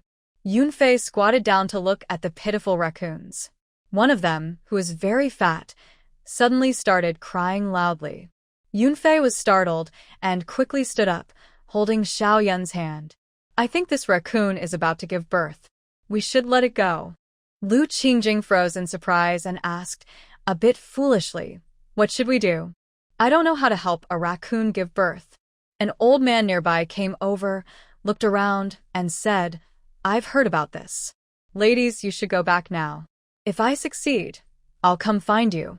Lu Qingjing hurriedly pulled Yunfei, and they left quickly, sometimes even lifting the 2 raccoons with them. Yunfei, who was already weak, couldn't walk much longer. "Why are you in such a rush? We've never given birth ourselves, but we're still ladies. It's okay to watch and learn."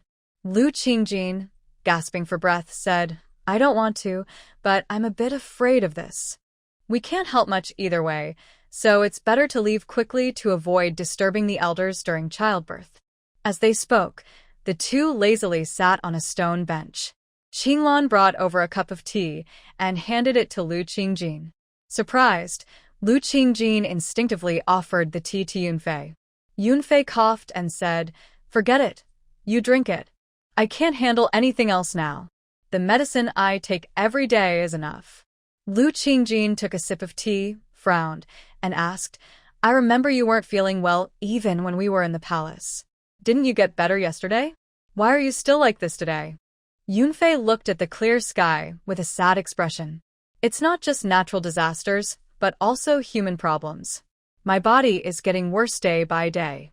Yesterday I felt better here, but I don't know why. Today I feel worse again."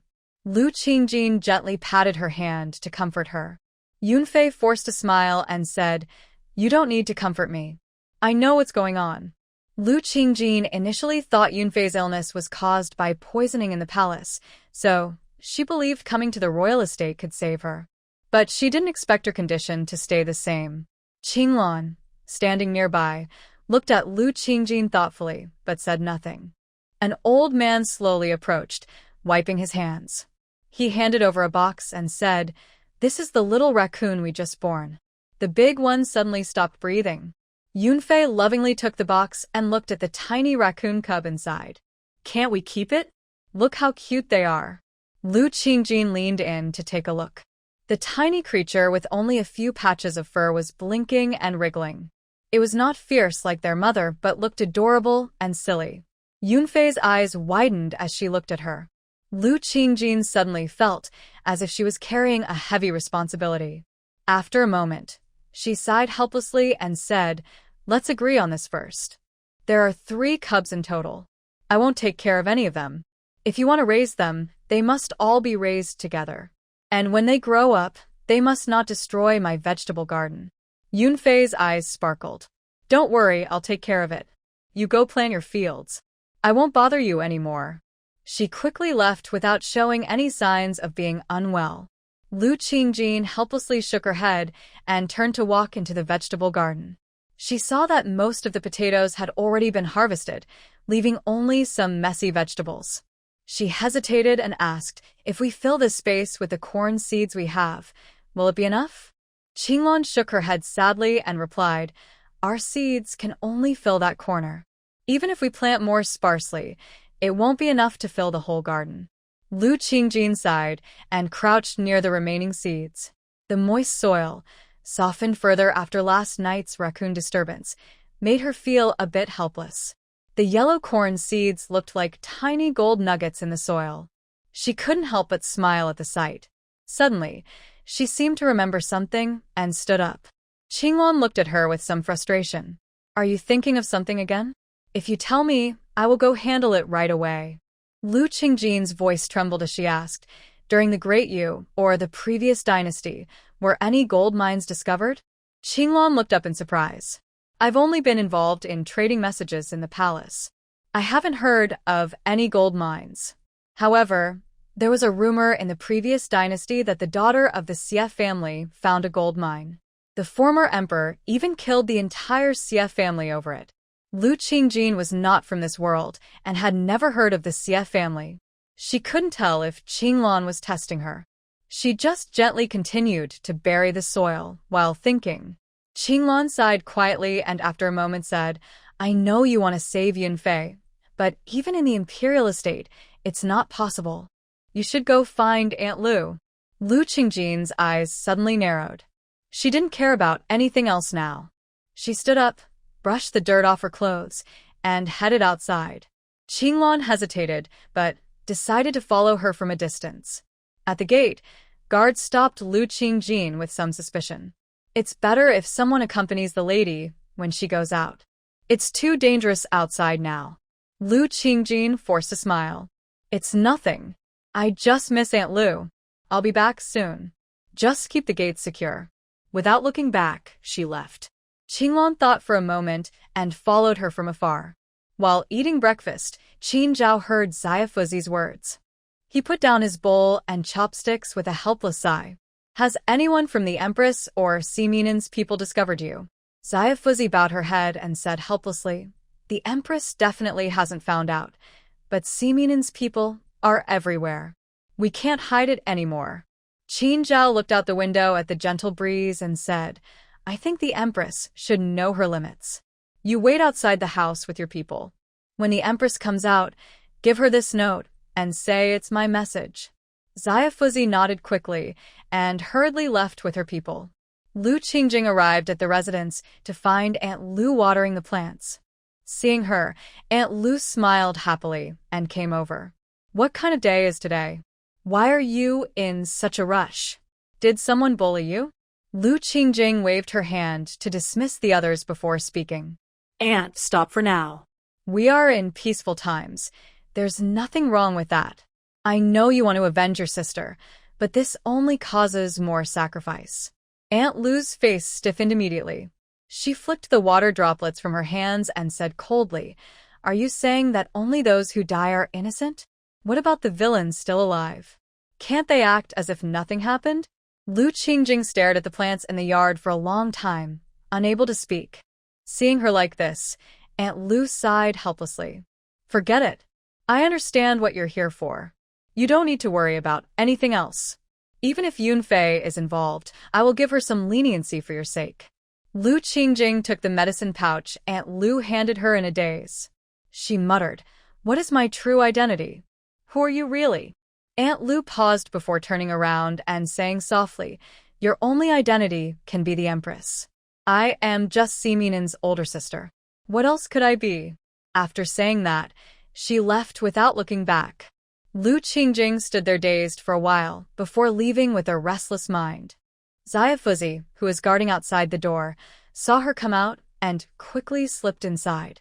Back at the royal estate, Lu Qingjing shivered and finally snapped out of her thoughts. Maybe Aunt Lu's words had an effect. She felt her burdens lighten a little.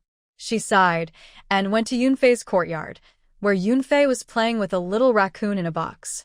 Seeing her, Yunfei looked up and smiled. Lu Qingjing felt a bit uncomfortable and avoided her gaze.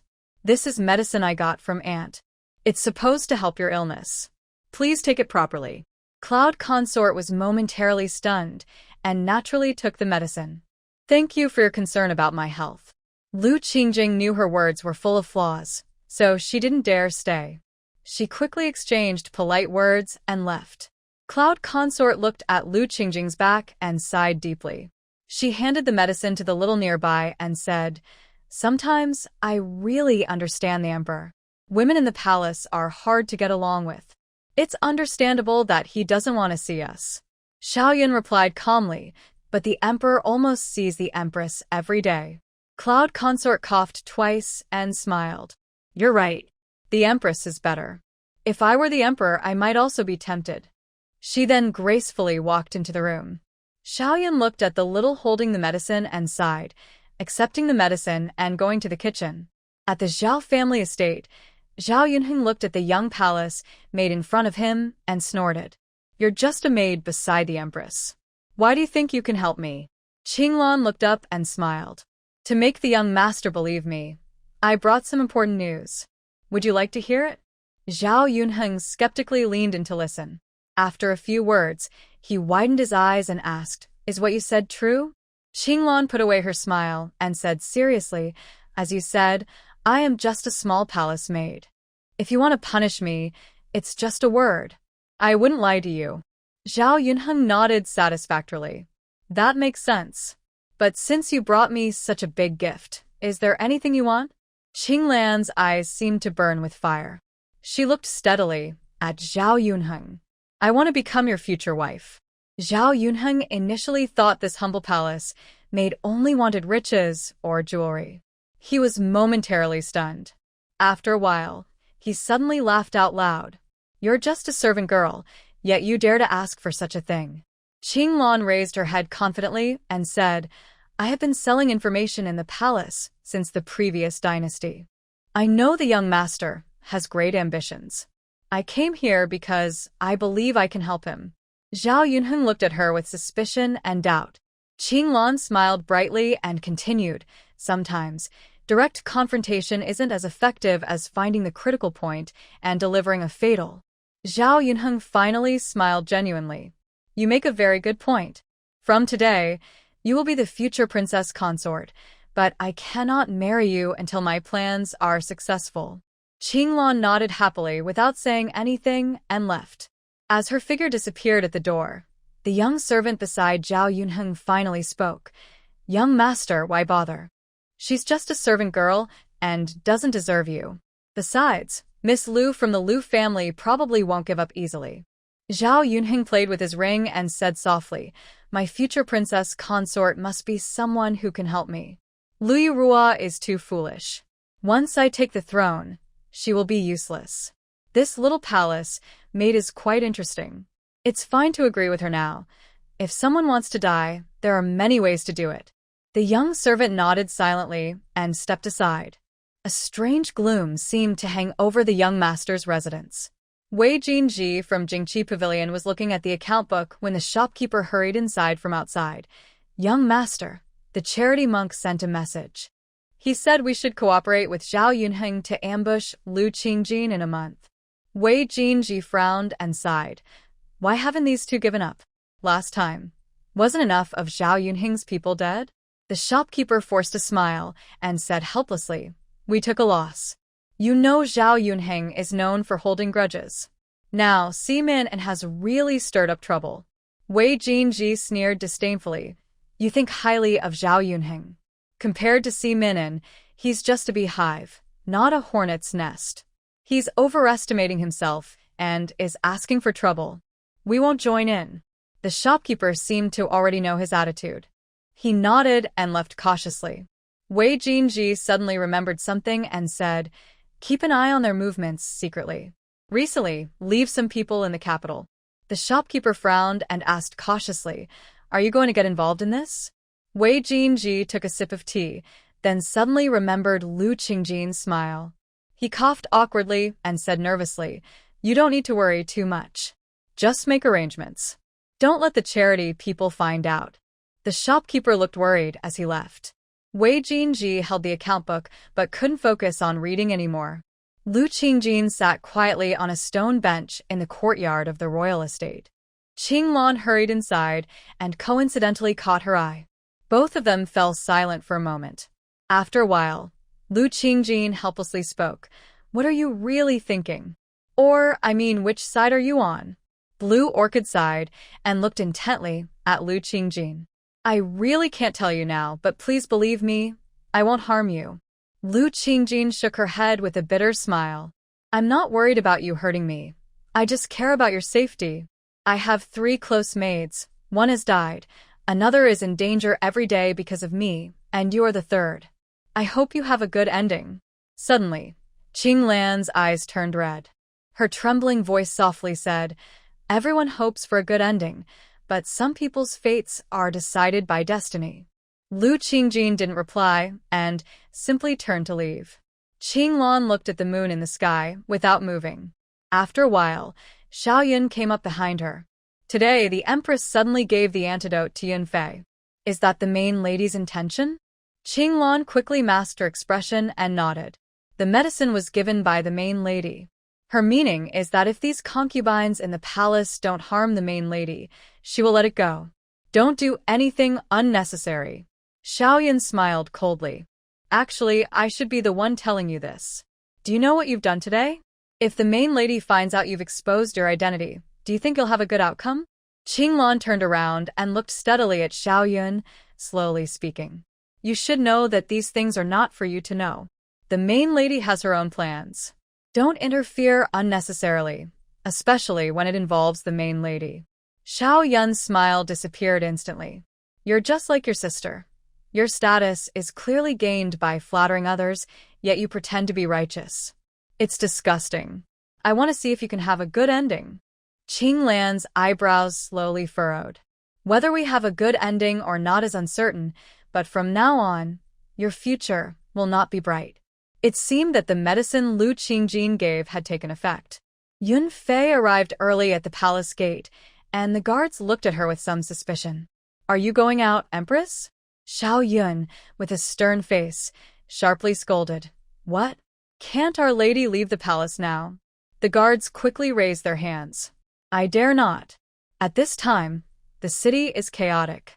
If someone careless bumps into the lady, it would be bad. Perhaps you should wait until noon to go out. Yun Fei gently brushed her hair aside and gave him a sidelong look. Of course I have my own plans when I go out. Who do you think you are, talking to me like that? But this isn't my palace, so I won't argue with you.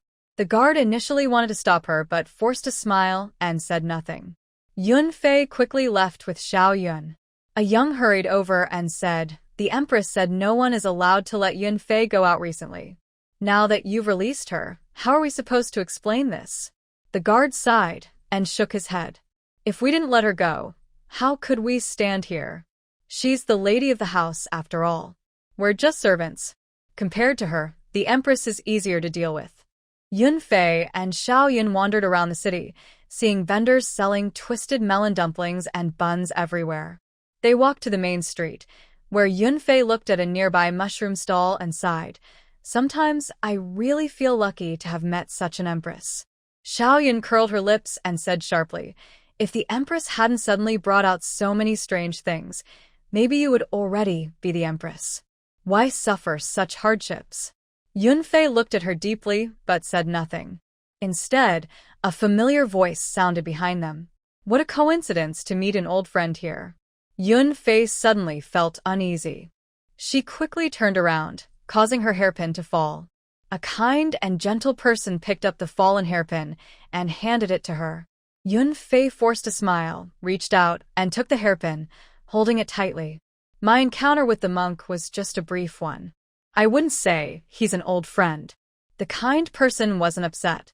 She shook her head with a worried look and said, Yun Fei, you seem content with a simple life.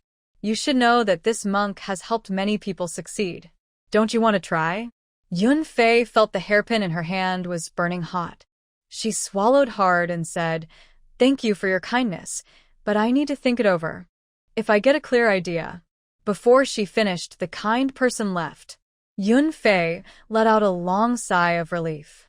She looked at the small stalls on the street and quietly watched the people around her. Xiao Yun looked at Yun Fei with some dissatisfaction. They didn't walk for long before the market suddenly became lively. Yun Fei finally showed a small smile. I hope there are good things at the morning market today.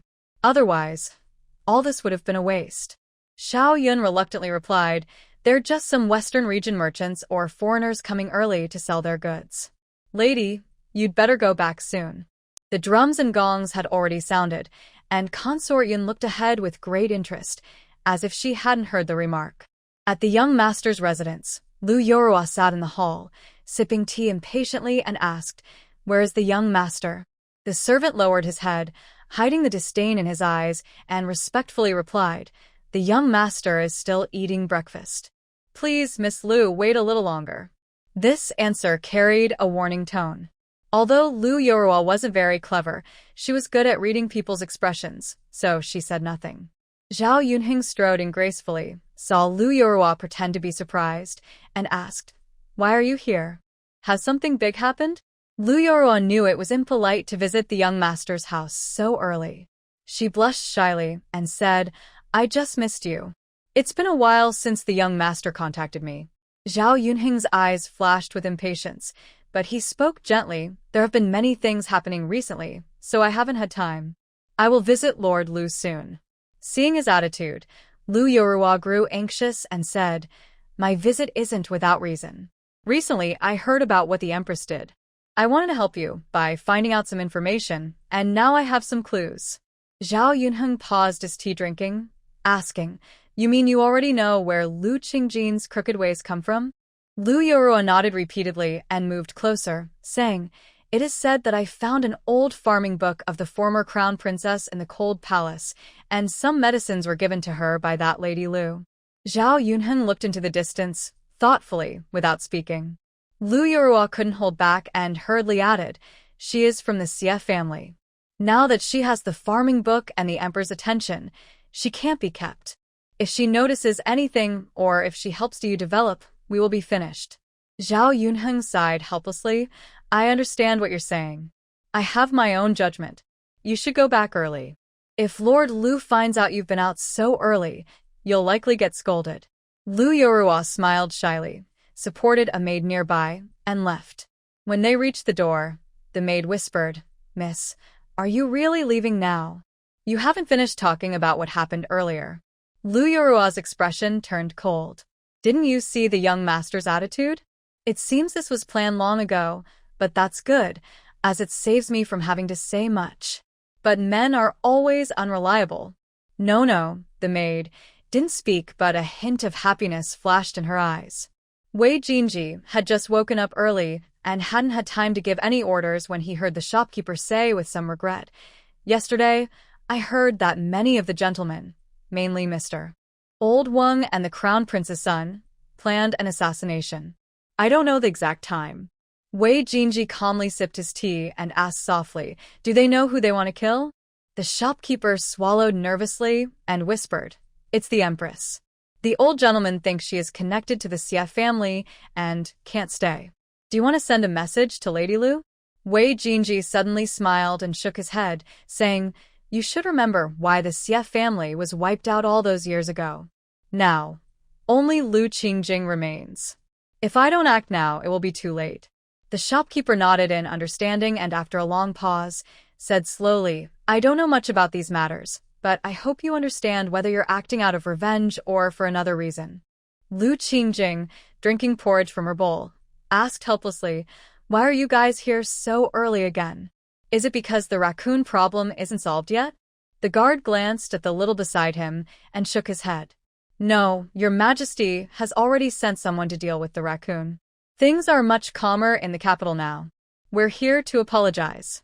Lu Qingjing, seeing their hesitation, impatiently asked, "What exactly happened?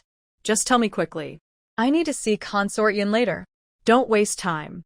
As soon as she finished, they heard Consort Yun's voice from outside the door. "They came because they didn't stop me from going out to apologize. I hope the Empress won't punish them."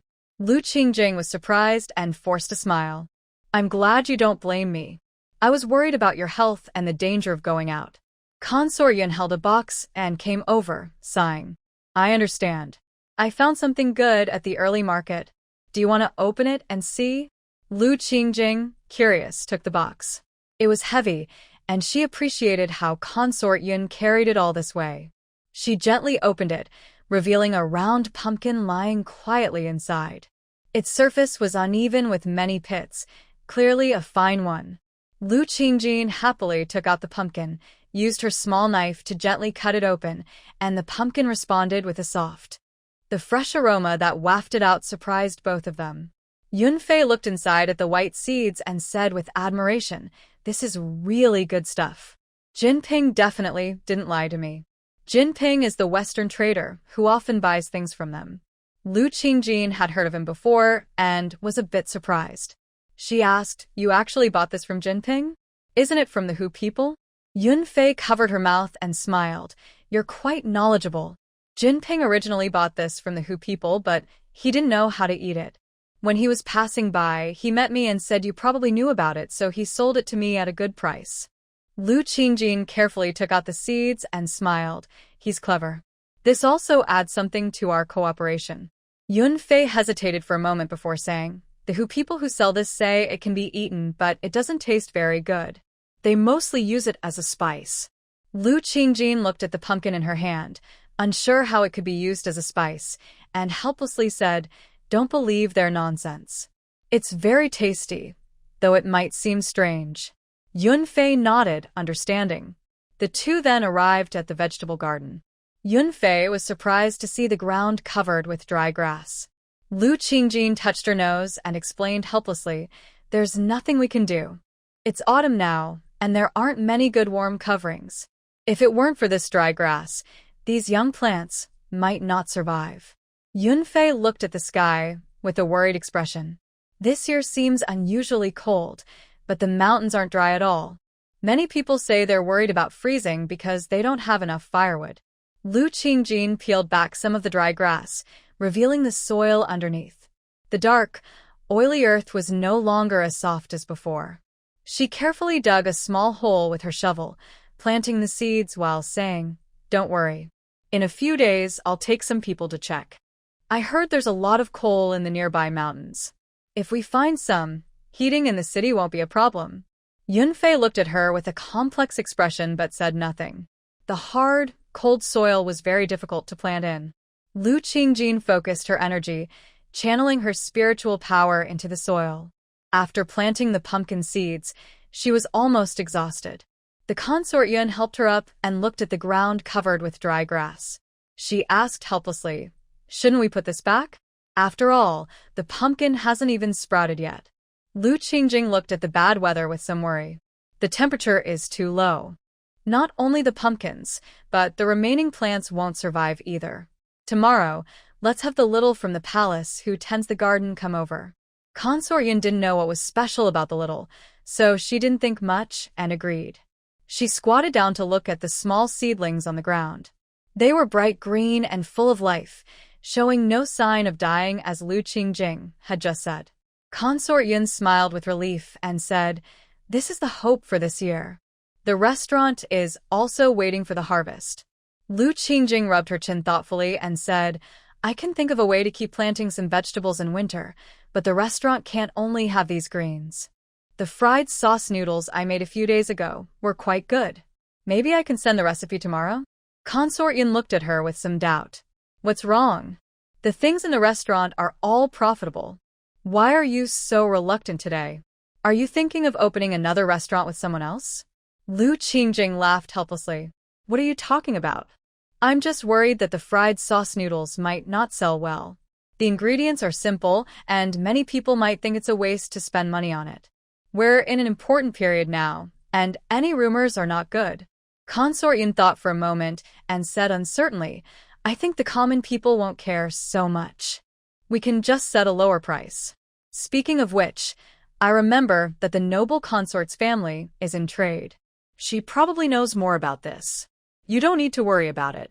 Leave it to her." Lu Qingjing agreed with her reasoning and nodded before leaving. Consort Yun looked at the somewhat desolate garden and sighed, then walked toward her own courtyard. An old maid came up behind her and softly said, "Little Yun left today. The family said she had urgent matters and left. I don't think she'll come back." Consort Yun nodded coldly and said, "If she doesn't come back, it's for the best. I never thought that Si Minen's people would get into trouble. I thought she was a fairy." The old maid asked with some confusion. Miss, are you planning to confront Seaman?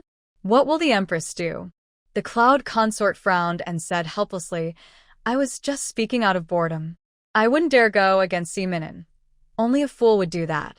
If not for the Empress's intervention last time, I might have lost my life inside. The old maid sighed with a serious tone. These days, your life has been busy, but at least stable. I see the Empress doesn't have other plans. Just focus on living your life well. As Lu Qingjing returned her courtyard, she met Qinglan sitting nearby, sighing deeply. She asked, Has everything been settled?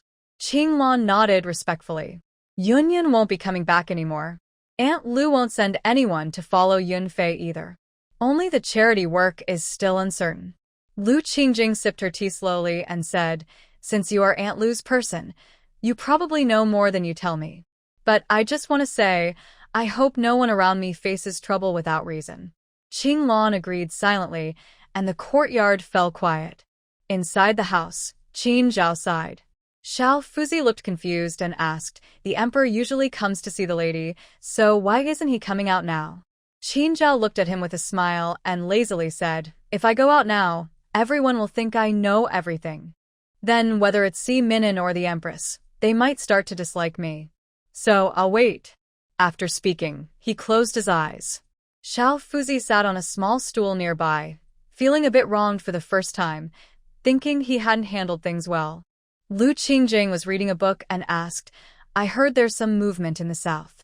Did Prince Wei get into trouble again? Qinglan's identity was already exposed, so she answered carefully, It's nothing serious. They say it's because of ghost stories causing more victims. Both openly and secretly, they're asking for money. Lu Qingjing sneered and said disdainfully, I think he just increased taxes himself, making people anxious. Who knows what he's planning? But in Great Yu, there are too many ghost stories. The palace had a disturbance, and now it's reached the south. Qinglan thought for a moment before cautiously replying, There are some troublemakers in the palace, but the issues in the south are based on real evidence. It seems Prince Wei is truly facing some difficulties. Lu Qingjing looked at her with confusion. What's so different about the south? Qin Zhao calmly stepped out and gently took over the conversation. This matter is not a secret. When Diyu was founded, the kind-hearted monk warned us not to go to Nanzhong Forest.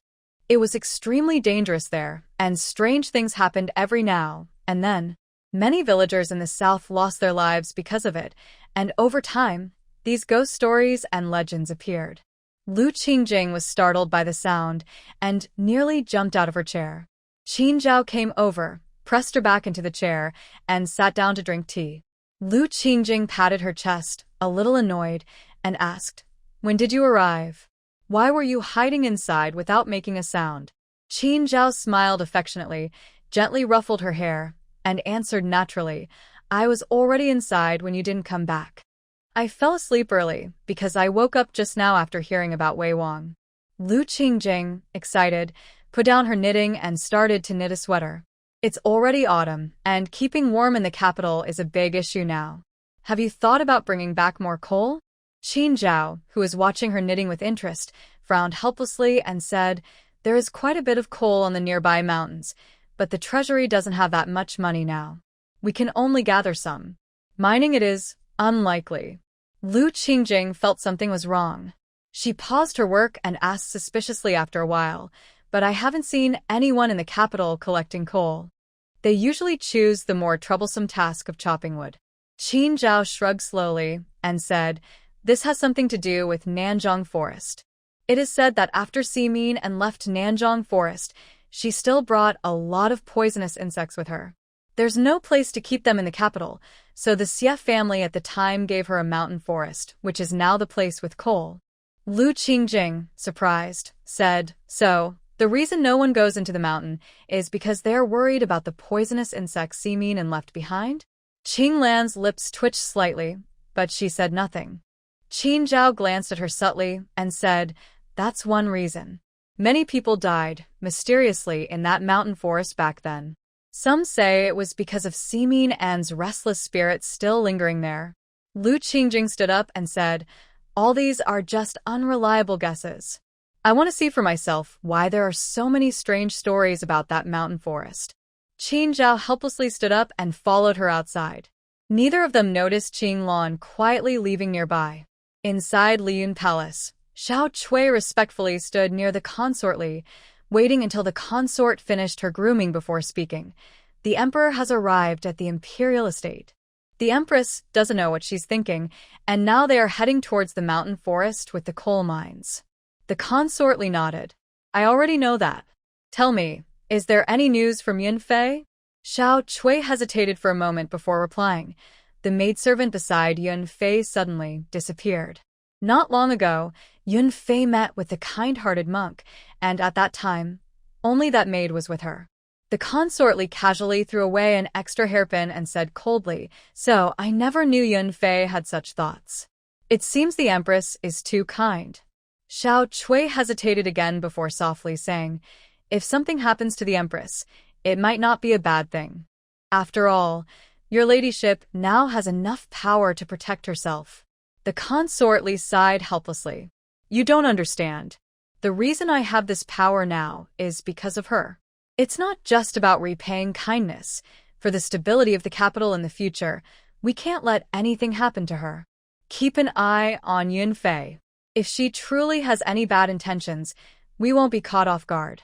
Xiao Cui nodded and picked up the hairpin that had fallen on the ground. Concubine Shu was overwhelmed as she looked at the account book. A young gently placed a stack of letters on the table. She sighed in frustration and flipped through them. Why him again? Didn't they say the emperor wouldn't send me to marry someone abroad? Why isn't he giving up? A maid nearby shook her head helplessly. The Hu prince did want to humiliate Daegu in the marriage proposal, but choosing your ladyship doesn't mean he has no ulterior motives. Since consort Li has already taken the lead, even if you like the Hu prince, it's not a big deal. Concubine Shu frowned as she looked at the letter on the table. Let's not talk about this anymore. The Hu people are too far away. If I really want to find a companion like Lady Li in the future, it should be in the capital. Lu Qingjing and Qin Zhao just reached the foot of the mountain when she saw a dark, gloomy forest. She was a little scared and took 2 steps back behind Qin Zhao. Qin Zhao looked at her with a smile. You said you wanted to come. Why are you suddenly regretting it? Lu Qingjing hurriedly stepped forward and forced herself to speak. I just don't like the atmosphere here. Who said I regret it? Qin Zhao held her hand and sighed gently, with a caring look as they walked into the forest. The trees grew thicker as they went deeper. Surprisingly, Lu Qingjing didn't feel anger here, only a heavy sense of gloom and resentment. Qin Zhao pushed aside a branch and said, it wasn't like this a few days ago. I didn't expect it to change so quickly. Even if someone dared to come here before, they wouldn't now. Lu Qingjing suddenly remembered what her world consciousness had said earlier, that this place would soon experience an ice age. Without food and coal, not only ordinary people but even she wouldn't survive.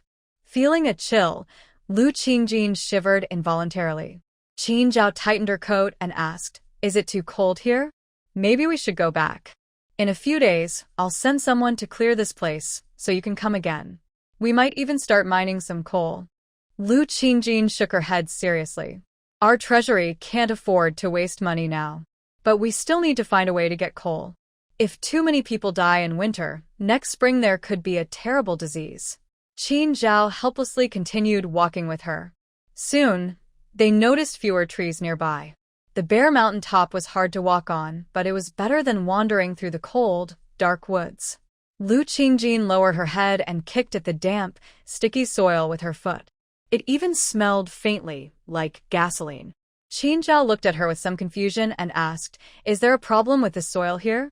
Lu Qingjing suddenly smiled happily and said, of course not. The soil here is very good. I think we won't have to trouble ourselves anymore. Behind them, Xiao Fuzi suddenly stepped forward and said, the palace guards have sent a lot of gunpowder. Your Majesty, should we move here? Qin Zhao looked at her in surprise and asked, are you planning to up this mountain? Lu Qingjing took the gunpowder and said while looking for a place, well, this is the easiest way. I've checked, and besides other reasons, the soil here isn't very thick. This much gunpowder should make a big hole. Qin Zhao squatted down helplessly and said, I understand what you mean, but what if this isn't the right place? Think carefully. This is very close to the capital.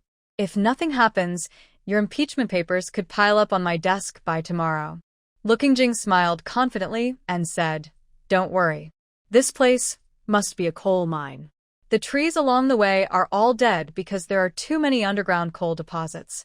If I am right, this should be a small hill formed by the rising coal veins, meaning the whole mountain is full of coal. Qin Zhao was moved by her words and finally nodded reluctantly. Xiaofu stepped forward and said, Your Majesty and the Empress should go back together. You've already set the explosives, so I will handle the rest. Jing was stunned for a moment before understanding his meaning. She shook her head and refused, No need. We can just extend the rope a bit. As long as the mountain doesn't collapse, there won't be any big problems. Everyone worked for a while before hiding behind a large rock. Jing firmly threw the fire down. The wait felt very long. Qin Zhao held her in his arms, and she almost thought a whole day had passed before she heard a loud explosion. The explosion caused the ground beneath them to shake continuously. Fortunately, it quickly stabilized. Jing looked up and saw that the bare mountain top seemed to have been shaved flat, with coal scattered everywhere.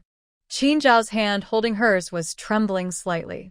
After a while, the guards behind them started cheering loudly.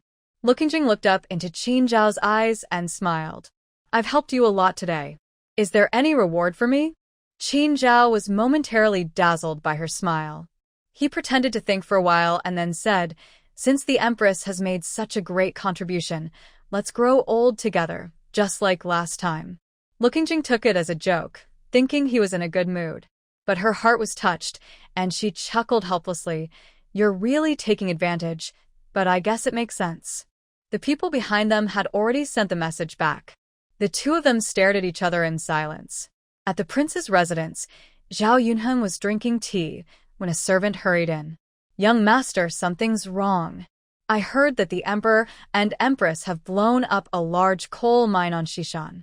Many people have gone there, including some officials you've bribed.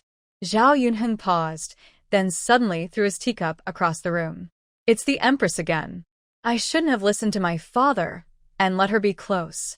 Now she's become such a big obstacle for us. The servant lowered his head and asked softly, Most of the court officials have already gone. Do you want to go see for yourself? Zhao Yunheng closed his eyes and clenched his teeth fiercely. Yes. My father said we must not let the emperor find any evidence against us. You go prepare the carriage and we will leave immediately. Simon was inspecting her garden when she suddenly felt a tremor. A maid quickly supported her, and outside the door, someone ran in calmly and said, Miss has already blown up the mineral veins in Xishan. Many people have gone there now. Simon clapped her hands and laughed loudly. Truly worthy of being my daughter. Worthy of being the daughter of the Xie family. I want to see who else in the capital dares to look down on her. The maid looked worried and said, The emperor's people are happy about this, but others might not be. Miss, this could make things more dangerous for you. Simon composed herself, thought for a moment, and asked, Did you deal with that little Yun from a few days ago? The maid shook her head angrily and said, She betrayed you and colluded with the charitable group. We caught her back, but we haven't gotten all her secrets yet. She's still in prison. Simon adjusted her clothing, stood up, and said, Give her the life and death charm, send her to Zhao Yunheng's house, and tell Prince Li to watch the emperor's attitude carefully. My daughter cannot let these people bully her anymore. Charity knelt before a portrait, softly reciting Buddhist prayers. Behind him, a servant whispered, Prince Wei's son has sent someone here. Should the master see them? Charity paused, then asked calmly, I heard the emperor and empress have blown up the coal mine.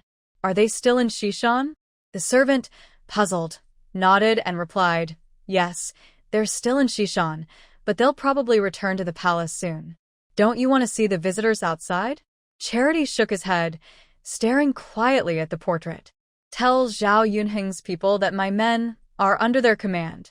Do whatever you want. The servant agreed and ran out. Charity suddenly chuckled softly behind him. It seems we are destined to fail. Lu Qingjing looked at the officials crowded at the foot of the mountain, unsure of what to say. Qin Zhao coughed and spoke first. There's no problem on the mountain. From now on, the Empress will manage the coal distribution. You can go back. A few stubborn officials wanted to stay and get some benefit, but before Qin Zhao could speak, Ji Chen took people and sent them away. Lu Qingjing watched helplessly and shook her head slowly, saying, "The officials of Diyu are really useless. They're average at everything except their incredible thick skin." Qin Zhao couldn't help but chuckle softly.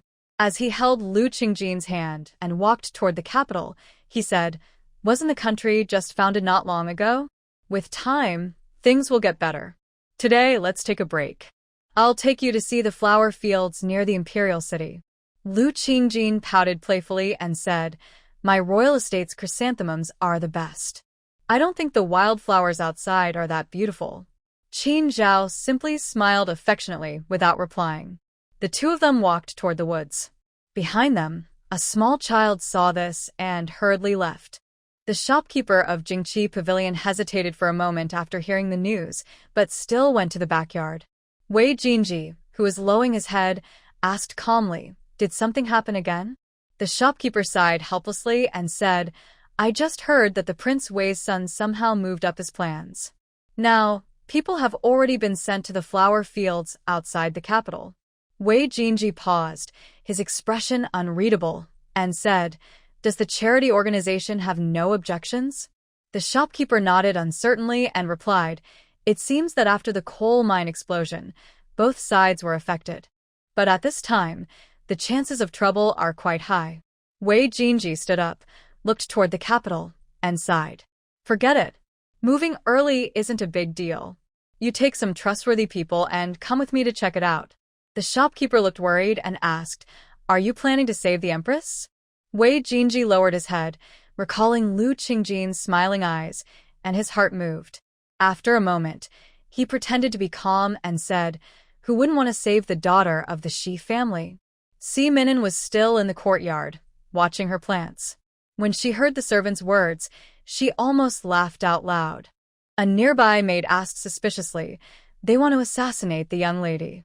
Why are you still so happy?" Si Minin sighed softly. "I've already ordered people to block the news about Qingjing. Those people only know she went to the woods outside the city. They don't know who is around her or how many people there are, so they acted blindly.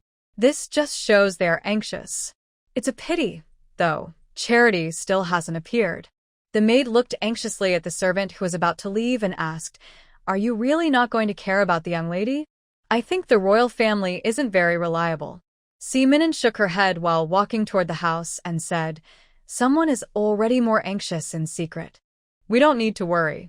That girl won't come to harm." As soon as Lu Qingjing entered the forest, she sensed something was wrong. Her bloodline had a strange connection with plants, but now the entire forest was filled with a tense, deadly atmosphere. Qin Zhao tightened her hand and whispered, "There's an ambush nearby. I'll cover the rear. You should run out of the woods quickly." Lu Qingjing hesitated, but before she could speak, she heard faint footsteps. When she looked up, they were already surrounded. Wei Jinji stood calmly in the nearby bushes and asked, "How many people did those old men take out?" A masked guard behind him answered softly, "Half of them are our people. Most of the rest are from the charity mage, but there are very few from Prince Wei's side." Wei Jinji watched the two fighting fiercely and smiled. "That Zhao Yunheng is really clever. When we get back, those old guys will learn a lesson." Lu Qingjing quickly cut down a masked assassin and turned to say urgently, "You must find a way to break out. They're mainly after me." Qin Zhao clenched her teeth and hurriedly moved toward Lu Qingjing. "No, you're my empress. I won't let you die here." Wei Jinji looked at Lu Qingjing, full of heroic spirit, and his expression darkened. His guard asked softly, "Young master, aren't you leaving yet? There are only two of them. They probably won't last long." Wei Jinji's voice was cold. "No rush. Qin Zhao is protecting that woman fiercely. When Qin Zhao dies, it'll be easier for us to escape." Just as he finished speaking, a sharp sword cut through the air. Suddenly, an arrow shot swiftly toward Lu Qingjin's head. She froze in place, unable to react in time. Qin Zhao's pupils shrank sharply as she desperately lunged toward her. Wei Jinji was caught off guard by the scene and froze. He saw an arrow piercing Qin Zhao's shoulder, while Lu Qingjin's sword had already stabbed through the neck of the assassin behind her. Blood dripped down the blade. Under the sunlight, Lu Qingjin's face was cold. The assassins nearby had stopped moving. Outside the forest, the sound of guards rushing to rescue them could be heard. Lu Qingjin supported Qin Zhao with one hand and held her sword with the other, her gaze cold. "Are you sure you still want to stay here?" The assassins, realizing their plan had failed, turned and left without looking back. Seeing them leave, Lu Qingjin finally relaxed. She looked down anxiously at Qin Zhao's wound. "Are you okay? Don't move. Our people will be here soon." Queen Zhao smiled with a pale face and gently pulled out the arrow that was not deeply embedded. "It's nothing to worry about. Don't be anxious. I will find out the truth eventually and stand up for you." The young man's features were like a painting, and his bright eyes reflected deep affection under the sunlight. Lu Qingjing was momentarily stunned and didn't regain her composure for a long time. Behind, the young servant softly said, "Young master, we should leave quickly. The Emperor's people will arrive soon. We can't reveal our identities now." Wei Jinji looked at the spirited girl who had given all her tenderness to the man on the ground and felt a sharp pain in his chest. After a long while, he whispered, "Sneak away with the others. Don't go back to Jingqi Pavilion. Wait for me at the meeting place." The guards agreed and left one after another. Wei Jinji quietly watched the girl and her husband leave without saying a word. As soon as they returned to the palace, they met Consort Li. She frowned and signaled the imperial doctor behind her to bring Qin Zhao into the palace for treatment. She also pulled the visibly nervous Lu Qingjing toward a stone bench. Lu Qingjing wiped her tears and sat down, her expression relaxing a bit. Consort Li sighed softly and said, "I've heard about this. You don't need to worry. The city is now tightly controlled, and many poisons can't be brought in anymore. The arrow in the Emperor's body probably wasn't poisoned. Your yard still has a lot of huanglian, a medicinal herb. Just treat the inflammation later." Lu Qingjing calmed herself and let out a long sigh. "It's not that I'm worried, but I wonder if this incident was caused by me. If the Emperor really gets hurt, I honestly don't know what to do." Consort Li nodded and handed her a wooden token. Lu Qingjing took it and examined it carefully. The round wooden token was smooth, with only a faint, unclear bird pattern in the center. She looked back in confusion and asked, "What is this? I've never seen such a simple, rough thing in the palace." The color also looks strange. Consort Li looked around and whispered secretly, "This is a token from remnants of the previous dynasty. I only got it by chance.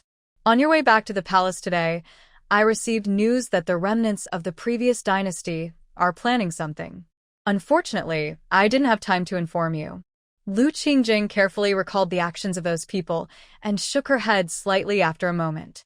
"I believe your information, but those people are probably connected to Zhao Yunheng." Consort Li looked at her seriously. "Do you mean King Wei is secretly contacting remnants of the previous dynasty to plot rebellion?" Lu Qingjing looked at her with a half-smile. "It seems some people think they are above the heavens, wanting benefits but unwilling to take responsibility. That's how these problems started." The imperial doctor stepped out, bowing slightly. "Your Majesty, rest assured, the Emperor only has minor surface injuries. He should recover in a few days. During this time, he must avoid spicy and irritating foods. If an infection occurs, it will be troublesome." Lu Qingjing quickly expressed her thanks and went into the room. The concubine Li glanced from afar before turning to leave. Qin Zhao lay on the bed, looking pale and restless. Lu Qingjing carefully approached, gently wiped his sweat, and sat quietly beside him, watching. After a while, Qin Zhao barely opened his eyes. Seeing Lu Qingjing's expression, he couldn't help but smile. "What's wrong? You look love-struck. Am I so handsome that you're stunned?" Lu Qingjing lowered her head, helping him sit up while softly saying, Your face is quite nice to look at. Qin Zhao's eyes brightened as he asked eagerly, What did you just say? I don't think I heard clearly. Lu Qingjin placed the soup bowl heavily on the table, blushing and angry. I said the palace is too poor. I'll find some yellow root to reduce inflammation for you. Then she turned and ran away without looking back. Behind her, Qin Zhao's faint laughter made her face flush even more. When Lu Qingjin arrived at the vegetable garden, she saw Qinglan. Qinglan looked surprised at her hurried approach. Is there an urgent matter, your ladyship? Lu Qingjin snapped out of her thoughts, shook her head, and looked at the barren scene in the yard with a frown. Qinglan was trimming the yellowed leaves of the plants, saying, That little has already gone to the royal estate. It's autumn now, so many plants have yellow leaves. There's nothing I can do about it. I can only prune a bit. Lu Qingjin rolled up her sleeves, helping and sighing helplessly. It's probably because the weather suddenly turned cold. It's a pity for these plants. If the temperature had stayed suitable, many could have survived a few more years. Qinglan cut the withered leaves from the cucumber vines and said, Isn't that always the case? Only the plants inside the house can survive. Luckily, the yellow estate is in a special location, so some might live a little longer. But it's not good in the palace. Since last year, even the plum blossoms haven't bloomed in winter. Soon, the two of them gathered a basket full of yellow leaves. A cold wind blew past, causing Lu Qingjin to shiver.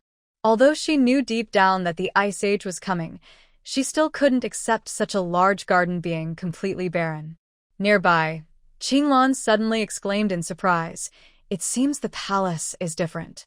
Isn't this the pumpkin we planted a few days ago? It's grown so quickly. Lu Qingjin then walked over. She saw that the low pumpkin vines had all withered, leaving a few round pumpkins lying on the ground. They weren't very big, but they looked fresh and tender. Qinglan reached out to hold a pumpkin. Lu Qingjin tapped it gently, and the dull sound made her nod in satisfaction. Qinglan looked at her in confusion. Is there something wrong with this pumpkin? Why do you need to tap it? Lu Qingjin chuckled and shook her head. There's nothing wrong with it. It's just that if a pumpkin grows well, it sounds dull when tapped. I was just experimenting casually. This pumpkin is quite good. Tonight, I plan to use it to prepare a meal for the emperor. Qinglan nodded and followed her outside. If the Empress has time, she should inform Aunt Lu. Aunt Lu heard about this and is quite worried about you. Lu Qingjin slowed her pace. She wasn't foolish. She knew Aunt Lu probably knew everything. But saying that this matter had nothing to do with her was impossible. Thinking about how Qin Zhao almost lost his life sent a chill down her spine. Qinglan seemed to sense her worry and sighed. I know you don't trust Aunt Lu now, but if you think carefully, you'll realize she couldn't have done this. After all, you're her daughter. Lu Qingjin's expression hardened as she looked coldly at the bleak scene in the courtyard. I'm her daughter, so I must stay alive. But the emperor, that's not certain. Lu Qingjin fed the medicine made from Huanglian to Qin Zhao while saying, In a few days, I believe the coal will be delivered to the palace. I was thinking we could set aside some to build a greenhouse. That way, we won't go hungry even in winter. Qin Zhao wiped his mouth and nodded. You're right. The coal should be enough this year. You can go ahead and do it. But it's also important to manage the coal properly early on. Many noble families are watching closely. Lu Qingjin pursed her lips, seeming to remember the overly intense gazes of the adults.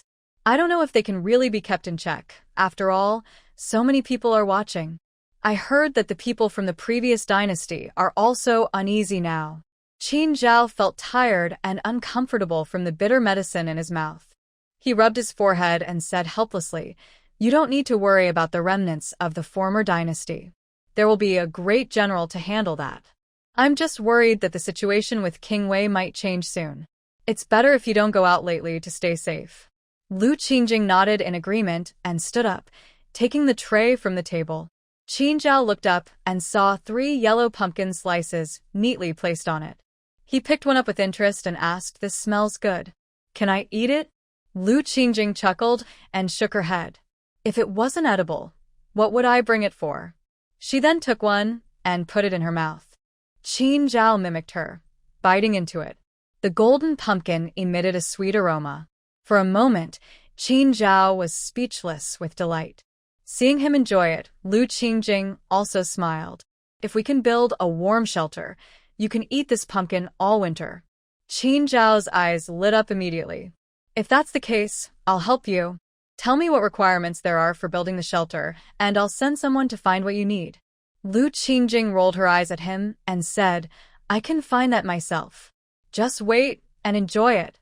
In a secret residence in the capital, Wei Jinji sat in the hall, taking a sip of tea. Gentlemen, haven't you figured it out yet? Do I need to spell it out for you? Old Mr. Wang smiled with some difficulty. It's all to help the young master. We are doing this out of kindness. Wei Jinji smiled coldly. Old Mr. Wang, you really have a way with words. I was almost convinced. If more than 10 of my brothers hadn't lost their lives, I might even applaud you. The others looked pale and dared not speak. Wei Jinji asked coldly, now tell me, what exactly did Zhao Yunheng promise you? Otherwise, don't blame me for not showing mercy. We've already caught the attention of the court. You can use this to your advantage.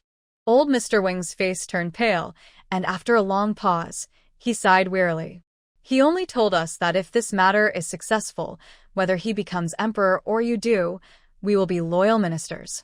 This statement actually sounds a bit nicer, but it's basically leaving a way out. Wei Jinji's face turned pale for the first time. He coughed and said helplessly, You are the master my mother left me. I don't want to make things difficult for you, but now you've gone too far.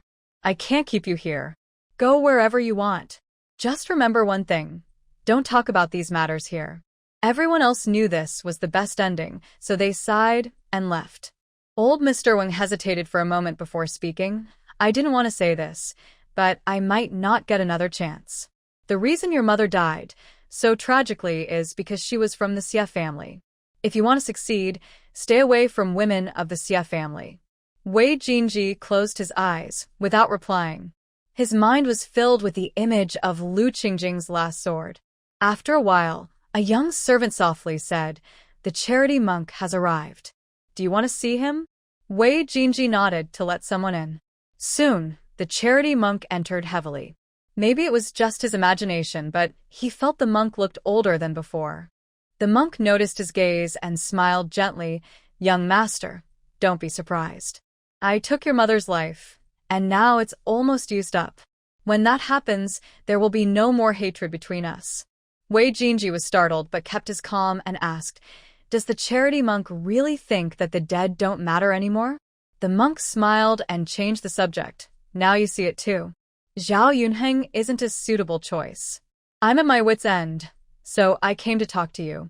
Wei Jinji interrupted him with a sneer. Monk, you'd better stop.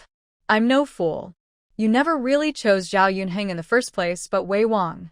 And Wei Wang isn't dead yet. What are you so worried about? The monk was stunned and awkwardly smiled. You know a lot, but have you thought about Simeon? What if she doesn't let you go? If you really end up dead, wouldn't that be too pathetic? In Wei Jinji's mind, Lu Qingjing's blood-stained face kept appearing. He grew impatient and turned cold, saying, Monk, that's not right. Everyone knows you're the main culprit who killed my mother. Since we started working together, there's been no one more pathetic. Compared to me, Simeon is clearly more deadly. It's you, isn't it? After saying this, he left without looking back. The monk sat there feeling defeated. Lu Qingjing looked at the glass being brought in and nodded with satisfaction. A young servant nearby smiled and said, These are the lower quality glasses that didn't sell in this batch. The master already told me to give them to you. If you're not satisfied with anything, just let me know. Lu Qingjing smiled sincerely and said, They're already good enough. I have no complaints. Please thank your master on my behalf when you leave. The young servant took the tip from someone nearby, grinning happily, and said, It's only right. Let me tell you a secret. Our master has been planning lately. They say in a few days, they'll set sail, and maybe they'll find the sweet potatoes you need. Hearing this, Lu Qingjing's heart moved. She looked in the direction the young servant was leaving with a complex expression. Qinglan softly said, Everything is prepared now. The The plans for the warm shed have been sent out, and it will be built in a few days. Lu Qingji nodded and instructed, although the palace has gained quite a bit of profit recently, we're still not wealthy. Many places need silver. Make sure they don't build anything too fancy. After speaking, Lu Qingjin went to Yunfei's palace.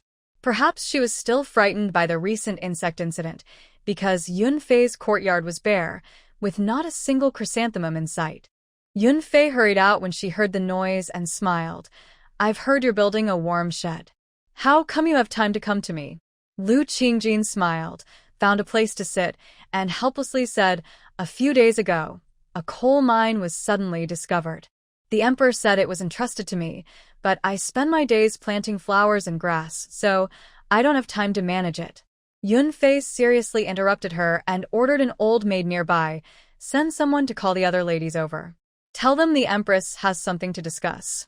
Seeing Lu Qingjin still looking at her with doubt, Yunfei coughed and said with some helplessness, I know you trust me to give this to me, but I can't handle this alone. Even if others come, they can only give ideas. We can help you, but we can't take this authority. You must understand that the profits from the coal mine are huge, and such power and profit can only be held by the Empress. Lu Qingjin finally understood why, despite having many noble families, Qin Zhao chose her to be the Empress, mainly because of her status as a concubine's daughter. She sighed at this realization.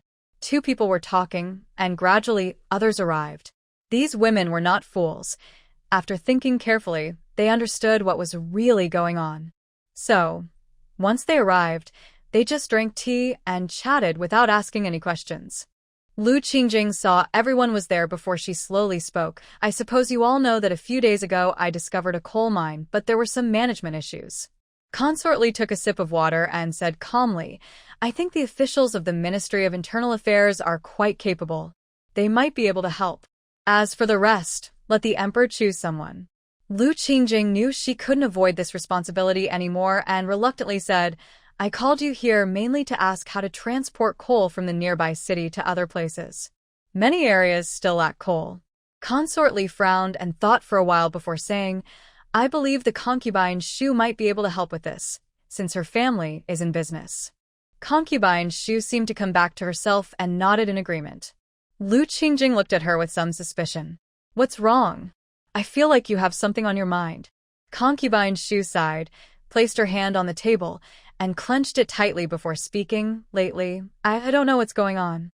The Hu People's Prince has sent many letters, and I can't understand his intentions. That's why I haven't been able to sleep. The noble consort pursed her lips, but said nothing, only her eyes flickering nervously. Yunfei looked around helplessly and said, I'll discuss this with concubine Shu. You all can go back now. As for the coal mine, don't worry. We'll discuss it again in a few days. Lu Qingjing had no choice but to walk off to the vegetable garden alone. As soon as she entered, she was startled to see that a greenhouse made of glass and cement had been successfully built. Qingluan was happily directing the guards to check everything. When she saw Lu Qingjing, she hurried over. Your Majesty has finally arrived. It's already finished. I thought it would take 2 or 3 days, but the owner had already planned everything and even brought a lot of the cement. Lu Qingjing looked around and nodded with satisfaction. She then noticed a somewhat rough heating device nearby and frowned.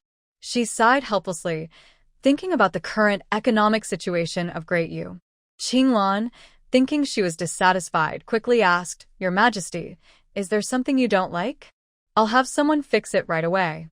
Lu Qingjing rolled up her sleeves and went inside. There's nothing really wrong. I just noticed that many vegetables in the garden have withered. Let's work together and replant some. As a maid, Qingluan naturally had no objections. The once bleak vegetable garden suddenly looked fresh and lively. Lu Qingjing worked for a while before planting the few corn seeds she had. The fertile soil, warmed by the sun, became soft again. The two of them worked together and filled the entire area with seeds. Qingluan wiped her sweat and stood beside Lu Qingjing. Now we won't run out of vegetables this winter. But maybe the Imperial Farm should also build a warm shelter so that the disaster victims won't have to go hungry.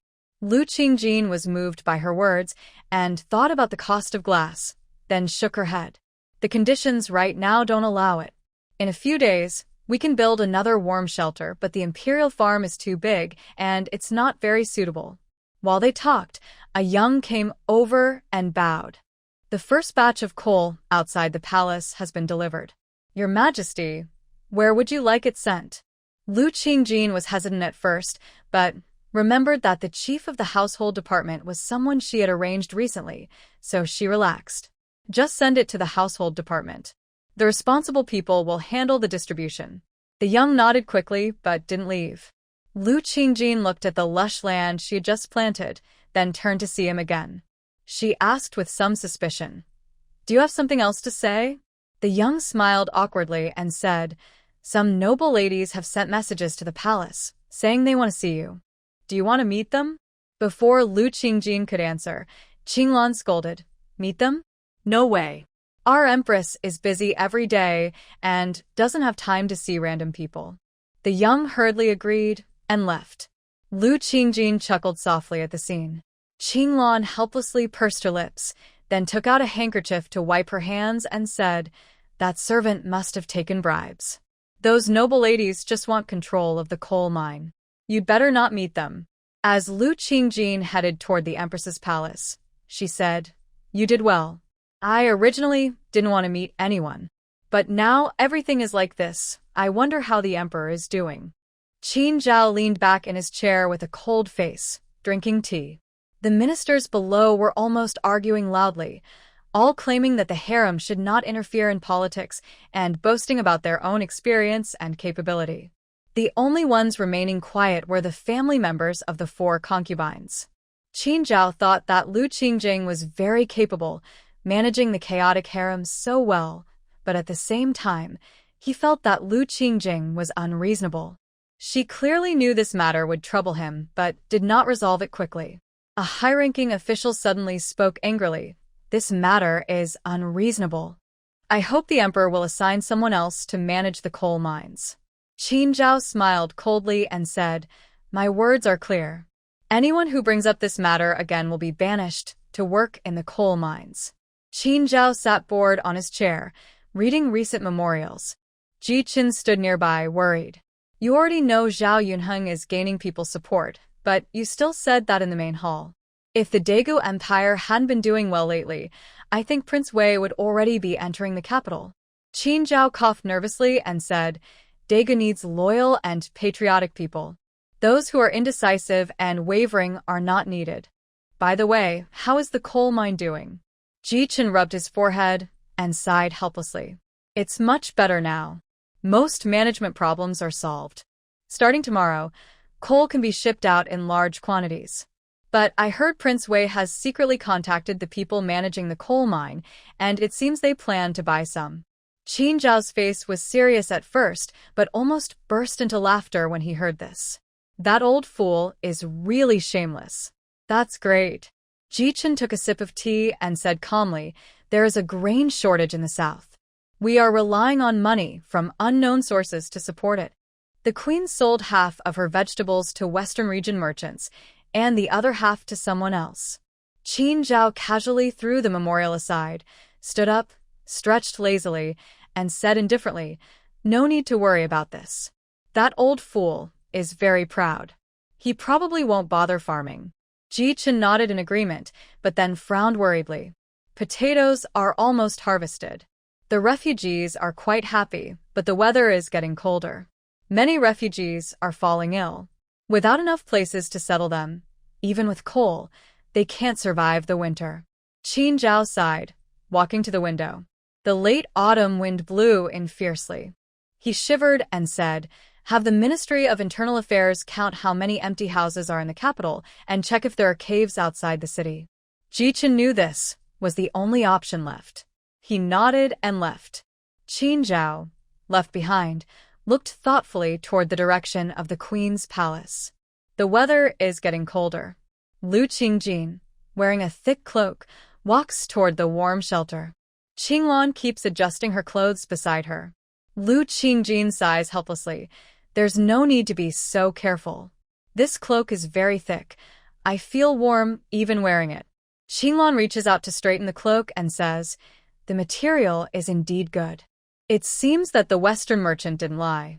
Lu Qingjin opens the door to the warm shelter and steps inside. The hot air hits her face, making her take off her cloak. The wool felt from the western regions is common here. This cloak is just made of thick wool felt. Wool is expensive in the capital, but in the western regions, it's not a big deal. So, in a way, he's got the better deal. Qinglan pouts and takes the cloak while saying, but you traded 2 pumpkins for this cloak, which is already a good deal. The Western merchant is quite honest. Lu Qingjin walks to the corner, looking at the carrot seedlings and says calmly, they just want to do business with us for wool. It's only a test. Don't tell me there's no news from Auntie. Qinglan touches her nose in frustration and says, you seem to know everything. I won't hide it from you. Auntie said that there's a disagreement between the Westerners and the Huns. Usually, they buy wool felt from the Huns, but after the problem, a lot of wool felt was left over. Lu Qingjin rolls up her sleeves, reaches out, and starts pulling weeds between the seedlings. She pauses, looks up, and asks, does Annie mean I should interfere? But we don't need too much wool felt here. Even if I buy it, I won't be able to sell it. Qinglan thinks for a moment, and then says slowly, Andy said it's because the weather isn't cold enough and there aren't enough people. She also said you probably know how to choose. Her words are a bit vague, but Lu Qingjin understands. She sighs, pulls out weeds from the soil little by little, and says, Auntie is quite something. Go tell her I understand. I'll start buying wool felt soon. Please help delay the Wei Wang side, or it will be hard for me here. Qinglan agrees, hands the cloak to a young nearby, and leaves. The cold wind as the door opens makes Lu Qingjin shiver. She waits a while before continuing her work. The young silently hands her a water jar. Lu Qingjin looks at him and asks while watering the carrots, I remember you went to the imperial estate a few days ago. Why are you back so soon? The little respectfully replied, the royal estate has been mostly cleaned up. There's no point in leaving me there, so I came back to take care of the garden. Lu Qingjing put down the water jar and picked up a branch to make a support for the growing cucumbers. That's good. I'm more at ease with you here. In a few days, I plan to build another greenhouse nearby. You will be responsible for that one from now on. The little replied absent-mindedly with a hum, then asked softly after a while, does the Empress know that I am different from others? Lu Qingjing paused her work and sensed the unease from the plants around her. Don't overthink it. I am just like you. What you do in the palace is your work. Isn't it good to have such a job? The little was silent for a moment, then gently touched the nearby loofah leaves. You're right. I am happy here, but I worry that if I am no longer useful, I won't get such good treatment anymore. Lu Qingjing shook her head and chuckled. You don't need to worry. Whether or not you have special abilities, I won't let you leave. That's a promise. The little S expression relaxed, and after a long pause, he nodded firmly. I will work hard, and I hope the Empress keeps her word. Lu Qingjing didn't reply but quietly watched the lush vegetable garden before her, breathing in the warm, humid air. Her mood inexplicably improved. The little exclaimed in surprise, Empress, come look. The tomatoes here are bearing fruit, and they look strange. Lu Qingjing slowly approached and saw small tomato seedlings with several clusters of fruit hanging from them, all red and purple. She frowned as she examined some, then couldn't help but smile. It seems the tomato variety has changed somehow. But this new variety looks tastier. We've gained something. The little, understanding, took a small basin and began picking the bright red fruits one by one. Lu Qingjing smiled contentedly. Lu Qingjing was carefully studying a farming book in the Empress's palace. She found that many of its contents could help change crop varieties, which was what attracted her most. Li Fei brushed off some dried leaves stuck on her clothes and entered. Lu Qingjing looked up in surprise. Recently, haven't you all been busy? How do you have time to come here? This statement is true. Since the coal mine affairs were assigned, Lu Qingjing has only been a figurehead.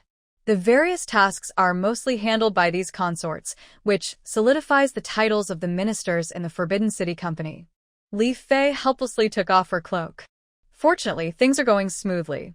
Recently, the emperor had a big outburst in the court, so no one is causing trouble now. The remaining issues are just those that can't be made public. Lu Qingjin reached out and offered her a cup of tea. Try this. I recently got some new ingredients, and I made tea. It tastes pretty good, much better than the bitter tea we used to drink. Li Fei took a sip and nodded, seeming to like the flavor. Her voice softened considerably.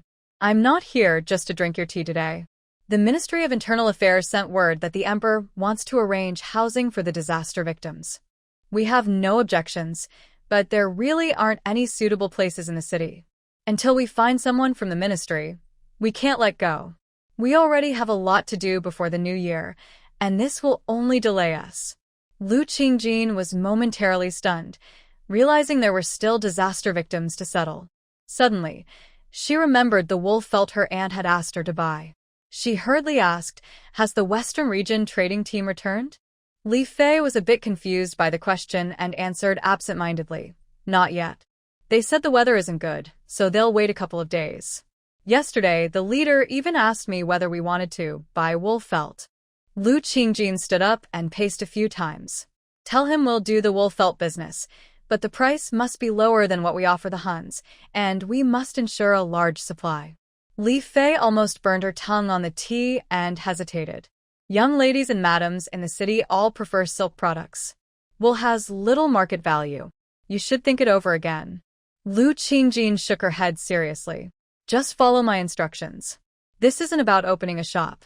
I already have a way to settle the disaster victims. Just call the officials from the Ministry of Internal Affairs back and leave this matter to me." Li Fei didn't really want to complain to Lu Qingjin. She knew that Lu Qingjin bore heavier burdens than they did, so she didn't expect her to solve this problem. She was quite happy with the outcome, and, before she could even ask how, she hurriedly left. Lu Qingjin went back to her room alone and started drawing plans. When Qin Zhao arrived, he saw the room full of scrap paper. He frowned and said helplessly, "I heard that everyone from the Ministry of Internal Affairs has been called back. Can the Empress tell me if there's a new plan?" Lu Qingjin had nearly finished her drawings. She blew on the ink to dry it and said, "I thought of a warm shelter. Many people call it a ground nest. In a few days, I will buy a lot of wool felt to give to the refugees. Even if they don't light a fire inside, they won't freeze to death." Qin Zhao curiously took a look. He saw that the paper clearly showed the design and construction method of the ground nest, along with a list of needed materials. Building a warm shelter takes some effort, but this ground nest is almost easy to make. Just some simple mud and dry branches are enough.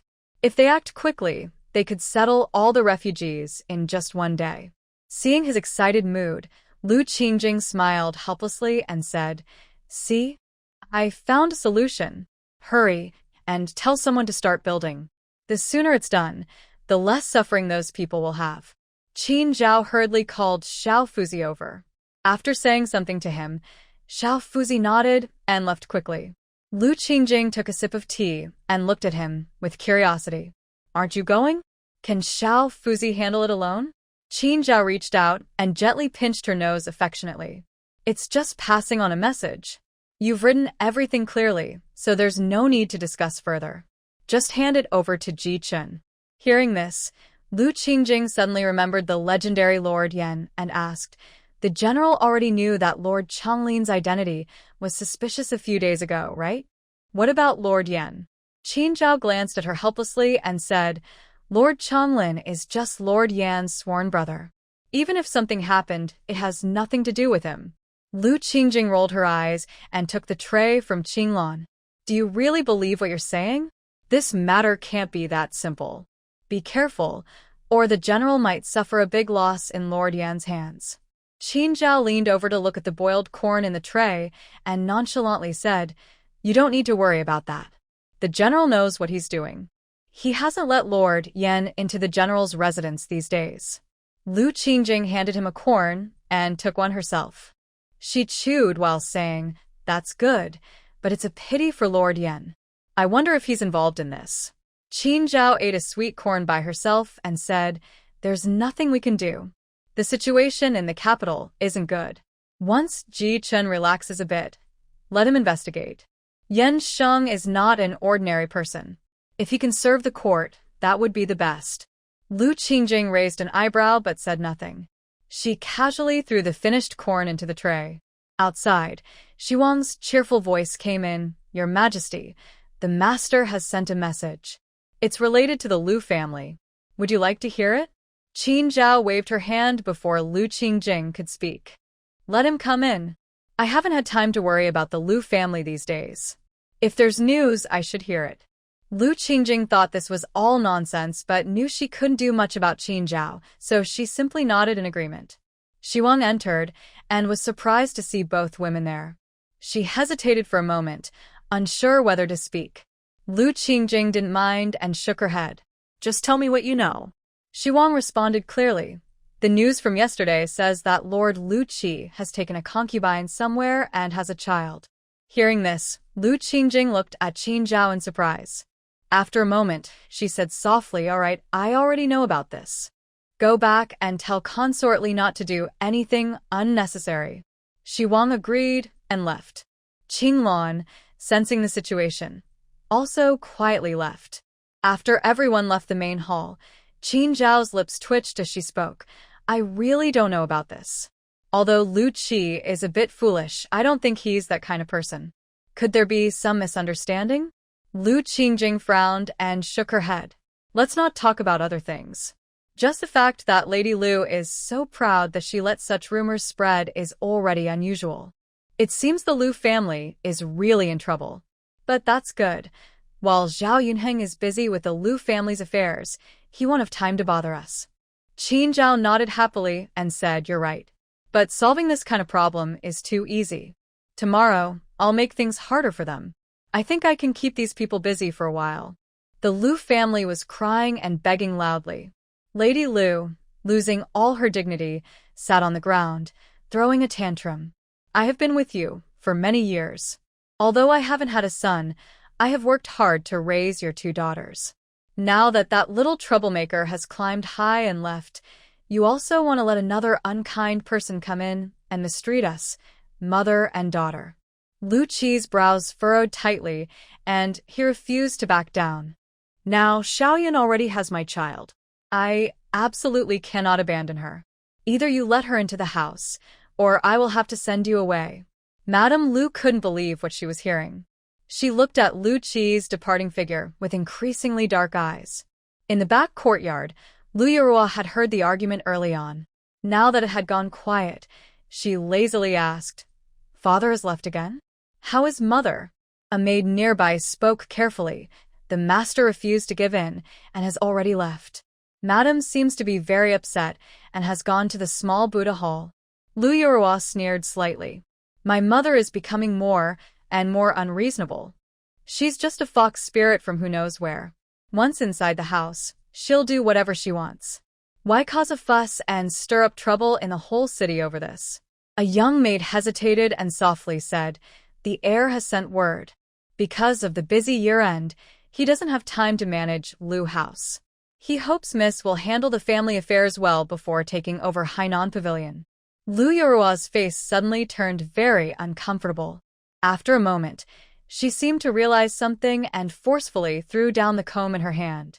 The maid behind her looked at her with a sneer, but said nothing. In Jingqi Pavilion, the shopkeeper looked at Wei Jinji in surprise, speechless.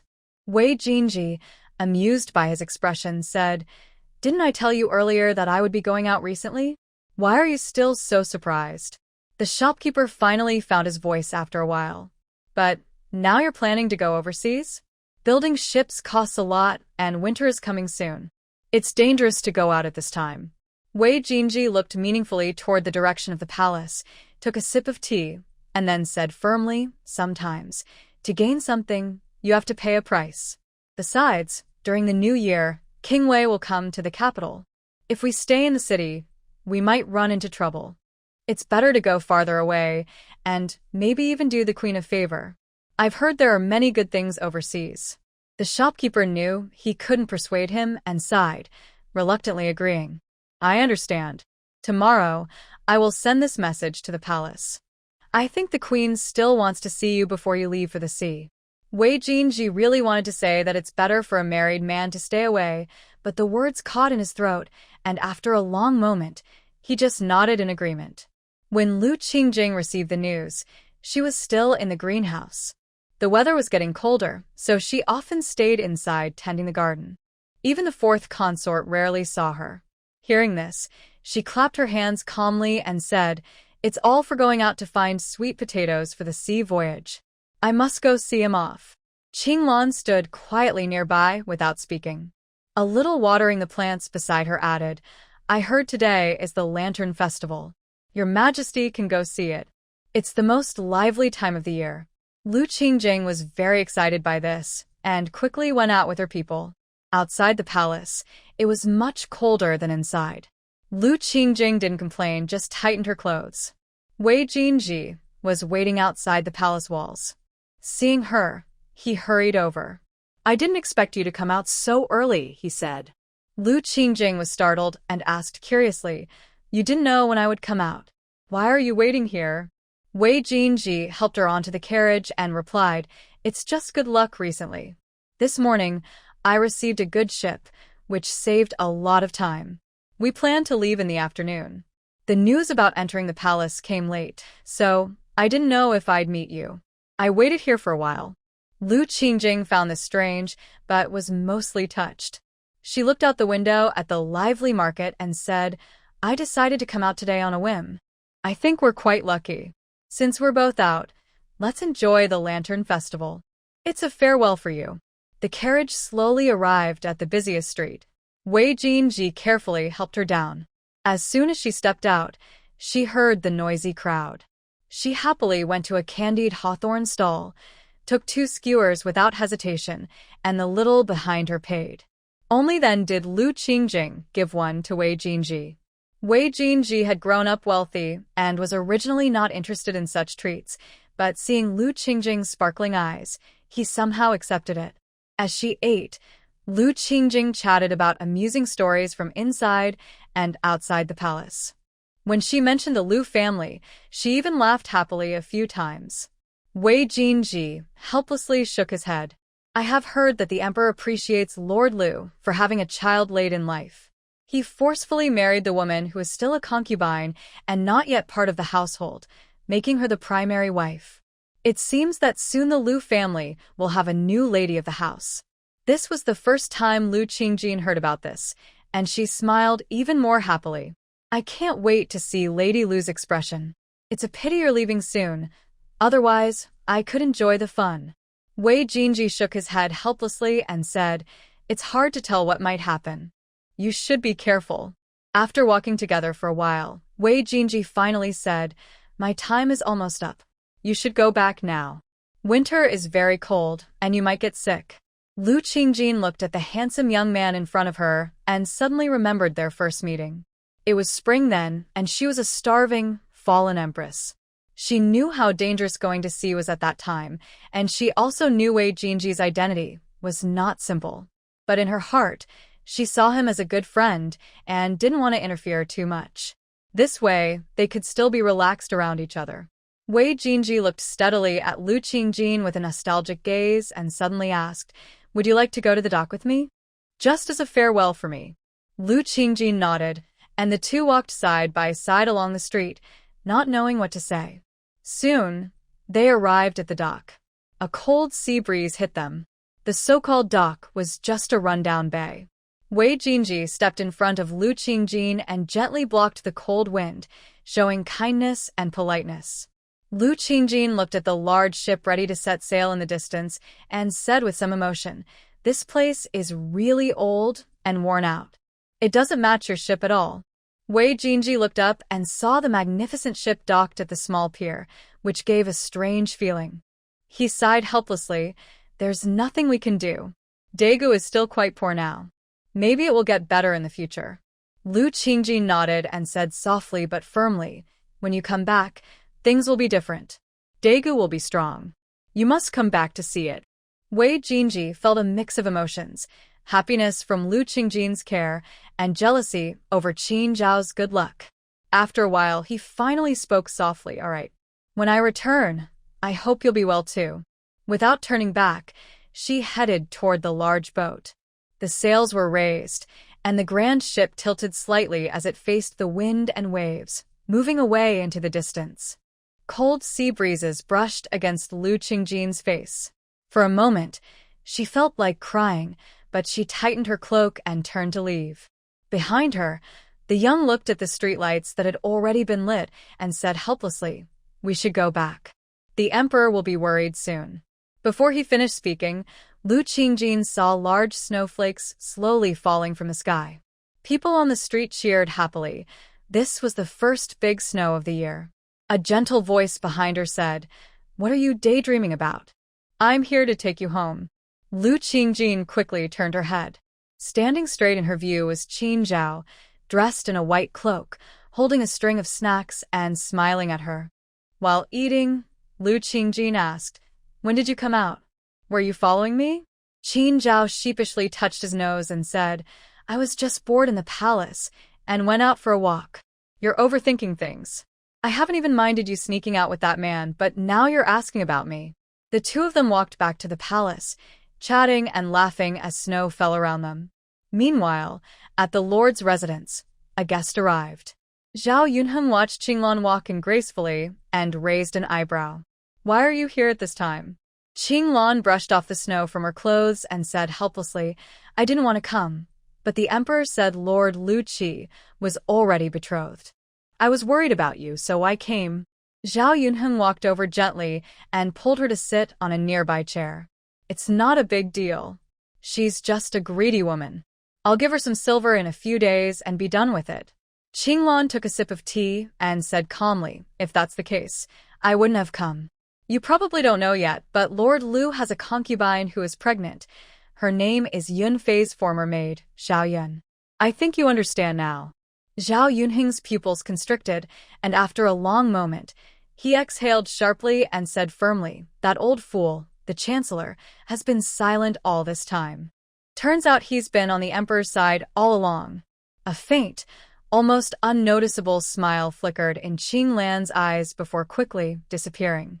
After a moment, she said, "Honestly, I didn't want to get involved in this, but now we're all in the same boat.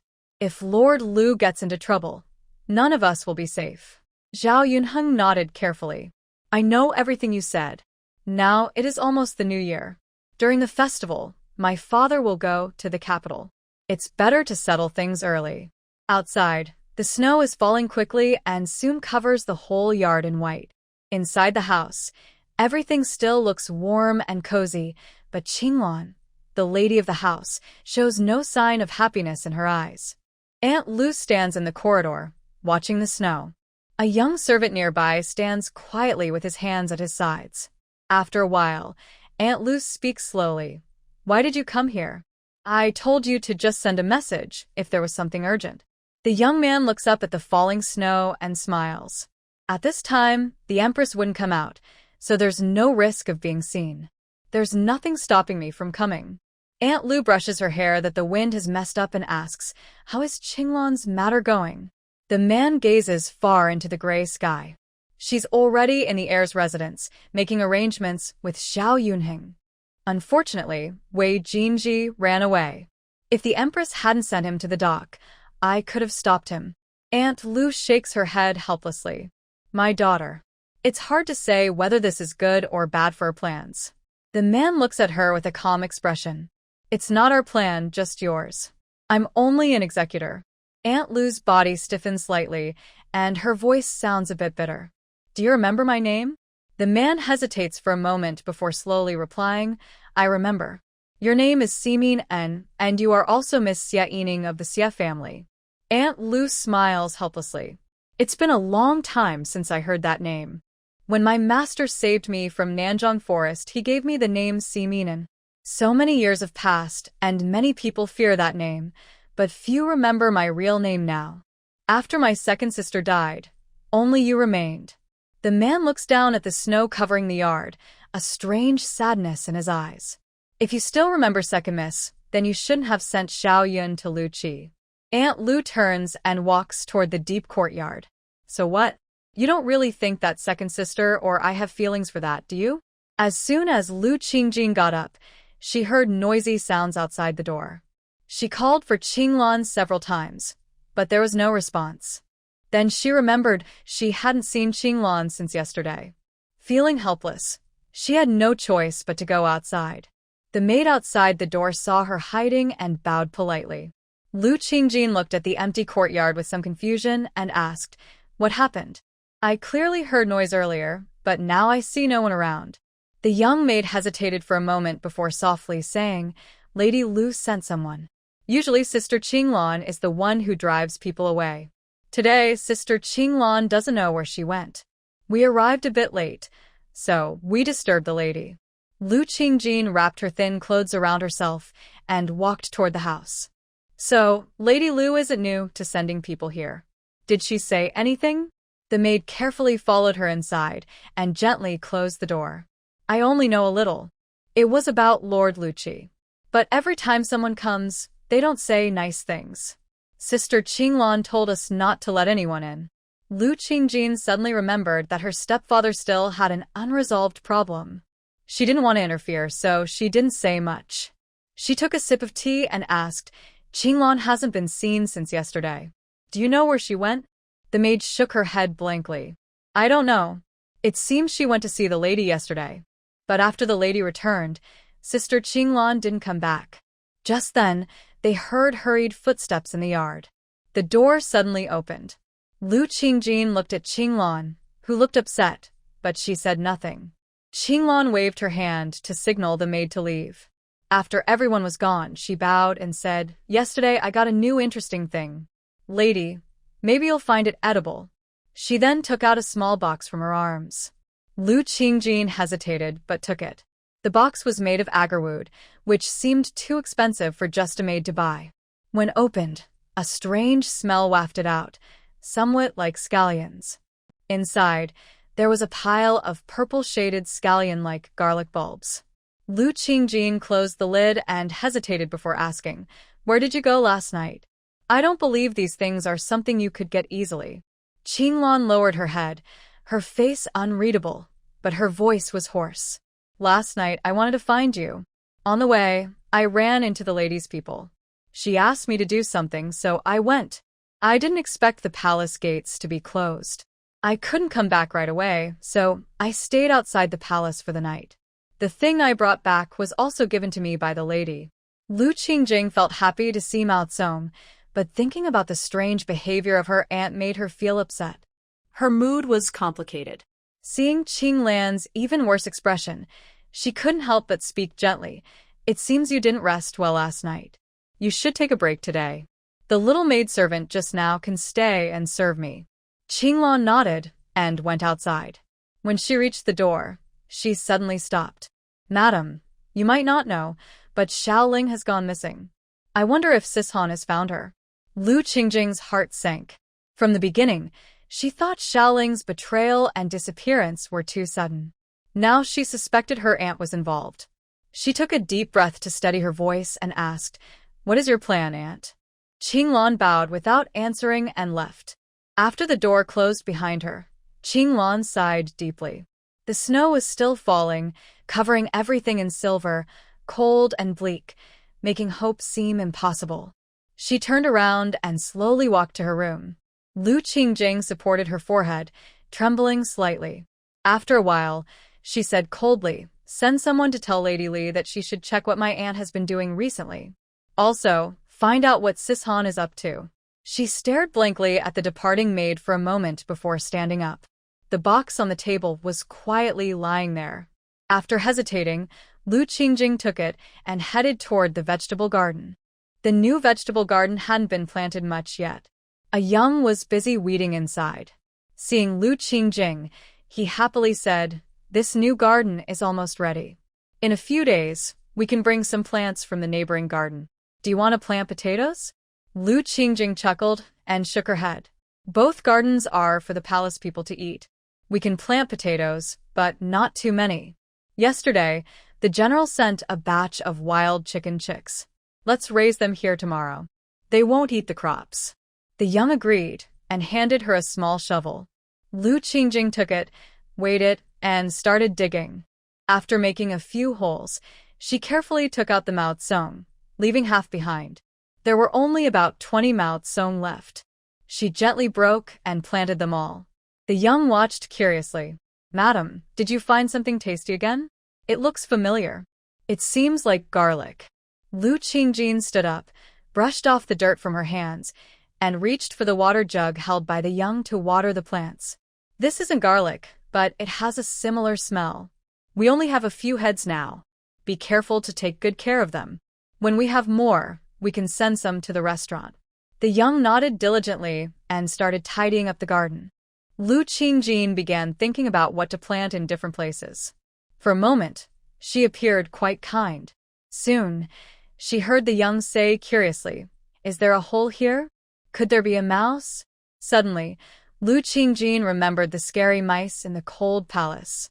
She shivered and walked over. She saw a round hole, but it didn't look like a mouse hole. Instead, it resembled a burrow of a bamboo rat. She relaxed a little and examined it carefully. After a while, she said, "Just watch this hole for now. In a few days, when the household department isn't so busy, I'll have someone come and catch whatever is inside." The young looked a bit worried and said, "That's fine, but your vegetable garden still has quite a few vegetables." Lu Qingjing then realized that although her garden had a greenhouse, it wasn't enough to keep out these animals. She also thought about the wild chickens that might come soon and sighed with some frustration. "Never mind.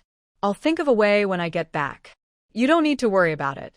When Qin Zhao arrived at the Empress's palace, he saw the yard full of miscellaneous items. He sighed helplessly and headed toward the storeroom. Sure enough, he saw Lu Qingjing with a young palace maid, rummaging through things. Seeing him, Lu Qingjing put down what she was holding and sighed. "This storeroom is full of useless stuff. I don't even know when it was brought in." Qin Zhao looked at the bottles, jars, and farming tools scattered on the ground and smiled. "That's because you like farming, so people sent these. Besides, you were not very rich. Most of what people can afford are just ordinary things. What are you looking for?" Lu Qingjing pulled him toward the main hall. "It's probably the bamboo rats in the vegetable garden causing trouble. The household department is so busy, they can't keep up. The New Year's coming soon, and Li Fei and the others are busy too. I'm just trying to find a way to delay things." Qin Zhao looked at her helplessly and said, "I remember a while ago, your potatoes got sick. Wasn't it your aunt who made the medicine? Why don't you ask her if she has any ideas? It's better than you fussing around here." Lan Qingjing suddenly thought of Qing Lan with a bad expression and Xiaoling who was nowhere to be seen. Feeling a bit stubborn, she pouted and said, "I won't go. My aunt is busy. I don't want to bother her." Qin Zhao's eyes darkened slightly as he comforted her. All right. Since that's the case, I'll ask Ji Chen. He's always at the border fighting, so he should have some good ideas." Hearing this, Lan Qingjing finally smiled happily and thanked him. Outside, a maid tiptoed in and placed a tray on the table. Qin Zhao looked at the tray with several fragrant cakes inside, feeling a bit curious. Lan Qingjing unceremoniously reached out, took a cake, broke it in half, and handed one piece to Qin Zhao. "This is a cake I made today, with fresh scallions. Try it and see if you like it." Qin Zhao took a bite, and a strong, unique flavor instantly filled his mouth. The cake was made from freshly ground wheat flour, and the wheat flavor made it very tempting. He nodded in approval and said, "This cake tastes quite good. If the yield is good enough, we could send some to the disaster victims." While eating, Lan Qingjing asked with some doubt, "Are the disaster victims still not settled? I heard a few days ago that the shelters were already built. Why is there still a shortage of food?" Qin Zhao sighed and looked outside at the snow with a helpless expression. "With this kind of weather, how many people can be fed? We're just barely keeping them from starving. There's nothing more we can do." Lan Qingjing paused while eating her cake. She knew that settling refugees was not a quick task, but hearing that the people outside the city were suffering made her feel sad. Qin Zhao saw her expression and comforted her. "Don't think too much. I was just saying. I believe Consort Li and the others are already working on solutions. I heard that Shengshi Pavilion has hired many disaster victims recently. Lan Qingjing increasingly felt that freeing these concubines from the harem was a wise decision. Her mood improved quite a bit. The two of them chatted and ate for a while until Xiaofu outside announced someone wanted to see Qin Zhao, prompting him to leave quickly. Lan Qingjing, having eaten too many scallion cakes, felt a bit thirsty and kept drinking tea. A young maid hurriedly entered and said, "Your Majesty, today the ladies sent gifts. Please take a look." Lan Qingjing looked at the long list of gifts and sighed, waving her hand with no interest. "Just send these to the storeroom. No need to keep them for me." The maid nodded and left. Lu Qingjing leaned against the warm red charcoal fire, watching the snow scene, which had a special charm. The Lu residence was no longer so peaceful. A few days ago, Qin Zhao arranged a marriage, but within 2 days, Lu Qi had already brought someone into the house. Now, all matters at the Lu estate were very difficult for Madame Lu. Xiaoyan leaned on her chair, drinking tea with a calm face that showed no emotion. Lu Yura stood nearby, speaking harshly. "Who do you think you are? The concubine is just a face for the emperor to show respect to your father. You really think you're something special." Xiaoyan gently patted her belly, acting calm. "Miss, please calm down. It's so cold today, and catching fire is very uncomfortable. After all, I am your mother. Even if you don't call me mother, you should call me Lady Yun. As for your wish to leave the house, there's no need to talk about it. Even if I agree, the master wouldn't." Lu Yuru was so angry, she slammed her teacup to the ground. "I am the eldest daughter of the Lu family. Who do you think you are, not letting me go out?" Xiaoyan looked outside the door, her expression suddenly helpless. "Young ladies who haven't married usually stay inside all day. I don't even know if the baby in my belly is a boy or girl. If it's a girl, it would ruin the family's reputation. How can my daughter find a good match then?" Lu Yuru wanted to say more, but suddenly heard a cold voice outside. "Is that how your mother teaches you? It's already so late, and you're still eager to see the air. You really are shameless." Lu Yuru was surprised and stood up, feeling wronged. She shouted, "Father, what are you talking about? Our house has so many things sent by the air. You also said before that he would marry me. I'm just going to see the family's good intentions." Lu Qi's face darkened as he said sharply, "This is all nonsense. Someone take Miss back to her room. No one is allowed out without my permission." Lu Yuru was pulled away, shouting. Xiao Yun's eyes darkened as she reached out and handed some snacks to Lu Qi. "Sir, don't worry.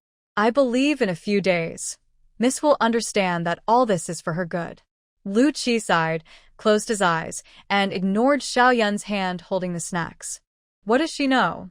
As long as she doesn't cause trouble for me, I'll be grateful. Now, the Lu family has no hope left. It's all thanks to the child in your belly. Xiao Yun's expression softened. She leaned gently on Lu Qi's shoulder without saying a word. Lady Lu in the backyard angrily tugged at her handkerchief. That shameless woman is getting more and more arrogant. She dares to scold the future princess consort. I think if we don't teach her a lesson, we'll really be seen as easy to bully. The maid behind her looked worried. Sir cares a lot about Lady Yun and the baby in her belly. He's even less in contact with King Wei. Lady Lu looked down gloomily. You're right. If that shameless woman really gives birth to this child, our mother and daughter will have no place to stand.